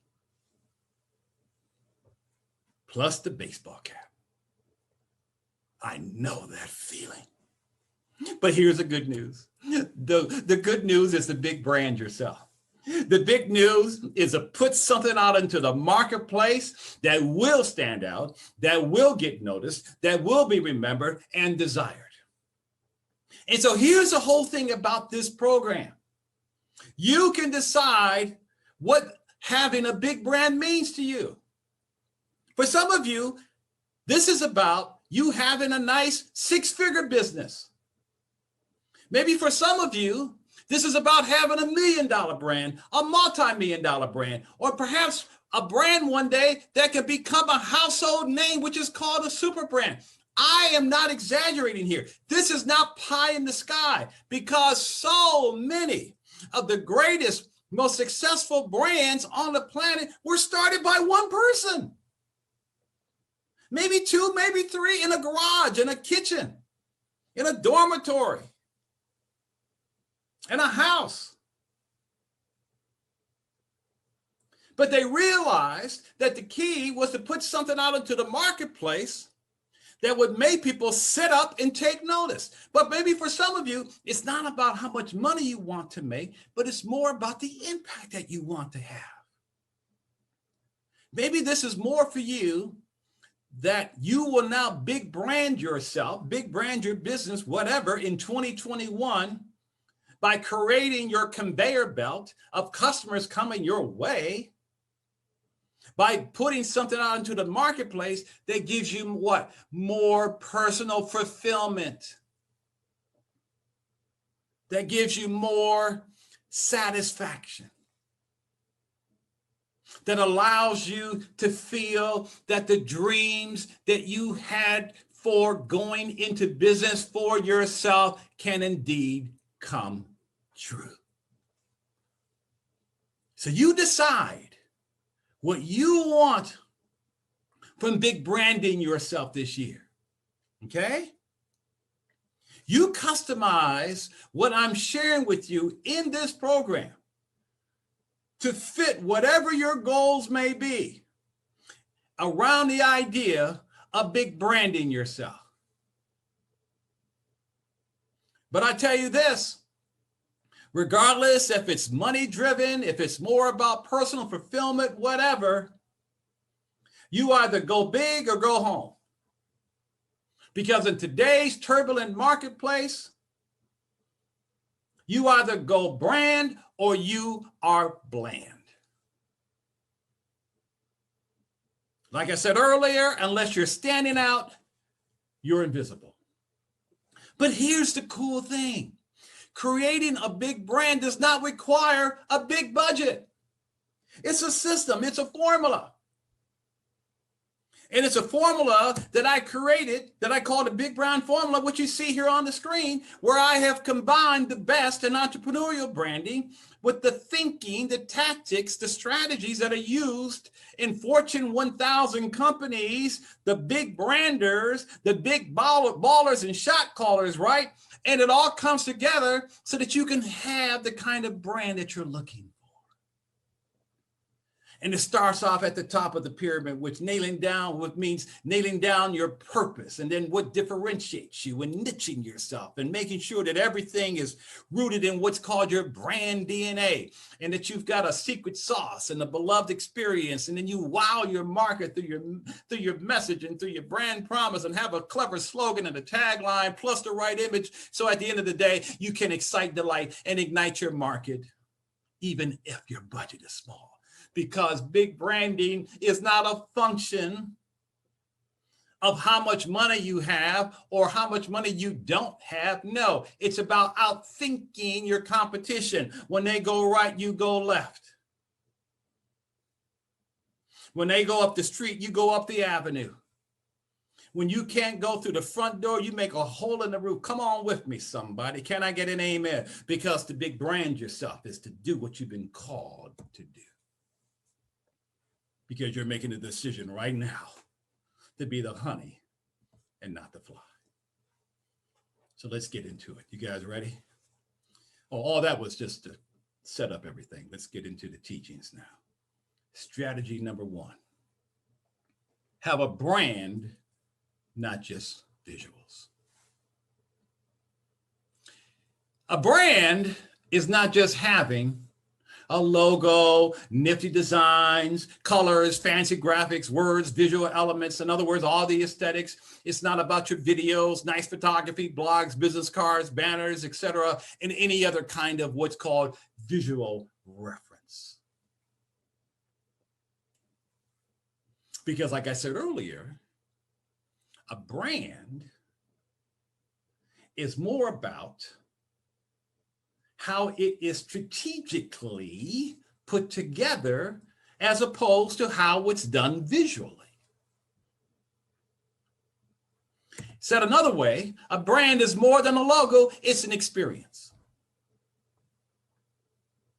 Because people today, watch this, not only buy into things for satisfying their own needs and wants, they buy the experience you offer. In other words, they want to feel good about their purchase. So think about it. Let me talk to those of you who offer services.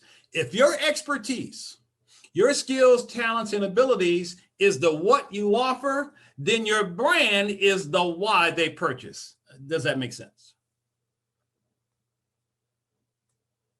And for those of you who have a hard time grasping that a brand is more than a logo, a brand is more than a website. A brand is more than what people can see, the window dressing, the photography, all the aesthetics, right? And all that stuff. Let's take Coke and Pepsi. I doubt if the Coca-Cola people prefer Coke because it's in a red can and the Pepsi people because it's in a blue can. It's what's inside the can that counts. So my question to you is, what's inside your can? Meaning you have to give people what? Write this down. A compelling reason to choose you over the competition. So a brand, in essence, is a promise. That's what a brand is. It's a pledge. A brand is a promise or a pledge of an undeniable positive customer experience. Now, notice the words that I'm using here. Undeniable and positive. Positive must always be there. However, you may prefer a different word than undeniable. That's your choice.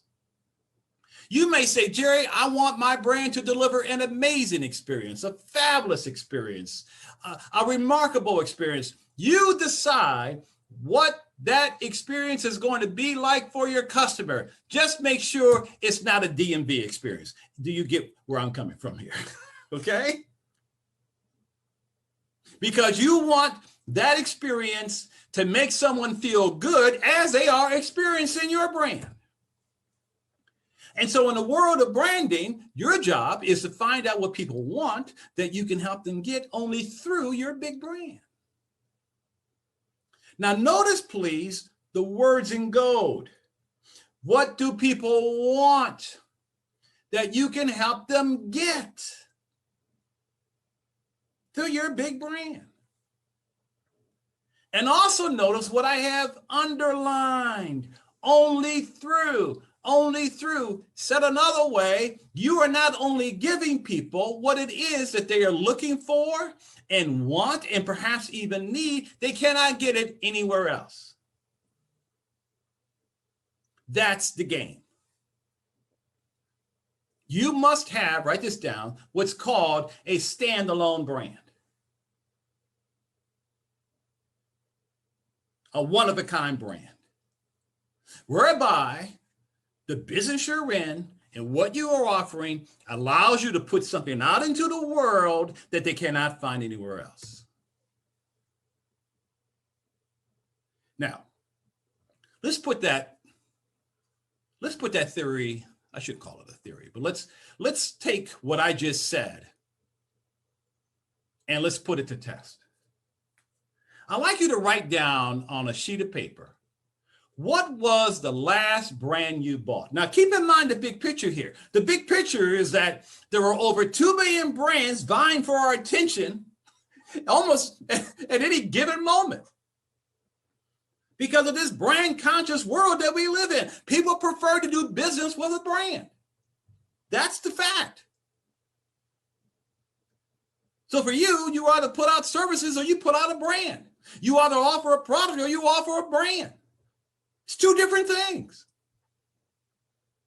But in our world today, people prefer certain brands. So my question to you is, please write down, what was the last brand you bought? Just write down the brand name.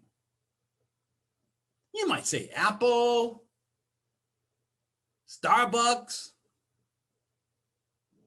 It might be a certain brand of automobile. It could be something that you bought on Amazon. Just write down whatever that brand name. And then the second question is, what was the reason you chose that brand? So you might say, Jerry, I chose that brand because I like the way it tastes, or I like the way it feels, or I like the way it looks. Are you with me?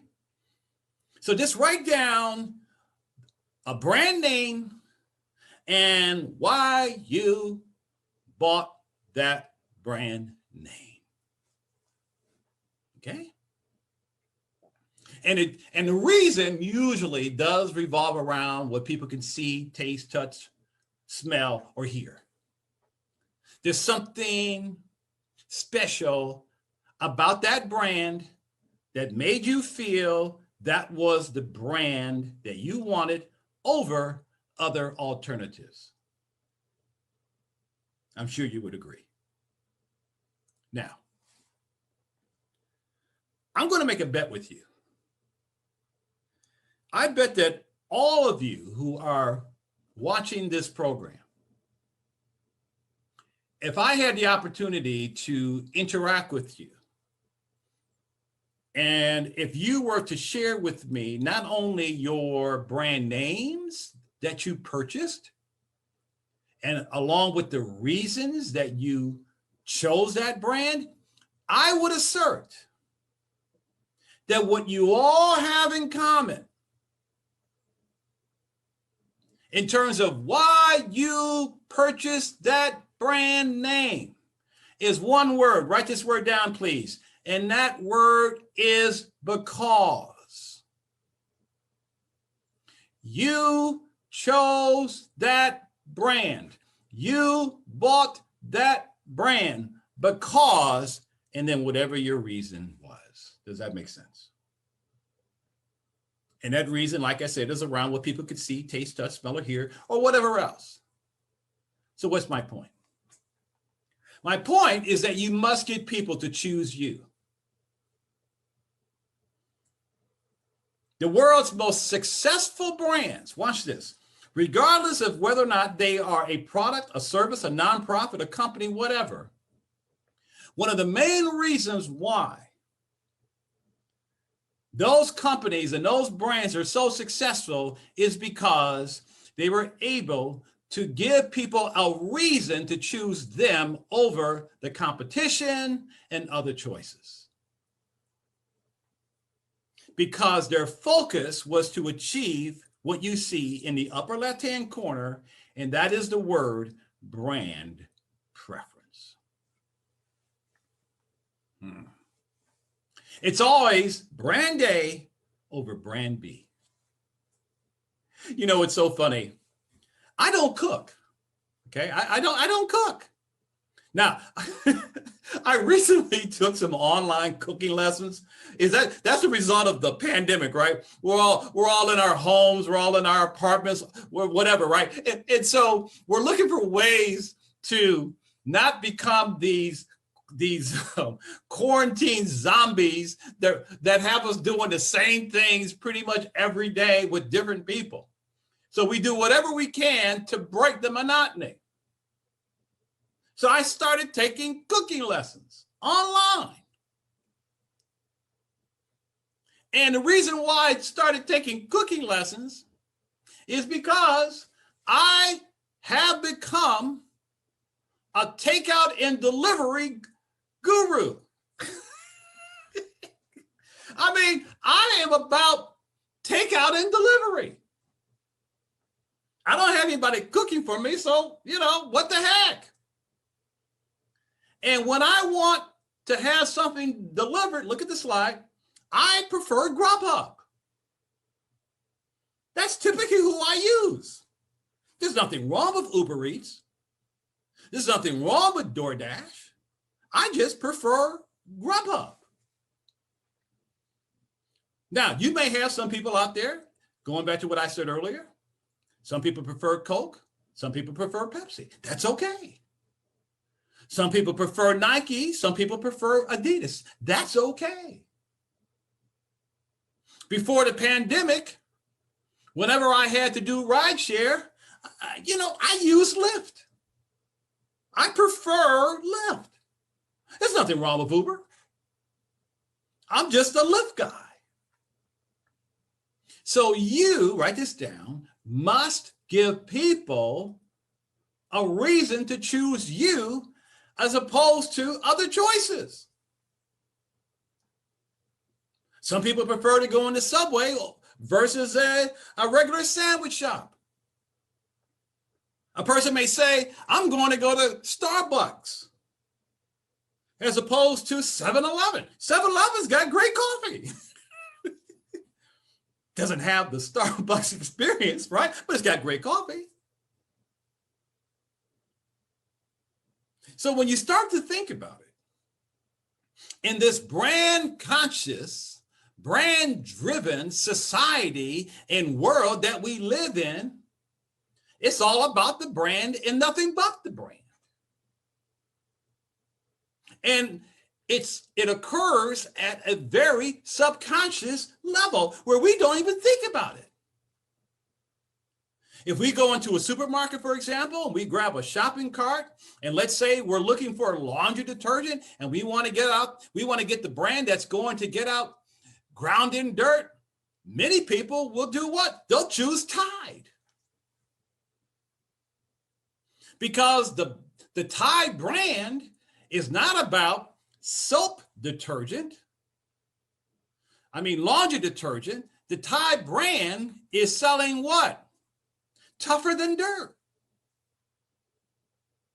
And so we associate tougher, talk Jerry, tougher than dirt with the Tide name. My question to each of you is, what are you presently associating with your brand name? Are you simply putting out on your website or your communication platforms that you have services to offer, or you do this and you do that? That's not compelling. Remember, it's about what's inside your can. And the second strategy is to follow the proper sequence, which I call the golden triangle. So right now, please draw a triangle on a sheet of paper. And at the top of the triangle, please write the word brand. Lower left-hand corner, write the word market. And the lower right-hand corner, the word sell. And what that refers to is the fact that you don't put the cart before the horse. Because whenever you're looking to scale up or level up or have more impact, you must brand, then market, and then sell. It's always branding, followed by marketing, followed by selling. They're like a three-legged stool. All three legs have to be in place. If one leg is wobbly, if one leg is missing, you're in trouble. But it also suggests that one leg is not more important than the other. Branding is certainly not more important than marketing. And marketing is not more important than selling. And selling is not more important than branding. They're equally important. However, the three have to be integrated properly, working together to have the kind of impact that you want to have in the marketplace. Are you with me? And the job of branding is to differentiate you. The job of marketing is to get people to pay attention to that difference and desire that difference. And the job of selling is to go ahead and do what? Pay for it. So a branding is about you differentiating yourself, saying to the world and saying to the marketplace or saying to the community, whoever or whatever your target audience is, you are saying, I've got something that matters to you. I've got something that is going to give you exactly what you're looking for. And then the job of marketing is to get that person to pay attention to you, to notice that difference, to see that you've got something interesting and appealing to them. And then the job of selling is to get people to pay for that difference. Now, let me break it down this way. I gotta go on back to Detroit on this one. Let me break it down this way. Branding will get you known. Marketing will get you found, and selling will get you paid. Amen? Because at the end of the day, it's about getting known, getting found and getting paid. All of us are in business to be seen, be heard, and to make money. It's all about the brand, followed by the marketing, followed by the selling, which means you nail down your brand first, and then you market and sell the heck out of your brand. It's that simple. So you don't put the cart before the horse. You don't think about how can you close more sales. You don't think yet about, well, should I be doing social media or setting up marketing funnels and on and on and on until you nail down what your brand is. So your goal must be to give your brand the strongest body, voice, and spirit possible. And then you bring it over to your marketing so that what? So that that brand can be brought to life creatively by coming up with the best way to express the uniqueness of your brand visually. And then as you are developing your marketing, you are also creating how you are going to monetize your brand. Should you create courses? Should you offer programs? Should you do this? Should you do that? And then the job of selling is to go out there, shake the bushes, get the leads or conversions, and make the money. And so if you are engaged in strategic branding and not visual branding, as you are in the process of giving your brand the strongest body, voice, and spirit, you are giving your brand its soul, S-O-U-L. And if that soul is communicated properly through your marketing and you hit the right branding chords, then the rhythm of your brand will dance in harmony to the beat of your market, which will then in turn spark lucrative competitive separation and ignite sustainable business growth. Can you say and write down right now, ka-ching, ka-ching, ka-ching? And that, my friend, is how you scale up and make more money than you ever imagined. Can I get a high five from somebody today? And so if you think about it, if all you do is tell people what it is that you do, if all you do is on a website or whatever that communication platform may be, if all you do is show your courses and your programs, this, that, and the other, and that's how you are presently defining who you are, then brand preference is not going to happen. You have to give people a valid reason to choose you over the competition, as I said. See, in the big picture of branding, there's 3 basic levels, okay?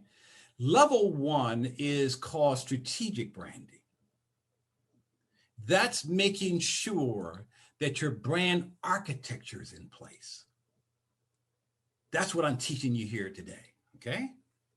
That's making sure that all the key strategic branding components have been brought together so that you can have the strongest, most solid, multi-layered brand foundation that you can build out from. And then once that work is done and you have a solid foundation, then you go to level 2, which is the visual branding.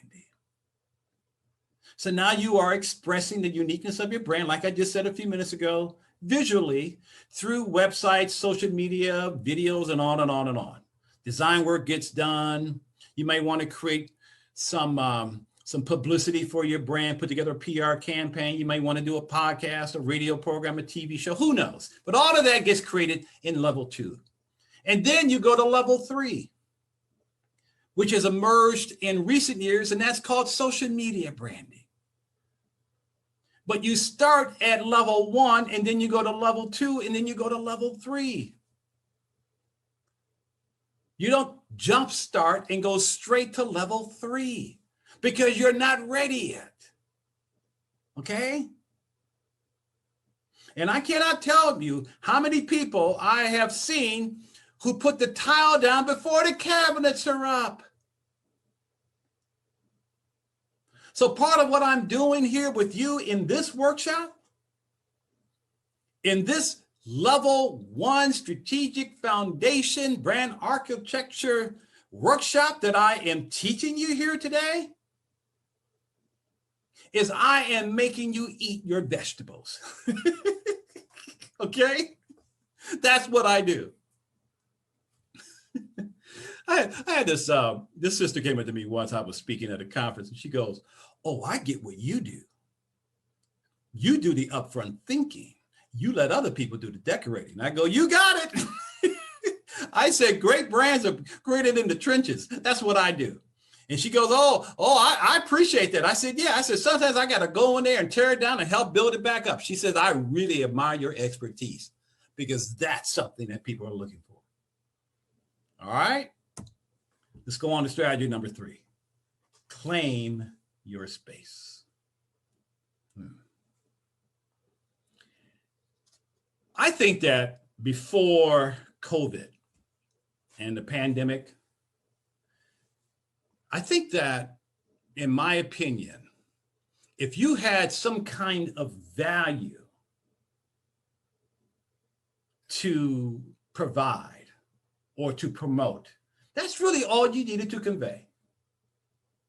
In fact, I would assert that you could count on getting seen, being heard, generating leads and conversions that resulted in making money by focusing on, let's say, social media and doing some online marketing and doing both of that the right way. I really do believe that. If you could just nail down what your value was and then put it out there the right way. In fact, if your primary aim was to get yourself noticed online for all the right reasons, make yourself credible, and attract new clients through social media, you could expect certain opportunities to present themselves. Now, don't get me wrong. I believe in the power of social media. I believe in the power of smart online marketing. Because to get ahead in any company, particularly in today's times, you have to harness the power of social media in online marketing. But in order for you to have the strongest brand possible in 2021, that will get a conveyor belt of customers coming your way, it's not only important to do all the things that I shared with you already, you must position yourself as being what? Preeminent in your industry.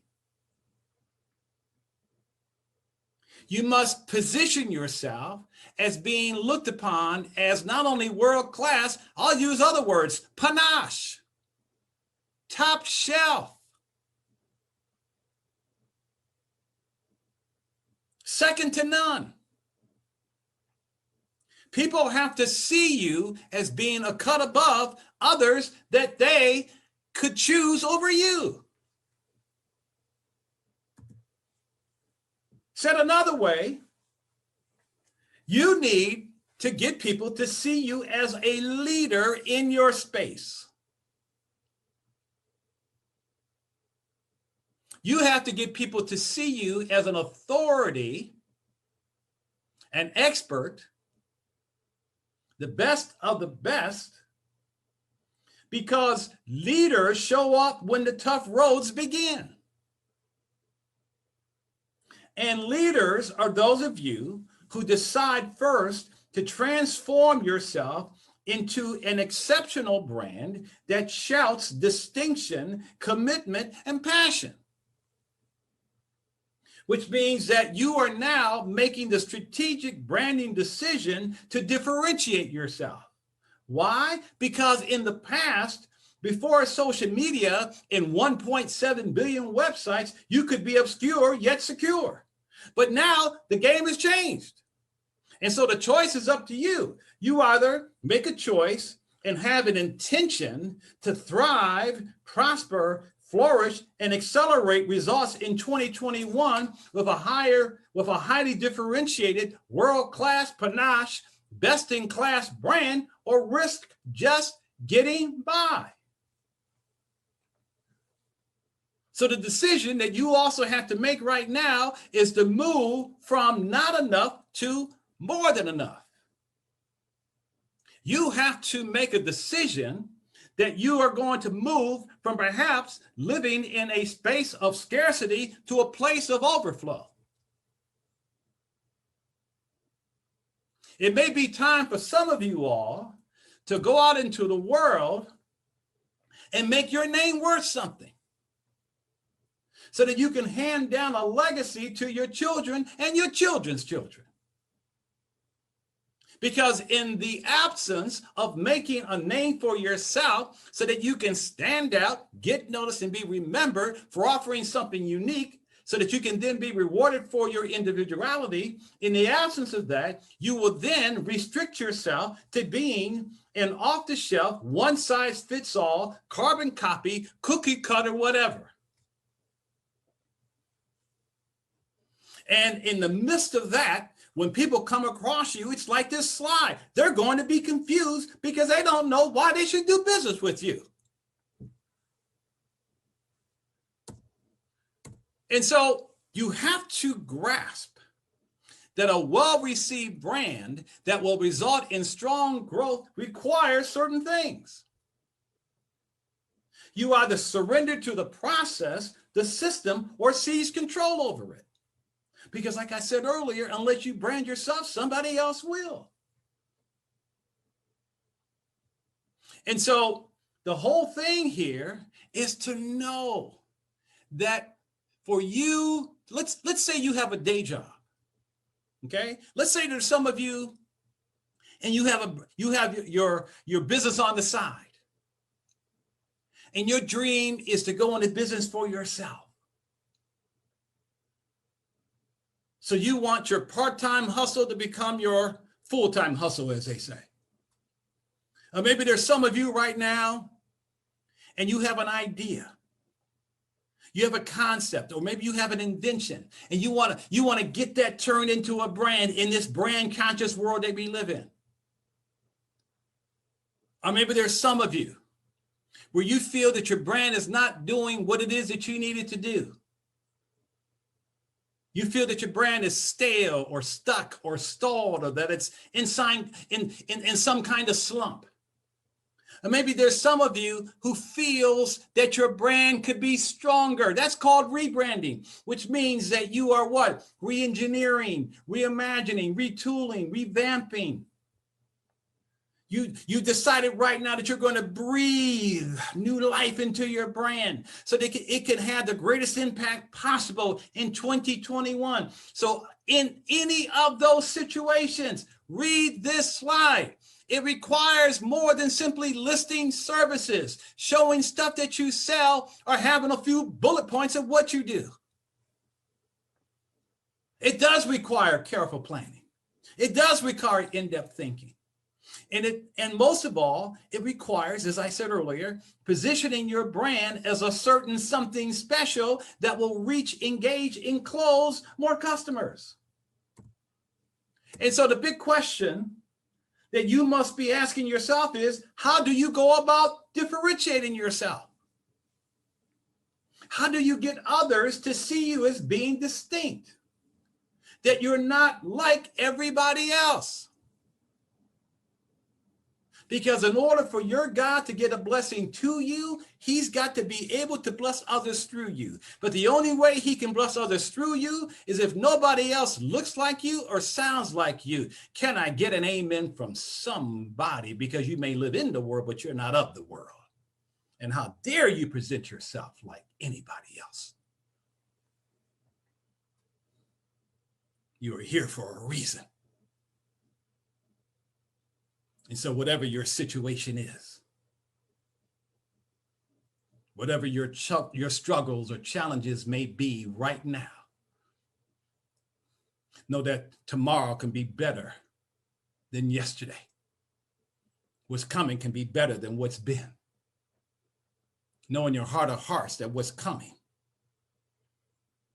will be far greater and far better than what's behind you. because you were born to be on the top and not the bottom. You were born to be the head and not the tail. So don't be afraid to be different. I think for so many of us, we are swimming in the shallow end of the pool. And it may be time for some of you right now, as you're listening to my voice, it's time for you to go to the deep end of the pool.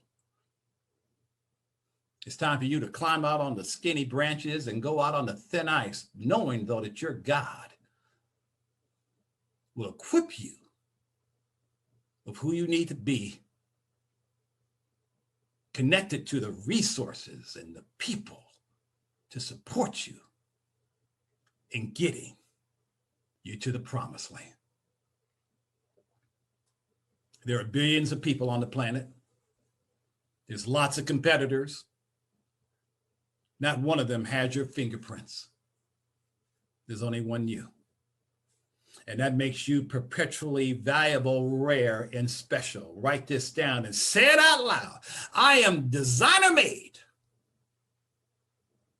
There's nothing about me that would even suggest that what I have to offer is like finding clothes on a clothing rack. I am designer made. You're not like anybody else. And so your primary aim, my brother, my sister, is to deviate and not conform. You must go against the flow, go against the norm, not try to fit in, be distinct, or risk being extinct by being willing to paint outside the lines, go outside the 9 dots, by clarifying and communicating what makes you different and special, and using those special qualities that you possess to separate yourself from your peers to gain the unlimited opportunities you deserve while producing the results that you're going to be paid to produce, or to produce, because you are designer made. So you must innovate and not imitate. It requires that you be consumed by the pursuit of mastery of a skill, and to be so good at what you do and meticulous about it that you become invaluable. You see, I've learned in my 30 plus years of doing this work and having helped over 100,000 small businesses, like I said earlier, from over 600 different industries, what I have discovered is that opportunities are always there for those who possess 3 things: a craft, which is a marketable skill or expertise; distinction, which means that you will be memorable; and production, which means that you deliver. And that's always been the case. It always fascinates me when I look at the folks who are creating and putting out these brands that make them millionaires and multimillionaires within 1 or 2 years. And I say to myself, that is not reserved for certain people. That is not limited to a certain type of person. That can indeed be you as well. Now, don't get me wrong. Entrepreneurship, security vanishes if all you really focus on is making the money. Because one of the keys around what you see on the screen is to be purpose-driven and not money-driven, which means that you must connect your business to a higher calling than simply wanting to make money. It means that if you make it a point to wake up every morning doing what you are supposed to do and meant to do and want to do, you will find that not only will your passions and your level of enthusiasm carry you through the good times and the bad times. It will carry you through the flames and through the storms, knowing that at the other side, there is always hope and glory. You will discover that you will be able to put something out into the marketplace that not only allows you to do what you were born to do, but you can put something out into the marketplace that will be hard for the world to ignore, that can make your name unforgettable. Because at the end of the day, you've got to be able to say to people, what sets me apart from others is, or unlike others in my area of specialty, what I do different is, or what separates me from others who are in my field is, right? Are you with me? You must differentiate yourself, because on differentiation is where great brands thrive or die, is in how you differentiate yourself. You see, the branded leader is always on the move. The branded leader always has something important to say and knows how to say it. Because your goal must be to do what? Say the right things the right way to the right people. Am I right? And the branded leader always has something worth paying for and knows how to communicate that, because at the core of having a strong brand is having what? A strong brand message. So what I'm saying here is that people don't just buy brands.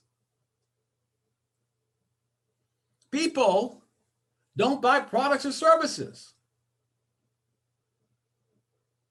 People buy brands that will do certain things for them. In fact, I would assert that people prefer to do business with brands, and I say people, meaning the consumers in general or the buying public.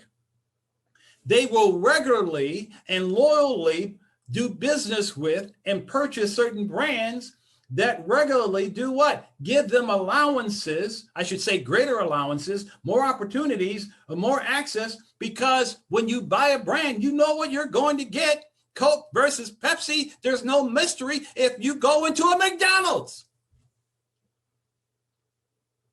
You know exactly how everything's going to taste. And so from that perspective, the brand is what? A mark of trust.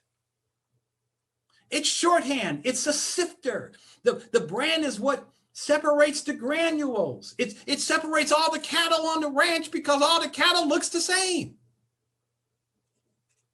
And so think about it. We buy Tide detergent because it's the best against dirt. If I were to ask you, if you want something to be delivered the next day, who are you going to use? FedEx or the post office? You're probably going to prefer FedEx. Why? Because it absolutely, positively will get there the next day on time. Because that's what you associate with FedEx. What do you associate with the post office? I hope it gets there. It might get there. I better cross my fingers and put a rabbit's foot in my back pocket. Shoot, I need to start sending up, burnt offerings to the Lord.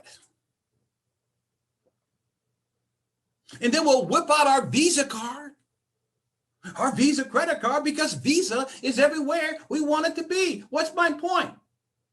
My point is that if you go back to the three key characteristics that I mentioned earlier, craft, distinction, and production, when you are committed to your craft, your intention is to be incredibly good at something. And then you distinguish yourself, knowing that the only way your God can get a blessing to you is by blessing others through you, which means that it's time for some of you to not only go to the deep end of the pool, you need to go to the deep end of the pool and not worry about drowning.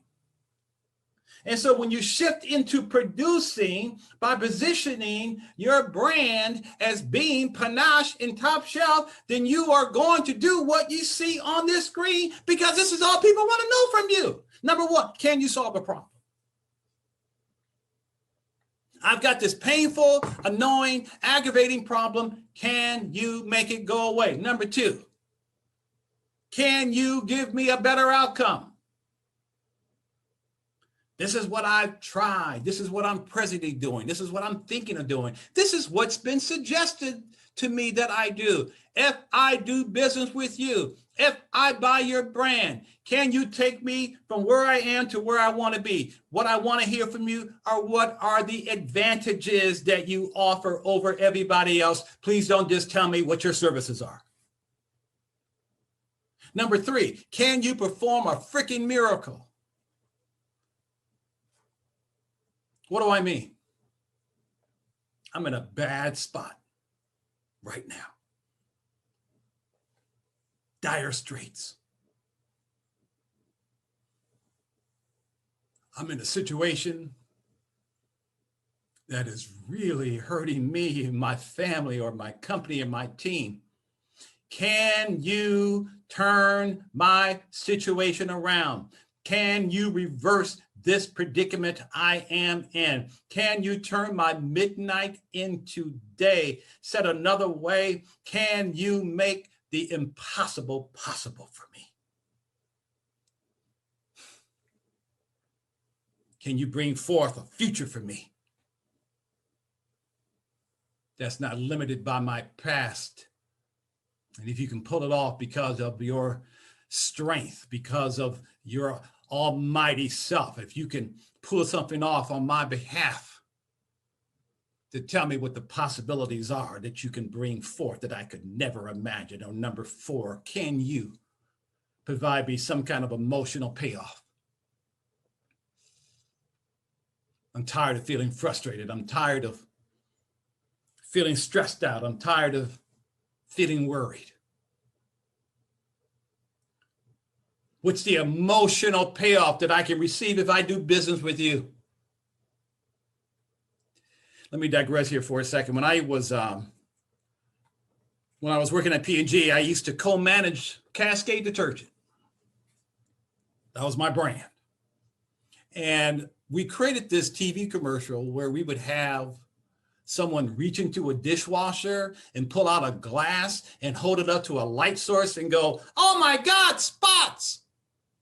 I can't put these glasses out. I got my mother coming over here in 15 minutes. I got company coming in 30 minutes. Oh my God, the sky is falling. The sky is falling. I've got spots on my glasses." Now, here is the deal. We determined that what drove the sales of Cascade Detergent was not so much about our brand promise, which was virtually spotless dishes, but you want to know what really drove the sales? Was telling people they did not have to feel embarrassed by how their dishes looked from coming out of the dishwasher. The research showed that what most consumers cared about was how their dishes looked from the standpoint of not feeling embarrassed. And so we created this whole branding campaign called No Embarrassing Moments, and it shot our sales through the roof. And so right now, I want you to think about what you see on this slide. Okay? Can you solve a problem for someone? Can you give them better outcomes? Can you perform a miracle? Is there some kind of emotional payoff that you provide? You tie a ribbon around it, name it, frame it, blab it, and grab it, be in it, and walk in it, and it spells what? Your undeniable benefit to your customer, which shows up as your sizzle. Because nowadays you must sell the sizzle and not the steak. You got to sell the bubbles and not the champagne. It's the whiff of the coffee, not the coffee, that drives the consumer to make a purchase. What are you willing to sell? So how do you figure this out? Ask yourself, when it comes to your ideal client, what's their biggest complaint? When it comes, think about this. When it comes to a company like yours, what are they sick and tired of putting up with? Excuse me, let me rephrase that. When it comes to a company like yours, to what you offer, to your ideal customer, to your ideal client. What are they sick and tired of putting up with? What's not working that they want to have work better? What would they like to change for their better? So that you can say that with your brand, they can get that from you and only from you. When I, going back to my P&G days, I used to work on ERA, E-R-A, liquid laundry detergent. And I used to work with this guy named Dean Butler, and Dean was the brand manager of Ivory Liquid. Now, I know this sounds crazy, and he worked in the cubicle behind me. And so we used to do a lot of work together. Ivory Liquid and ERA, right? So years later, and this was after I had left, the story goes that Dean took his wife to an optometrist because she had broken her glasses. And they asked the optometrist, when can the glasses be fixed? And the guy said, well, come back in about 10 days. And Dean goes, 10 days? What is she supposed to do in the meantime? Walk around blind or something? The guy goes, well, I'm sorry, but that's just the way it is. So Dean and his wife stormed out of the guy's office. He took the next year or so, analyzed that industry, quit his stellar strategic branding position in the brand management field at P&G, mortgaged his house, and started a small business called Lens Crafters with the promise of eyeglasses in an hour. Are you hearing me? Are you getting this? Find your opportunity. Where's the gap? Ask yourself, I wonder if I did something that the world had never heard or seen before. I wonder if people will gravitate towards what I have to offer. I wonder if. That's what Howard Schultz did. He went to Italy, looked at how Italians enjoyed drinking espresso in espresso bars, comes back to America, to his little coffee cafe that he had just purchased, and he goes, I wonder if I serve up espresso-based drinks and not call it coffee, but come up with words like espresso, and not only espresso, but cappuccino and frappuccino. And I can't have small, medium, and large. I got to have venti and grande. I wonder if people will buy my brand if I call it Starbucks. What is your I wonder if question going to be? Said another way, what's going to differentiate you from the rest of the crowd? My point here, and we're coming down the home stretch here, by the way, it's all about creating and delivering, write this down, unrivaled value. Because when you are in touch with your unrivaled value, not what you do, I don't care about your credentials, I don't care about your education, none of that matters. It's all about unrivaled value that conveys to the people in your target market that you can do it better than anyone else without you having to say you are better than anyone else. When you are able to do that, you project, write this down, what's called an aura, A-U-R-A, an aura of uniqueness that differentiates you, that distinguishes you, that creates a real and perceived advantage in the minds of others around what it is that you provide. And since branding is about, big branding, I should say, is about stimulating precise, meaningful perceptions about who you are, what you stand for, and what you can be counted on to deliver, you, of course, then want to project your best qualities by saying to your target audience that they can feel a certain way around what it is that you have to offer. So that in turn, you are now the honey and not the fly, because you are now doing what? You are getting people, write this down, pre-sold on you. They're pre-sold. Think about it. When we go online, or when we go into a supermarket, or we go into any kind of store and we grab our shopping carts and we just start going down these aisles and we start picking up brands, we grab those brands because of what? We're pre-sold on the brand. And we like the brand, believe in the brand, and we are loyal to the brand because we feel the brand provides a level of provides a level of unrivaled value unlike anybody else. The magic word is pre-sold. And so the question right now becomes, what? Write this down. What do you want your name to be associated with? What do you want people to come to mind when people hear your brand name?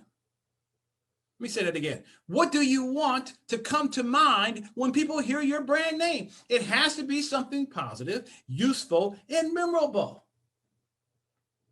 And it has to pivot around those things that set you apart, create value, and fill what's called an unmet want, because it spells benefit to your customers and more money in your bank account. So you tell your target audience what to think about you. You tell your target audience it's time to start forming certain beneficial perceptions and opinions about you. It's designed to tell people that you have an uncanny ability to pull something off, that you have an ability to deliver something that your peers are ignoring, and that you provide attention to details that make everything you do seem like a work of art. And the reason why I know you can do that is because if you're like me, you're black too, and you know that we stand at the top of the heap because of our culture. And so it's about finding your buzz in 2021. It's time for you to tap into your poetry. It's time for you to tap into your juice.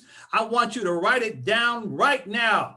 I've got the juice. I've got the juice. I've got the juice. Because you are distinguishing your brand by your defining characteristics, revolving around what's called your brand DNA. Because you are kings and queens. You are kings and queens.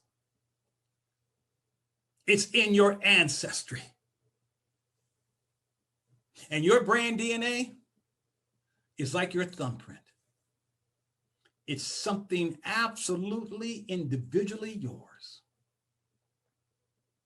And so the magic of big branding for any type of small business occurs when you are willing to promise and offer something that nobody else does, and communicate in a way that no one else does, and to show up like nobody else does, because that's who we be. That's how we flow. This is about now assuming your throne and claiming your space.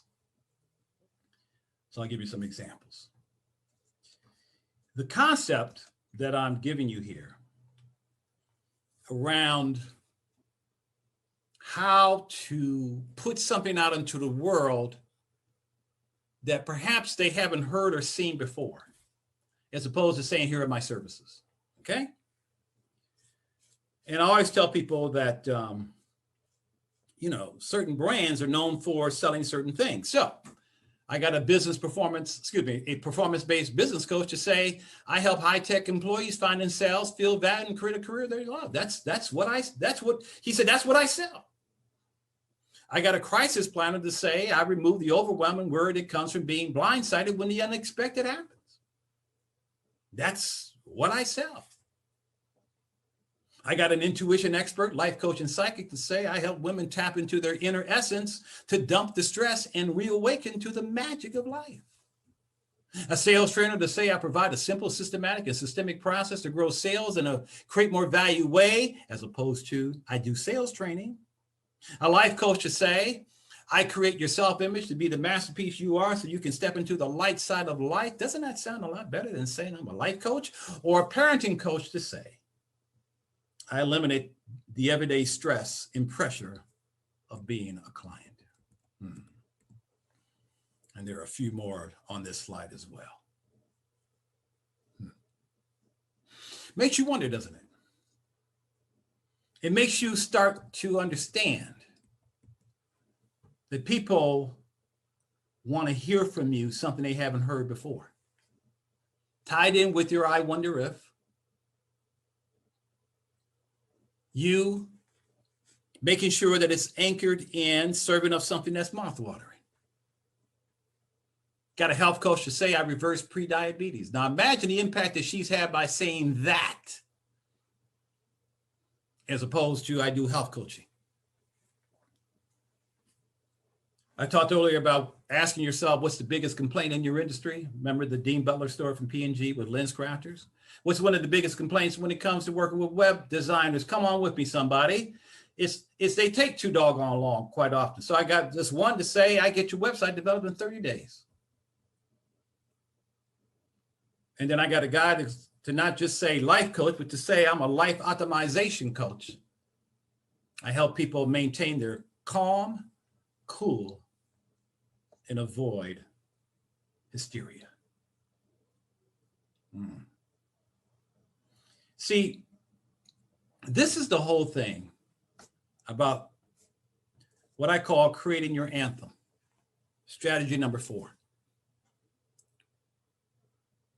Airbnb does not sell home rentals. They're in the business of selling belonging anywhere. Nike does not sell gear, athletic gear and merchandise. They sell belief. Going all the way back to Air Jordans. Think about that.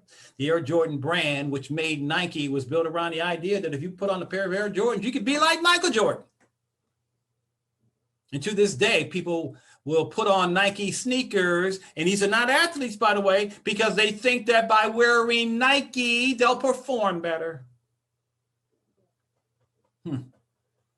DollarShaveClub.com guy said, we deliver high quality razors to your front door for a few bucks a month. Create the idea in his house. Sold the business for $5 billion in 5 years. What's going to be your anthem? See, I've learned that there are 3 levels that we can play at. I'm going to throw this in for free. There's me too, me special, and me only. When you're looked upon as a me too brand, you basically sound like everybody else. In the moment someone feels that they can get the same thing from you somewhere else, they have now labeled you as being generic. They have commoditized you. You are looked upon as just a slice in the loaf, a penguin in the flock, another sheep in the herd. And when that happens, you are forced to compete not only on price, but availability. You're looked upon as an imitator. When you think that you are special, this is those of you who will say to me, well, Jerry, no, I'm different. I go, really? Prove it to me. The main question I have is, are you relevant? Is what you are saying resonating with people? I'll know that by looking at your numbers. Because there have been a lot of great brands in the history of branding in America that started off as incredible rock star brands that lost their differentiation and their unrivaled value because they did not make themselves one of a kind. They became impersonators. And then they slowly died and went away, for the most part. Does the name MySpace ring a bell? Whoever thought Blockbuster would go out of business? AOL, still around. BlackBerry, Radio Shack.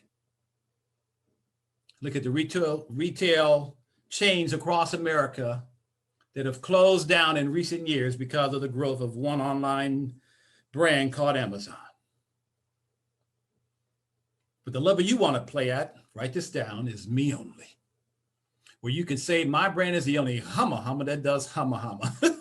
slow everybody right down, ka-ching, ka-ching, ka-ching, because now you've made the strategic decision to be looked upon as an innovator and not an imitator. One time I had this adorable couple who came into one of my workshops, and I asked them, what do you do? And they said, we do marriage counseling. Now, listen, you remember at the beginning I said, just by people telling you what they do, we put them into a box, a slot, a pocket, right? And that's what I did with them. I was like, oh my God, marriage counseling, can you get more Me Too than that? So make a long story short, I got them to instead say we're the only counselors that has a make, love, last system for married couples, most of the United States, who not only want their marriages to flourish, but for he or she to know that you are the only one for me. In an era where so many people wonder, is true love even possible for me? My point is this. For people to pay you what you're worth, my king, my queen, they must see you as the only one who does what you do.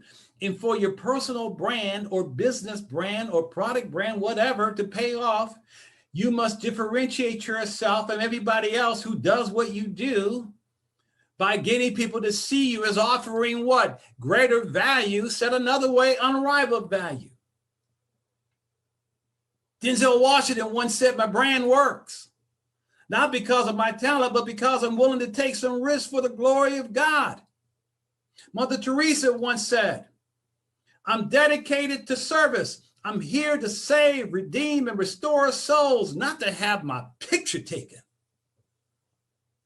And Walt Disney once said, all I've ever wanted to do was create magical moments that transported people to another place. And I gave it to them.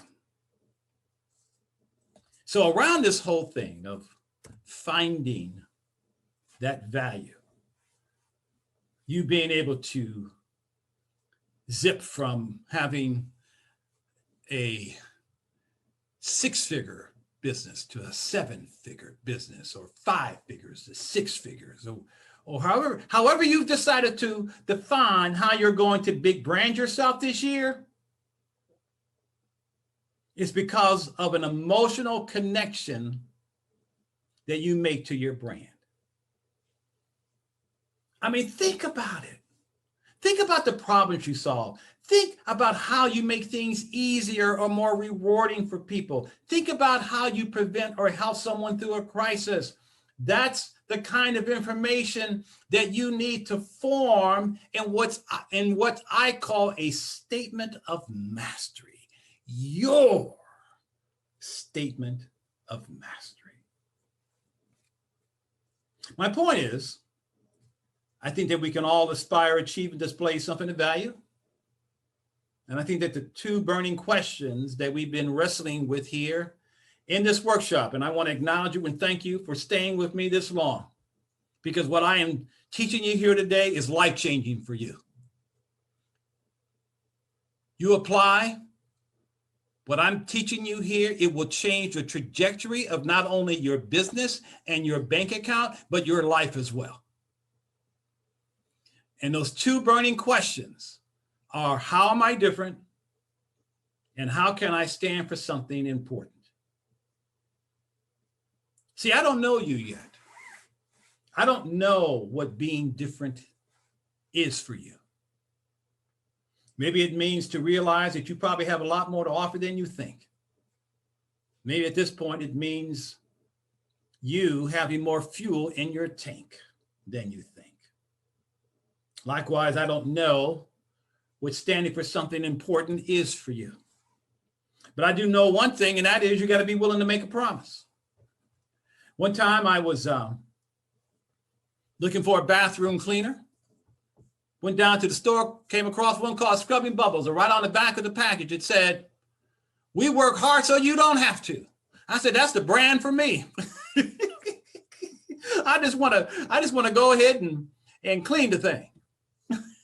in a little commercial with the little scrubbing bubbles, right? So I wasn't buying a bathroom cleaner. I wasn't buying scrubbing bubbles.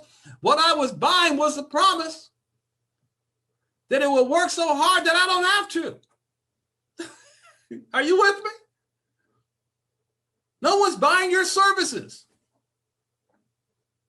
Unless you want to put out services. If you put out a brand, you communicate in a different way. See, you guys remember when Time Warner, and you would ask Time Warner, when can you come out to do whatever it is that you needed them done, to have done? And they would say, well, between sun up and sundown. And you're like, you got to be kidding me. And they finally had a revelation. Ooh, ah. They finally promised 1 hour arrival windows. And they'll tell you how long it would take so you don't have to wait all day before your appointment starts. They finally got it. Write this down, because in branding, you think like the consumer thinks. In branding, there's an old adage: you never create a new conversation. You enter into the conversation that's already inside of someone's head. And so LifeLog promises to detect, alert, and fix identity theft. Protect with the best. I got a landscape contractor to say, I promise to create a personal paradise in your own backyard. Missing the word yard there. As opposed to, well, I'll go ahead and install some plants and flowers and a nice little irrigation system. Anybody can say that. In the moment he says that, he's what? He's commoditized himself. He's forced to compete on price. In their industry, it's called bids, B-I-D-S. What's your bid? What's your bid? How much? How much? So when I got this guy to say, I don't do pink flamingos, I promise to turn your backyard into your own personal paradise. It will be like heaven on earth in your own backyard. And my design started $50,000. Got a real estate broker to instead say, I will list and sell your house. Got him to target women, which had been his natural market for some reason. And instead of saying that, he said, I will make you the queen of your castle. That brother has so many listings, he couldn't believe it. He said women would call him and say, excuse me, I want to be the queen of my castle. Tell me about what you do. And I got a financial planner to divorce women to say, I promise to get you on the road to independent financial growth. So when you start to think about it, there are probably some painful, annoying, aggravating problems that people are facing that you can help go away. Maybe you can help people get out of pain, avoid pain. Maybe you can help people have something occur in the moment that means the most to them. I call it about having what's called your saleable distinction. That thing that you can cash in on in the marketplace. Are you with me? So the question, as we go into this last strategy now, is what are you exceptionally, memorably, and inexplicably good at?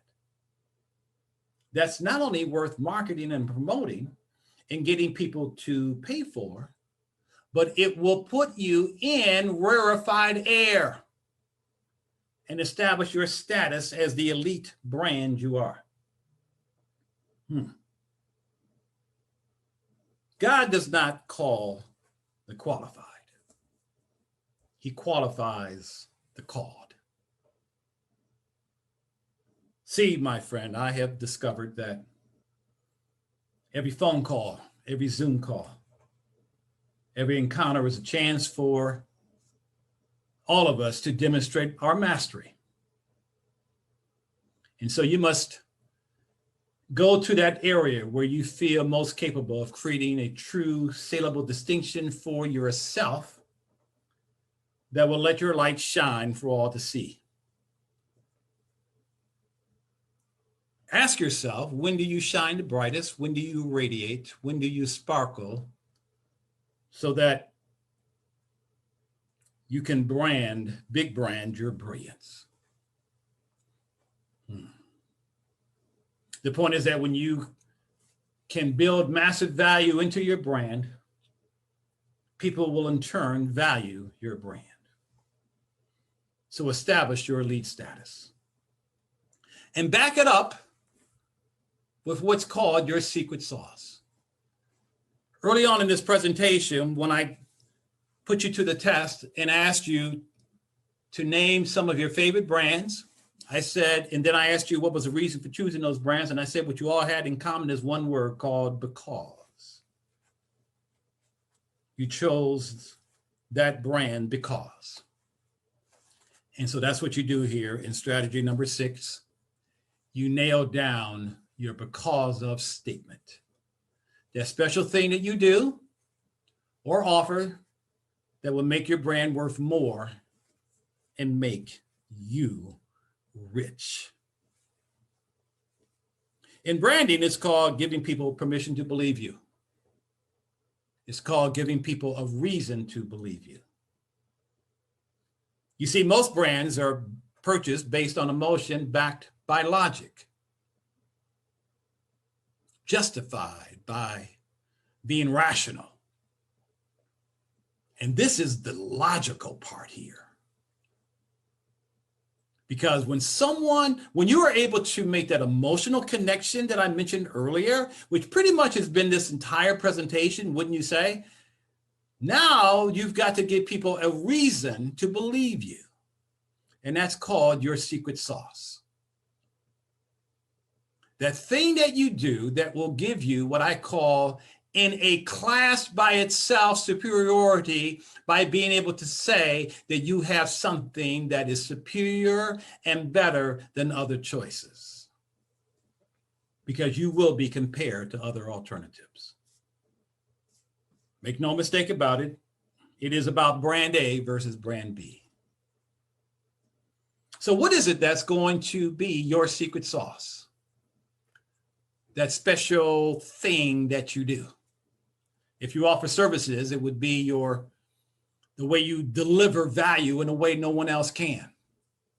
Perhaps it's a system, a process, a method that allows you to do what you do that becomes the crowning jewel of your brand that you monetize and becomes your signature thing, your signature process, system, method, whatever word you prefer, rooted in your brand DNA that nobody can nullify.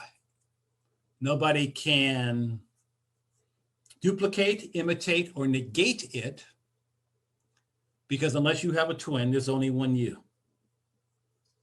So this is where in your strategic brand building process, you take all those shining qualities, all those defining characteristics that make you perpetually rare. The designer-made person that I alluded to earlier, where you look at your wisdom, what you've learned,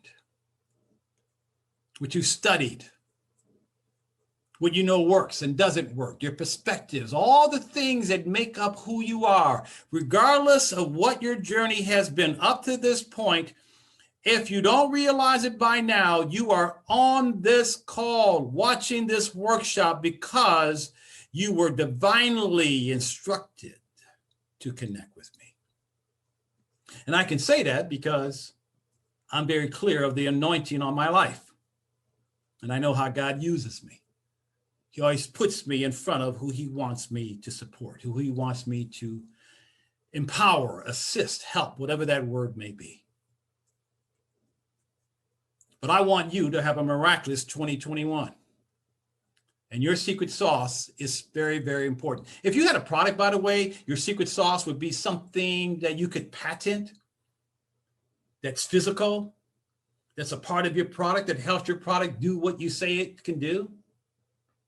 However, if you're offering services, skills, talents, abilities, any kind of expertise, it is your system, your process, your method, okay? But all of it has what in common is proprietary. It's your intellectual property, so to speak. But it is that thing that you do that allows people to do what? Buy into believing that you can do what you say you can do. Because Muhammad Ali once said, it ain't bragging if you can back it up. Some of you remember back in the day with the Colonels.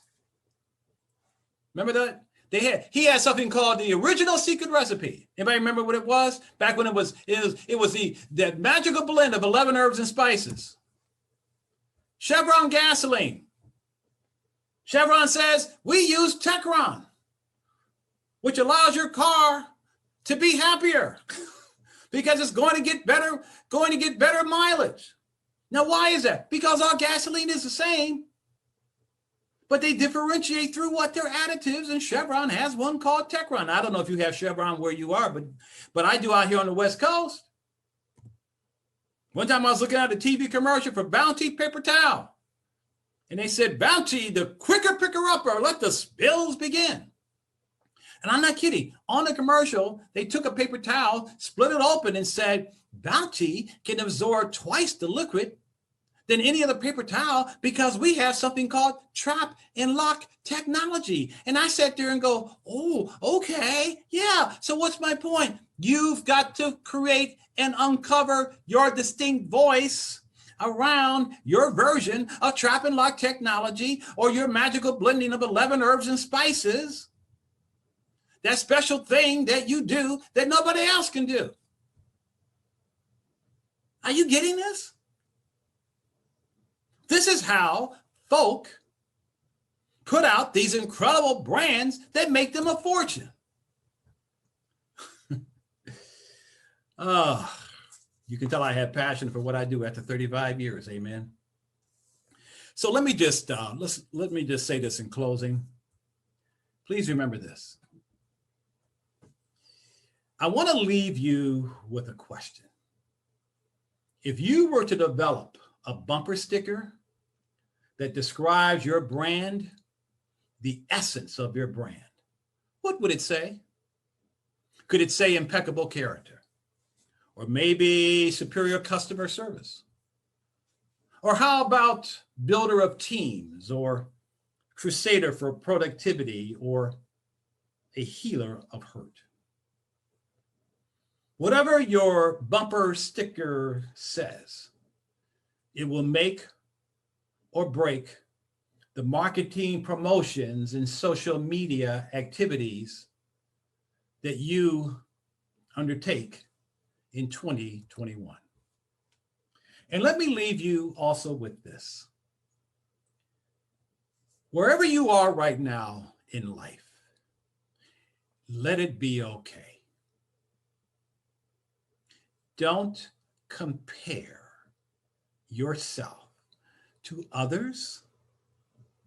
Don't get into a conversation with yourself or people who are important in your life around that whole thing that can drive you bananas, which is, how come at this stage in my life? How come after all I've sacrificed? How come after all I've been through, I don't have this and that? How come he or she seems to be doing better than me? How come he or she seems to have more from life? Don't compare, differentiate. You run your race, okay? Don't look left, don't look right, and by all means, don't look in the rearview mirror, because when we look in the rearview mirror at all the disappointments and bad breaks and setbacks and all that kind of stuff, that also is simply going to make us feel even more frustrated at times than need be.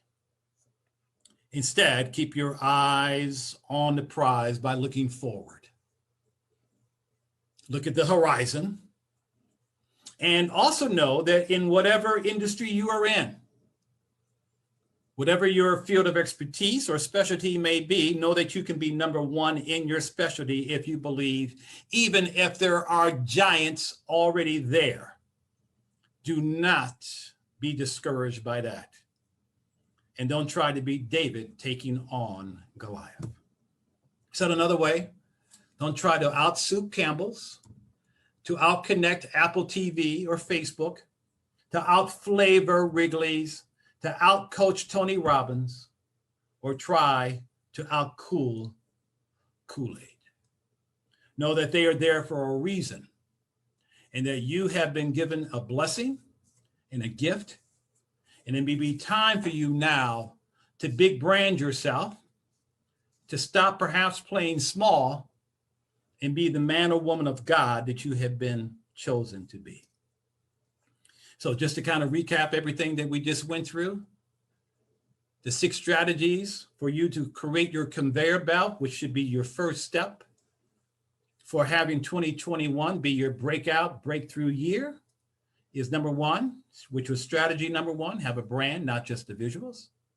Number 2, follow the proper sequence, brand, market, sell. Number 3, claim your space. Number 4, create your anthem. Number 5, create your irresistible promise, which is your statement of mastery. And by the way, an example of a statement of mastery, some of you remember Domino's Pizza when they used to say, if the pizza's not there in 30 minutes, it's free. Remember that? People weren't paying for the taste of the pizza. What they were paying for is the pizza going to get there in 30 minutes. You see where I'm going with this? So can you imagine if you had some just totally out of the box, creative brand promise that would just knock people's socks off? Well, if you did, number 6 will become pretty easy, which is for you to establish your status as being elite. So I thank you for your time. Bless you. I appreciate you. And I'll see you on the other side. This is Jerry Foster, the Branding Evangelist, signing off. Take care.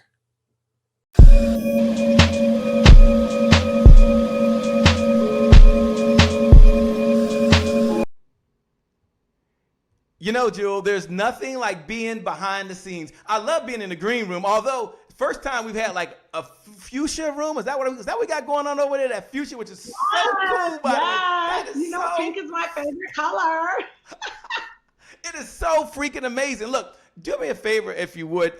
Those folks, they've got your bio. It's very extensive. They're reading how wonderful you are. But can you take a moment and just let them know, because they have one question, by the way. Who is Jewel Tankard? And more importantly, what are you even up to these days? Well, what's good, everybody? Shay, thank you so much for having me on here. I appreciate you and Trevor. Y'all always reaching out, and we're always collabing and doing some pretty fun and cool stuff together that's impactful. So thank you for having me. So I'm a girl that loves Jesus, and I love to have fun. I'm married to an amazing man by the name of Ben Tankard. Woo woo! Shout out to my baby, jazz award-winning musician who's had a lot of success, and he's been a absolute ball to be married to. Actually, we're celebrating our 20th year anniversary. Woo! So that's really cool. So I'm excited about that. Then we have 5 amazing children. We have a beautiful blended family. We actually had a show on Bravo called Thicker Than Water, the Tankards, where we basically talked about blending the family together, like what we did to bring all those babies together. And, we were very authentic about our challenges with that and differences of opinion and all of that. So it was pretty cool. And then, pushing all of our children to just love God, be nice people and entrepreneurs. Now I have the Jewel Tankard Show on Impact Network that comes on every Saturday at 6:30 p.m. Eastern Standard Time.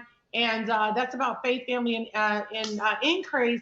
And then also Chatter is on Fox Soul with me and Dr. Dee Dee Freeman, Real Talk Kim, Monique Island Mosley, and Holly Carter, who just did her thing with the Clark Sisters movie on Lifetime. And so we're having a good time. I'm having fun and, teaching people how to become wealthy pretty much and live their dreams. I love that. We have a topic we're going to be discussing today. You can have it all, which is like, okay, I got to address the elephant in the room. I know we'll get a show going. Let me frame it like this. We had a call recently, Jewel, and there's a young lady that called in, and she said, it could have been a guy, but it was a woman, and said, hey, look, Right now, Shay, I've got a lot going on. I'm now working from home full time, and that's been a challenge. I'm now a full-time wife at home. I'm now a full-time mom. I'm a full-time school teacher. Shay, I'm a full-time administrator because I turn in their homework. And in case you didn't understand it, Shay, I'm a full-time chef because I've cooked more now than ever before. And I'm up there starting and running a business as well. Jewel, you say you can have it all. Take a moment and talk to, I don't want to say it's just women. I don't want to say that. I don't want to be biased, but talk to folks out there like, Joe, I got a lot going on right now. And you're still telling me I can have it all and create this financial wealth. Why do you still believe that, Joel? Yeah, Shay, that's such a good question. First of all, I think the way we have it all is not trying to do it all. You know what I mean? Like, this is why I want everybody to be wealthy, because I want people to be able to hire that housekeeper. Girl, get that private tutor. I know if I had small children right now, I promise you, one of my sole top 5 goals would be to get a private tutor in that house. But you can't get a private tutor if you don't have the money, right? And then also to get that cook where you don't have to cook all the meals, right? To get that housekeeper that'll help you clean that house. Like, I'm not trying to do labor jobs. I want to do things where I can create additional income. I can expand the dynasty, build the empire. And so 19 definitely thrusted. I don't even like to say the word, so I say 19. But 19 like thrusted the entire world into like a digital space. And so my goal is I want everybody to realize the way you're going to have it all is not because you're trying to do it all, that you need to, first of all, get all your coins together, get all the bags so that you can begin to hire your weakness. You said hire your weakness, which is really important. Take a moment if you can. We're going to get into that because we're going to talk about creating wealth, creating money, creating their business. They may be curious. We're in the green room, right? So we get to ask any question we want. You're looking lovely, by the way, as always. Tell Ben you're looking fine as always, by the way. But they're probably curious when Jill gets up in the morning. Number one, what is Jewel Tankard grateful for? And number 2, what are some power affirmations that maybe Jewel Tankard tells herself to get her going? And again, we're in the green room. Don't worry. We'll talk about wealth, ladies and gentlemen. She's going to back that thing up. You can have it all. I'm going to ask her 3 ways to create wealth. Don't worry. But right now, what are you grateful for when you think about gratitude? And number 2, what are some affirmations you tell yourself just to keep going on a daily basis? Oh, I'm so glad you asked, Shay. You're such a good interviewer. So first of all, this is my journal right here. And I actually just created this new journal called the Millionaire's Journal. 2021, the Millionaire's Journal. And basically on it, it's on the cover, a beautiful mansion, some cryptocurrencies on there, oil wells on there, and real estate is on there. And so basically what I do every day, we just literally got this in, but what I do every day, I haven't written in that yet. I'm finishing, I only have like a couple pages left. But every day I date it and I write out my goals. I write down that I'm beautiful, I'm smart, I'm vibrant, I'm youthful, I'm energetic, I'm excited, I'm alert, I'm discernful. The old and new money is coming to me every day and in every way. That God has blessed my marriage, my children, that is expanding my influence, expanding my territory, that I have a genius team in marketing and technology, and that I'm a detailed thinker, that I don't forget the details. I mean, when I tell you, I go through like every area of my life, spirit, soul, and body, right? And so because when you write down your goals, it actually like gets in your heart, right? You can say them out of your mouth, but there's something about grabbing this pen, honey, and writing that thing down, who you are and how you think. And literally, this is what I do every day. This is what I did this morning. So I started the morning off. We have 7 a.m. Central Standard and 8 a.m. Eastern Standard. We have a virtual prayer every single morning. Y'all follow me, Jewel Tankard, on Facebook and Instagram. But every Tuesday, there are other prayer leaders that do it. But every Tuesday, I'm praying in the morning. And then I write out my goals, and then I start my day with amazing people like you.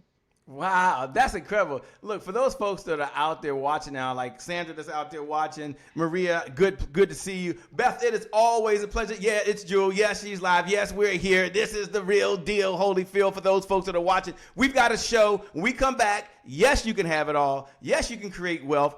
And yes, you can keep a marriage for 20 years. How in the world should you do that?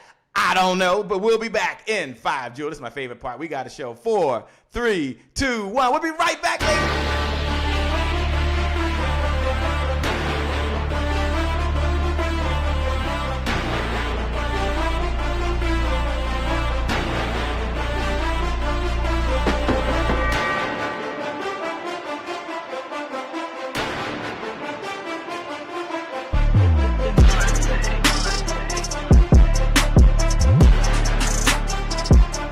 Promise I made to my mom. I only did this message for one person, and that's my mom.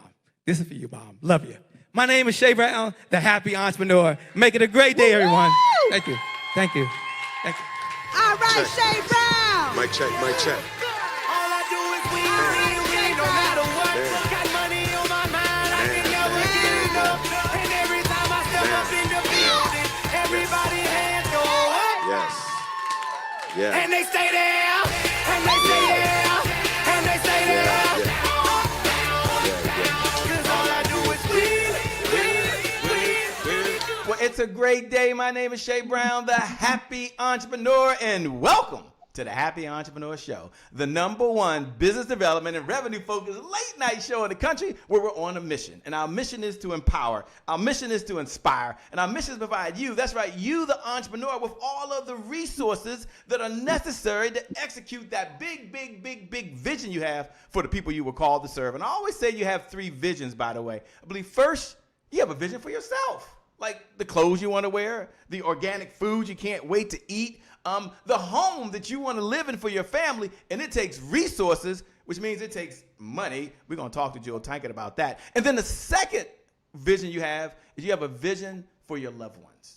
I mean, the ones you care the most about, the kids you want to send to a school of your choice. I was with Mother Dear yesterday, took her to the doctor, 73 years old. She's doing just fine. And then we went and ordered a humidifier on Amazon. How many of you know she know how to order on Amazon really well, right on her phone, sitting right there? Whose credit card's on there, by the way? Nothing personal. Mother Dear, I know I love you. She's probably watching right now. One day, you got to show me how to change that. It's been a while, okay? Many orders later. My point is, you want to write a check for someone you care about. It takes resources. Joel, we got to come back to you because that means it takes revenue. It takes some money. We're going to talk to you about that. And then the third vision I believe you have, don't worry, I'm going to have her break that thing down, is you have a vision for the people you were called to serve. So imagine, I'm going to use Noah in the Bible. Now, you don't have to be a believer, okay? But I happen to be a believer. You don't have to happen to be one.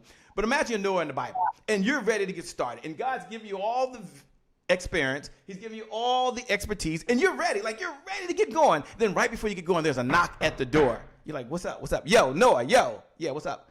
There are no hammers in the house. All right, cool. No hammers. I'm cool. Another knock. What's up? I might as well tell you, bro. We ain't got no nails either. No hammer, no nails. Rule number 1, I don't panic. Yo, back here, Noah, me. What's up? There's no wood and there's no people. Good luck on this mission. And maybe that's you right there. You don't have any revenue. There's no money. You got this big goal, but you were stuck. Welcome to the Happy Entrepreneur Show, because this morning, this evening, this afternoon, no matter what time it is, the one and only Joel Tankett says you can have it all. What's up, Joel? Welcome to the show. Good. Thank you so much for having me again. Having fun on here. This is some good stuff. Well, it's an honor and a privilege. Thank you. It's an honor and a privilege to treat and a treasure. You got Deborah Gardner. She's out there watching from Phoenix, Arizona. Betty Speaks is in the house. I see you. Sean C. Hudson said, what's up? Thanks a lot. We always appreciate you out there. Lucy says she's in here. So many folks. Daryl, I see you. Kelvin, my man. Look, I'm going to address the elephant in the room. Don't worry. We love to do this. Jewel, you can have it all. You're talking about wealth. Everyone knows they need money. What's holding people back from really creating the wealth they need in their life, based on all your experience? Can we just talk about that for a moment? Yeah, I mean, it's probably a couple things, but I would probably say belief is definitely one. You got to believe that you deserve it, that it's there for you. There's no shortage of money on the earth, right? There's just a shortage of education or revelation. And I tell people, no matter what they're called to, I don't care if you're called to maybe be a restaurant owner, a CEO, a janitor, a housewife, like, I don't care what line of business you're in, you need to educate yourself on money, right? Because money has patterns, it has rhythms. And if you can put yourself in a position to educate yourself on it, it'll start chasing you and you don't have to chase it. So no matter what you do in life, you need to educate yourself on money and you need to become an investor. See, most people go through their whole life living off the income, living off the income. I made this amount, I made this amount, and then you're living off of that. But ultimately, what you want to do is take that money and invest it so that eventually you can live off of the interest. So I'm all about helping people learn to live off of the interest. So that way, no matter what goes on in business, whether the restaurant's closed because of 19 or museums or whatever you own, you don't have to solely rely on the income for your lifestyle. You build your investment so that eventually the interest outruns your income. And literally everybody can get there, even if they just start with $20. The key is to pay yourself. Most people don't pay themselves. See, my wealth cycle is I pay tithe and offering, and then I pay myself. Then I pay bills. I'm second. I always pay myself. Most people don't pay themselves. Even if they're tithers, then after that, they pay all the bills, right? And they leave themselves last. Start paying yourself second out of everything you get. You know, they're probably thinking, okay, Joe, that sounds great. You know, you talk about the rules of money, the new rules of money. You said there's a difference between how the rich think and how the poor think. And you're kind of framing the conversation right now. For those folks out there, no matter what level they are, there's some folks out there, Joe, they're doing really, really well. And they want to protect their assets, right? They already got financial security and moving towards financial independence and financial wealth, two different levels. But take a moment when you talk about those that are creating money and those that have, what's one of the philosophies of how folks think? You kind of started it just now because you said you got to do your thinking, but you talk about these rules of money. Take a moment and give us a difference between how those that don't have money think and those that do have money. Just give us 1 point, one idea. Yeah, for sure. I think that, you know, you think about movies that we grew up on, like Good Times. It wasn't nothing good about that. But subconsciously, if you keep seeing people struggle and they talk about good times, then you might start thinking that struggling is a part of it. Or you started hearing things like, you know, as long as I got Jesus, I don't need nobody else. Like, that is not scriptural. Jesus wants you to have him and a whole lot more, right? Or if you songs, you know, climbing up the rough side of the mountain, like all these songs and shows that had struggle infused in them. And so you watch that over the years and you start thinking people of color struggle. Everybody's going through. Everybody's living check to check. When you go to the grocery store, you can only get what you need, not what you want. So there's so much framework that we have to undo. We have to undo that framework and start saying, I can have not either or, but and also. I can have this and that. And sometimes people start to make you feel bad when you have overflow. And I remember I was doing, moving my winter clothes for my summer. My team was here helping me. And one girl was kind of new and she was just like, oh my gosh, you got clothes everywhere. Almost as though I should have shame on me for having overflow. So you have to know that you deserve to live in overflow, that God has ordained it for your life. You just have to believe that you receive it. So we have to definitely work on that framework. And when we identify areas of poverty that we're thinking, say, no, that's not correct. I can have that and that, not either or. I love it how you said that, by the way. Jasmine Bridget is out there. Jasmine Paget said that's right. She's listening right now. She's tuned in. You know, Joe, I know the whole world knows you, but there might be a small segment that don't, and they might be wondering, they're looking, they got your bio and saying, wait a minute, Shay, okay, what does she know about having to start over? Or what does she know about the struggle? Like, what does she share to other folks that have to get it going? Look at her, this is great. Look at, she's got a show, she's got this, she's got home, she got this. Take a moment, if you would. It's almost an unfair question in the amount of time we have, but can you take a minute or two or maybe three and kind of frame a little bit of the backstory? So those folks out there listening, doing well, tune in. And those folks are like, Shay, what does she know? I'm just seeing this. Take a moment and kind of tell them a little bit about what you know and how you got to where you are now, please. Yeah, for sure. So I grew up downtown Detroit, and my parents are actually the first African Americans to have a business downtown Detroit. They owned a chain of record stores called LaGreen's Records and Tapes. And so as a result of that, I did grow up having a pretty amazing lifestyle. I remember us having his and her Rolls Royce, his and her Mercedes. I had a Volvo at 16, housekeepers, cooks, drivers, private schools. It was all that I knew, growing up. And then at 19, we lost everything. And I was so devastated. My dad went into a serious depression. And living in Detroit, it gets really cold in the winter. And I remember this happened during the winter time. The heat got turned off, no hot water, groceries were scarce. And I was asking my mom a lot of questions like, Mom, did we have anything saved? Did we have anything invested? Did we have anything paid off? Like literally all the cars repossessed within 6 months. And then we stayed in the house for about another year. And then eventually they foreclosed on the house and we had to move. And it was just a really hard time. And I remember being very disappointed and very angry with my mother because I felt like my dad was always a really good producer, and even today he is, but my mom naturally would have been a much better manager and investor, but she did not trust her instinct. And our answer for everything was, your father said this, your father wanted to do this, your father. And that's when I started to realize that my mom did not trust her own financial instinct. And so I started dating drug dealer Shay because that was my financial plan. I was like, okay, I'm gonna date this one, gonna help me pay for these utilities. This one gonna help me get some groceries. Honest to God, that was my mindset. Was when I went out on a date with a guy, I was like, okay, after dinner, I'm gonna be like, I need some money for this, that, and the third. And I had a group of girlfriends, and that's what we did. And it was fun, you know, fast cars, yachts, all of that for a couple years. And then they started getting indicted and dying. And one that I was dating was a drug kingpin, and he got indicted for a double related murder. So he was in jail. Two other women he was dating went to jail with him.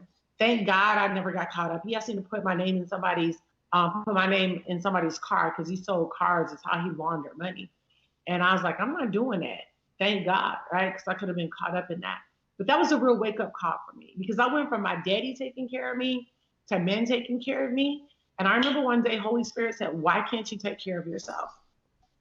And so that's where I ended up going to the University of Michigan, majoring on econ, studying money, and asked God to send me wealth mentors in real estate, gold, silver, and just overall business. And that's exactly what he did.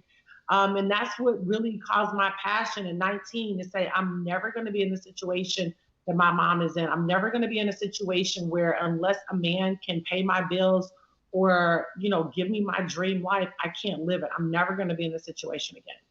Wow. For those folks that are listening, thanks for sharing.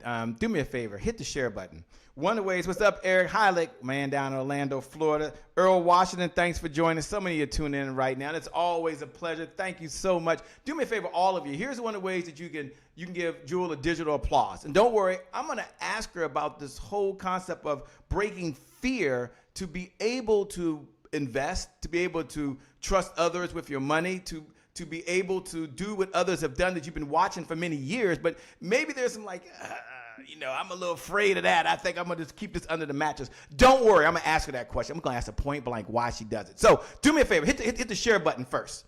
Hit the watch party button.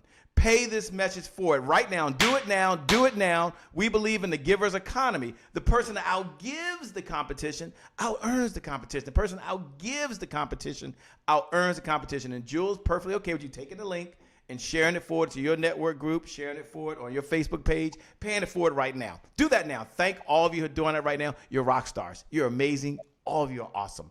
Thank you for blessing someone else. Jewel, take a moment and maybe you can frame it around fear. But, you talk about investing, you talk about wealth.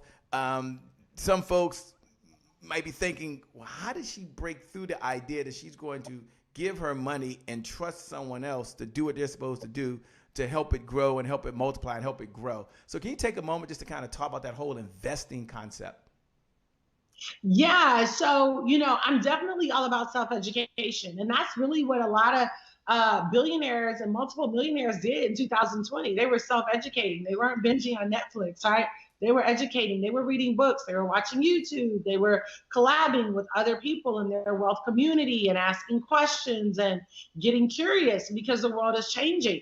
And so literally right now, I think we're at the first inning of the largest wealth transfer that the world has ever seen. And I'm definitely not for people giving their money to somebody else to manage it. I think that's kind of an antiquated ideal. I think that's what our parents and grandparents did because you sat down with human resources with your 401k and you said, take out 10% of my check. forget because that's what you saw your friends do and that's what they told you to do. Or maybe you sat down with an advisor from Edward Jones or Merrill Lynch or Smith Barney, which is cool, and you gave them your money and you said, where should I invest?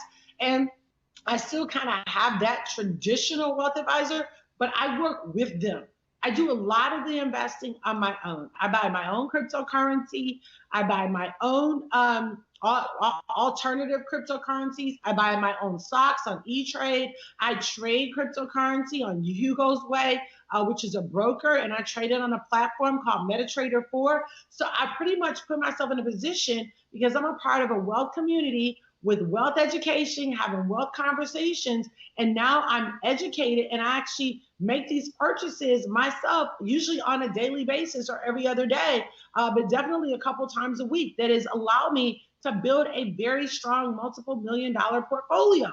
And it was just because I was plugging into the education, Shay, and that's what everybody needs to do. And even if you have a very low risk tolerance, that's fine. I tell people start conservatively, but the key is to educate yourself and to start. Educate yourself and start. Educate yourself and start. For those folks out there, Danny Don Hacker says he's listening at work. He's in West Virginia. Thanks a lot, my man. We certainly appreciate it. Saccone Prince, who is in Alabama, says he's now shared it. Thank you so much. Jasmine says she shared it. Some of you writing you shared it. If you haven't hit the share button yet, hit the share button. Jules showed up for one reason only, and that is to serve. She didn't ask for a Cash App. Shh. She didn't ask for a Zelle payment. Shh. She just showed up. You can show up as well, and you can serve. Hit the share button. Hit the watch party button. Do that right now.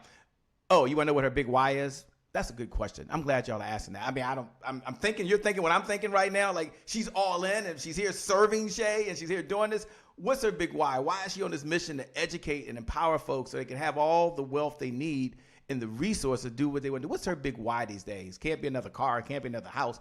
I don't know. Jewel, what's your big why? Why are you out there on this whole wealth education kick right now? And you haven't for years. Like, this is who you are. Why? Yeah. So, I've been broke before. I was married to somebody that was broke, and he said he wanted, this, that, and the third, but he just wanted to sit around, smoke weed, get high, and play video games. And so I just was like, I'm not going to be in this situation, And I think I kind of went from an extreme because after dating the drug dealers, it was just like, I don't care. Just give me a man that loves me, which is, you should. Don't get me wrong, girls. But those core values are going to have to be in play. Otherwise, it's not going to work out so well. And so I just knew that I did not want to be broke. And I knew that I wanted to be able to be a blessing to my children, be a blessing to my community. Like I love how you talk about with your mom, you taking care of your mom. It costs money to take care of your mama. It costs money to buy organic food. It costs money to not live in a neighborhood where you could possibly get shot. Like all of that stuff costs money. And so I told God a long time ago, I said, Lord, when you make me wealthy, I'm gonna make sure that I never forget. I never forget where I came from, and I never forget to go and empower another little brown girl or brown guy and let him know that it's possible. There are going to be some things that you have to do. So my goal this year, 2021, is to raise up 1,000 millionaires. And I'm literally right now working with a team of about close to 10,000 people all over the world in 120 countries. And I'm teaching these people how to trade foreign currency, how to trade cryptocurrency, how to accumulate cryptocurrency. What the heck is cryptocurrency? How do you accumulate it as a digital asset? How we're going into a paperless society. In a minute, you're going to start seeing platforms that actually loan crypto because people will be using that digital asset to buy things like homes and cars. They're already doing it now. And so educating people on the future of money, that's really what my goal is. And my why is because I'm tired of seeing our community behind the 8 ball economically. Now, even though we've had an emergence and it's like hot to be Black right now, it's hot to be a Black girl right now, and I love that. But when you start looking at the numbers in terms of how many multiple millionaires that we have as Black men and Black women in comparison to our counterparts, those numbers are still grossly small. Because this is what I realized. Just because you're famous on Instagram or Facebook or YouTube or The Real, it doesn't necessarily mean that converts into actual liquidity or having an asset portfolio. And so I want to make sure that people actually get the real education, right? Because some people are going to be famous, some people nobody's going to know, but they're going to be like uber wealthy, right? So that's really my why. I want to see 1,000 people this year, and I love all races. Let me say that. I really, really do. But because I've seen us behind the 8 ball for so long, I'm really passionate about seeing people of color come into this digital space and kill it. Come into the digital space and kill it. Speaking of coming to digital space, Mel Mack, welcome aboard. He's watching for the first time. Elzina is out there watching as well. Good to see you. Thanks so much, Joseph. Welcome, welcome, welcome. You're at the right place at the right time. You know, one of the questions that's on my mind, by the way, is this whole phrase you have is, you can have it all. And I know when I first met you several years ago, one of the things I admired about you most, I was in a servant capacity, which I try to be in. You didn't know who I was, but you treated me as if I was like the head honcho. And that meant so much to me walking out with you. And I was like, you know what, the first time I'd met you and didn't know all the details, but it said a lot. And so then when I heard, connected it to this idea that you had, other than treating everyone the same, which is amazing, you had this idea that you can have it all. We want to know the backstory on that. To me, that's just as powerful as yes, we can. And you might not notice, but I held that close to me. And that's one of the mantras I tell myself, because I like that. I'm like, man. And then she even says with the Millionaires Club, go big, break through, go big. She don't say ask for something small. You have not because you ask not. She says go big. So my question to you, for those folks that are tuning in, it might be like me, might be wondering, what's the narrative on you can have it all? And why is that like her flagship? Why is that like something that she drives everywhere she goes? Yeah, I think, you know, and again, I don't know just if this was growing up as a Black girl, you know, maybe other, you know, races can relate to this too, but I just felt like there was always like this scarcity. Like, oh, you know, like I said, either or, you in the grocery store, put that back. You can't have that. You know, we just getting what you need. You know, when you're shopping for clothes, you know, you can't have 10 pair of shoes. You can only have one. I recently took a family member shopping, and I said, well, let's go pick you some shoes out. So they picked out some shoes, and I was like, well, what else do you like? And then the second pair, and I was like, well, do you see anything else you like? And I think we ended up leaving there with like 7 pair of shoes, and they were just blown away. And I was like, you know, I just want you to know this should be your normal. Like, we serve a God of plurality, of multiplication. Like, there's no, like, you don't have to choose to just do one thing. We're all multiple. We're really all multiple dimensional. We're multiple dimensional. Like, I'm a mom, I'm a wife, I'm a CEO, I'm a pastor, I'm an investor, I'm a teacher, I'm an intercessor. Come on, somebody. So you don't have to just do one thing. You can do multiple things. You can be a film writer. You can be a playwright. You can literally do whatever it is that ultimately that I feel like God called you to do. Because if he called you to do it, he gave you supernatural enablement to do it. You have supernatural ability. You have an ability to flow in that particular grace because it's what you've been called to do. And so I just want people to know that they don't have to just have one home. The Bible talks about how we should own houses. There's like over 2,500 scriptures, just in case y'all didn't know, 2,500 scriptures on money in the Bible.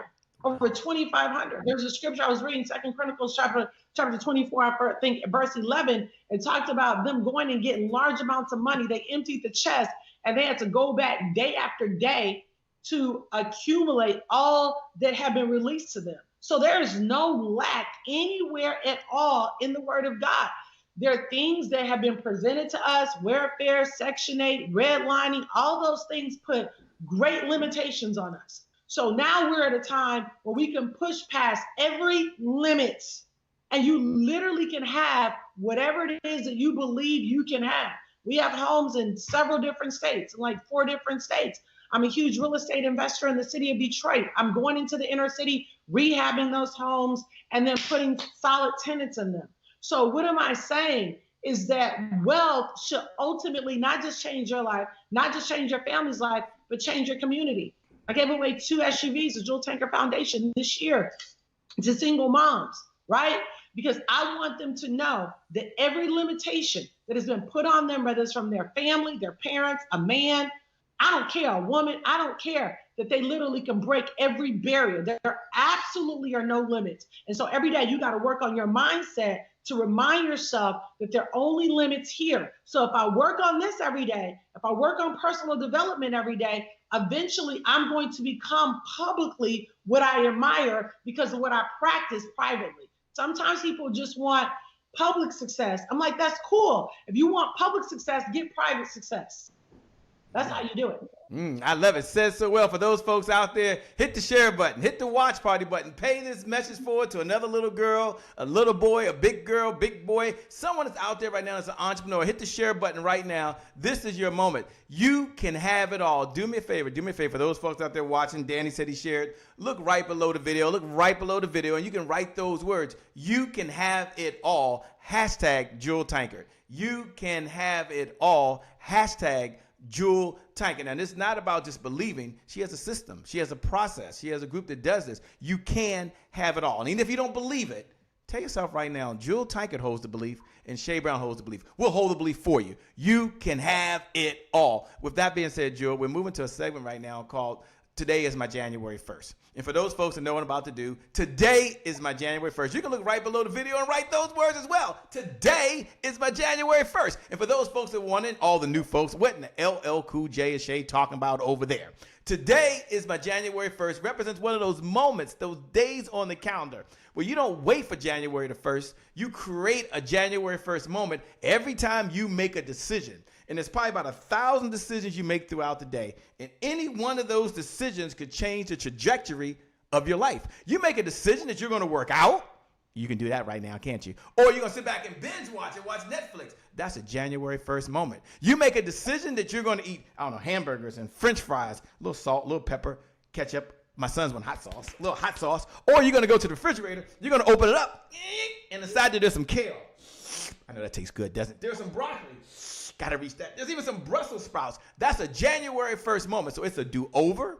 It's a fresh start. You know, that past no longer equals the future. Jewel, when you hear those words, today is my January 1st, which is one of our core beliefs, what goes through your mind? Yeah, I mean, I think we all have the ability to recommit every day. You have the ability to say, I'm getting ready to live my best life. You have the ability every day to say that today I'm going to be better, stronger, richer, wiser than I was yesterday. Like literally, we have that authority, but it's just a matter of releasing that authority, believing that we have that authority, using our mouth to determine our life. Your life is going to line up with what you believe and what you say. And so I try to make sure that if I believe something, that my mind, my mouth is in agreement, that I don't contradict what I'm believing.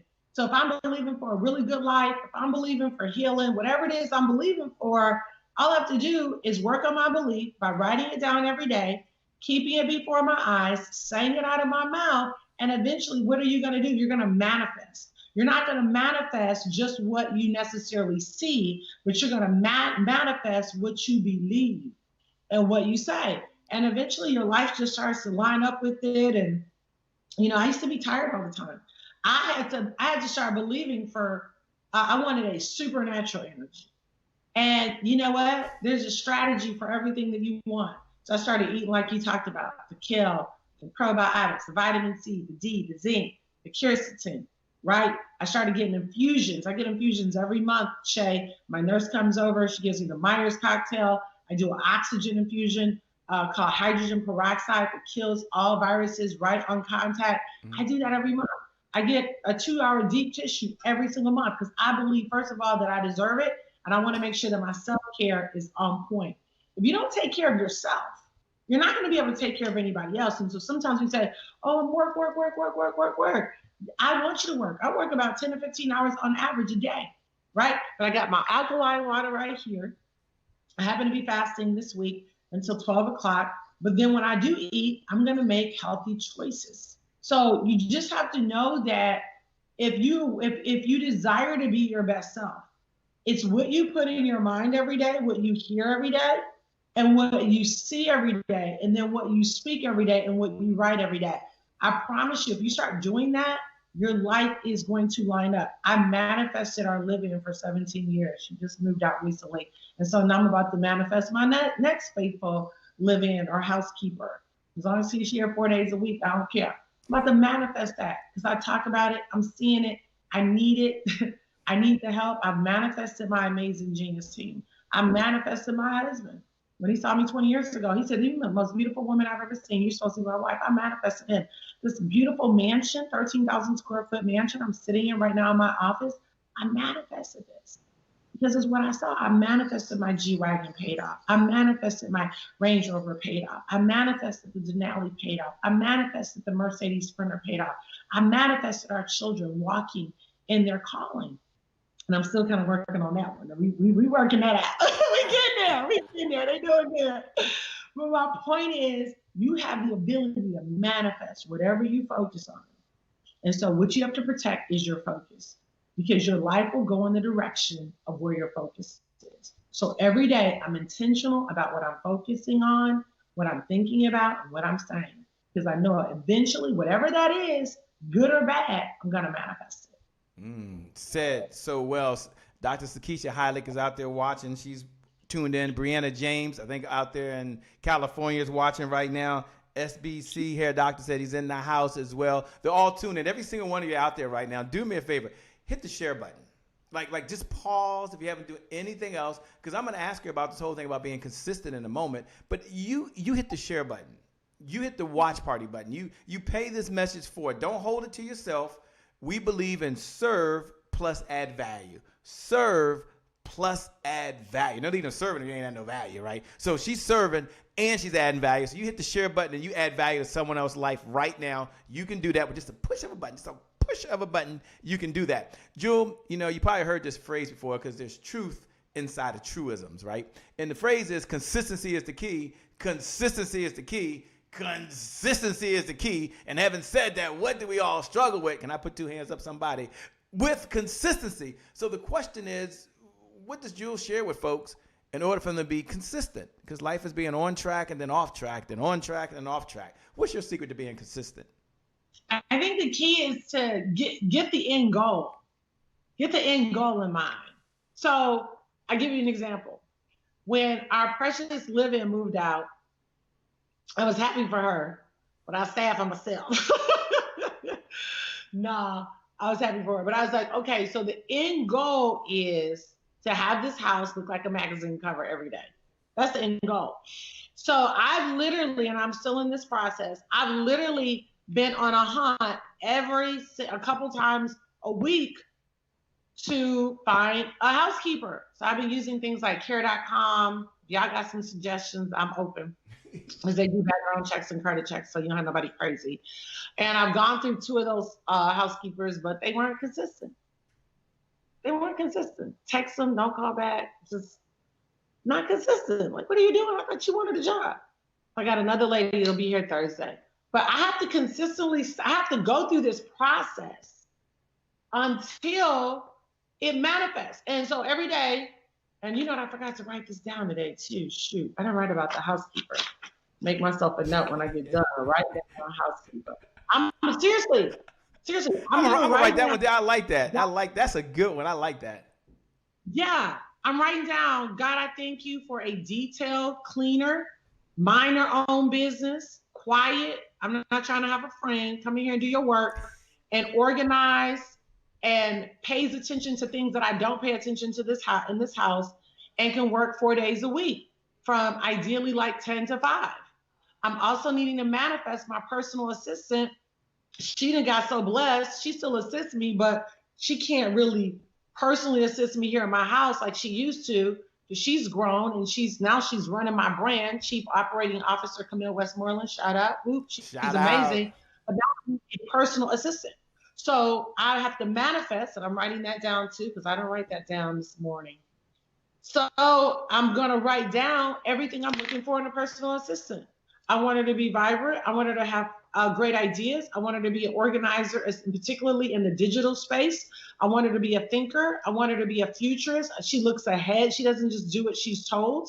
And with my housekeeper, I want her to be super clean. I want her to manage everything from my silverware to my towels to my washcloths. I want her to have ideas about how to compartmentalize different things in the house. I want her to know it's junk, and if it is, throw it out, because I'm not a pack rat. Like, I'm writing these attributes down, and I'm going to manifest, and I'm going to write down how much I'm going to pay her. I'm going to manifest that. I'm staying on that. I'm staying consistently on that until it manifests, because that is a big part of me scaling up and going to the next level. Remember, you cannot be afraid to hire a weakness. And sometimes you can say you can't afford to hire somebody, but everybody gets to a point that if you don't hire them, you don't grow. You don't hire them, you don't grow. So you just got to stay on it. So think about the end goal and then work backwards and say, every day I have to work on my goals. The day you don't work on, the day you get to a point where you're like, I'm not working on, and I'm not saying don't take a day off or whatever, but I'm saying for the most part, you need to be so purpose driven that it's not anything you have to be convinced to do. The end goal is so big. So if the end goal is a penthouse in New York, this is what I'm doing because I want this penthouse in New York, or I want to buy the house next door to me to move my parents in, or I need to now manifest my parents' housekeeper, or whatever it is. You get the end goal and then you drill down every single day. So nobody has to tell me, Jewel, you're working 15 hours a day. I'm excited about working 15 hours a day because I want maximum productivity. I'm not interested in broken focus, and I'm not interested in non-productivity. I cannot stand non-productivity. So that helps me to be consistent. I'm loving it. I'm loving it, Jill. Boy, I love it. I'm taking notes because I love the fact you keep weaving in there. You can have it all. You got to manifest it, and then you got to go put it to action. For those folks out there, do me a favor. Hit the share button. I know I keep saying it. Hit the share button. Hit the watch party button. I'm going to ask Jewel in a moment, I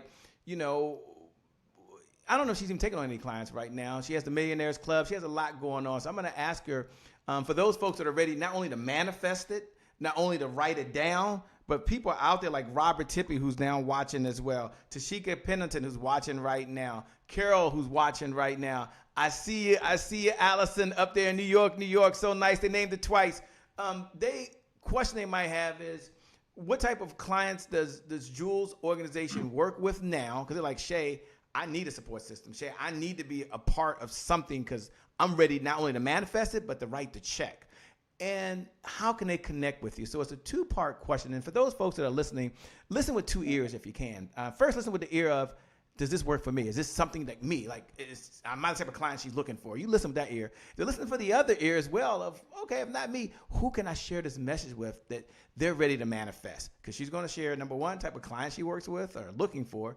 And number two, how you can contact her, or her office. I don't know if she has something to give away. We're going to find out right now. Jewel, talk to him, please.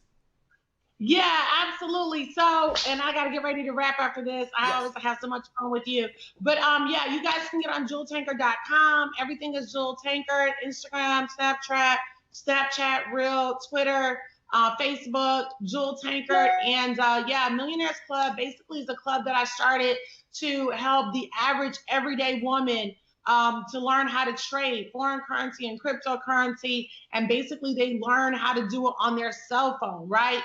And we teach about how to invest in real estate, how to invest in oil, how to start accumulating gold and silver. You can set up an auto save program with that. And so I'm really excited. That club is open to anybody. We also have a getaway that's coming up the end of May, the millionairesexperience.com. I think that is, we'd love to have you there. We're going to have 2 days of laying out a wealth blueprint for basically the next 5 years. And so, the days of people used to think when people became wealthy, it would take them years to become a millionaire or years to be a multimillionaire. That's not the case. It literally can happen in a short amount of time. And so I want to thank you again so much, Shay, for having me on here today. Thank you. I always love talking with you and having fun. And y'all hit me up on Jewel Tankard, and I appreciate you guys. Thanks a lot, Jewel. We're out there. You guys rock. We're out here. God bless. We'll see you soon. Bye-bye.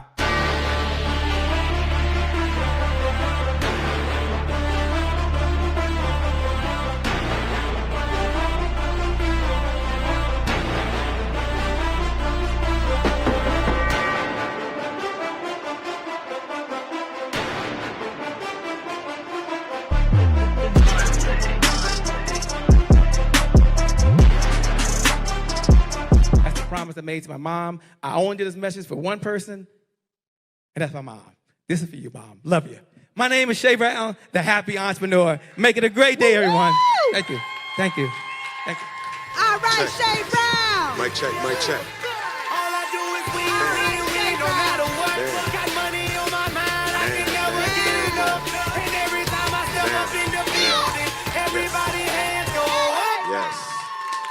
Yeah. And they stay there, and they stay there, and they stay there. Cause all I do is win. Yeah. Thank you. God bless.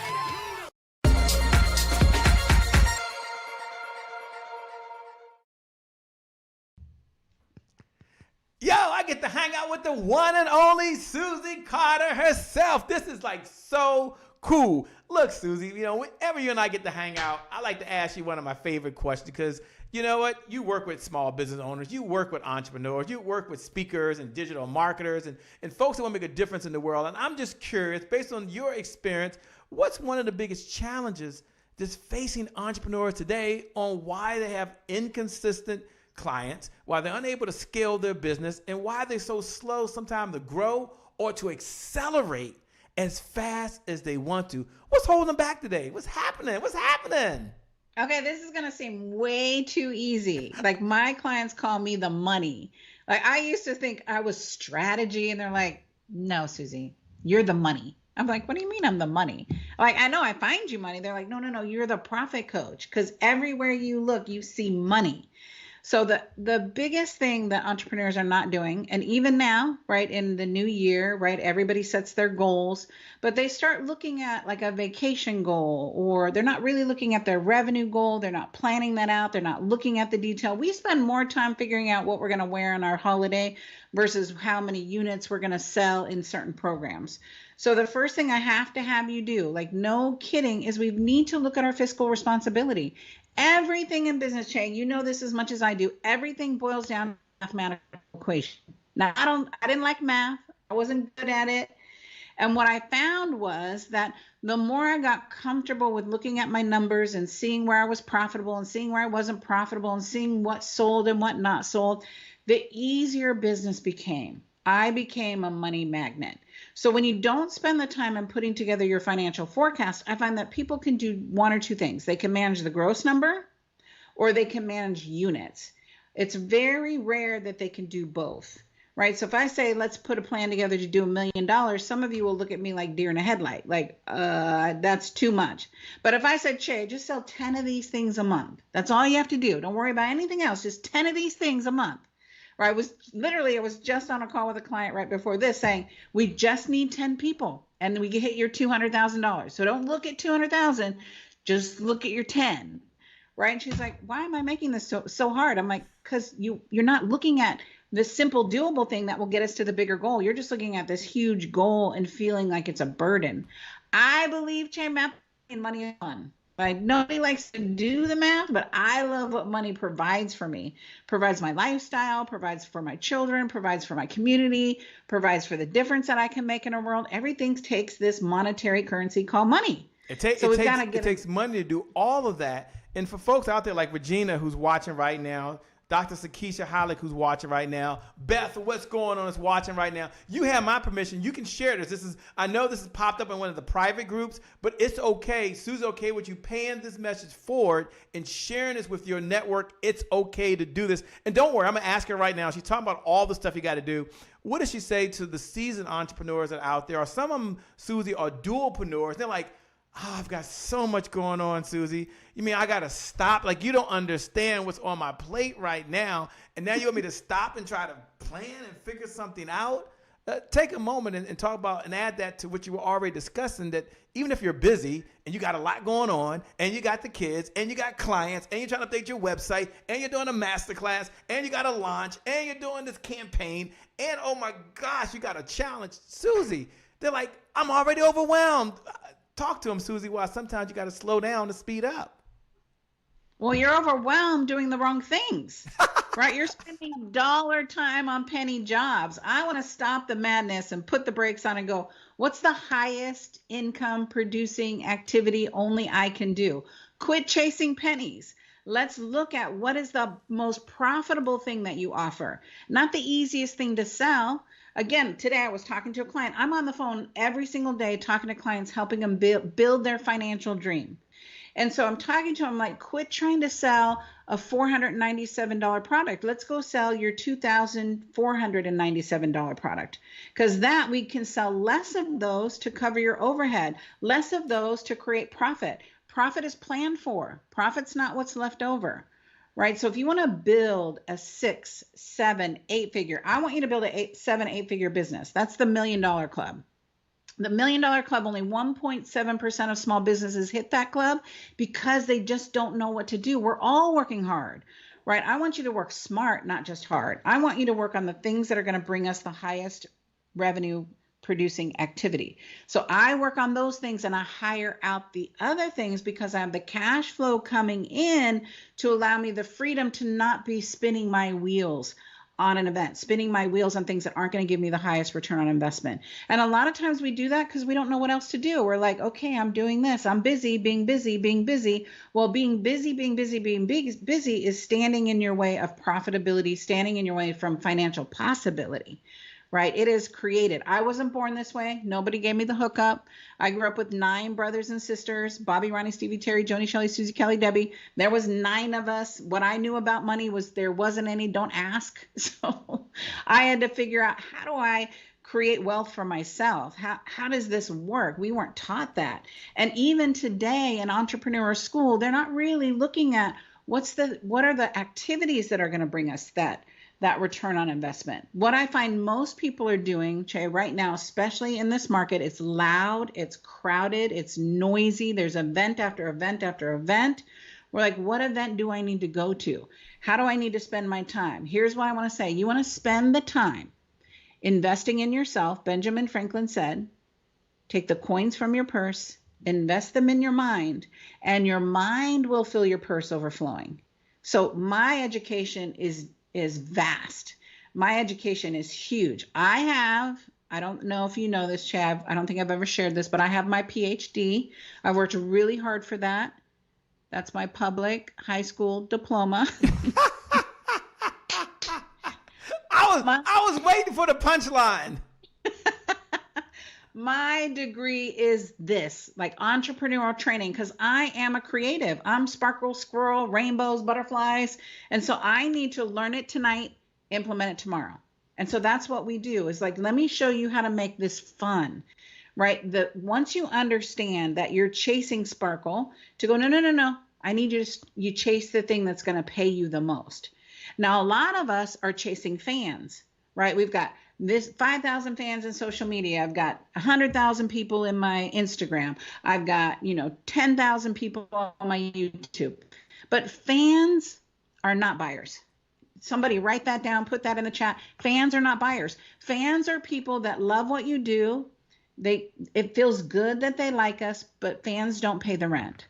So I want to look at, if I want to do $1 million, how many qualified prospects do I need to be in front of to close the clients I need to? Now listen, most people, the average person, will close 1 person for every 10 qualified leads. So if you have 20 leads, but none of them are qualified, you're not going to close anybody.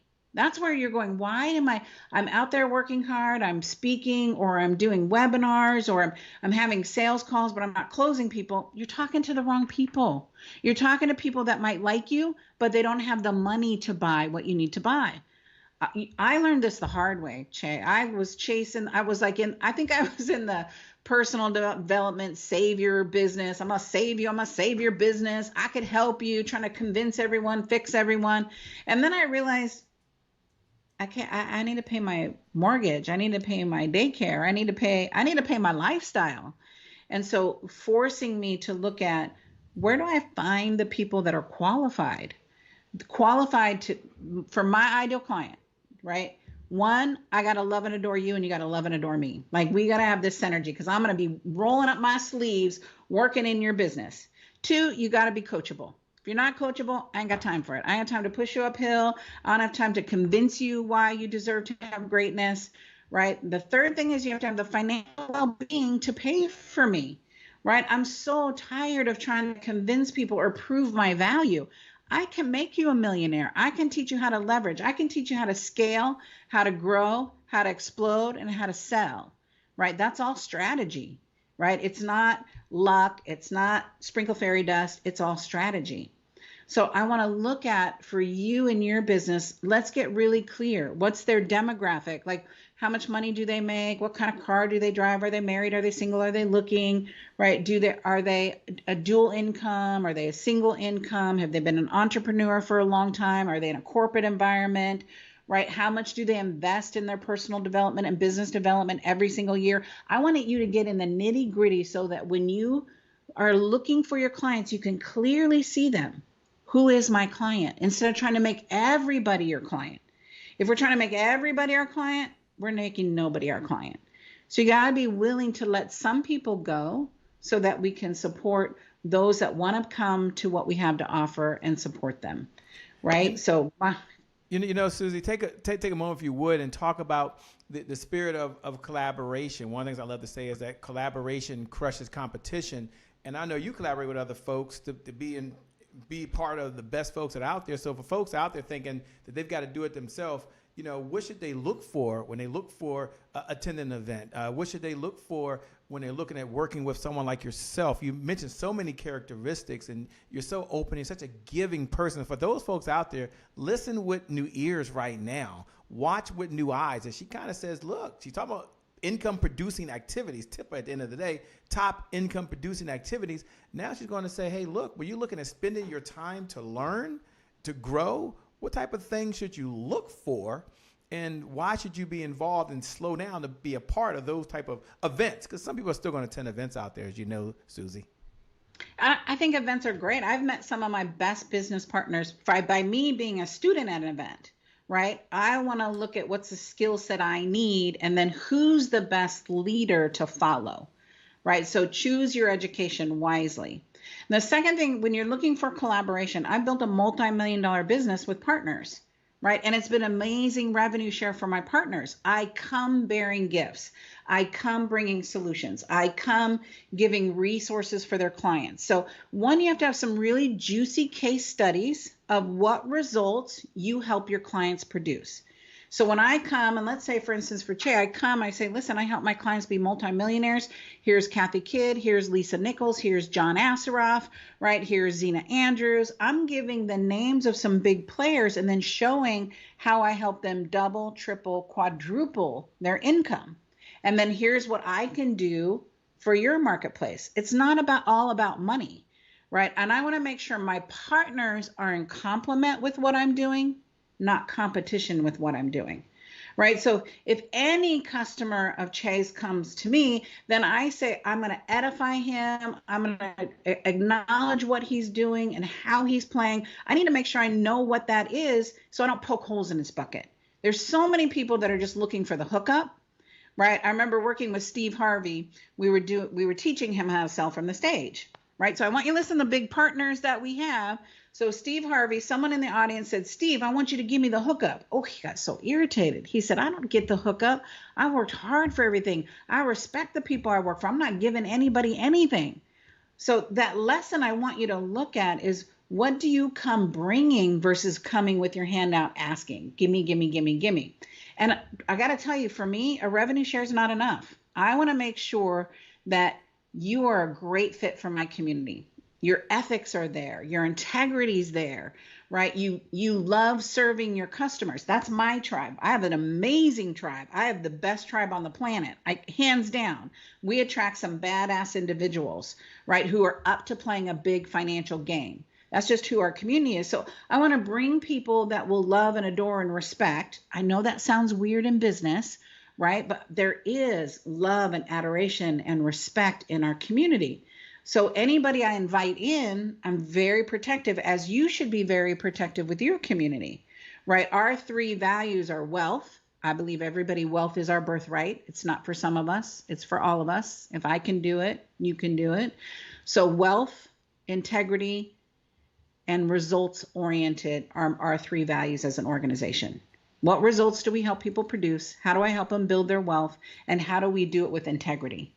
And I got to say, all money is not good money. We've all had that money that's not good money because we were hustling for the dollar, right? I'm a serial entrepreneur. I've built 10 businesses. So I know we do have to do that hustle muscle, but there's a way to do it that allows you to have your integrity, that allows you to keep your life purpose, and that allows you to create wealth for yourself and for your family.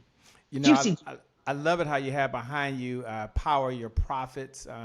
It's very important to you not just to be in business, but to also be able to grow the business so that you can have more meaning in the world. So you can make a bigger difference in the world, and that's super important. Take a moment, if you would, and talk about, you said it briefly, maybe 2 or 3 of the core competencies that every small business owner needs, and then walk us to what's coming down the pipeline for you and what's kind of happening for you, but kind of share a little bit some of the core competencies. Like, you know what, Shay, if I'm a business owner out there, here's some core areas that I'd be looking at improving, and then maybe you can connect that to something you got going on. Yeah. So this is one of my favorite quotes. 15% of our financial success is based on our technical ability. So that's our vocation. That's what we do. So in our community, we have a lot of doctors, and some of them are doctors of science. Some of them are physicians, medical doctors, holistic doctors. We have a lot of speakers, author, writers. We have manufacturers. We have landscape architects, right? I've got a plethora. Because 15% of anybody's financial success is their vocation that they do. The other 85% is my job. That's the sales. What's that strategy? The marketing, the operations, and the finance.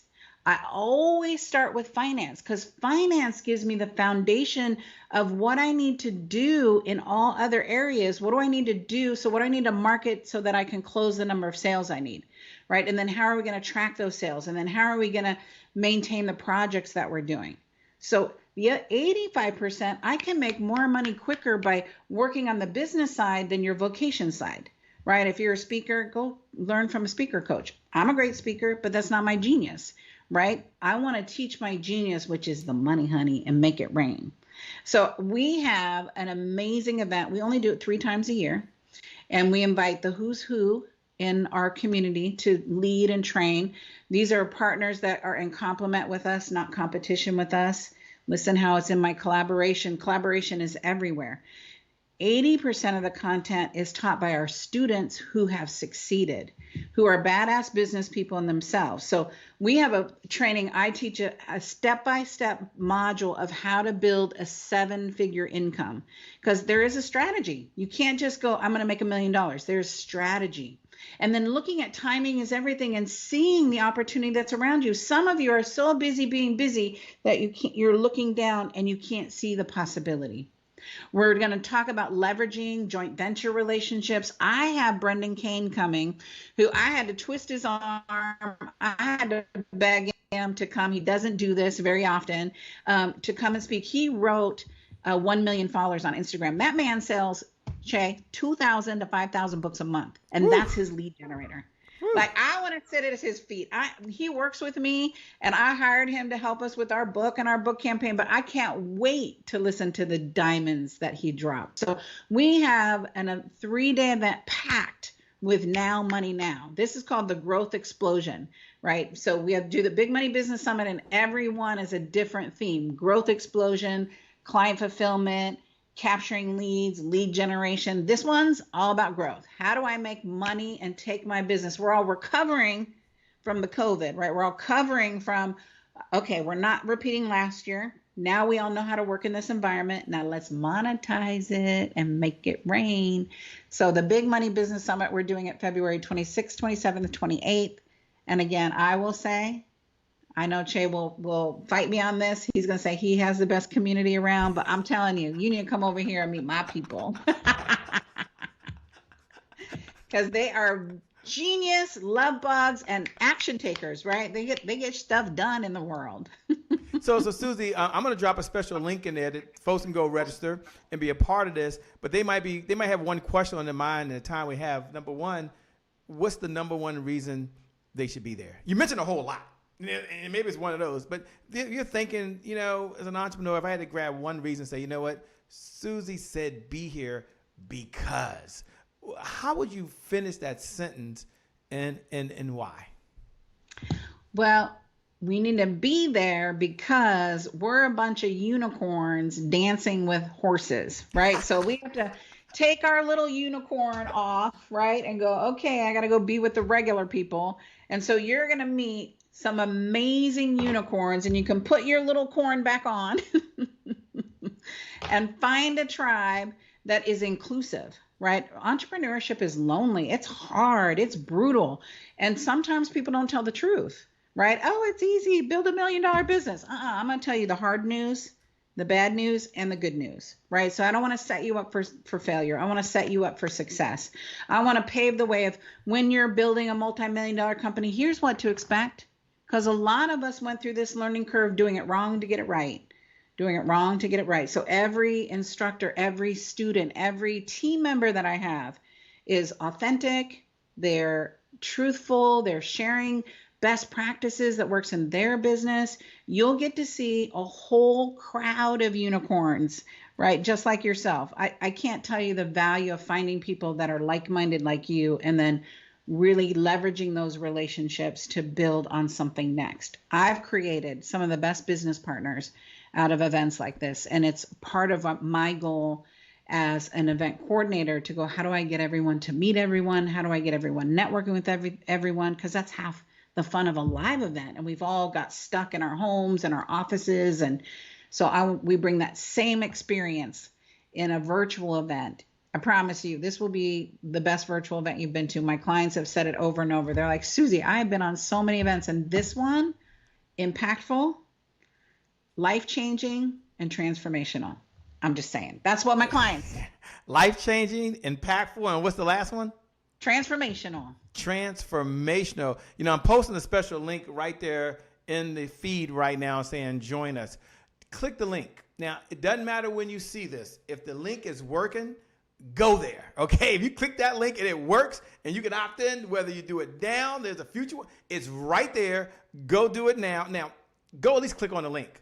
Check it out. Follow all the details, but make a way to be there. Susie, as you come down the home stretch, can you share with folks, why do you do this? Because you really don't have to. I mean, you could be right now on the beach somewhere relaxing. You could be talking on a conference call saying hi to folks. But yet, you're still in the field. You got your sleeves rolled up. You're still in the trenches. You're right there with entrepreneurs, helping them scale, build, and grow. They may be curious, what's your big why? But as she get ready to say that, look right below the video. Look right below. Now, if you listen to the podcast, come on over to comebackchampionsummit.com, and you'll see right there, Brother Olivia. I think it's, I had it up here a minute ago, Susie. I lost it. What's this? Just give them the regular site. Here it is. live.susiecarter.com/invitation1, or you can give them the regular site if you want as well, Susie. It's okay. live.susiecarter.com/invitation1 is what you posted in there. My number one question, Susie, is why do you do this? And if she's talking about this, everyone, this is why you need to be there. Yeah, you're going to make some money, and that'll be cool. And yeah, you're going to meet some cool folks, and that'll be cool. But I want you to hear from Susie's heart, but why she still does this when she doesn't have to. I think my passion is I always felt like a ding dong when it came to business. I felt like I had to keep asking the questions. I felt like people didn't stop and really explain how to build a 7-figure business. It was theory and concept. We don't teach theory and concept. We teach the real deal. And I do it because I did it wrong. I did it because I'm a little seasoned. I'm a little more older than some people in our industry. And before this kind of technology, you had to know someone that knew someone, and it was hard. And so now with technology, I get to truly make an impact. My gift from God is my life. My gift back to God is what I do with my life. And my purpose is to help entrepreneurs build a life for themselves that is financially unrecognizable, that we break the pattern of poverty, we break the pattern of not enough, and we change not only our life, but our children's life and their children's life. Like, I've broken the poverty pattern in my family dynamic, and I want to help people do the same. And so when I look at 88% of small businesses aren't profitable and they fail in the first 5 years, that's unacceptable on my watch. Because I've spent 30 years in business figuring out how to do it and putting it in a systemic way. Just like when we cook, you have a recipe, right? When you build something, you get the instructions out and you build it. Business is the same way.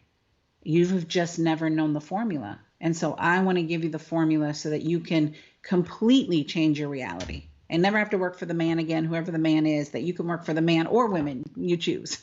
Yeah, thanks a lot, Susie. One of the things I enjoy about you, you have a heart to give. You have a heart to serve. I appreciate you stopping by and sharing this message with our community. I love what you're doing. Can't wait. Make sure you're over at the Big Money Summit. It will not only change your life, it will change the trajectory of your family, and it'll help you change your community and leave a legacy for future generations to come. Tina Torres would kill me if I didn't mention she's out there saying hello, giving you all the biggest shout outs in the world, and so many of your fans out there are like, I love Susie, I love Susie. Okay, I'm feeling some love, but I know y'all love Susie, but I'm feeling some love, someone out there. I'm just hanging out. No, thanks a lot, Susie. Looking forward to connect with you. Looking forward to seeing you over the Big Money Summit. Keep doing what you're doing. Keep doing God's work, and we'll see you soon. God bless everyone. Thanks. Bye-bye. Hey everybody, Amy Walker here. I want to start off by giving a huge shout out to Shay for putting together this amazing event. He always does a world-class job with his events, and I am just always honored to be invited. And I'm going to jump right in right now because I got 30 minutes to totally rock your world and help you close more deals. So let me pull up my screen share and let's jump right in and get going. So today I am teaching you the 7 secrets to high ticket sales. We're going to help you close more deals and close at higher price points. If you have ever failed at closing deals at higher price points in the past, I want you to just let that go. You probably did not know all of this information, and you're going to be much more equipped by the time we get done. If you've ever been inconsistent with closing high ticket deals, I want you to put those fears to rest. If you've done it once, you can do it consistently. I also want to point out that all of the experts out there that are telling you that you just need to run more ads and build another funnel are not giving you the full picture. Oftentimes, the marketing companies are not really paying attention to if you're actually closing a lot of sales and if you're being profitable. What they're paying attention to is the cost per lead. And it takes more than that to establish a high selling, high converting sales system. So when you leave this session, you are going to be more confident in closing sales. There is really only one way to create consistent higher amounts of sales. You've got to sell more units and you've got to sell more high dollar, and that's really it. It's not a magic formula, but there is a formula for getting to that point, and that's what we're going to share today. So there's 3 things that you will be more confident in when we get off. Number 1 is how to put together and what's expected with a high ticket offer. Number 2, where are the 7 different places that you close the sale? We'll go over that. And number 3, we're going to show you how to handle the pressure and overcoming sales objections. So when you get off, you're going to have a lot more knowledge and insights and information in closing high ticket deals. I encourage you to take notes.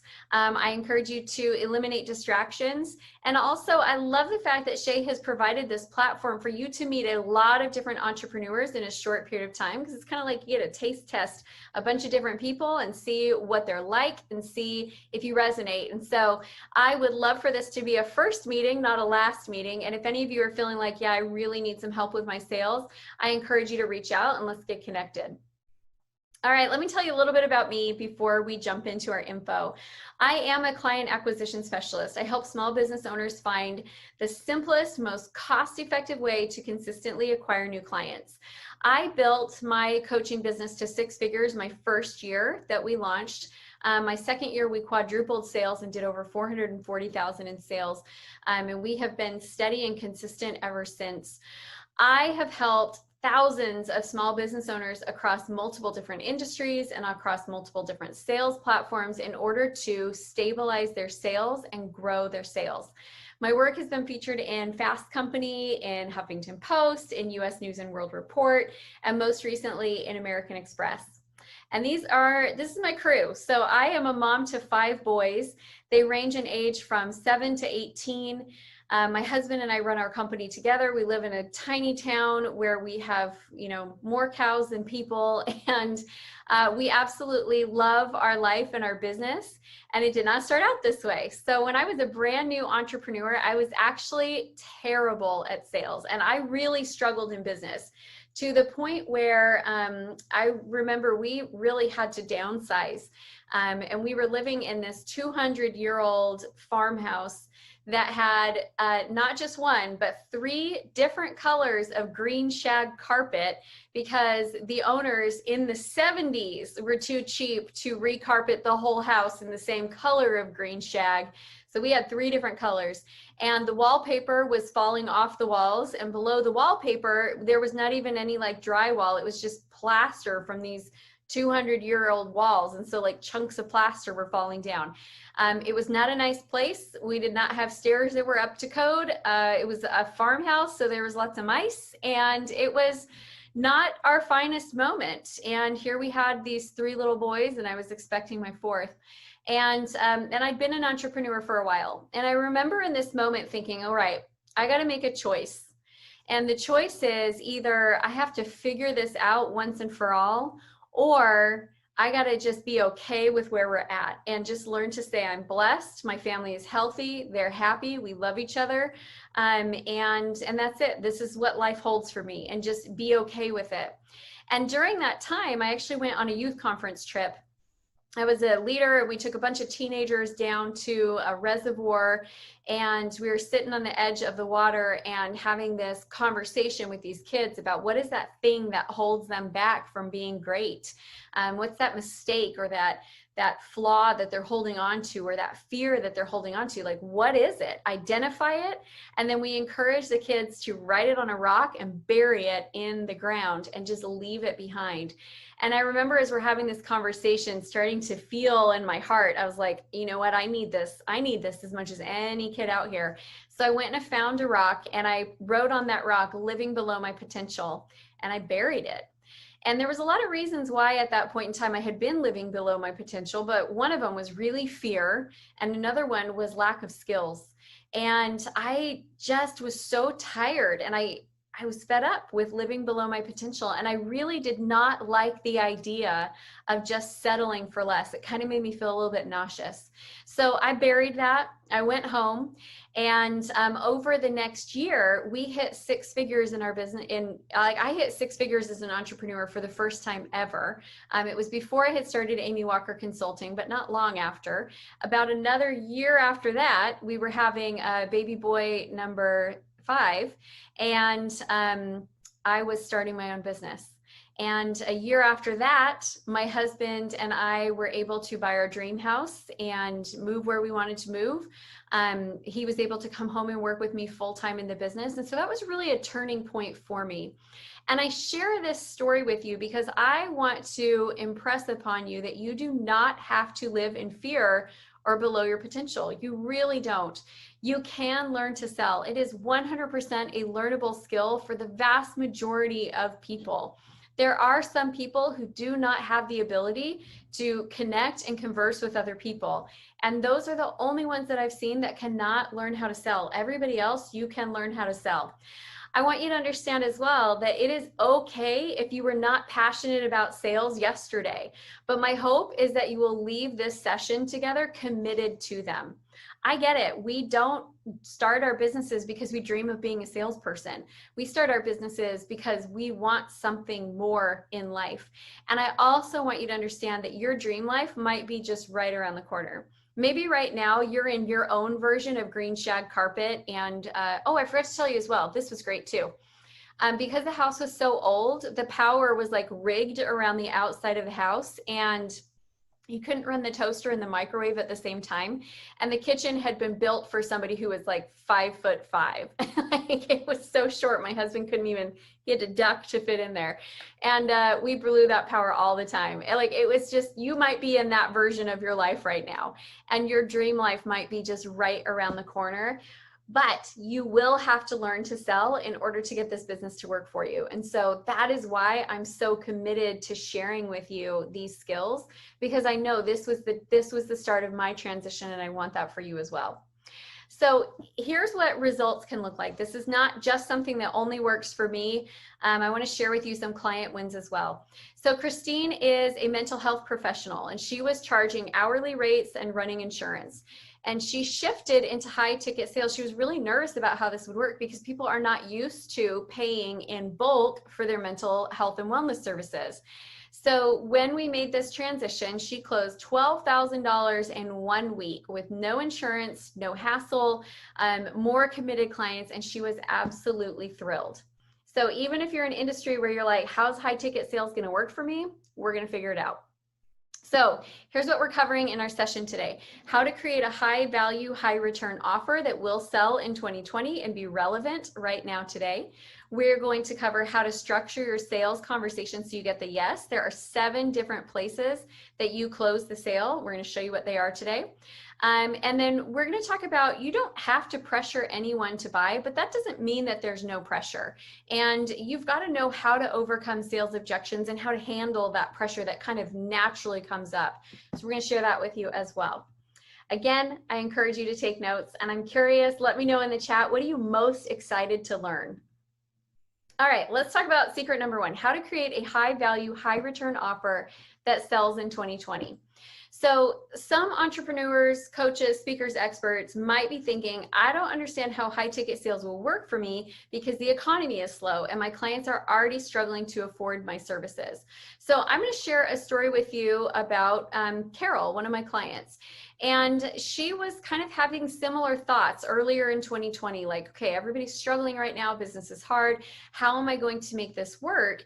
And what we did was we really focused on what is going to be a high value offer first, and then we match it with high price. So there are a lot of people out there, and you guys, this is one of my pet peeves, that are selling high ticket crap programs.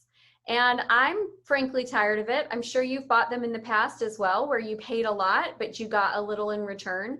It's frustrating, and we are not talking about that. That is not what I mean when I say high value, high ticket offer. So what I want you to understand is you're trying to structure your offer, and we'll come back to Carol's story here in a minute. It takes the same amount of effort to close a low price sale as it does a high price sale. I'm not even joking. The same amount of time to get the lead on the phone. It's the same amount of effort to acquire the lead. It takes the same length of time to have the sales conversation. It takes the same amount of time. So you might as well try to sell a high value offer. Also, we are not going to try to sell high ticket products to low ticket clients. There are some clients that need a low price point offer. Sell them a low price point offer, but do it as a downsell. Instead of going after low price point offers, go after high price point offers. And if they can't do it, have a downsell. It's a great way to go. Next, people want big results with the least amount of effort to get there. So right now, stacking your offers with tons of different deliverables in them is overwhelming, more so than it is valuable. So I have a client that I said, okay, we need to put together a $10,000 offer. And she came back to me with just this list of everything she's ever learned or done that she's going to put all together in one. I was like, oh gosh, that's overwhelming. Looks like so much work, looks like so much time. Let's simplify. What is the simplest way that we can get to the outcomes that your clients want? So creating more stuff doesn't mean high value. Creating more results means high value. So let's show you Carol's before and after. So when Carol first started, her positioning was that she teaches tech to non-tech savvy entrepreneurs. So she was bringing in, clients who wanted help setting up their autoresponder and figuring out how to just do basic things like, how do I set up my Facebook page? It wasn't real high value, high return, the work that she was doing for them. So the very first thing we did was we started off and I said, okay, so what kind of outcomes have you created for clients? And then she got excited because she had helped clients do 6-figure book launches. She had helped clients launch podcasts. She had helped clients run expert summits that generated 6 figures for them. And she had done all of these things where they created really clear, really great, valuable outcomes. So what we did was we changed her positioning for who she was offering to. We changed her pricing and we created really clear outcomes. She put together a program, and her first month she sold it for $10,000. Her next month she did $15,000 in sales, and now she is just going strong. That was a big increase for her, and we were super excited about it. And here's what Carol had to say about the experience. Just wanted to let you know, if you don't already, that you are amazing. You totally changed my life with your instruction, belief in me, loving support, and kicking the butt when needed. It's not just the money, it's the ability that I now own to strategically think about how to generate the money. I totally love the podcast I'm doing now and never thought of it as a way to bring in consistent money other than sponsors. Wow. So when you get clear on what the value is and the outcomes that you can produce for your clients, that's when we have the high value, high ticket offer. I'm not just talking about slap a higher price point on your programs. I'm talking about how can you create the most results for your clients. That's what people want to buy today. They want to buy results. Okay, you might also be thinking, I don't understand how raising my prices is going to help me make more money when I'm already struggling to close at lower price points. If you can relate to that statement, just let me know in the chat. Because I get it. I remember feeling that way. I was like, I can't close $100. Why am I going to close 1,000 or 10,000? Mind-boggling. So let's talk about this. So here's the truth. Your old offers might not be selling because they're focused on deliverables instead of results. It's something that's very common that I see. Another thing is your offer might be overwhelming or confusing. Maybe you've just thought, okay, I just need to add more stuff into the offer. It's not the right thing to do. You might also be selling the wrong offer for the client's needs. Like you're trying to sell to somebody who doesn't need what you have to offer. All of those things will affect your ability to convert. So take a look at each one and see which one it might be. The other truth bomb that I want to drop for you is that it takes the exact same amount of effort for me and my team to close a $1,000 product as it does a $10,000 product. Same amount of time. You guys, I have tracked this.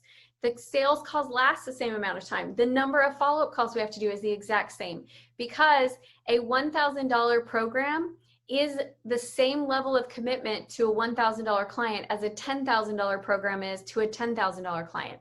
But I cannot sell a $10,000 program to a $1,000 client. So when you up-level your outcome and you up-level what you can produce for them and you up-level that price, you also need to make sure that you're working on getting the leads that match that offer. And I hope that makes sense to you because that's a critical piece to it.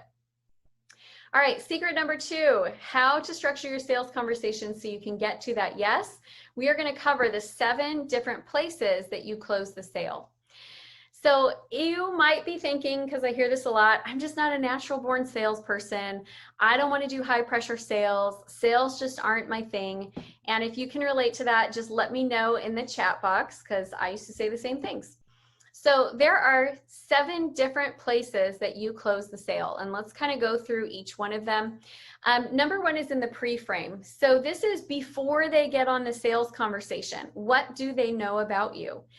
What are you sending them? What resources? Is there a video? Is there a certain email series that you send? But before they get on that sales call, you want them to be set up for success and thinking good things about this experience they're about to have. So there was a study that was done at, I believe it was Harvard Business School, where they had a guest professor come in and they had a written bio, and they gave the bio, is one big classroom, they gave half of the room one bio, half of the room the other bio. One half, the bio said things like, you know, he was very efficient and a little bit of a reserved demeanor, and it said all of these things that were not necessarily like, you're going to love this guy.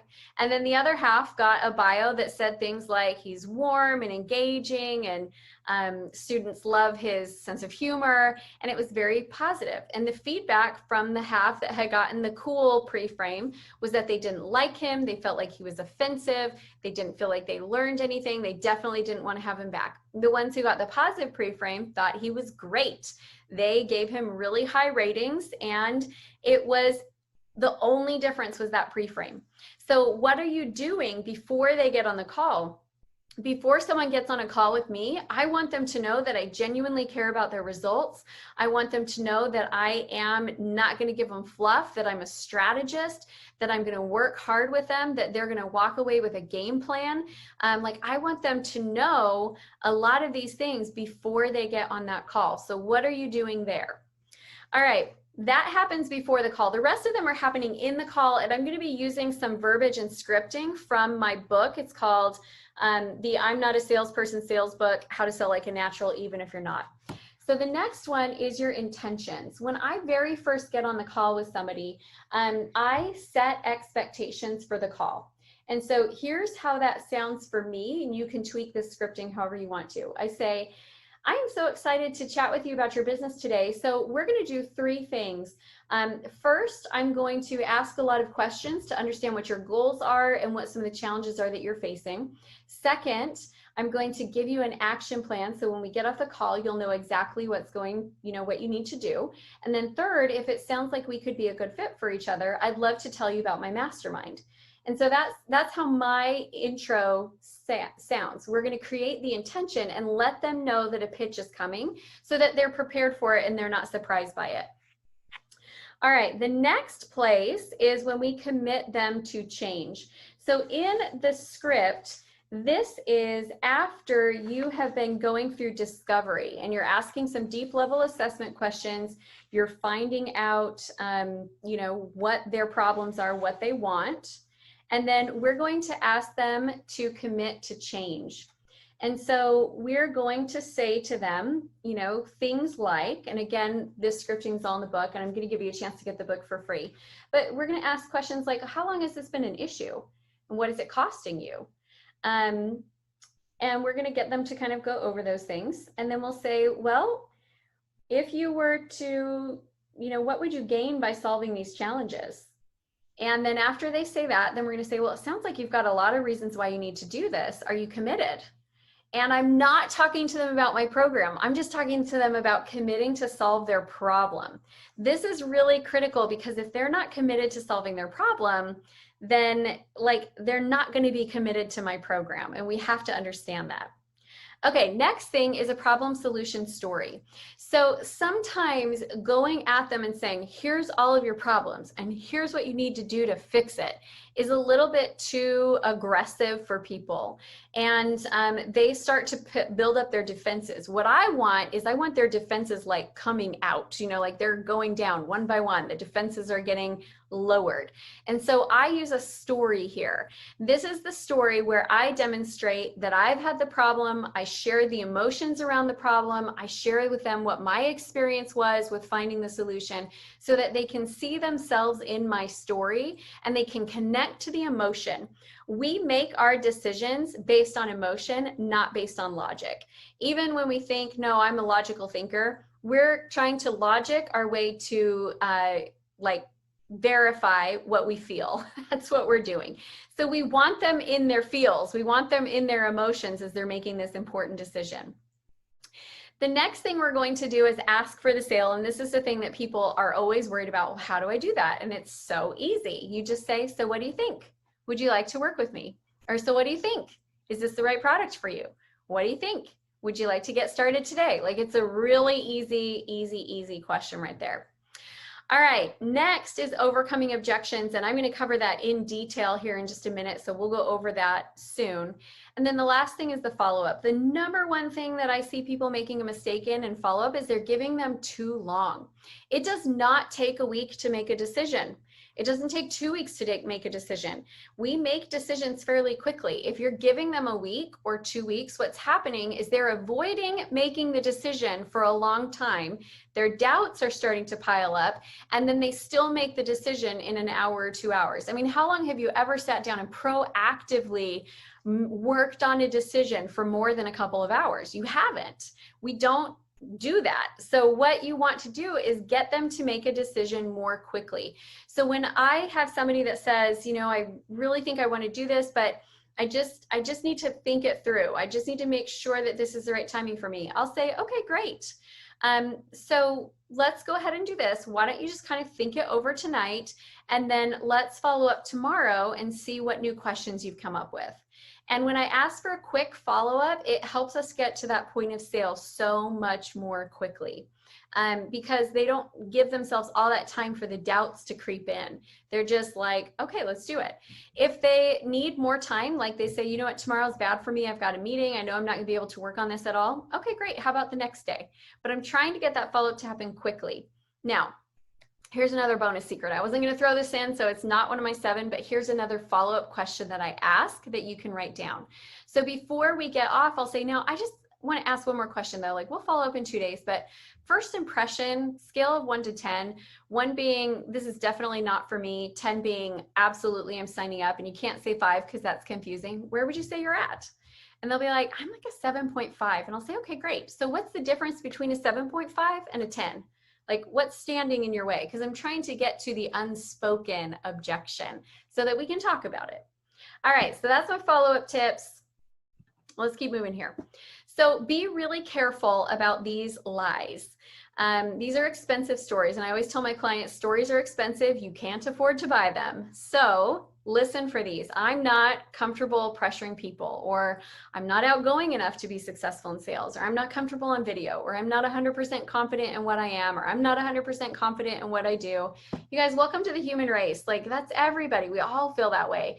And yet we can learn to be successful in sales. So here's the truth. Whenever people say, well, I'm just not a natural born salesperson, I'm like, cool, because I've never met a baby that can sell. So sales is a learnable skill. There is no such thing as a person who is just born a salesperson. No babies sell. They just don't. I've had a lot. I can attest to that. Sales is a learnable skill for like 85% of the population. And the 15% that can't sell are also the 15% that cannot connect with other people. They just are not wired that way. So if you can connect with people, you can learn to sell. There is a psychological process that we make when we go through making decisions, and sales is simply making that process happen more smoothly. All right, last secret. You don't have to pressure anyone to buy, but that does not mean that there is no pressure. So some entrepreneurs, business owners, coaches say things like, Amy, I just don't know how to make people feel comfortable while I'm selling to them. Stop trying to make them feel comfortable, and let me explain why. That's not a natural part of the decision-making process. Comfort and change don't go together. And if I think about it, if I'm in my bed with my comfy PJs on and my best blankie on and I'm watching something awesome on Netflix and one of my kids is like, hey mom, you want to take me to the store? My answer is no, because I'm comfortable and I don't want to move. If your people are comfortable, they don't want to move. So you got to be okay with that. There's this natural process of a little bit of discomfort in the mix. The other thing I want you to understand is the sales objections that they give you have nothing to do with you, your product, your service, your program. Those are the same objections they give to everybody. So if they say, I can't afford it, they tell that to everybody for everything. If they say I'm too busy, they tell that to everybody for everything. It is not related to your product or service in any way, shape, or form. It is their story. And that story pops up for them over and over and over again. And I said this already, I'm gonna say it again, stories are expensive and you can't afford to buy them. So when someone brings up a sales objection, and I'm starting to feel like that pressure build, because it does, when they get to the point where they've committed to change and now you're showing them an offer that's gonna help them change, they're starting to feel internal pressure to cause them to move. That's the natural energy flow of the sales conversation. I didn't make it up, right? Like if somebody has no desire to move, there will be no pressure at this point in time because they don't want it, they don't need it, they're happy with where they're at. But if they want the change that you offer, they're going to feel pressure. It's kind of like, if any of you have ever had this experience, I have, of getting on the scale and seeing a number that you're like, holy cow, the last time I weighed that much, I was pregnant. And I am not okay with that number, right? Again, maybe you have not had this experience, I have. And so when that number creates so much pressure for me that I will do something different. So there's a 4-part process to overcoming these sales objections where you don't have to add more pressure to get them to say yes. You just have to know how to manage the pressure and get them to move through the objection. So this works for absolutely any sales objection that you could possibly have thrown at you. The first thing that we do is we acknowledge what they just said. Then we ask them a question, then we get permission to give them more information. And so if they say, well, Amy, I would love to work with you, but I just can't afford it. We say, okay, so it sounds like money is your concern. Is that correct? So we acknowledged it. They say yes. Well, may I ask you a question? If we set money aside for just a minute here, is this the right program for you? And if they're like, yeah, this is absolutely what I need. Okay, well then do I have permission to brainstorm with you and figure out how we might be able to get these payments to work? Because I would hate if money was the only thing that stopped you from getting what you want in your business right now. So that's that 4-step process. And again, this is all covered inside of the book. And I'm going to give you in just a second a link to be able to get it for free. But it goes over there, you know, how to overcome the time objection, the money objection, the spouse objection. So all of that is in there. But this process, what it does is it takes it from the two problem ends of the spectrum. So on one end, you have the people who they say, oh, I just can't afford it. Okay, well, but you know what? No big deal. I'm just here to serve. And you know what? When things turn around for you, I'm still going to be here and I'll work with you whenever you're ready. And they don't even try to overcome the objection. And then the other side, you got the people who don't even care that you just gave them an objection, and it's like aggressive. Like, well, I can't afford it. Well, you got on this call. You knew it was going to cost money. What were you thinking? You know, like it's super aggressive. So you want to be in the zone that is not wimpy, but is not overly aggressive, but it just helps them get through that process. Because here's what I know. That story has nothing to do with me. That is the story that keeps them stuck in their life over and over and over again. My job is to help them get over their obstacles so they can be successful. My job as a salesperson is to get the client what the client wants. And that requires that we get those obstacles out of the way. All right, I want to share with you another case study here. So Aaliyah came to me because she was not enjoying her sales conversations. She was closing, but she knew she was leaving money on the table, and the closing was awkward. She didn't know how to overcome the objections, and it seemed like the calls were not ending on a high note.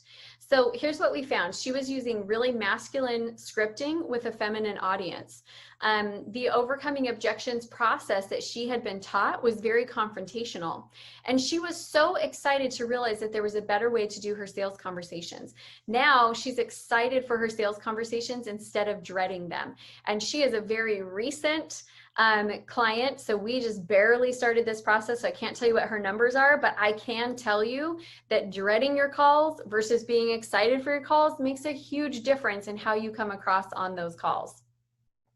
So here's the lie that you have to be high pressure to win in sales. It's absolutely not true.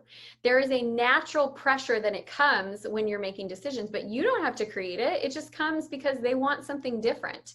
The best closers are really great at helping people move through their obstacles. All right, you guys, I said I was going to give you this gift, and I want to give you this gift. I'd love to give all of you a copy of this book for free. In here, it has training on your mindset, how mindset plus skill set plus action is the success formula for sales. It's going to teach you how to qualify your leads. It's going to teach you how to sell to indecisive people, how to know your numbers and what you should be tracking in sales. It's going to teach you how to overcome objections with time, with money, with spouse, plus more. And also in here in the back of the book are my high converting 6-figure sales scripts. And so you get those sales scripting templates. So if you want the book, all you need to do is go to www.salesaremything.com. And I encourage you to do that now, like right now, before the next speaker comes up, salesaremything.com. Go get the book for free, and you can start working to get your high ticket sales offer and system coming together like right away. You guys, this one makes the biggest impact in the shortest amount of time. All right, back to you, Shay and team. Thank you all so much for having me.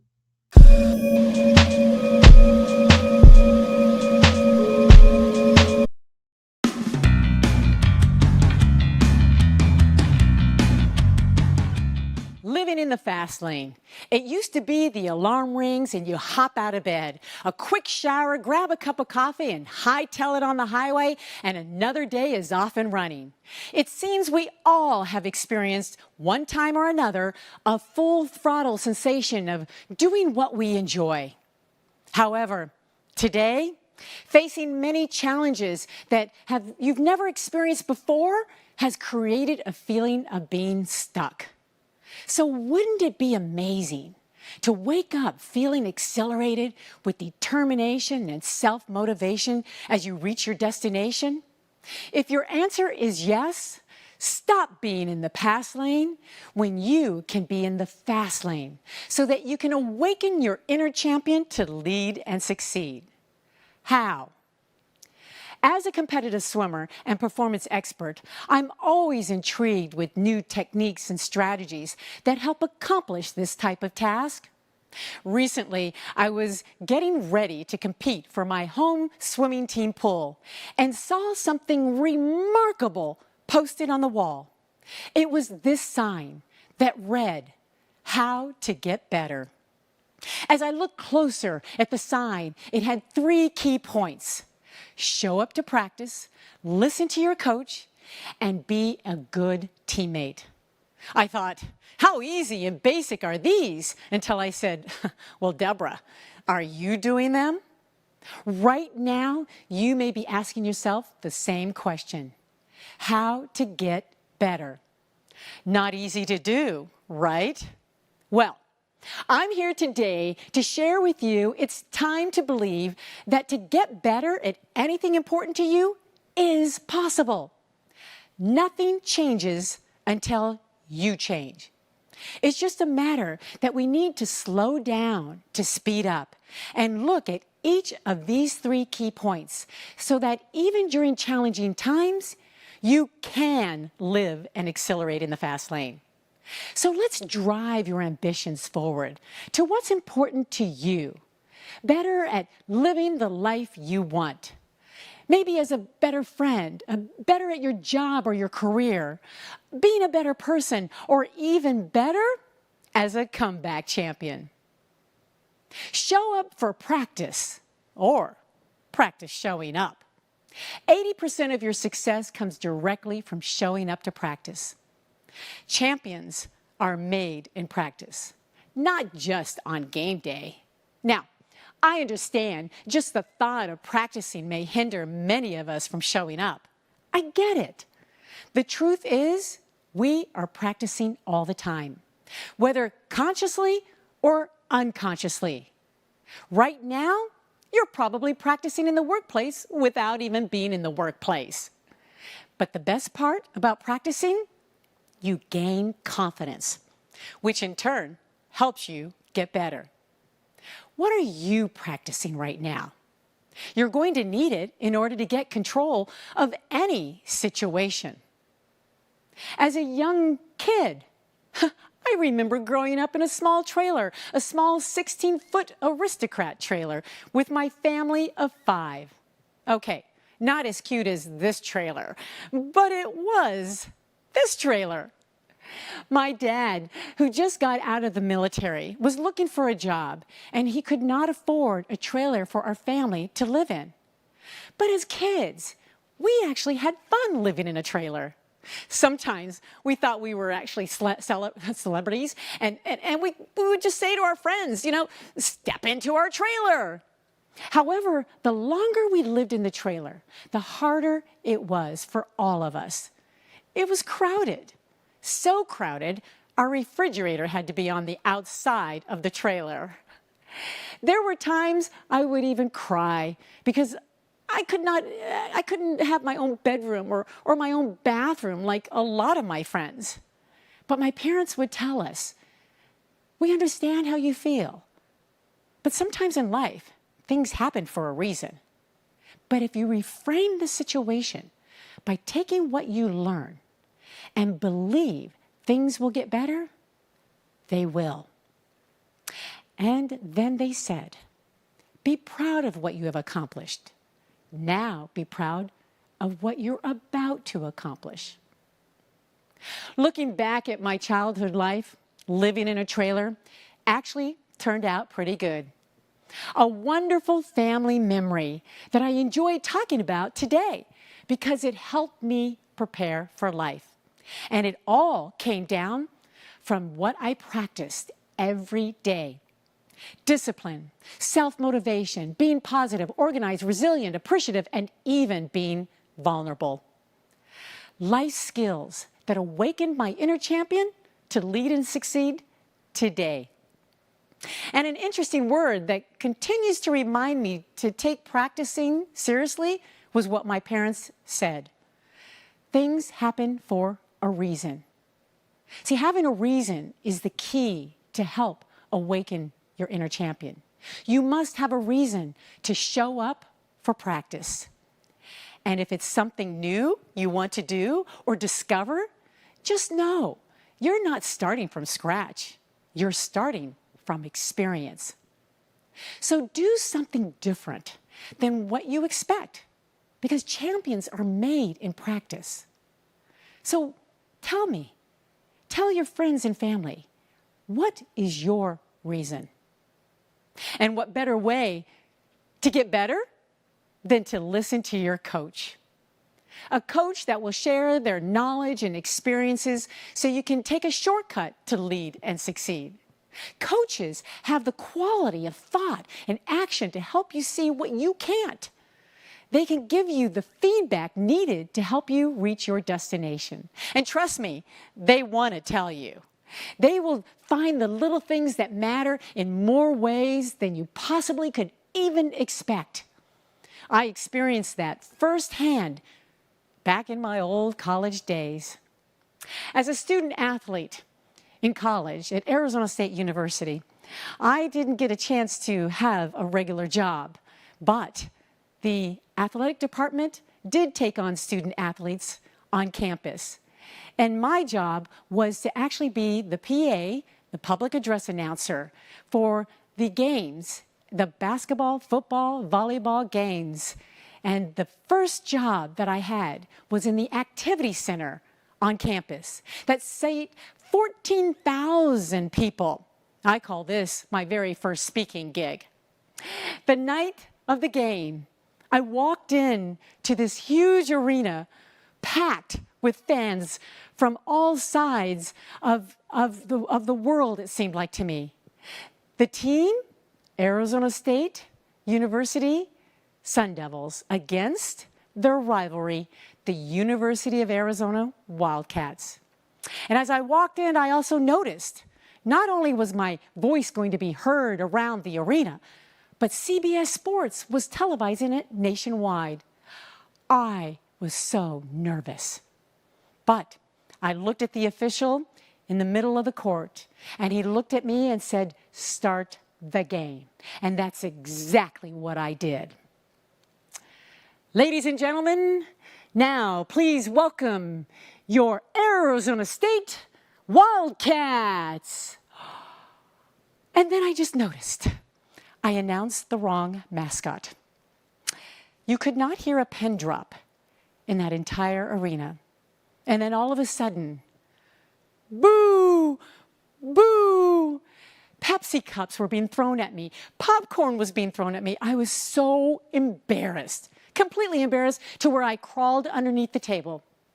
And then all of a sudden, my coach actually put his hand on top of mine and said, "Deborah, it's okay. It's okay. Just keep going." Which gave me some strength and some confidence to come from the bottom of the table to the top and put my big headsets back on and continued the game. And little by little, the boos subsided. And before you know it, everyone forgot. If you don't have a coach, how about a mentor? Either way, they're there to support you in the good and the bad. And I'm not just talking about a mentor that is close to you like your mother or your father or your boss. I'm talking about a mentor that could help you see a more objective side. If you are in the world of sales, this would apply to your client or customer. Ask yourself this question: who is your favorite client or customer? They like you, you like them. Ask them to be your mentor. Now, here's another question, but I want you to be very honest. How many of you have a nightmare of a client or customer? Yes, we all have experienced a few of those, right? We may even been one before. Well, ask them to be your mentor. Yes, think about this.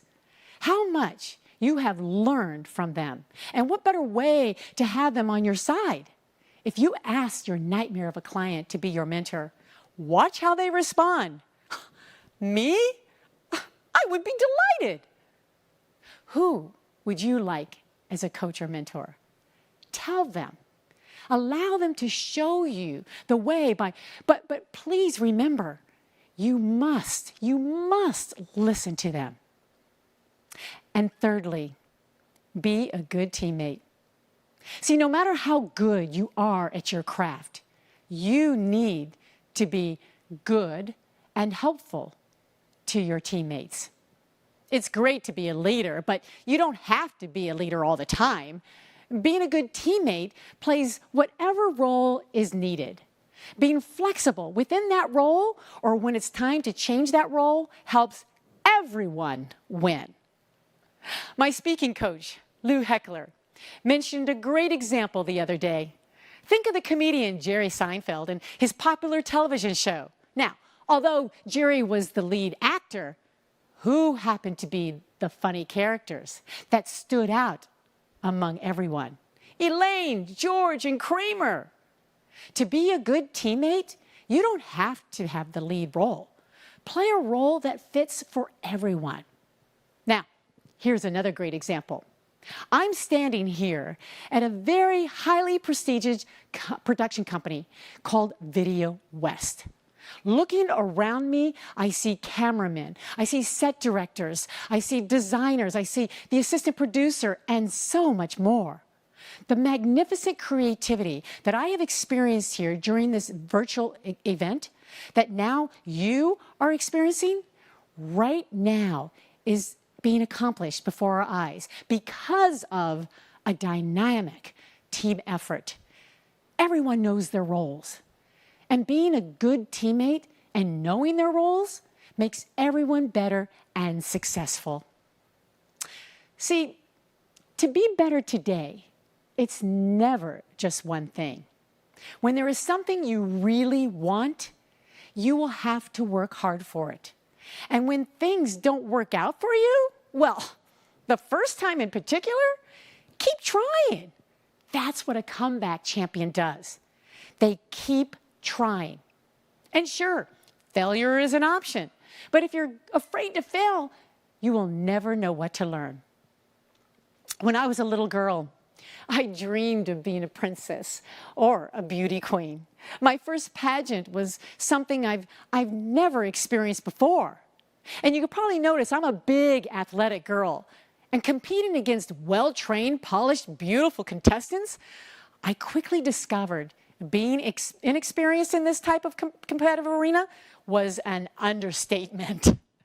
I still remember walking across the stage with people glaring at me.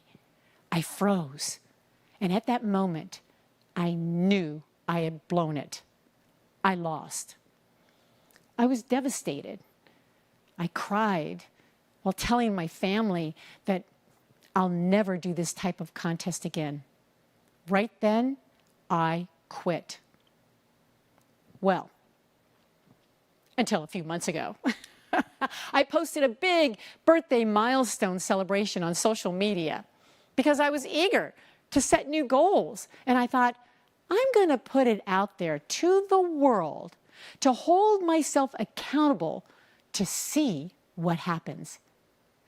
At this time of my life, I figured there's no age limit to living in the fast lane. It was time to wear my confidence crown by believing and proving to myself that if I can compete in a pageant again, maybe, just maybe, I could become a comeback champion. And sure enough, looking at this sign, how to get better, every single day, I wanted to make that happen. I showed up for practice, and I practiced, and I practiced. I listened to my coach and held hands with the contestants who I considered my teammates. And then all of a sudden, I heard my name. Deborah Gardner. I won! Why do I share this with you? In life, things around you will change and they will challenge you. You will be fearful. You may even be completely terrified to try something you want or even what you want to become. But bottom line, if there is something truly important to you, just try. And then try again and again and again.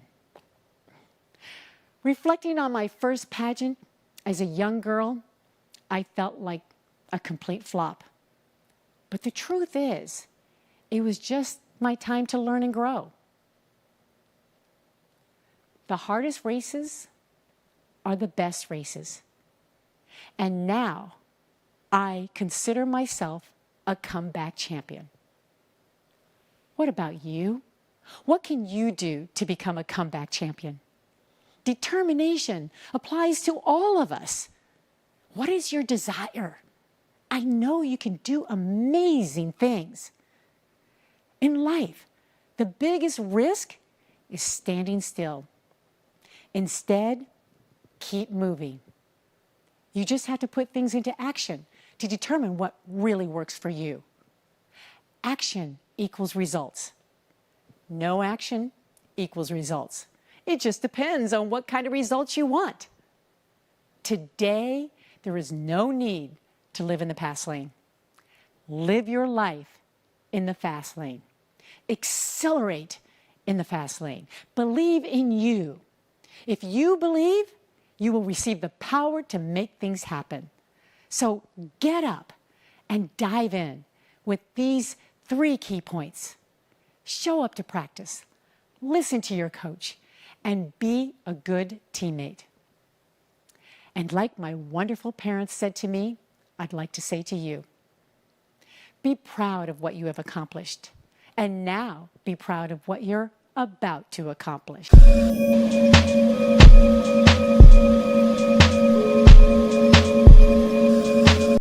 Hello, welcome to Master to Millions. My name is Lisa Lieberman Wang, and I'm going to tell you the 7 secrets to build your business in today's economy. I'm super excited that you're here, and if we were in person, I'd be giving you a handshake and saying, great to meet you. Well, this is a virtual handshake. Know that in the times we are dealing with today with COVID, the pandemic, our new normal, we need to think about things differently. It reminds me back in the day, about 20 years ago, I was in a situation where everything was great, and all of a sudden it wasn't. I'd worked for a company, MCI, which became WorldCom and later went bankrupt, and we had to start over. I kind of think of that as being the same thing that happened to a lot of us today. We had the pandemic. All of a sudden there was this fear. What are we going to do? How are we going to survive? Some people took action. Some people froze. But whatever the case, that was that inertia of, I got to do something, but I don't know what to do. And it really required thinking differently. We were in a situation where we went from prosperity to desperation overnight, and we needed to build ourselves back up and start a business to do that. We actually went from nothing to something in a very short period of time. And I'm going to give you those tools and resources that you can do that no matter where you are in your business, be able to take it to another level. But first, I want to make you understand that there are some challenges today. And one of the biggest challenges businesses have is they have great products and services, but no one's buying.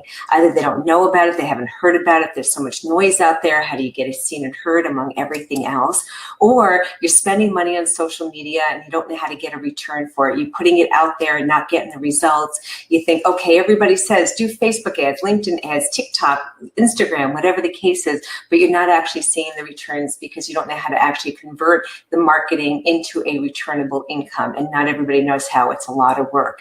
The other is maybe you decide to go live on social media and you figured, I'm going to use the internet, the super highway, and be able to meet and greet more people. But the truth is maybe you don't have a following. Maybe you don't have an audience. So you spend hours and hours creating all this material to share on social media, but crickets, no one even knows you're there.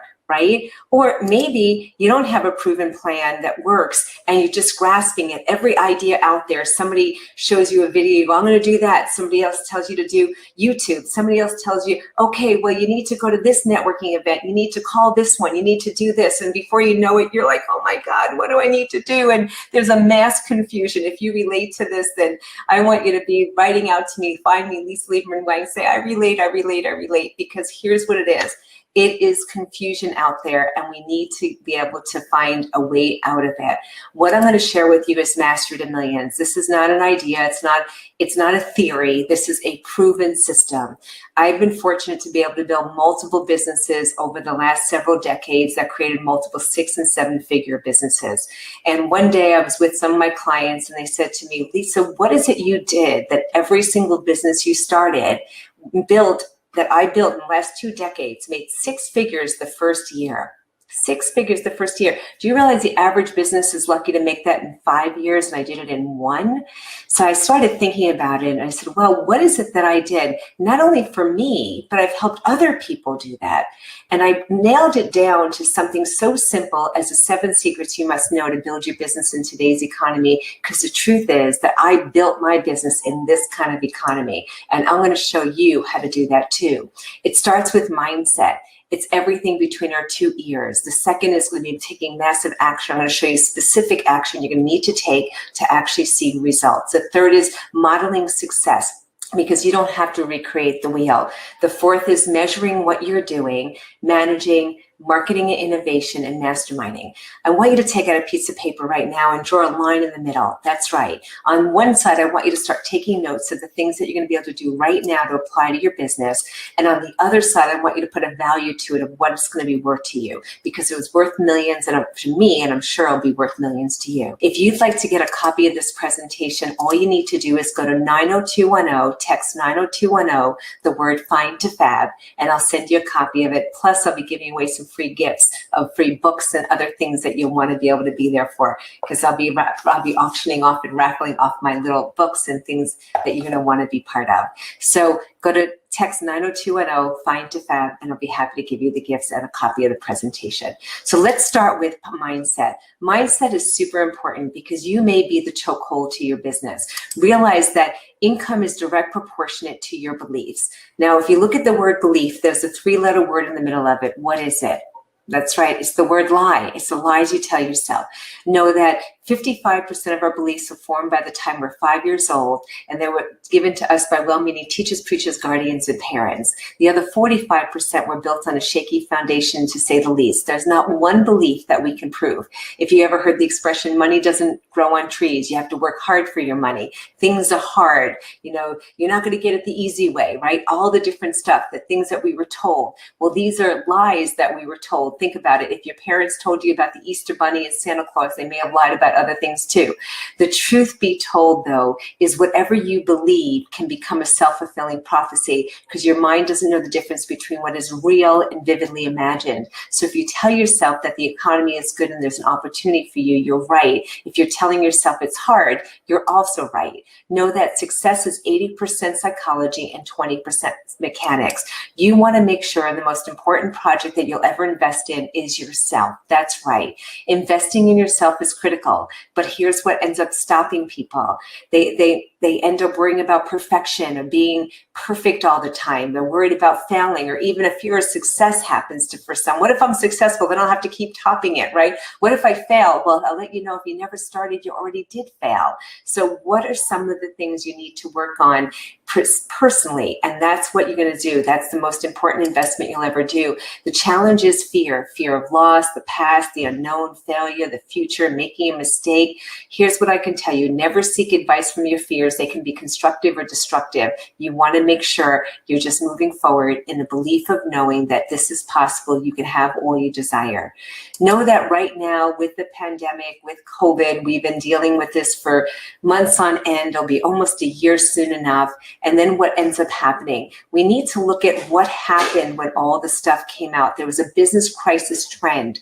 And what happened is the first thing you see is shock. There was a startling thing. Nobody knew what to do. They froze. They just, inactivity, right? So many businesses did that. And today they're actually no longer in business. There are others that had desperation and a stampede. They made lots of wrong decisions, they didn't know what to do. Some did something, some did nothing. Lowering prices, creating price wars, putting themselves out of business with the things they did. Other stages that we ended up coming into where we evaluate what we're doing, we start making other strategic decisions. What is it we need to be doing at this time? Still small, reoccurring wrong actions, maybe some right, putting the needle going up again. And then stage 4 is when we have deliberate action, strategic rebound. Seems like where we are right now for most people. And then stage 6 is surge and burst, preparedness and opportunity, and then continuing business. Realize that the key behaviors for success is to decide, adapt, deliver, engage, according to Harvard Business Review. When you do that, things will change. What I want to tell you right now is we are in a winter economy. And what that means is we have winter, spring, summer, and fall. Think about winter as scarcity. We're in a recession. People are afraid of spending money, and then how they spend money is different. They're still spending money. Studies show 93% of the gross domestic product is still being spent. It's just being spent differently. People want to make sure they have value. They want to have more security in their purchases. There's other decisions being made on how they're actually spending. We're in what's called a recession, but I want you to know we're no stranger to a recession. Since the 1700s, we've had over 40 recessions. And in those 40 recessions, the Fortune 500 top companies that are here from 2009, from the last one, actually are the ones thriving, like IBM, General Motors, Toll House Cookies, Apple, Microsoft, Burger King. All these companies started back years ago, and they are now part of the Fortune 500. So I'm telling you that in any economy, even this one, there's opportunity for you. So please take out your notes. Right, start taking notes, because this is going to be important. It's going to be a game changer for you.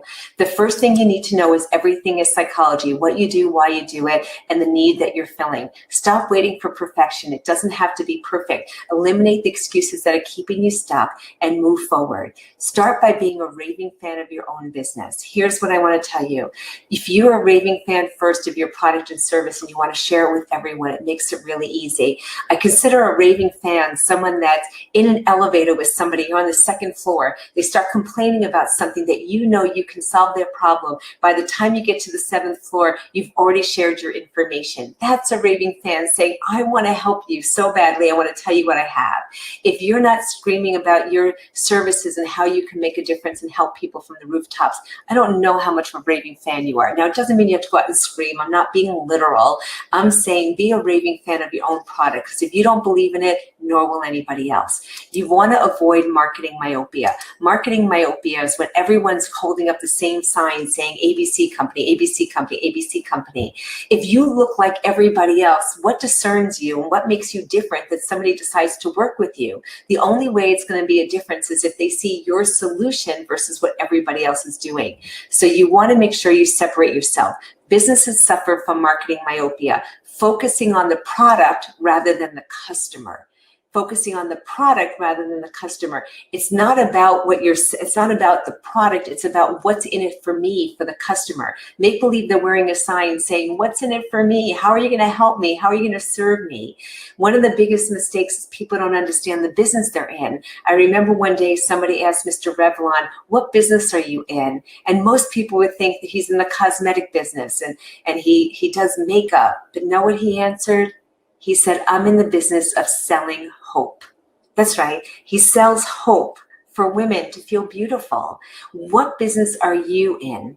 And that's what you want to do from the perspective of your customers' needs and wants and how you fill it. The most important thing when you do that to separate yourself from everybody else is to brand you. That's right. Brand you, become the expert. I wrote the book on it. Brand you, become the expert. I did this with a business associate. You want to be able to stand out and create your own personal, unique brand. Super important. I'm going to show you how to get the book for free. Don't worry about it. People buy you. You want to sell yourself. And that's what you want to do. Set yourself out. Here's an interesting thing. If you're out there selling a product and you're selling shovels, you say to everybody here, buy my shovel, buy my shovel, buy my shovels. Everybody's going, I don't want a shovel. Why would I want a shovel? Well, here's what I want you to do. It's December. It's snowing. There's 4 feet of snow outside. Now, do you want to buy my shovel? Right. Yes, you do. You want to buy my shovel now. Brand you, become the expert. Be the person that shovels them out and gets them out of the problem that they have. Be the solution, not the product. This will actually help you identify your ideal client. People will know that they want what you have and need what you have. You'll be the valued expert in your industry and you'll be able to sell things for a premium. So you want to be the expert and you want to market yourself out there. Then when you're talking to people, you're not saying the same thing as everybody else. You're not a coach like everybody else. You're not a realtor like everyone else, a mortgage person, or maybe an accountant. You are unique. You need to figure out how to brand yourself uniquely so that when someone's looking for a shovel, shovel, looking to get shoveled out, you're the solution, right? How do you do that? Well, as I said to you, my name is Lisa Lieberman Wang. I am the only Jewish Chinese woman with this name, but there's something more. I am the only person out there who is actually, as a business and life strategist, helping people create multiple 6- and 7-figure businesses. And how I do that is helping people personally and professionally. And here's the key thing, because of what I've done, I am on stages here. I'm on a stage in Maryland with 6,000 people. I'm on a stage in North Carolina with thousands of people. I'm on a stage in Miami at the Miami Arena with 25,000 people. I have them all raising their hand. Raise your hand with me. That's right. They'll follow you when you're the leader and you're proving your success. Then it got me on TV, on ABC, NBC, CBS. You want to be the expert that people come out to look for. The people will follow and do what you do and find out how you do it. People will want what you have because you're solving their problems and you're setting the solutions. Then you'll find yourself the expert on ABC, NBC, CBS, if you want to, if that's your goal. But the idea is you have to go out and prove it first. You have to go out and make a difference, help people with what you do, and the rest will follow. I've been on ABC, NBC, CBS, all these different stations. I've been doing this for years, helping people build themselves and their business. And I can't wait to be able to give you that gift. Go to brandyoubecometheexpert.com right now. I'm going to give you my book. I'm going to give it to you for free. You just cover the shipping. If you go on Amazon, it's $25. You cover the shipping. You get the book for free. And I'm going to also teach you how to be the best salesperson, outsell other people 57-1 if you want. When you get there, pay attention to that. It's a really important bonus. But here's how we're going to do it. We were talking about the 7 secrets you must know to build your business in today's economy. I told you the first thing you need to do is mindset. You have to let go of any limiting belief that's holding you back. If you think that right now it's difficult to build your business, you're right. If you think that you need to know more, then you're going to wait to know more. If you think that you don't know enough, then you're going to not take action because you don't know enough.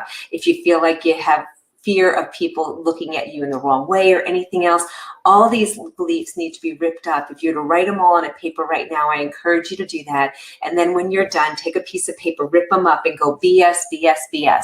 You can figure out what that BS stands for, right? Belief systems or something else. But rip them up and start a new day and start it fresh. Set your goals on what you want. Know where you want to go and set them as SMART specific goals.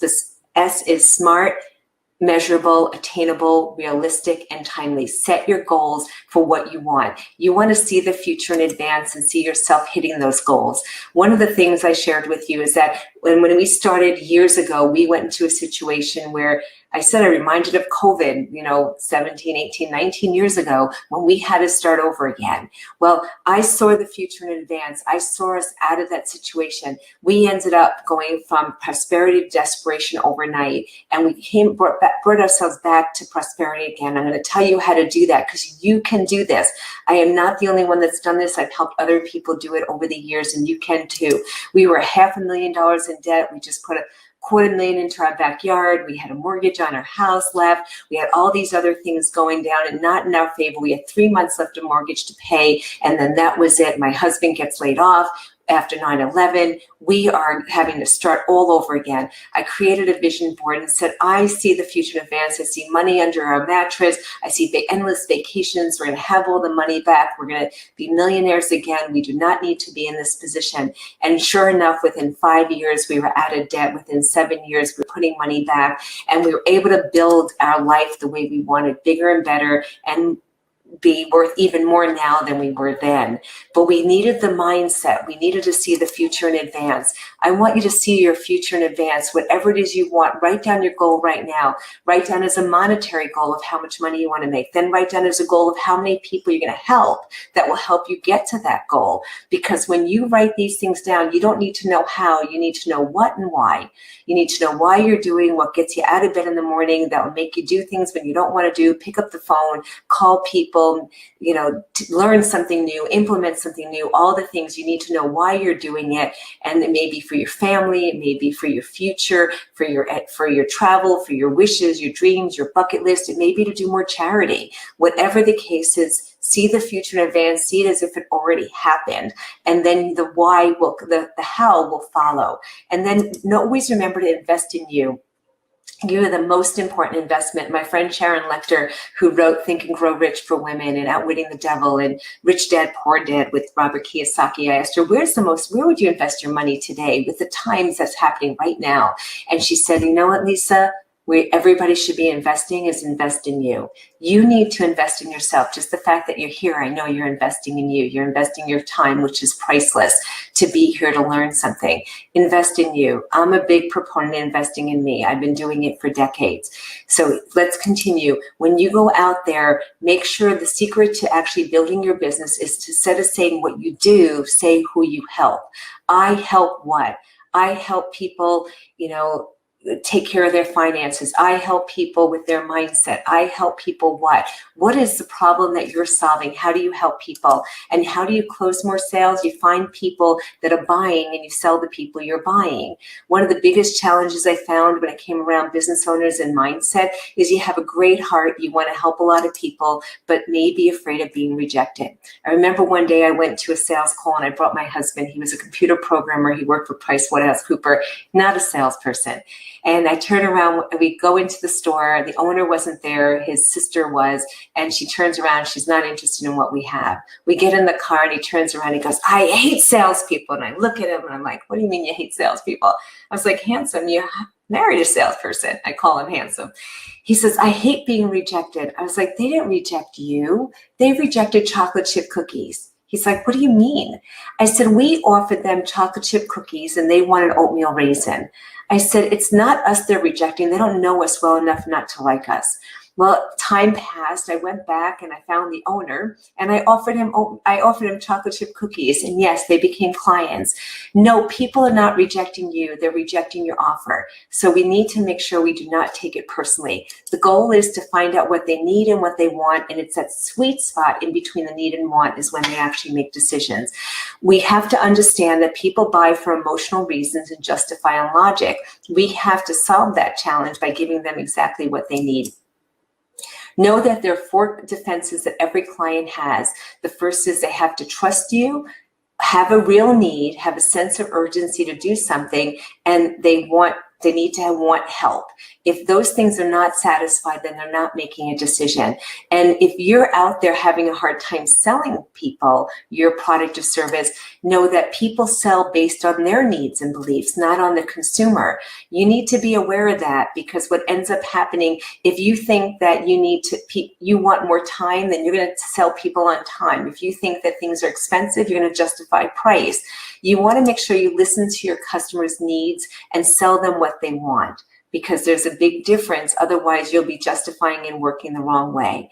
I'll give you an example. One of my clients came to me, Rob, and it turned out that he has this amazing gym. He's a franchisor, and it's a CrossFit gym, and there's never the same exercise twice. It's quite phenomenal. Told me all about the place, and there's a big challenge. It's like the best gym in the world, but in 4 months, they had 103 people come through their doors and only 7 people enrolled in their services. That's like less than 7% closing ratio. He said, Lisa, I need help. I said, okay, well, what's going on? When he told me all about the place, I was sold. I was like, this sounds amazing. I didn't even need to go. It was amazing. He says, come in and see what's happening. Well, I experienced the place, and the person they had at the front door didn't actually have the same mindset as Rob. They weren't telling the same story. They weren't as enthusiastic about it. And the experience was not what Rob told me it would be. So what ended up happening, I go through the whole thing. I ended up working out as a customer. It was the best workout I ever had. It was quite phenomenal. I turn around, I'm done. I say, this is the best workout I ever had. They said, have you worked out before? I said, yes. After I was done, I said, I must have lied because I never worked out this way. This was a real workout. It was incredible. And the girl comes over to me and says, you think you'll come back?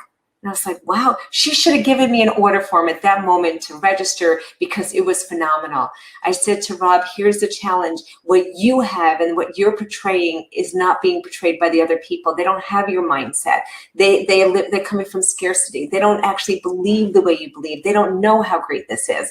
We changed the way they were doing business. We changed the way they made the offers. We changed the whole process.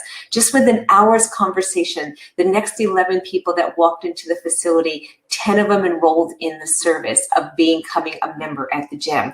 Friggin' amazing, wouldn't you agree? Well, implementing that, they went from 7% closing ratio to 91%. They have, on average, people staying with them for 5 years. Those 10 people met $22,000 to their bottom line. The next 100 people that come in, when they close 91%, that was over a value of $213,000 in revenue. And over the next 5 years, that's $1 million in revenue. Think about your business. What are you portraying? How are you putting things out there? What's the message you're giving? Is it being conveyed if you're not a solopreneur, if you have other people working with you? Is that mindset being portrayed throughout your organization? If not, you need to change it. Rob did, and the success is in the pudding. It's awesome. Second is taking massive action. It's about doing a little bit every day that creates true wealth. It's about taking massive directed action, knowing what to delegate, automate, and eliminate. Write that down. Delegate, automate, and eliminate. So many people have to-do lists. We have to have what not to do lists. You want to create a plan of what specifically you need to do. Put the plan together by looking at it as a 3-year plan, 2 years, 1 year, every month, every week, every day. Now you may say, well, right now I just want to get to tomorrow. I understand that, but that's not how business works. We have to project out into the future so we know where we're going to be, and then we can measure, monitor, adjust, and control on what we need to do. That's part of the 7 secrets to mastery.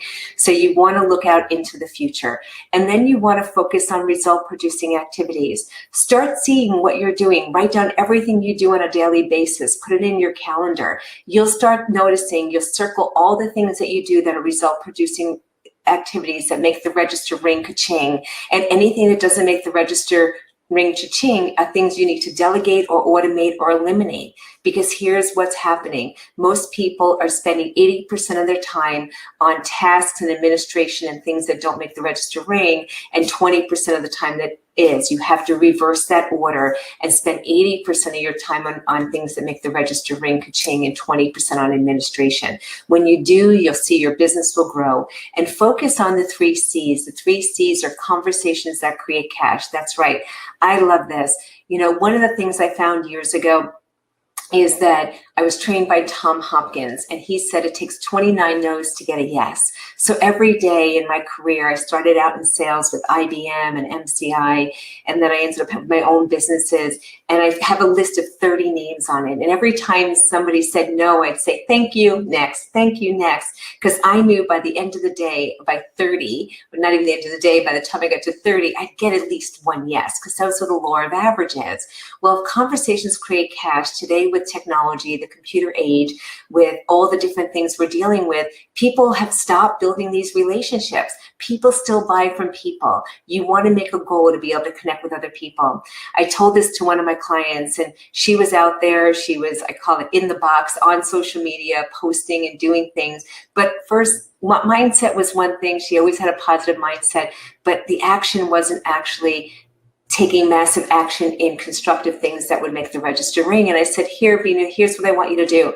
I want you to actually make a point to reach out to people and find people who need what you have, find opportunities to get in front of those people. And that's exactly what she did. And just a couple of months ago, she started with me, and she's been coaching with me at that time over a month. And it turned out that within 3 weeks, she made over $40,000. Within 5 weeks, she made $72,000. That's right. During the pandemic, when everybody said, no one's spending money, you can't do things, you can't be making an offer. And she's a parent-child peacemaker. Think about what happened with families coming home together right now. You know, parents becoming teachers, becoming kindergarten students now, because they're not only helping their kids, but they're sitting in with the classes, right? There are so many things happening right now where her services were needed, but she needed to take massive action to make sure she was putting herself in front of the right people to be able to be seen and heard so that they would know she's there for them. So again, conversations create cash. And then what you want to do in taking massive action is OPP, leveraging other people's people. That's right. You know, there are people out there that already have your client in their waiting room. They're already doing business with people who you want to do business with. How are you reaching out to them? That is one of the secrets to Everything in business is other people's people. Find those people and find how you can add more value to them, and then they can add value to you. Complementary businesses, other vertical markets, joint ventures. I said this to one of my clients, Brenda. I said, she happens to be a transformative neuro Reiki master. And I said, who has your client? She said, well, yoga studios have my clients. Gyms have my clients. I said, awesome. Here's what I want you to do. I want you to reach out to those people and add value, because as a transformative neuro Reiki master, you can actually help them right now. Well, she did exactly that. And what was totally amazing is part-time, she built a business working 15 to 20 hours a week to $94,000 part-time. During the pandemic, she calls me up. She says, Lisa, everybody's giving it away for free. I said, I don't care that they're giving it away for free. You can give some things away for free, but still charge. You give it away for free, you're going to be out of business. Remember that curve for the business trend? I said, you can't. You'll be out of business. They're putting themselves out of business. So she listened to me. In July, she did $22,000 in revenue. Just a couple of weeks ago, she did a challenge online for manifestations, and it turned out that from that challenge, she did $15,000 in sales in 2.5 weeks. Wow, for energy work. I want you to hear this, because I don't care what business you're in. Whatever traditional business, brick and mortar, click and order, coaching, you can be building your business now. There is no reason. People need what you have. They are spending money. It's just whether or not you're having the right conversation. So 2, take massive action. Let's go to number 3 for the 7 secrets. So now it's modeling success. Stop recreating the wheel. There are people who already paved the path. You need to find out what they're doing. And how do you do that? Is you leverage other people's experience. That's right. The first thing I learned years ago is modeling success, what the most successful people have done. You know, every business I built, first year was 6 figures. And I said, I'll tell you how. I'm telling you how as we're going, but how is because I've been working with dozens and dozens of mentors over the last 3 decades. I've worked with Tony Robbins for 27 years. That's right, 27 years. I went to his events back then, and then I stayed and crewed, and I became a senior leader, and then a trainer and a platinum partner of his. I've been mentored by everybody he ever mentioned in the footnotes, from Dr. Bandler and Grinder and Robert Dilts. I learned from them. I became a licensed master NLP practitioner and trainer. Then I learned from Frank Kern, top internet marketer in the world, and Kevin Neeshans. And then I learned from Keith Cunningham, Jay Abraham. The list goes on and on and on. And why? Because I wanted to learn from other people what they did to be successful, because I didn't want to go from the school of hard knocks. I wanted to know what I needed to do and follow someone else's proven system. I'm giving you a proven system right now, because here's the deal. Nobody wants a concept. Nobody wants to say, okay, try this, do that, experiment here. We want to know, what do I need to do to get from 0 to hero, and how do I do it quickly and easily without having to hit my head against the wall, right? Well, that's what a proven system does, something that's been done. And I have done this time and time again, where I created the 6-figure plus coaches and businesses, which is the big money blueprint, creating signature programs and talks that will sell. So many people out there spreading their message, going online, social media, telling all this stuff. Great motivational speakers, right? But they don't know how to convert to make any money. So I put together a program to actually teach you from the confidence formula, creating your intellectual property, so you don't have to be like marketing myopia and that everybody's trying to figure out how, you know, you're the same as everybody else. And knowing how to identify your ideal client avatar so you can speak directly to him or her. Creating a sensational soundbite, which I'm going to teach you to do shortly, which will help you discern the difference and delineate the fact that you're different than everybody else. How to create a signature program that is a difference, that makes a difference of what you offer that no one else offers. How to create a signature talk that is a conversation like I'm having with you that adds unbelievable value to somebody, that will make them not only walk away feeling full as if you've just served them a great meal, but wanting more. And then also how to create the funnels to generate the leads so you can nurture those people until they're ready to buy website, how to have landing pages that convert and enroll people, and how to promote your programs online and off.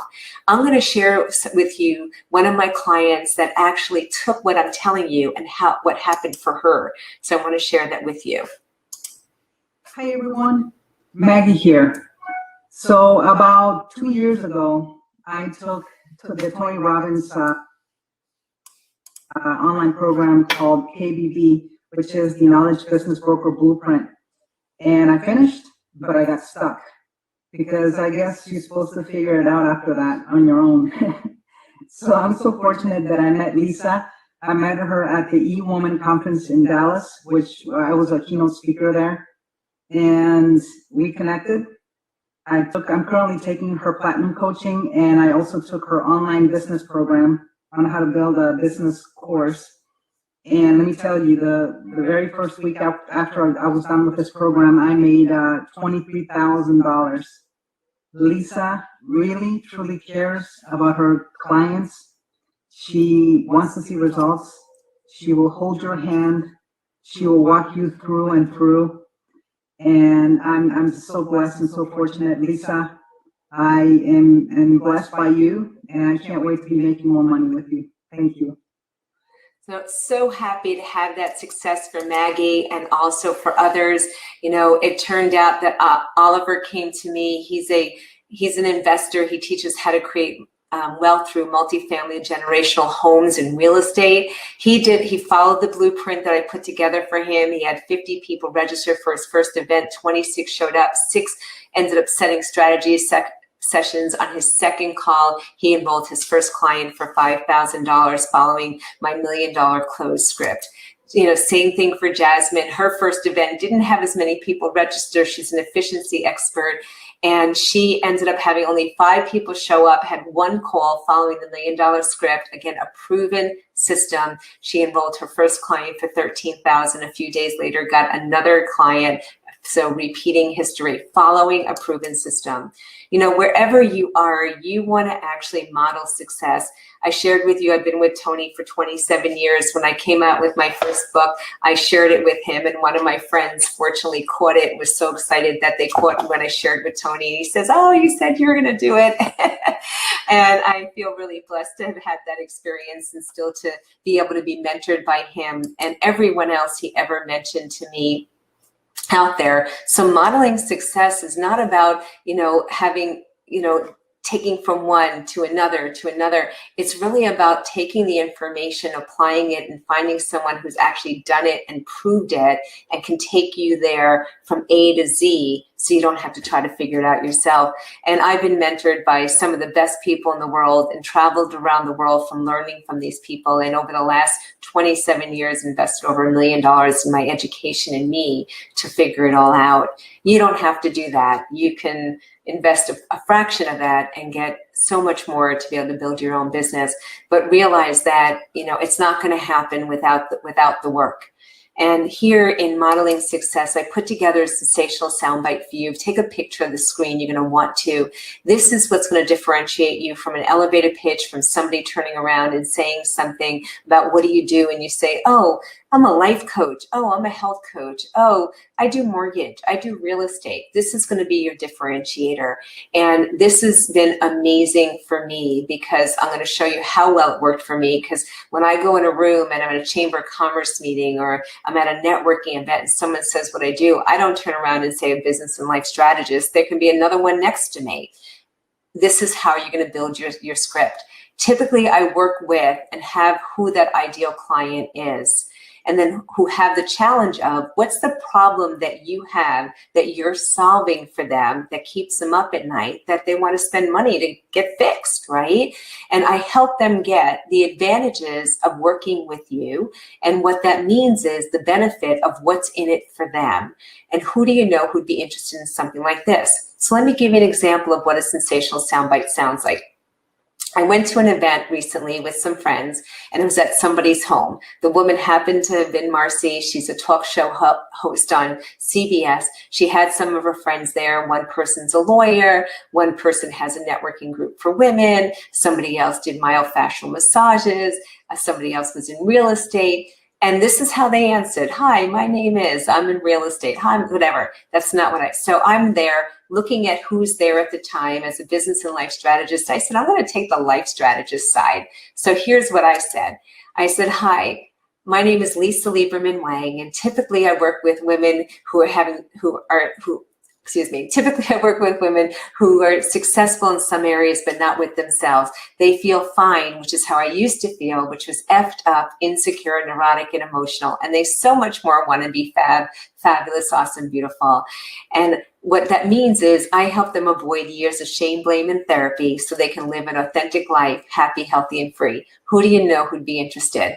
I kid you not, we get done, we go into the kitchen to have some coffee and tea. One of the women walks over to me and said, I'm here to meet you. And sure enough, she did, she was, and she ended up becoming my client for Fine to Fab, for working with me for Fine to Fab. So here's the deal. What are you saying that's getting people to make the register ring ka-ching? If I was going to a business networking event, I'd answer differently. I would say, typically I work with entrepreneurs who are frustrated and overwhelmed, thinking they should be further along with their business. I help guide them to take back control, stop guessing, use our proven system to create a multiple 6- and 7-figure business online and off. What that means is they can leave the stress behind and have fun doing what they love. Who do you know who'd be interested in something like that? When you create your sensational soundbite, make sure you test it. And what I mean by that is test it with your ideal client who would actually be the one raising their hand and saying, yes, I want what you have. And if it's not your ideal client, somebody should be able to think of somebody who'd benefit from your solution. If they don't, then you need to go back to the drawing board and keep massaging it until they do. Remember always the fortunes in the follow-up. They have shown that it takes 16 touch points before someone says yes to us today. Years ago, statistically, we had to be in front of our ideal client at least 7 times before they'd say yes. But think about all the noise we have now with social media, things online. Everywhere you go, your phones, your devices, everything around you is kind of looking to get your attention. It takes more time for somebody to get the attention. The challenge is most people put something in front of somebody once or twice, they don't bite, you say, oh, no, I'm not going to do it. Well, statistically, the sales are actually showing up between the 4th and the 8th touch point. 80% of them are showing up between the 8th and the 12th touch point. So if the fortune's in the follow-up, what are you doing to continue to put yourself in front of the client? Are you using social media? Are you sending emails? Are you texting? Are you calling? Are you doing webinars? Are you doing mailings? Are you meeting them at events? How are you getting in touch with your ideal client so that when the time is right and they need a shovel, because it's snowing outside, that they think of you? Remember to always show up and add value and have people pay for it after. Use social media to promote yourself, but remember to be social, not just go out and sell, sell, sell.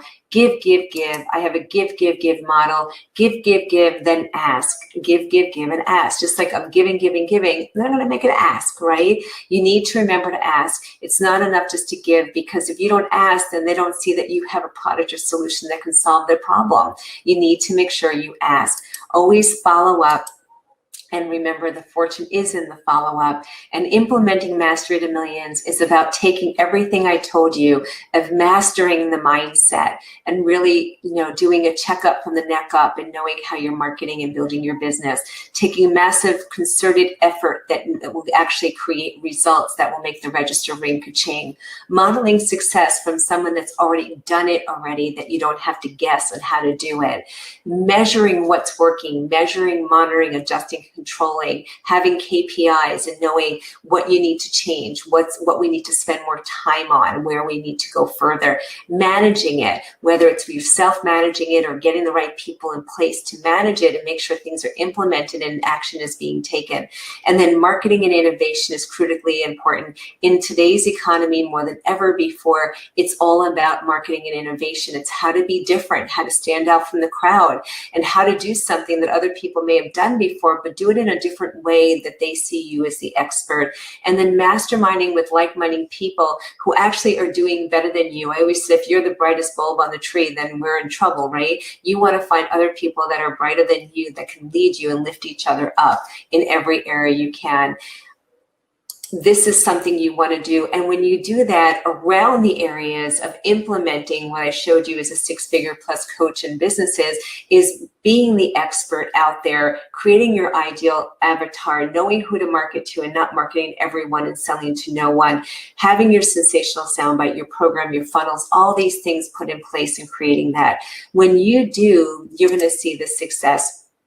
You know, Dr. Terry came to me and she was totally undervaluing her services, unbelievably talented doctor. She's a naturopathic doctor. And when we looked at what she did, we implemented the Mastery to Millions for her and the 6-figure plus coach. And we took her practices that she was doing a la carte and we put it together in a program. And when we did, within just 10 days, she went out and got new patients, completely new, didn't know her before, and did $21,000 in sales.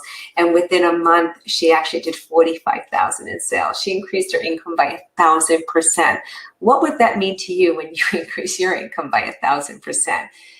It's amazing, wouldn't you agree? And it's not just Dr. Terry. Lisa's a nurse. She started the Nurses Institute for Leadership. And she came to me because she had been wanting to build her business for 5 years and super successful in her career, unbelievably successful. You know, and the same token, wasn't able to translate it into her own business because she didn't have the tools, resources to do that. And she needed a proven system. And literally, if you see what she said, in just 6 weeks, we were able to increase her, get a return of 400% on her business. Literally implementing this, she took her business to another level that was insane, that she didn't even do in 5 years. Literally crazy. So this is possible for you too. And if this is something that you're interested in, if you're ready to invest in yourself and your business, and you're sick and tired of being sick and tired, and you're not a tire kicker looking for something for free and not ready to do something, but you really want to take your business to the next level, to a multiple 6- and 7-figure business, I'm going to make an offer for the first 10 people that take action now to schedule a strategy session with me. Now you can apply for free, and you can do that. And we're going to only connect those people that actually fill out the form, and we believe that we can help you. And if we believe we can help you, we'll have that conversation. And if you're ready to take action and take your business to the next level and support more people with your gifts, I look forward to the opportunity of doing that with you. So take the notes. All the stuff you did is things that you can apply right now. There's no reason to wait. You can start seeing results. Add up how much all those notes are worth to you, what that will be worth. And imagine applying now. I just gave you a taste. Applying the full 7 secrets in the 6-figure plus coach program, what that will actually mean to your business, and the lives you'll be able to save, the people you'll be able to help, the changes you'll be able to make in the world when you take your gifts out to the world and totally do what you're meant to do. I want to thank you for being here. I look forward to the opportunity of helping you take your dreams and bring them to fruition, and have a wonderful, blessed day.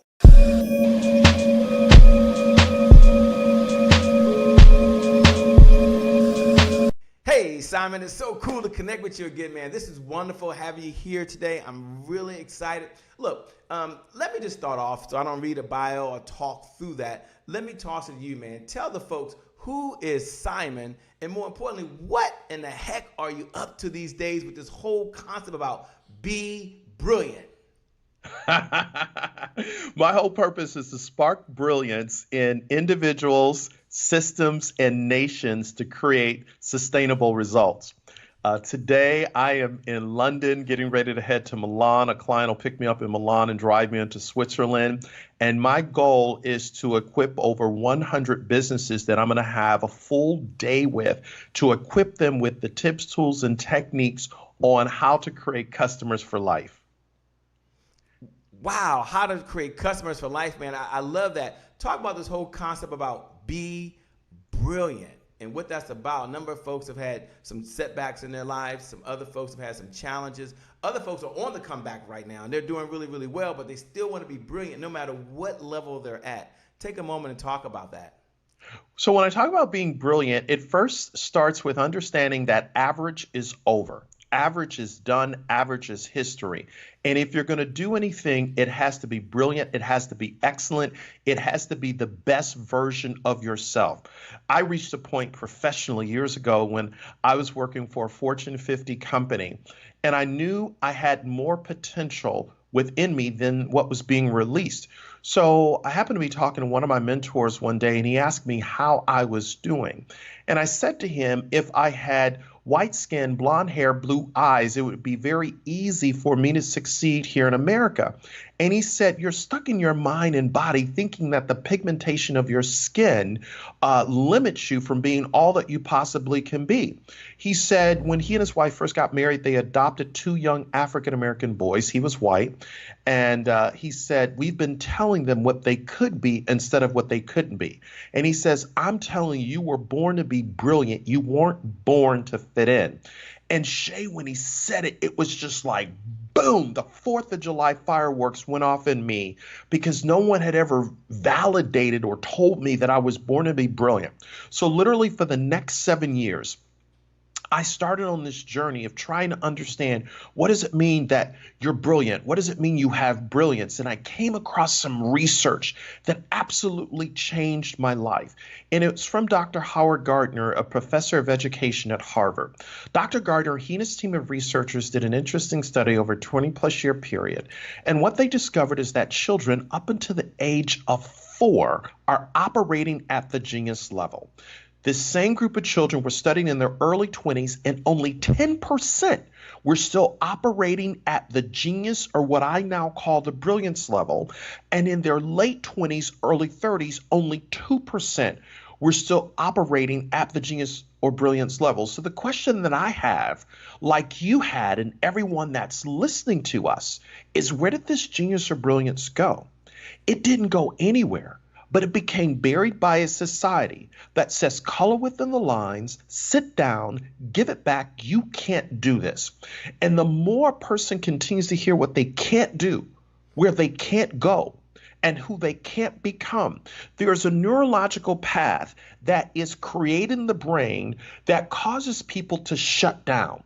So what happens is people have this potential, they have this insight, they have this genius, and they show up at a place called work. And what I've discovered in almost 18 years of this work is that your brilliance, that thing that allows you to be your most brilliant self, is released in an environment where you're celebrated rather than tolerated. And when you're in this environment where you're celebrated rather than tolerated, that environment invites you to be a vitamin, not just an aspirin. And when you understand how to be a vitamin, not just an aspirin, you understand that I am not here to compete against you, but I'm here to complete you as I become my most brilliant self. My most brilliant self. I love that. And as I was thinking and listening here, I was wondering about what is this whole concept that you have around build a vision? Because I like to be brilliant. You kind of started off that way, but take a moment to talk about that build a vision around being brilliant. So when I build a vision around being brilliant, what I recognize, the picture that I see is the picture that I aspire to be. So I cannot become something if I don't first see it. But then when I first see it, I have to write it, I have to speak it, I have to become it, and then I have to receive it. So for every person that is thinking about how do I make this vision of brilliance come alive, what do I see? Write it down. What do I now say that connects to what I see? How do I begin to act it out or believe it? Acting it out or believing it is the resources, the mentors, the coaches, the actual doing of the work is taking it from 0 to where it possibly can become, and then actually receiving it as if it's going to happen. Now, is that the part where you start to transform into your potential, or is that kind of a separate area? So I know I got to see it before I see it, or I never see it. When does this whole transformation process take place where I kind of step into it, and how does that work? So the transformation takes place when you Once you identify the vision, and most people teach you need to set a goal. I don't necessarily believe you just need to set a goal. Yes, goals are important, but what's more important than goals are habits. So the secret of living a brilliant life is hidden in the daily routine. Show me your habits, I'll show you your future. So habitually, what time do I get up in the morning? What is the first thing that I do when my feet hit the ground? What's the first thing I read? What's the first thing I listen to? You have to work out your potential every single day by reading, listening, and then doing. And that habit becomes hardwired. That brings you the results that you want. So what calls do I need to make today? How do I move an inch closer to what I am trying to accomplish by taking the daily steps to make it happen?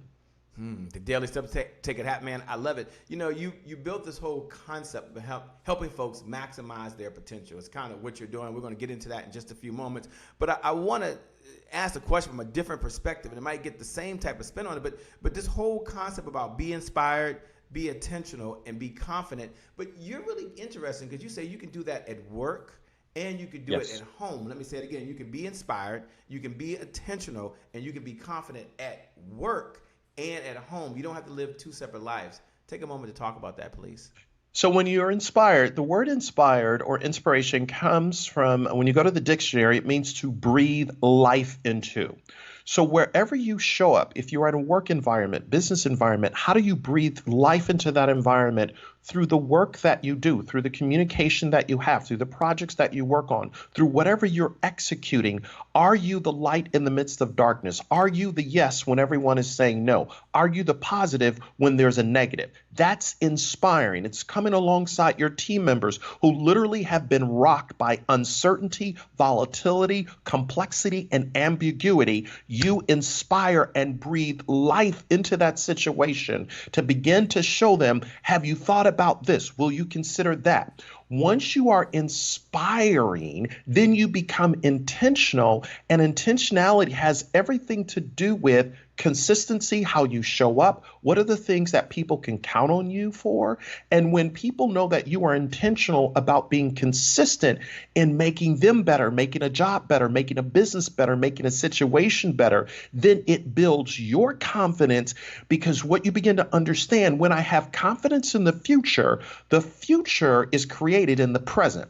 So I show up in the present inspired, intentional, confident to be the difference that makes a difference. You know, take a moment to talk about leadership. One of the things you do in Shift Your Brilliance is you talk about the term being a leader. Obviously, you got to be a leader of one before you can be a leader of many. But in the context of leadership, which is huge, talk about leading remote teams. Talk for a moment, because folks right now, they're leading themselves, but they're also leading a team that they can no longer walk in the morning, at least where we are right now, and have a cup of coffee with, right? So take a moment to talk about, one, the importance of leadership and Shift Your Brilliance, and then maybe one or two ideas they can do, because I know you work with companies that are leading remotely as well.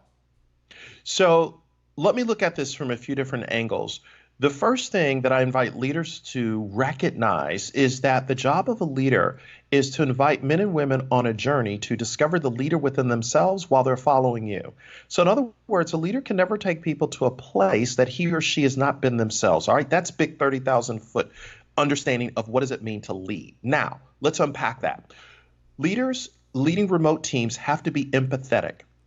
In other words, coming alongside men and women who have been totally dislocated, displaced, sheltering in place, quarantined, working remote, kids at home, spouse or partner or significant others at home. Being empathetic simply starts with, how are you doing? How's it going? What is it that I can do to serve you? Secondly, being authentic to tell them, here's where the company is on Monday. By Wednesday, it may change, if not on Tuesday. And by Friday, we might do something completely different than how we started the beginning of the week. But what I am going to do as a leader, I'm going to tell you what I know, and I'm going to be honest with you. That's the authenticity, because where there is no communication, people fill in the gap and they make things up. The third thing is a leader being intentional to bring men and women together remotely to say, what's right about us, what is working instead of what's not working.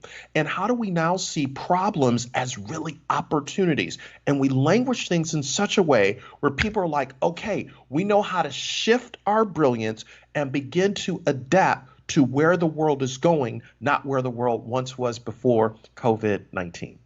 You know, for those folks that are listening, they're thinking to themselves, this is hot. This is really good, Shay. I know you're going to ask him in a minute what his number one key to success is. I got it, Shay. And I know you're going to ask him in a minute what his number one idea he learned from his mentor. So he'll close out and answer those two questions, his key to success and his number one idea from a mentor that he's learned he's going to pass to us. But at the same time, we're wondering, how do we connect with this guy? Like, you know, he's listening, we're listening to him, we're talking to him now. Number one, Shay, what type of folks does he work with now? Because he does work with corporate clients, he does work with organizations, he does work with entrepreneurs. So how do we connect with him, and who does he work with now? Can we stop for a moment? Can you answer that question, and I'll come back and we'll bring it down home stretch with the last 2 or 3 questions?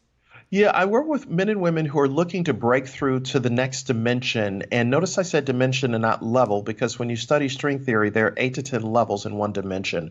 So I work with men and women who understand that they have a dimensional gift within them, and they want to literally catapult, quantum leap to that next level. I help cut down their learning curves by taking my 18-year journey of how I worked at Disney. And 18 years ago, I turned down 4 jobs, a senior director position with Learjet to head up all customer care for Learjet owners in the world. And for the last 18 years, I've worked with almost 2,000 companies in 49 countries. Right now, I'm in London today as we are talking.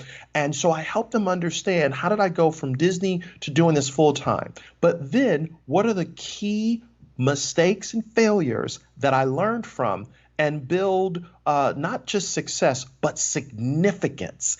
And there's a difference. So I teach them and cut down their learning curve through the 10 books that I've written and the 3 online courses we have to say, here's how you do it. But I coach them to their brilliance. And obviously they can find me at simontbailey.com, T for terrific. The site is www.simontbailey.com. The T is for what again? Terrific. Of course it is. Of course it is. Why would I expect anything less? Why would I expect anything less? All right, you know, one of my favorite questions asked every time is, what's your number one key to success? Now, you've probably learned 20,000 plus ideas. You teach, I don't know how many ideas on success. But if you had to say, Shay, this is just one of the keys to my success that allows me to be successful and the folks I work with to be the most successful, what principle comes top of mind? And kind of elaborate on that, please. The number one principle is the way up is down. When I understand the way up is down, it's never about me, but it's about we. The way up is down is simply realizing that I serve humanity through giving, not just taking.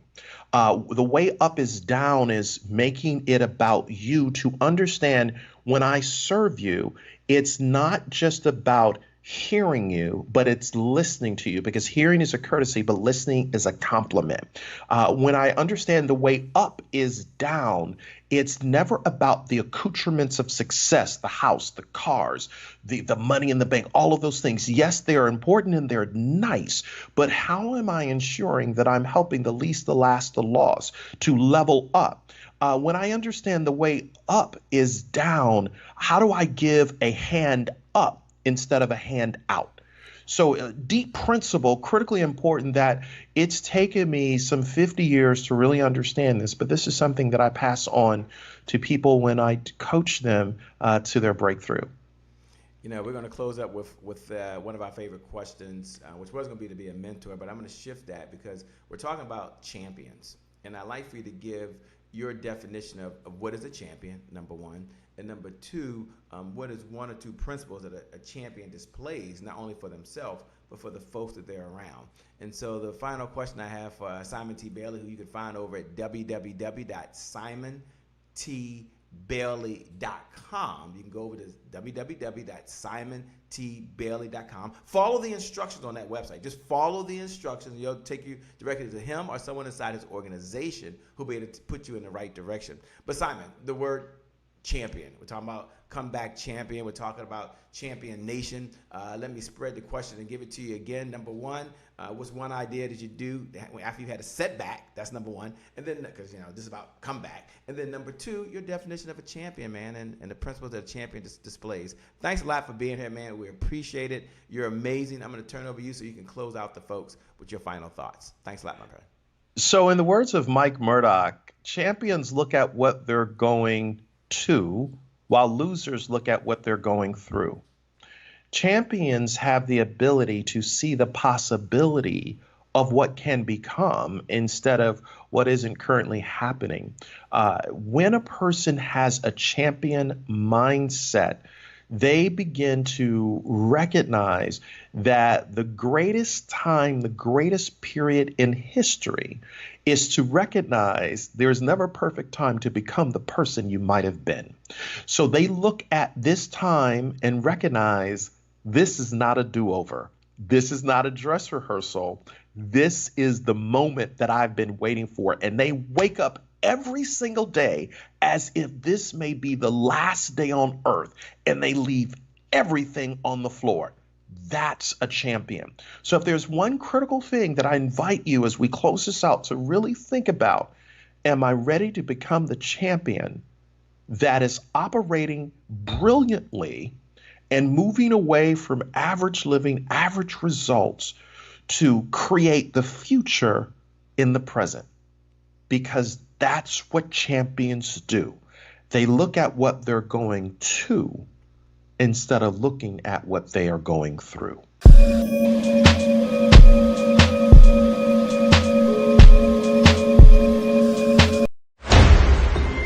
Hi, my name is Sean Harper. Man, you know what? I played 7 years professional football, blocked for some great running backs and quarterbacks, and I was blessed to take the same concepts that I learned playing professional football to the boardroom, from the locker room to the boardroom. I've been a CEO for close to 20 years now, owning a security firm and other companies.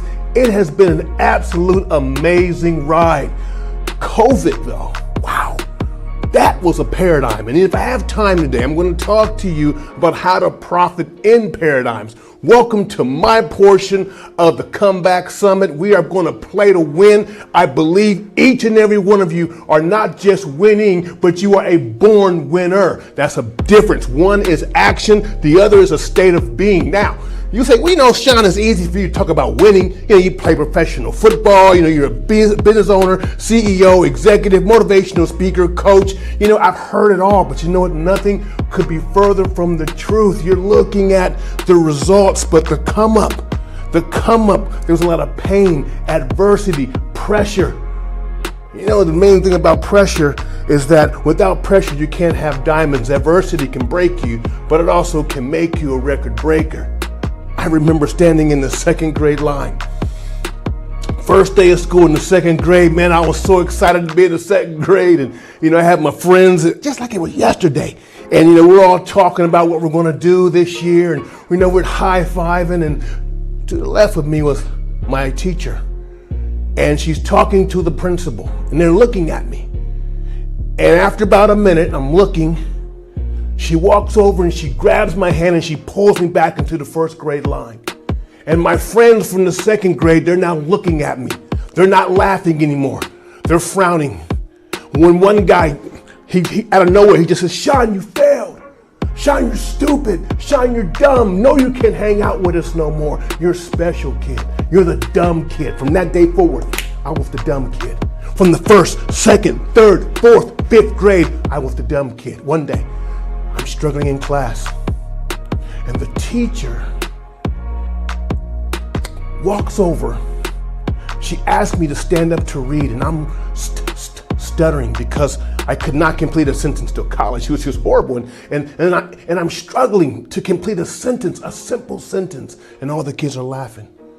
She silenced the kids, and she went on with class, and at the end of class, she said, Sean, stay behind. And she said, you know what? I got something for you. The next day, I'm in a room with a psychologist, a sociologist, all these ologists, and they're testing me for 3 to 4 days. And at the end of the test, I remember that doctor's face. He looked at me, he took off his glasses, he's put the pencil down. He said, we have to meet your mother immediately. And she said, or he said, ma'am, your son has 4 to 5 documented learning disabilities. And we have to, put together systems and special classrooms and, segregate him with tutors and the list goes on. And finally, after about a minute or so, my mom stands up, longer than a minute. She stands up and she says, no, she slams her hand down. No, you will not label my son. And she pulled me to the side. She said, baby, I didn't raise no dummy. Baby, it's in you and you have to dig deep to find it. Okay. Continue to struggle. Kicked out of not one school, but 2 schools because of disciplinary issues. You see, after that moment and other moments of abuse and physical abuse, I grew into a mad boy, not a bad boy. See, in the streets, we all look at the bad boys, but you have to be really careful of the mad boys. I went from 6th, 7th, 8th, 9th, 10th, 11th, 12th. I left high school with a 1.62 cumulative GPA, 9 on my ACT. Out of 154 seniors to graduate, my academic ranking was 154. Graduated last in my class, voted most likely to fail. Oh yeah, the athletics, right? Listen, I wasn't even honorable mention all conference. I was the guy in the back. And the guys are up front and getting all the awards with their parents. I was too embarrassed to bring my mom. This guy's all state. This guy's all Franklin County. This guy's all American. That guy's all universe, intergalactic, whatever you want to call it. And then there's me in the back, eating that nasty cordon bleu, like who made that, right? And Sean, come up and get your participation award. But underneath all of that, man, was this dream. This dream. And it was pounding, Have you ever had a desire? Have you ever had an urge that was so strong it could explode from your chest? And I had this dream of one day playing professional football, one day being, just doing great things.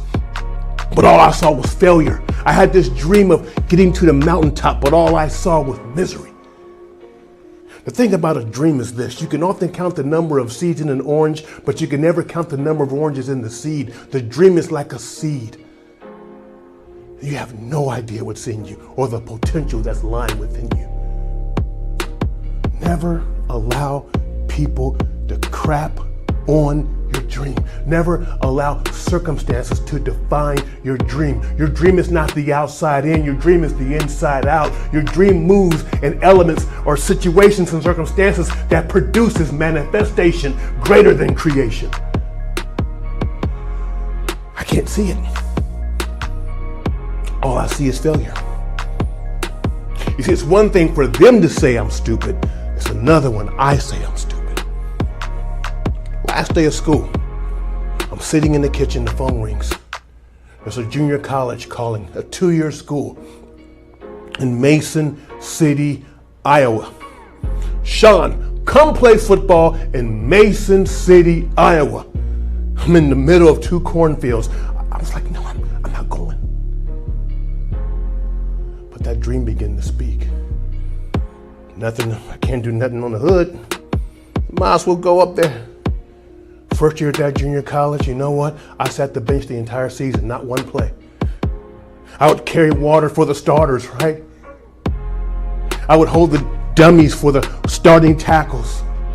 And guys are joking, man, why did he even come here? I'm on the bench. I'm watching the coach look for a substitute player.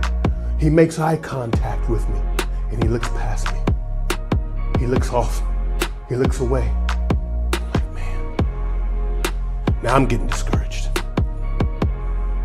In the last game, I went home to the dorm and I picked up the phone and I called my mom.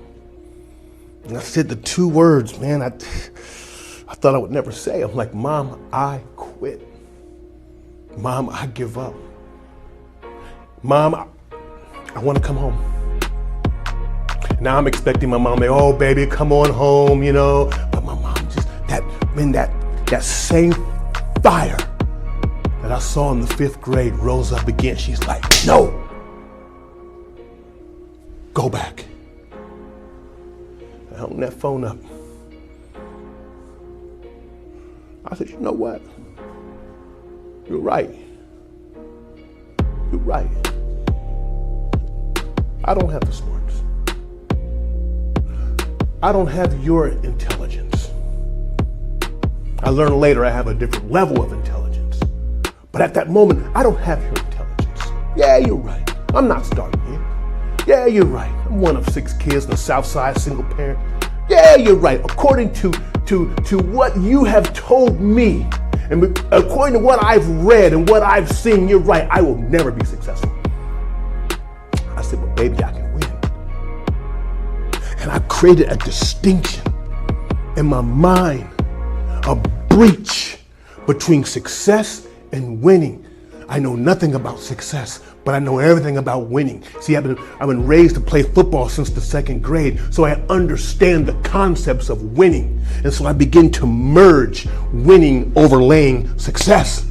I said, oh, let's go, baby. But I created a separation between success and winning. You're right, yeah, I won't be successful, but I can win. I understand winning. I've been playing football since the 2nd grade. I was horrible at it. My mom made me play. I didn't want to play. She just put me out there because I needed a male role model because my father left when I was 3 years of age. But I know how to win. I studied winning, and I took the laws and the concepts of winning from the football field, and I brought it over to the success room, to the success platform, and I've been killing it. I've been killing them. I made the separation. See, we're groomed to be successful, but we're not called to be successful. We're encouraged to be successful, but our whole flesh and being doesn't move on a success model. It moves on the winning model. Draft day in the NFL, 3rd pick in the 4th round. Full ride to Indiana University, blocked for a Heisman candidate. Played years in the NFL Europe. Retired, took the same concept. Now I put it into the business world. I applied it to life itself. And it's been sitting there and in our face the entire time. We're not called to be successful. We're called to win. The challenge is that most of us don't know how to win. It was stripped from us around the 3rd or 4th grade. By the time you realized or you were taught or told that Santa Claus is not real, they introduced another concept called success. See, before that, we were playing the win-lose games like hide and seek, race you in the street. That's based off of winning because that is who you are. It's the essence of your being. What do I mean by that? Well, I explain it to you. You're 1 to 2 or 3 million sperm cells. One of the sperm cells, which is you, fertilized the egg. Now you're born. Years later, you're playing the game. The games that you're playing is win-lose games. It's not success games. And then you get a little older. You're playing video games. Oh, I remember video games. I would go to the store in the 80s. I would take a stack of quarters like this big, right? And I'll put it on the videos, and I'm just waiting to play a game that enticed me for hours. Level after level after level. I've never seen the end of Miss Pac-Man, Defender, Tempest, Galga. Never seen the end of it. I just kept playing it over and over and over. Why? Because I am addicted to winning. I was born to win. My DNA resonates with winning. Gambling is a multi-billion-dollar industry. I fly into Vegas all the time. As soon as I get off the plane, I hear the boom, boom, boom. People at the slots, playing all day, waiting for the win. I bet you if those slots were free, they would still play. Because that pulls the win out of you. Football is a multi-billion-dollar industry. Think about it. Sports, multi-billion-dollar industry. Why? Win. I'll prove it to you. Take your favorite team, NBA or NFL. I'll give it to you. No, NHL. Why not? Let's throw that in there too. Let's say your favorite team lost every single game for the next 5 years. You're a fan. But are you going to the game? Are you going to wear their gear? You're not. Why? because you can't identify with losing. You're not. Same team wins every game for the next 5 years, you can't find a ticket. Winners. You see, we talk about your why and talk, man, listen, your why is so important, but there's something deeper than your why, and that's the win. You see, your why is your motive. The win is your perspective of who you are. You are a winner. You see, first, actions. And then if you want to go deeper, you look at the motive of your actions, and they're based off of your belief. And that's where a lot of the speakers and a lot of the trainers stop at. You have to believe, and you have to speak the affirmation. That's fine. But there's one more, there's actually two more. There's one more level deeper than believing, and that's being. That's why you can give a lottery winner millions of dollars, and 2 years later he or she's broke. Why? Because they have it on the outside, but they don't have it on the inside. Being. And the being is the winner. So winners always manifest winnings.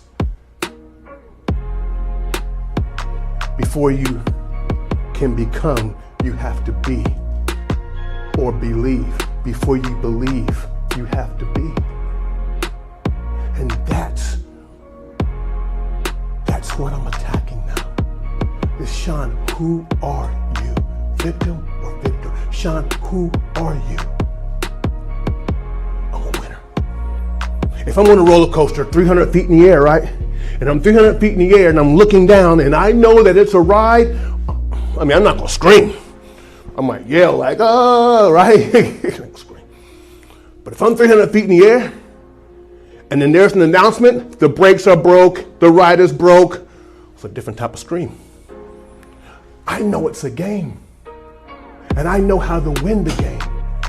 And since I'm a winner, and if life is a game, you play the game to win, the rule number one in winning is that there's always a way to win the game. That's very important. Because what happens is that they show you what winning is. First of all, winning is more than money, way more than money.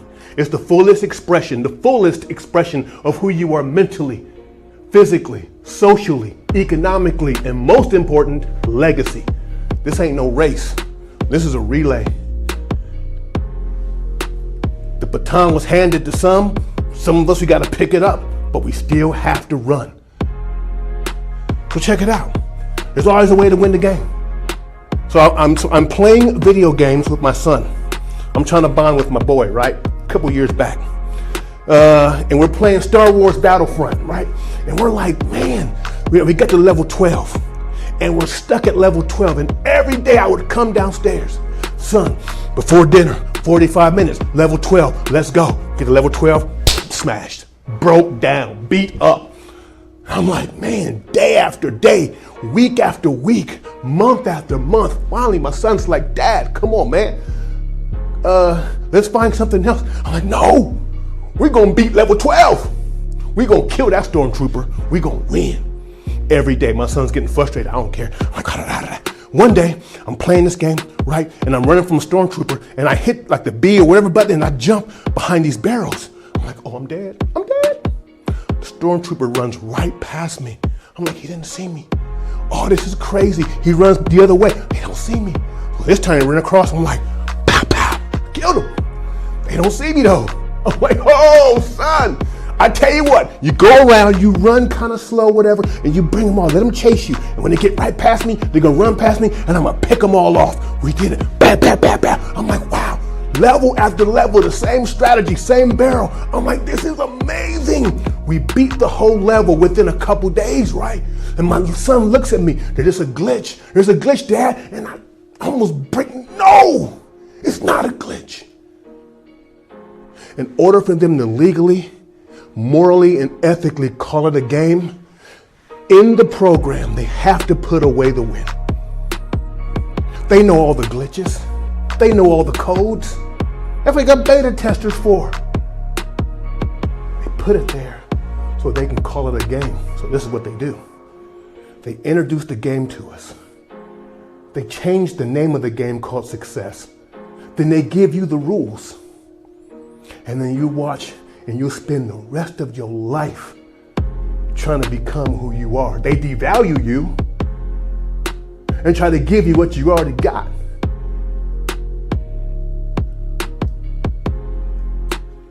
There are other rules out there. And I'm gonna share them. I gave you the first one. There's always a way to win. Rule number 2 is that once you realize the systems and how to win, then you have to go all in. Now, I watch some ESPN, right? I'm watching ESPN, and and I love the whole gambling shows, right? It's amazing gambling shows, the gambling programs on ESPN, and it always happens, right? It's this guy has a whole bunch of chips, this guy has millions of dollars in chips, and this got the funny glasses on, and there's always one person, and he has about maybe like 12 chips left, and they're all laughing,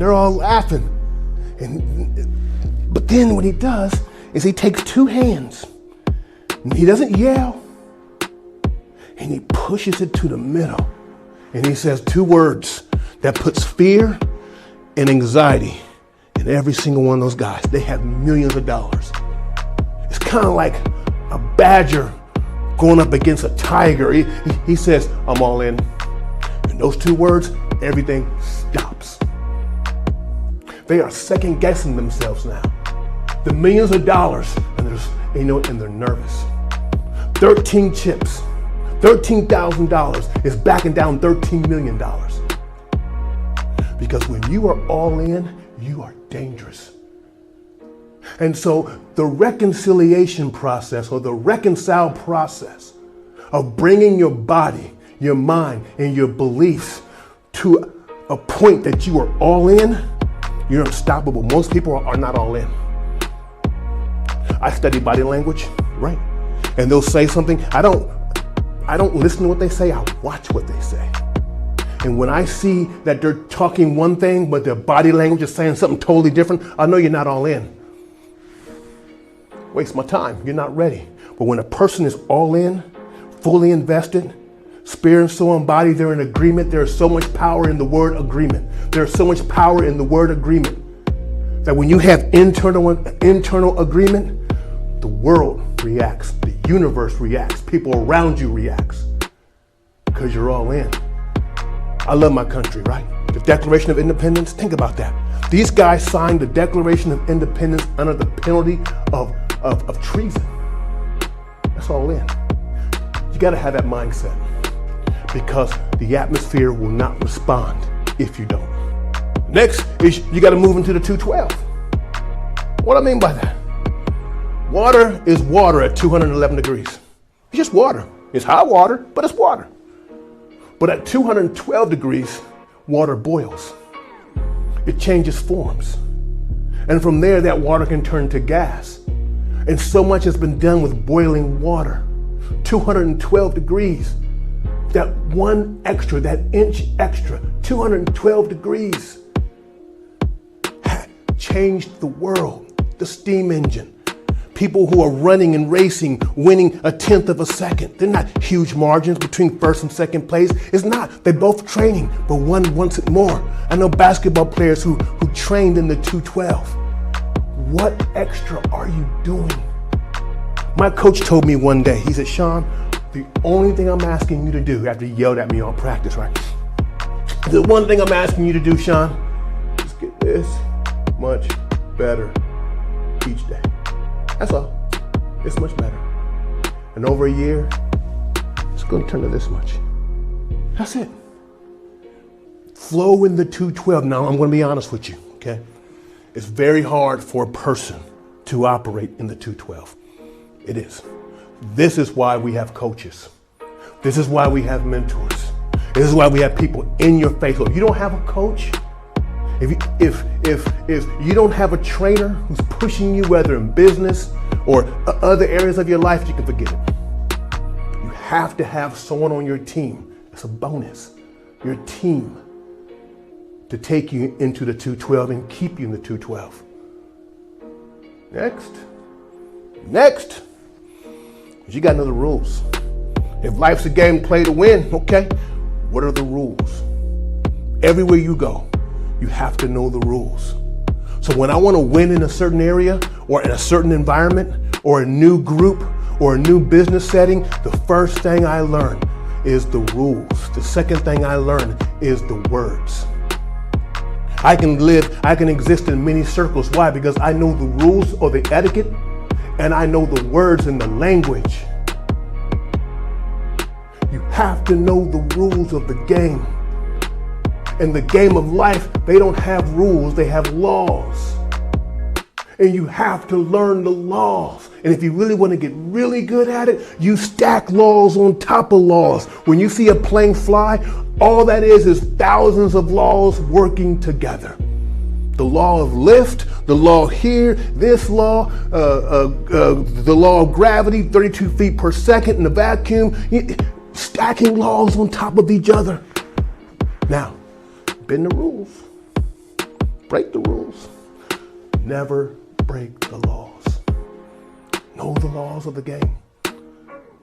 Man, I tell you what, we fight so hard and you can just wear us out. It can wear you out. Because the laws don't care. The laws don't care if you know them or not. If you break them, it's gonna spank you. Period. Know the laws. I talk about that. I share laws. I live by laws. Speaking of laws, my last point is very important. I talked about becoming, being, believing, reversed order. Excuse my ADD. By the way, I'm not disabled. I'm uniquely enabled. But the last point is that I belong. This is where you have to get to. That we are all a part of a community. Yeah, before you can become, you have to believe. Before you believe, you have to be. But in order to really be, you have to belong. It's deep. You belong to a community, whether you acknowledge it or not. You belong to a spiritual community, whether you acknowledge it or not. See, when you belong, it tempers your successes, or your wins. It tempers your wins. It gives perspective to your wins. See, if you walk around and you're living life and it's about me and my wins and my wins and my wins, then it sets you up for a fall, because pride will destroy you. Arrogance will crush you. Self-centeredness and myopic thinking will just derail you. But when you belong and you're attached to something greater than you,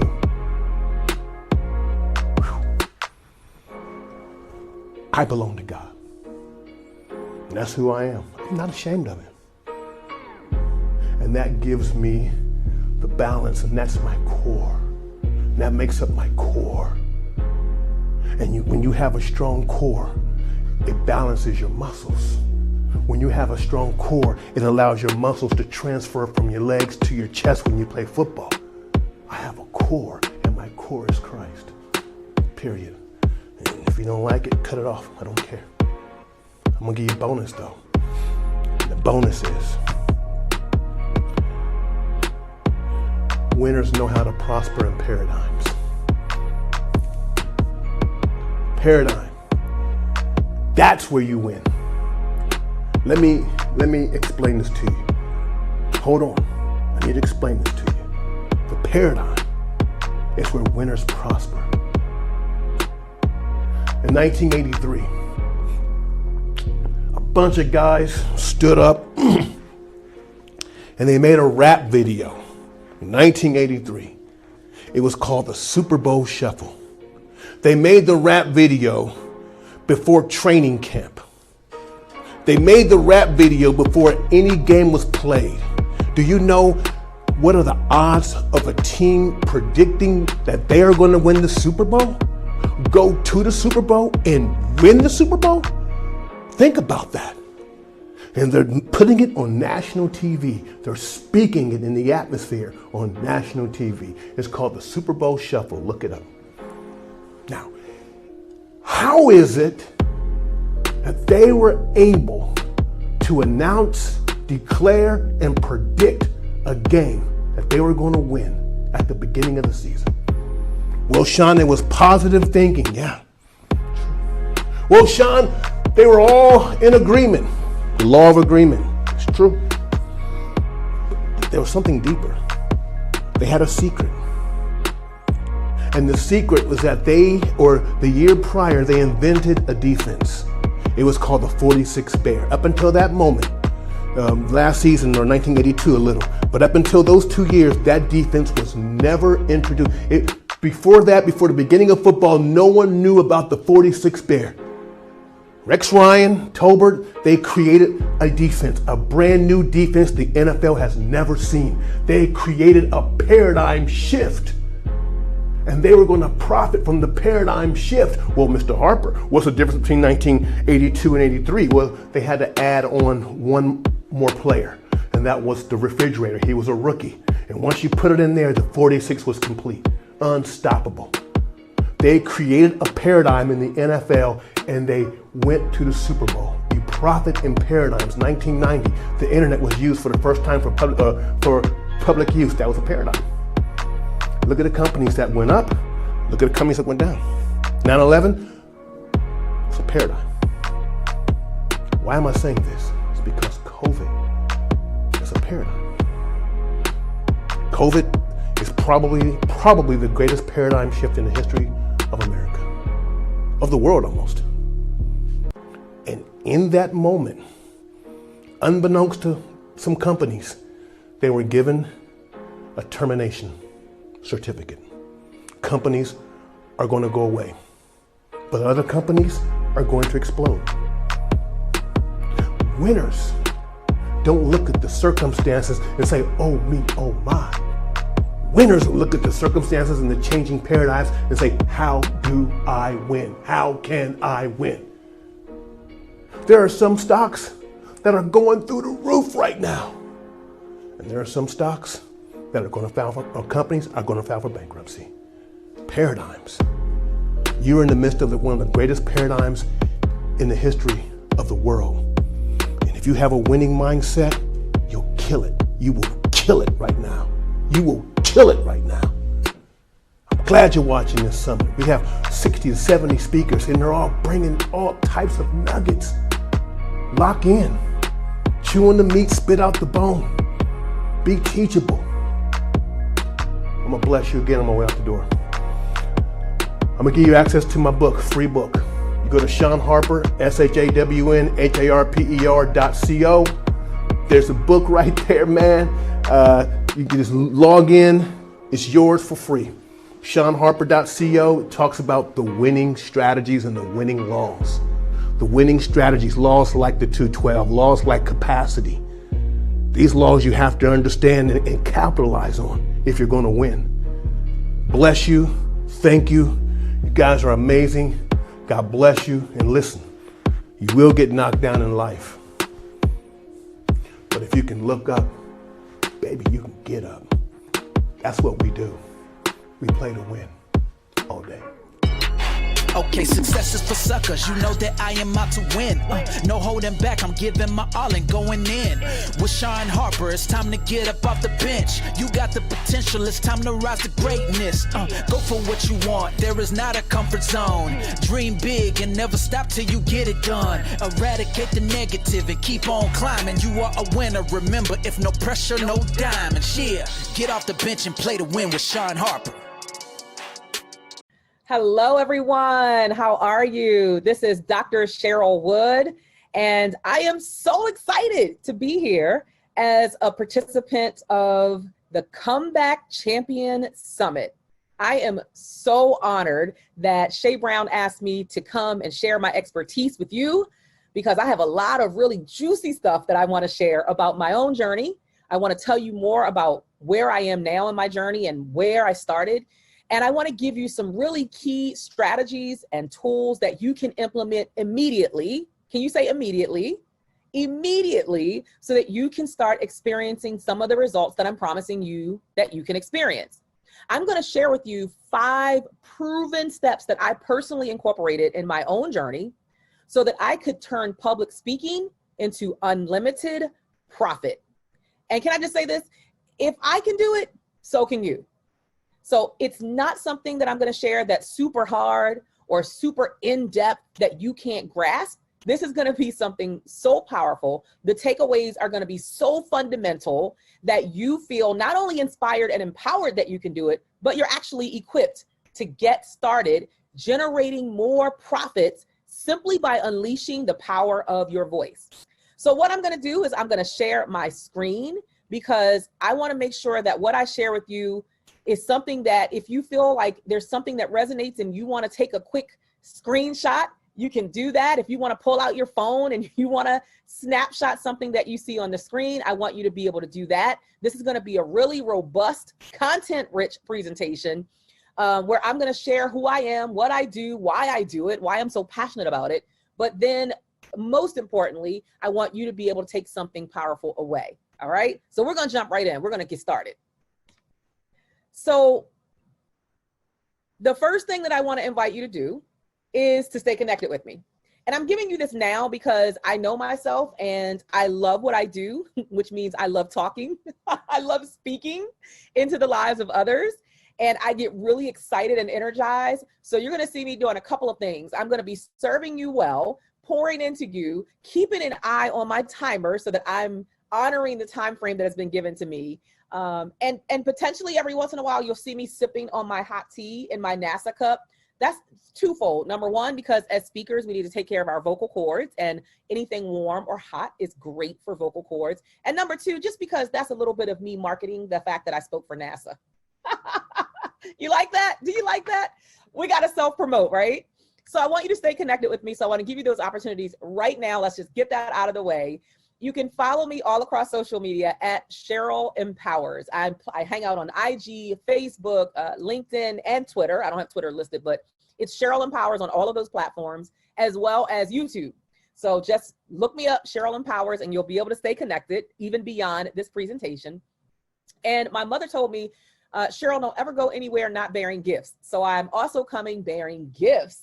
So 2 gifts I'm offering you today. Since I'm talking about public speaking, of course, it's going to be related to public speaking. The first gift is at my website at CherylEmpowers.com. You see how everything is connected. It's easy for you to know who I am because everything is consistent. That's a golden nugget, by the way. There might be some golden nuggets that I drop in the midst of everything else that I'm going to teach you. And I want you to make sure that you're listening carefully, which means you got to be fully tuned in with your notepad and your pen, turn off all distractions so that you can catch all the golden nuggets I'm going to drop in between the fundamental content that I share. So number one, I make it easy for people to find me by being consistent on all social media platforms. I'm Cheryl Empowers on every platform, and my website is CherylEmpowers.com. So if you go to the website, you're going to be able to grab my signature speech template. That's a template that will allow you to start walking through what your signature story is as an entrepreneur, a speaker, an author, a coach, because that's going to be connected directly to your brand identity. That is crucial. You must have a signature story that connects to the hearts of the people that you're going to serve, and that is connected to your brand identity. It's going to be the story that you're going to be telling 30 years from now, because that is your signature life story. That's number one. Number two, I am gifting to you, if you just type the word webinars to 313131 via text, I am giving to you a beautiful step-by-step checklist, if you will, that you will be able to go through, or of 28 ways on how you can create a seamless webinar. Why? Because we're in the virtual marketplace. Everything's virtual. All our conferences are virtual. Our summits are virtual. Everything, pretty much everything is virtual. There are very few live events that even I'm doing as a full-time professional speaker. And so you got to make sure that you're on point when you're showing up to serve people in the virtual marketplace. So text the word webinars with an S on the end to 313131. And again, feel free to take a screenshot of any of these slides that you're going to see over our next 40 minutes or so together. All right. So we got that out of the way. So now let me just share a little bit more with you about who I am. If you have been living under a rock, have never heard of Dr. Cheryl Wood and my journey, oh, I'm so excited to share it with you because I'm so grateful and I feel so blessed for how far God has brought me in my life and in my journey as a business person, a business owner, a businesswoman who's also a wife and a mother of 3. So when I tell you that public speaking literally shifted the trajectory of my life, I am not over exaggerating. And to prove it to you, I said, well, let me spell it out, what it looked like before and now. So public speaking took me from working a full-time legal secretary job, a 9-to-5 gig, building somebody else's dream just in 2009, 11 years ago, to a full-time speaker and CEO who is traveling the world, speaking into the lives of others. What a blessing. Public speaking took me from the woman, the mom, the wife who was building somebody else's dream and earning $80,000 a year to generating well over $600,000 a year in my business simply through speaking and coaching. Wow. You can go ahead and type that in the feed. Wow. And just so you know, and I'll give you a little bit more about my background, I am not the woman who came with a whole bunch of money in my bank account. I didn't have a whole lot of degrees and letters behind my name. I didn't feel qualified or equipped even to serve the world in this big of a way, but that's the power of you just getting started. And we'll talk about that in a few moments, is that you can go from the level of impact that you're making right now and legacy that you're creating and revenue to a completely different place that, as my coach Lisa Nichols says, is barely recognizable. And that's how I feel about my own journey. Speaking took me from the mean streets of Baltimore. I grew up in Lafayette Projects in Baltimore, Maryland, and is now taking me all across the world to speak, including South Africa, India, France, the United Kingdom, the Bahamas, Canada, just to name a few. And the beautiful thing is that my husband and my 3 kids have been on the journey with me. So every time I take an international trip and I get to speak for some big company or corporation or conference, guess what? My 13-year-old, my 14-year-old, my 16-year-old, they get to accompany me and my husband. So it's a family event. It's a family experience. And that, again, has shifted the trajectory of not only my life, but of their lives as well. Speaking took me from quietly sitting behind a desk to coming to the front of the room and being confident enough to speak on stages with my coach and mentor, Lisa Nichols, as well as speaking on stage with Ayanna Van Zant, Gloria Mayfield Banks, Dr. George Fraser, Mickey Taylor of Essence Magazine, Les Brown, and the list continues to grow. It has been a phenomenal journey, and I want to teach you how you can create a journey that's similar. And last but not least, speaking took me from building somebody else's dream and working on their team to building my own team and helping to usher thousands of other women primarily into their own dreams. Again, you can go ahead and say, wow, right? But it has not been without intention and it has not been without strategy. And that's what I'm going to share with you, some of those things that I implemented. So here's me smiling. You see in every picture, you just see teeth. That lets you know I am so excited and energized about the work that I get to do. And I feel so blessed that I get to share my voice and unleash my voice in the world. I've spoken for some amazing, phenomenal organizations. Can I roll the cup out again, y'all? NASA, that was just this year. Verizon, Blacks in Government, NOAA, Federally Employed Women, the Department of Justice, the FBI, the Congressional Black Caucus, the United Nations, and the list goes on and on. It has been a blessing. But, did you see the big but? But what I need you all to understand is that sounds so sexy, doesn't it? You're like, oh, that was a sexy start to her presentation. That sounds so sexy, but it did not start there. Nobody starts at the top.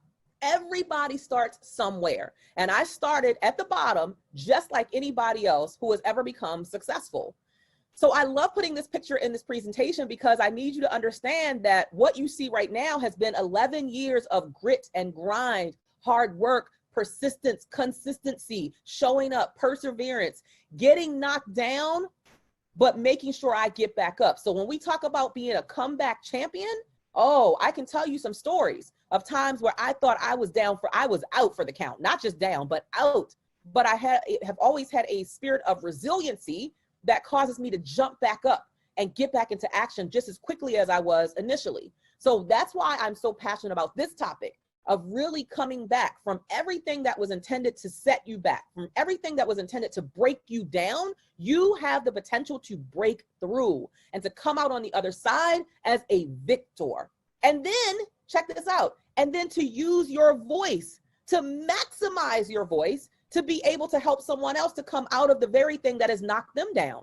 The very thing that they think they're not going to make it through, now you become their voice of reason. You become their voice of inspiration to remind them that you cannot stay down. You might get knocked down, but you have got to get back up and come back stronger than you've ever done before. We all have that potential.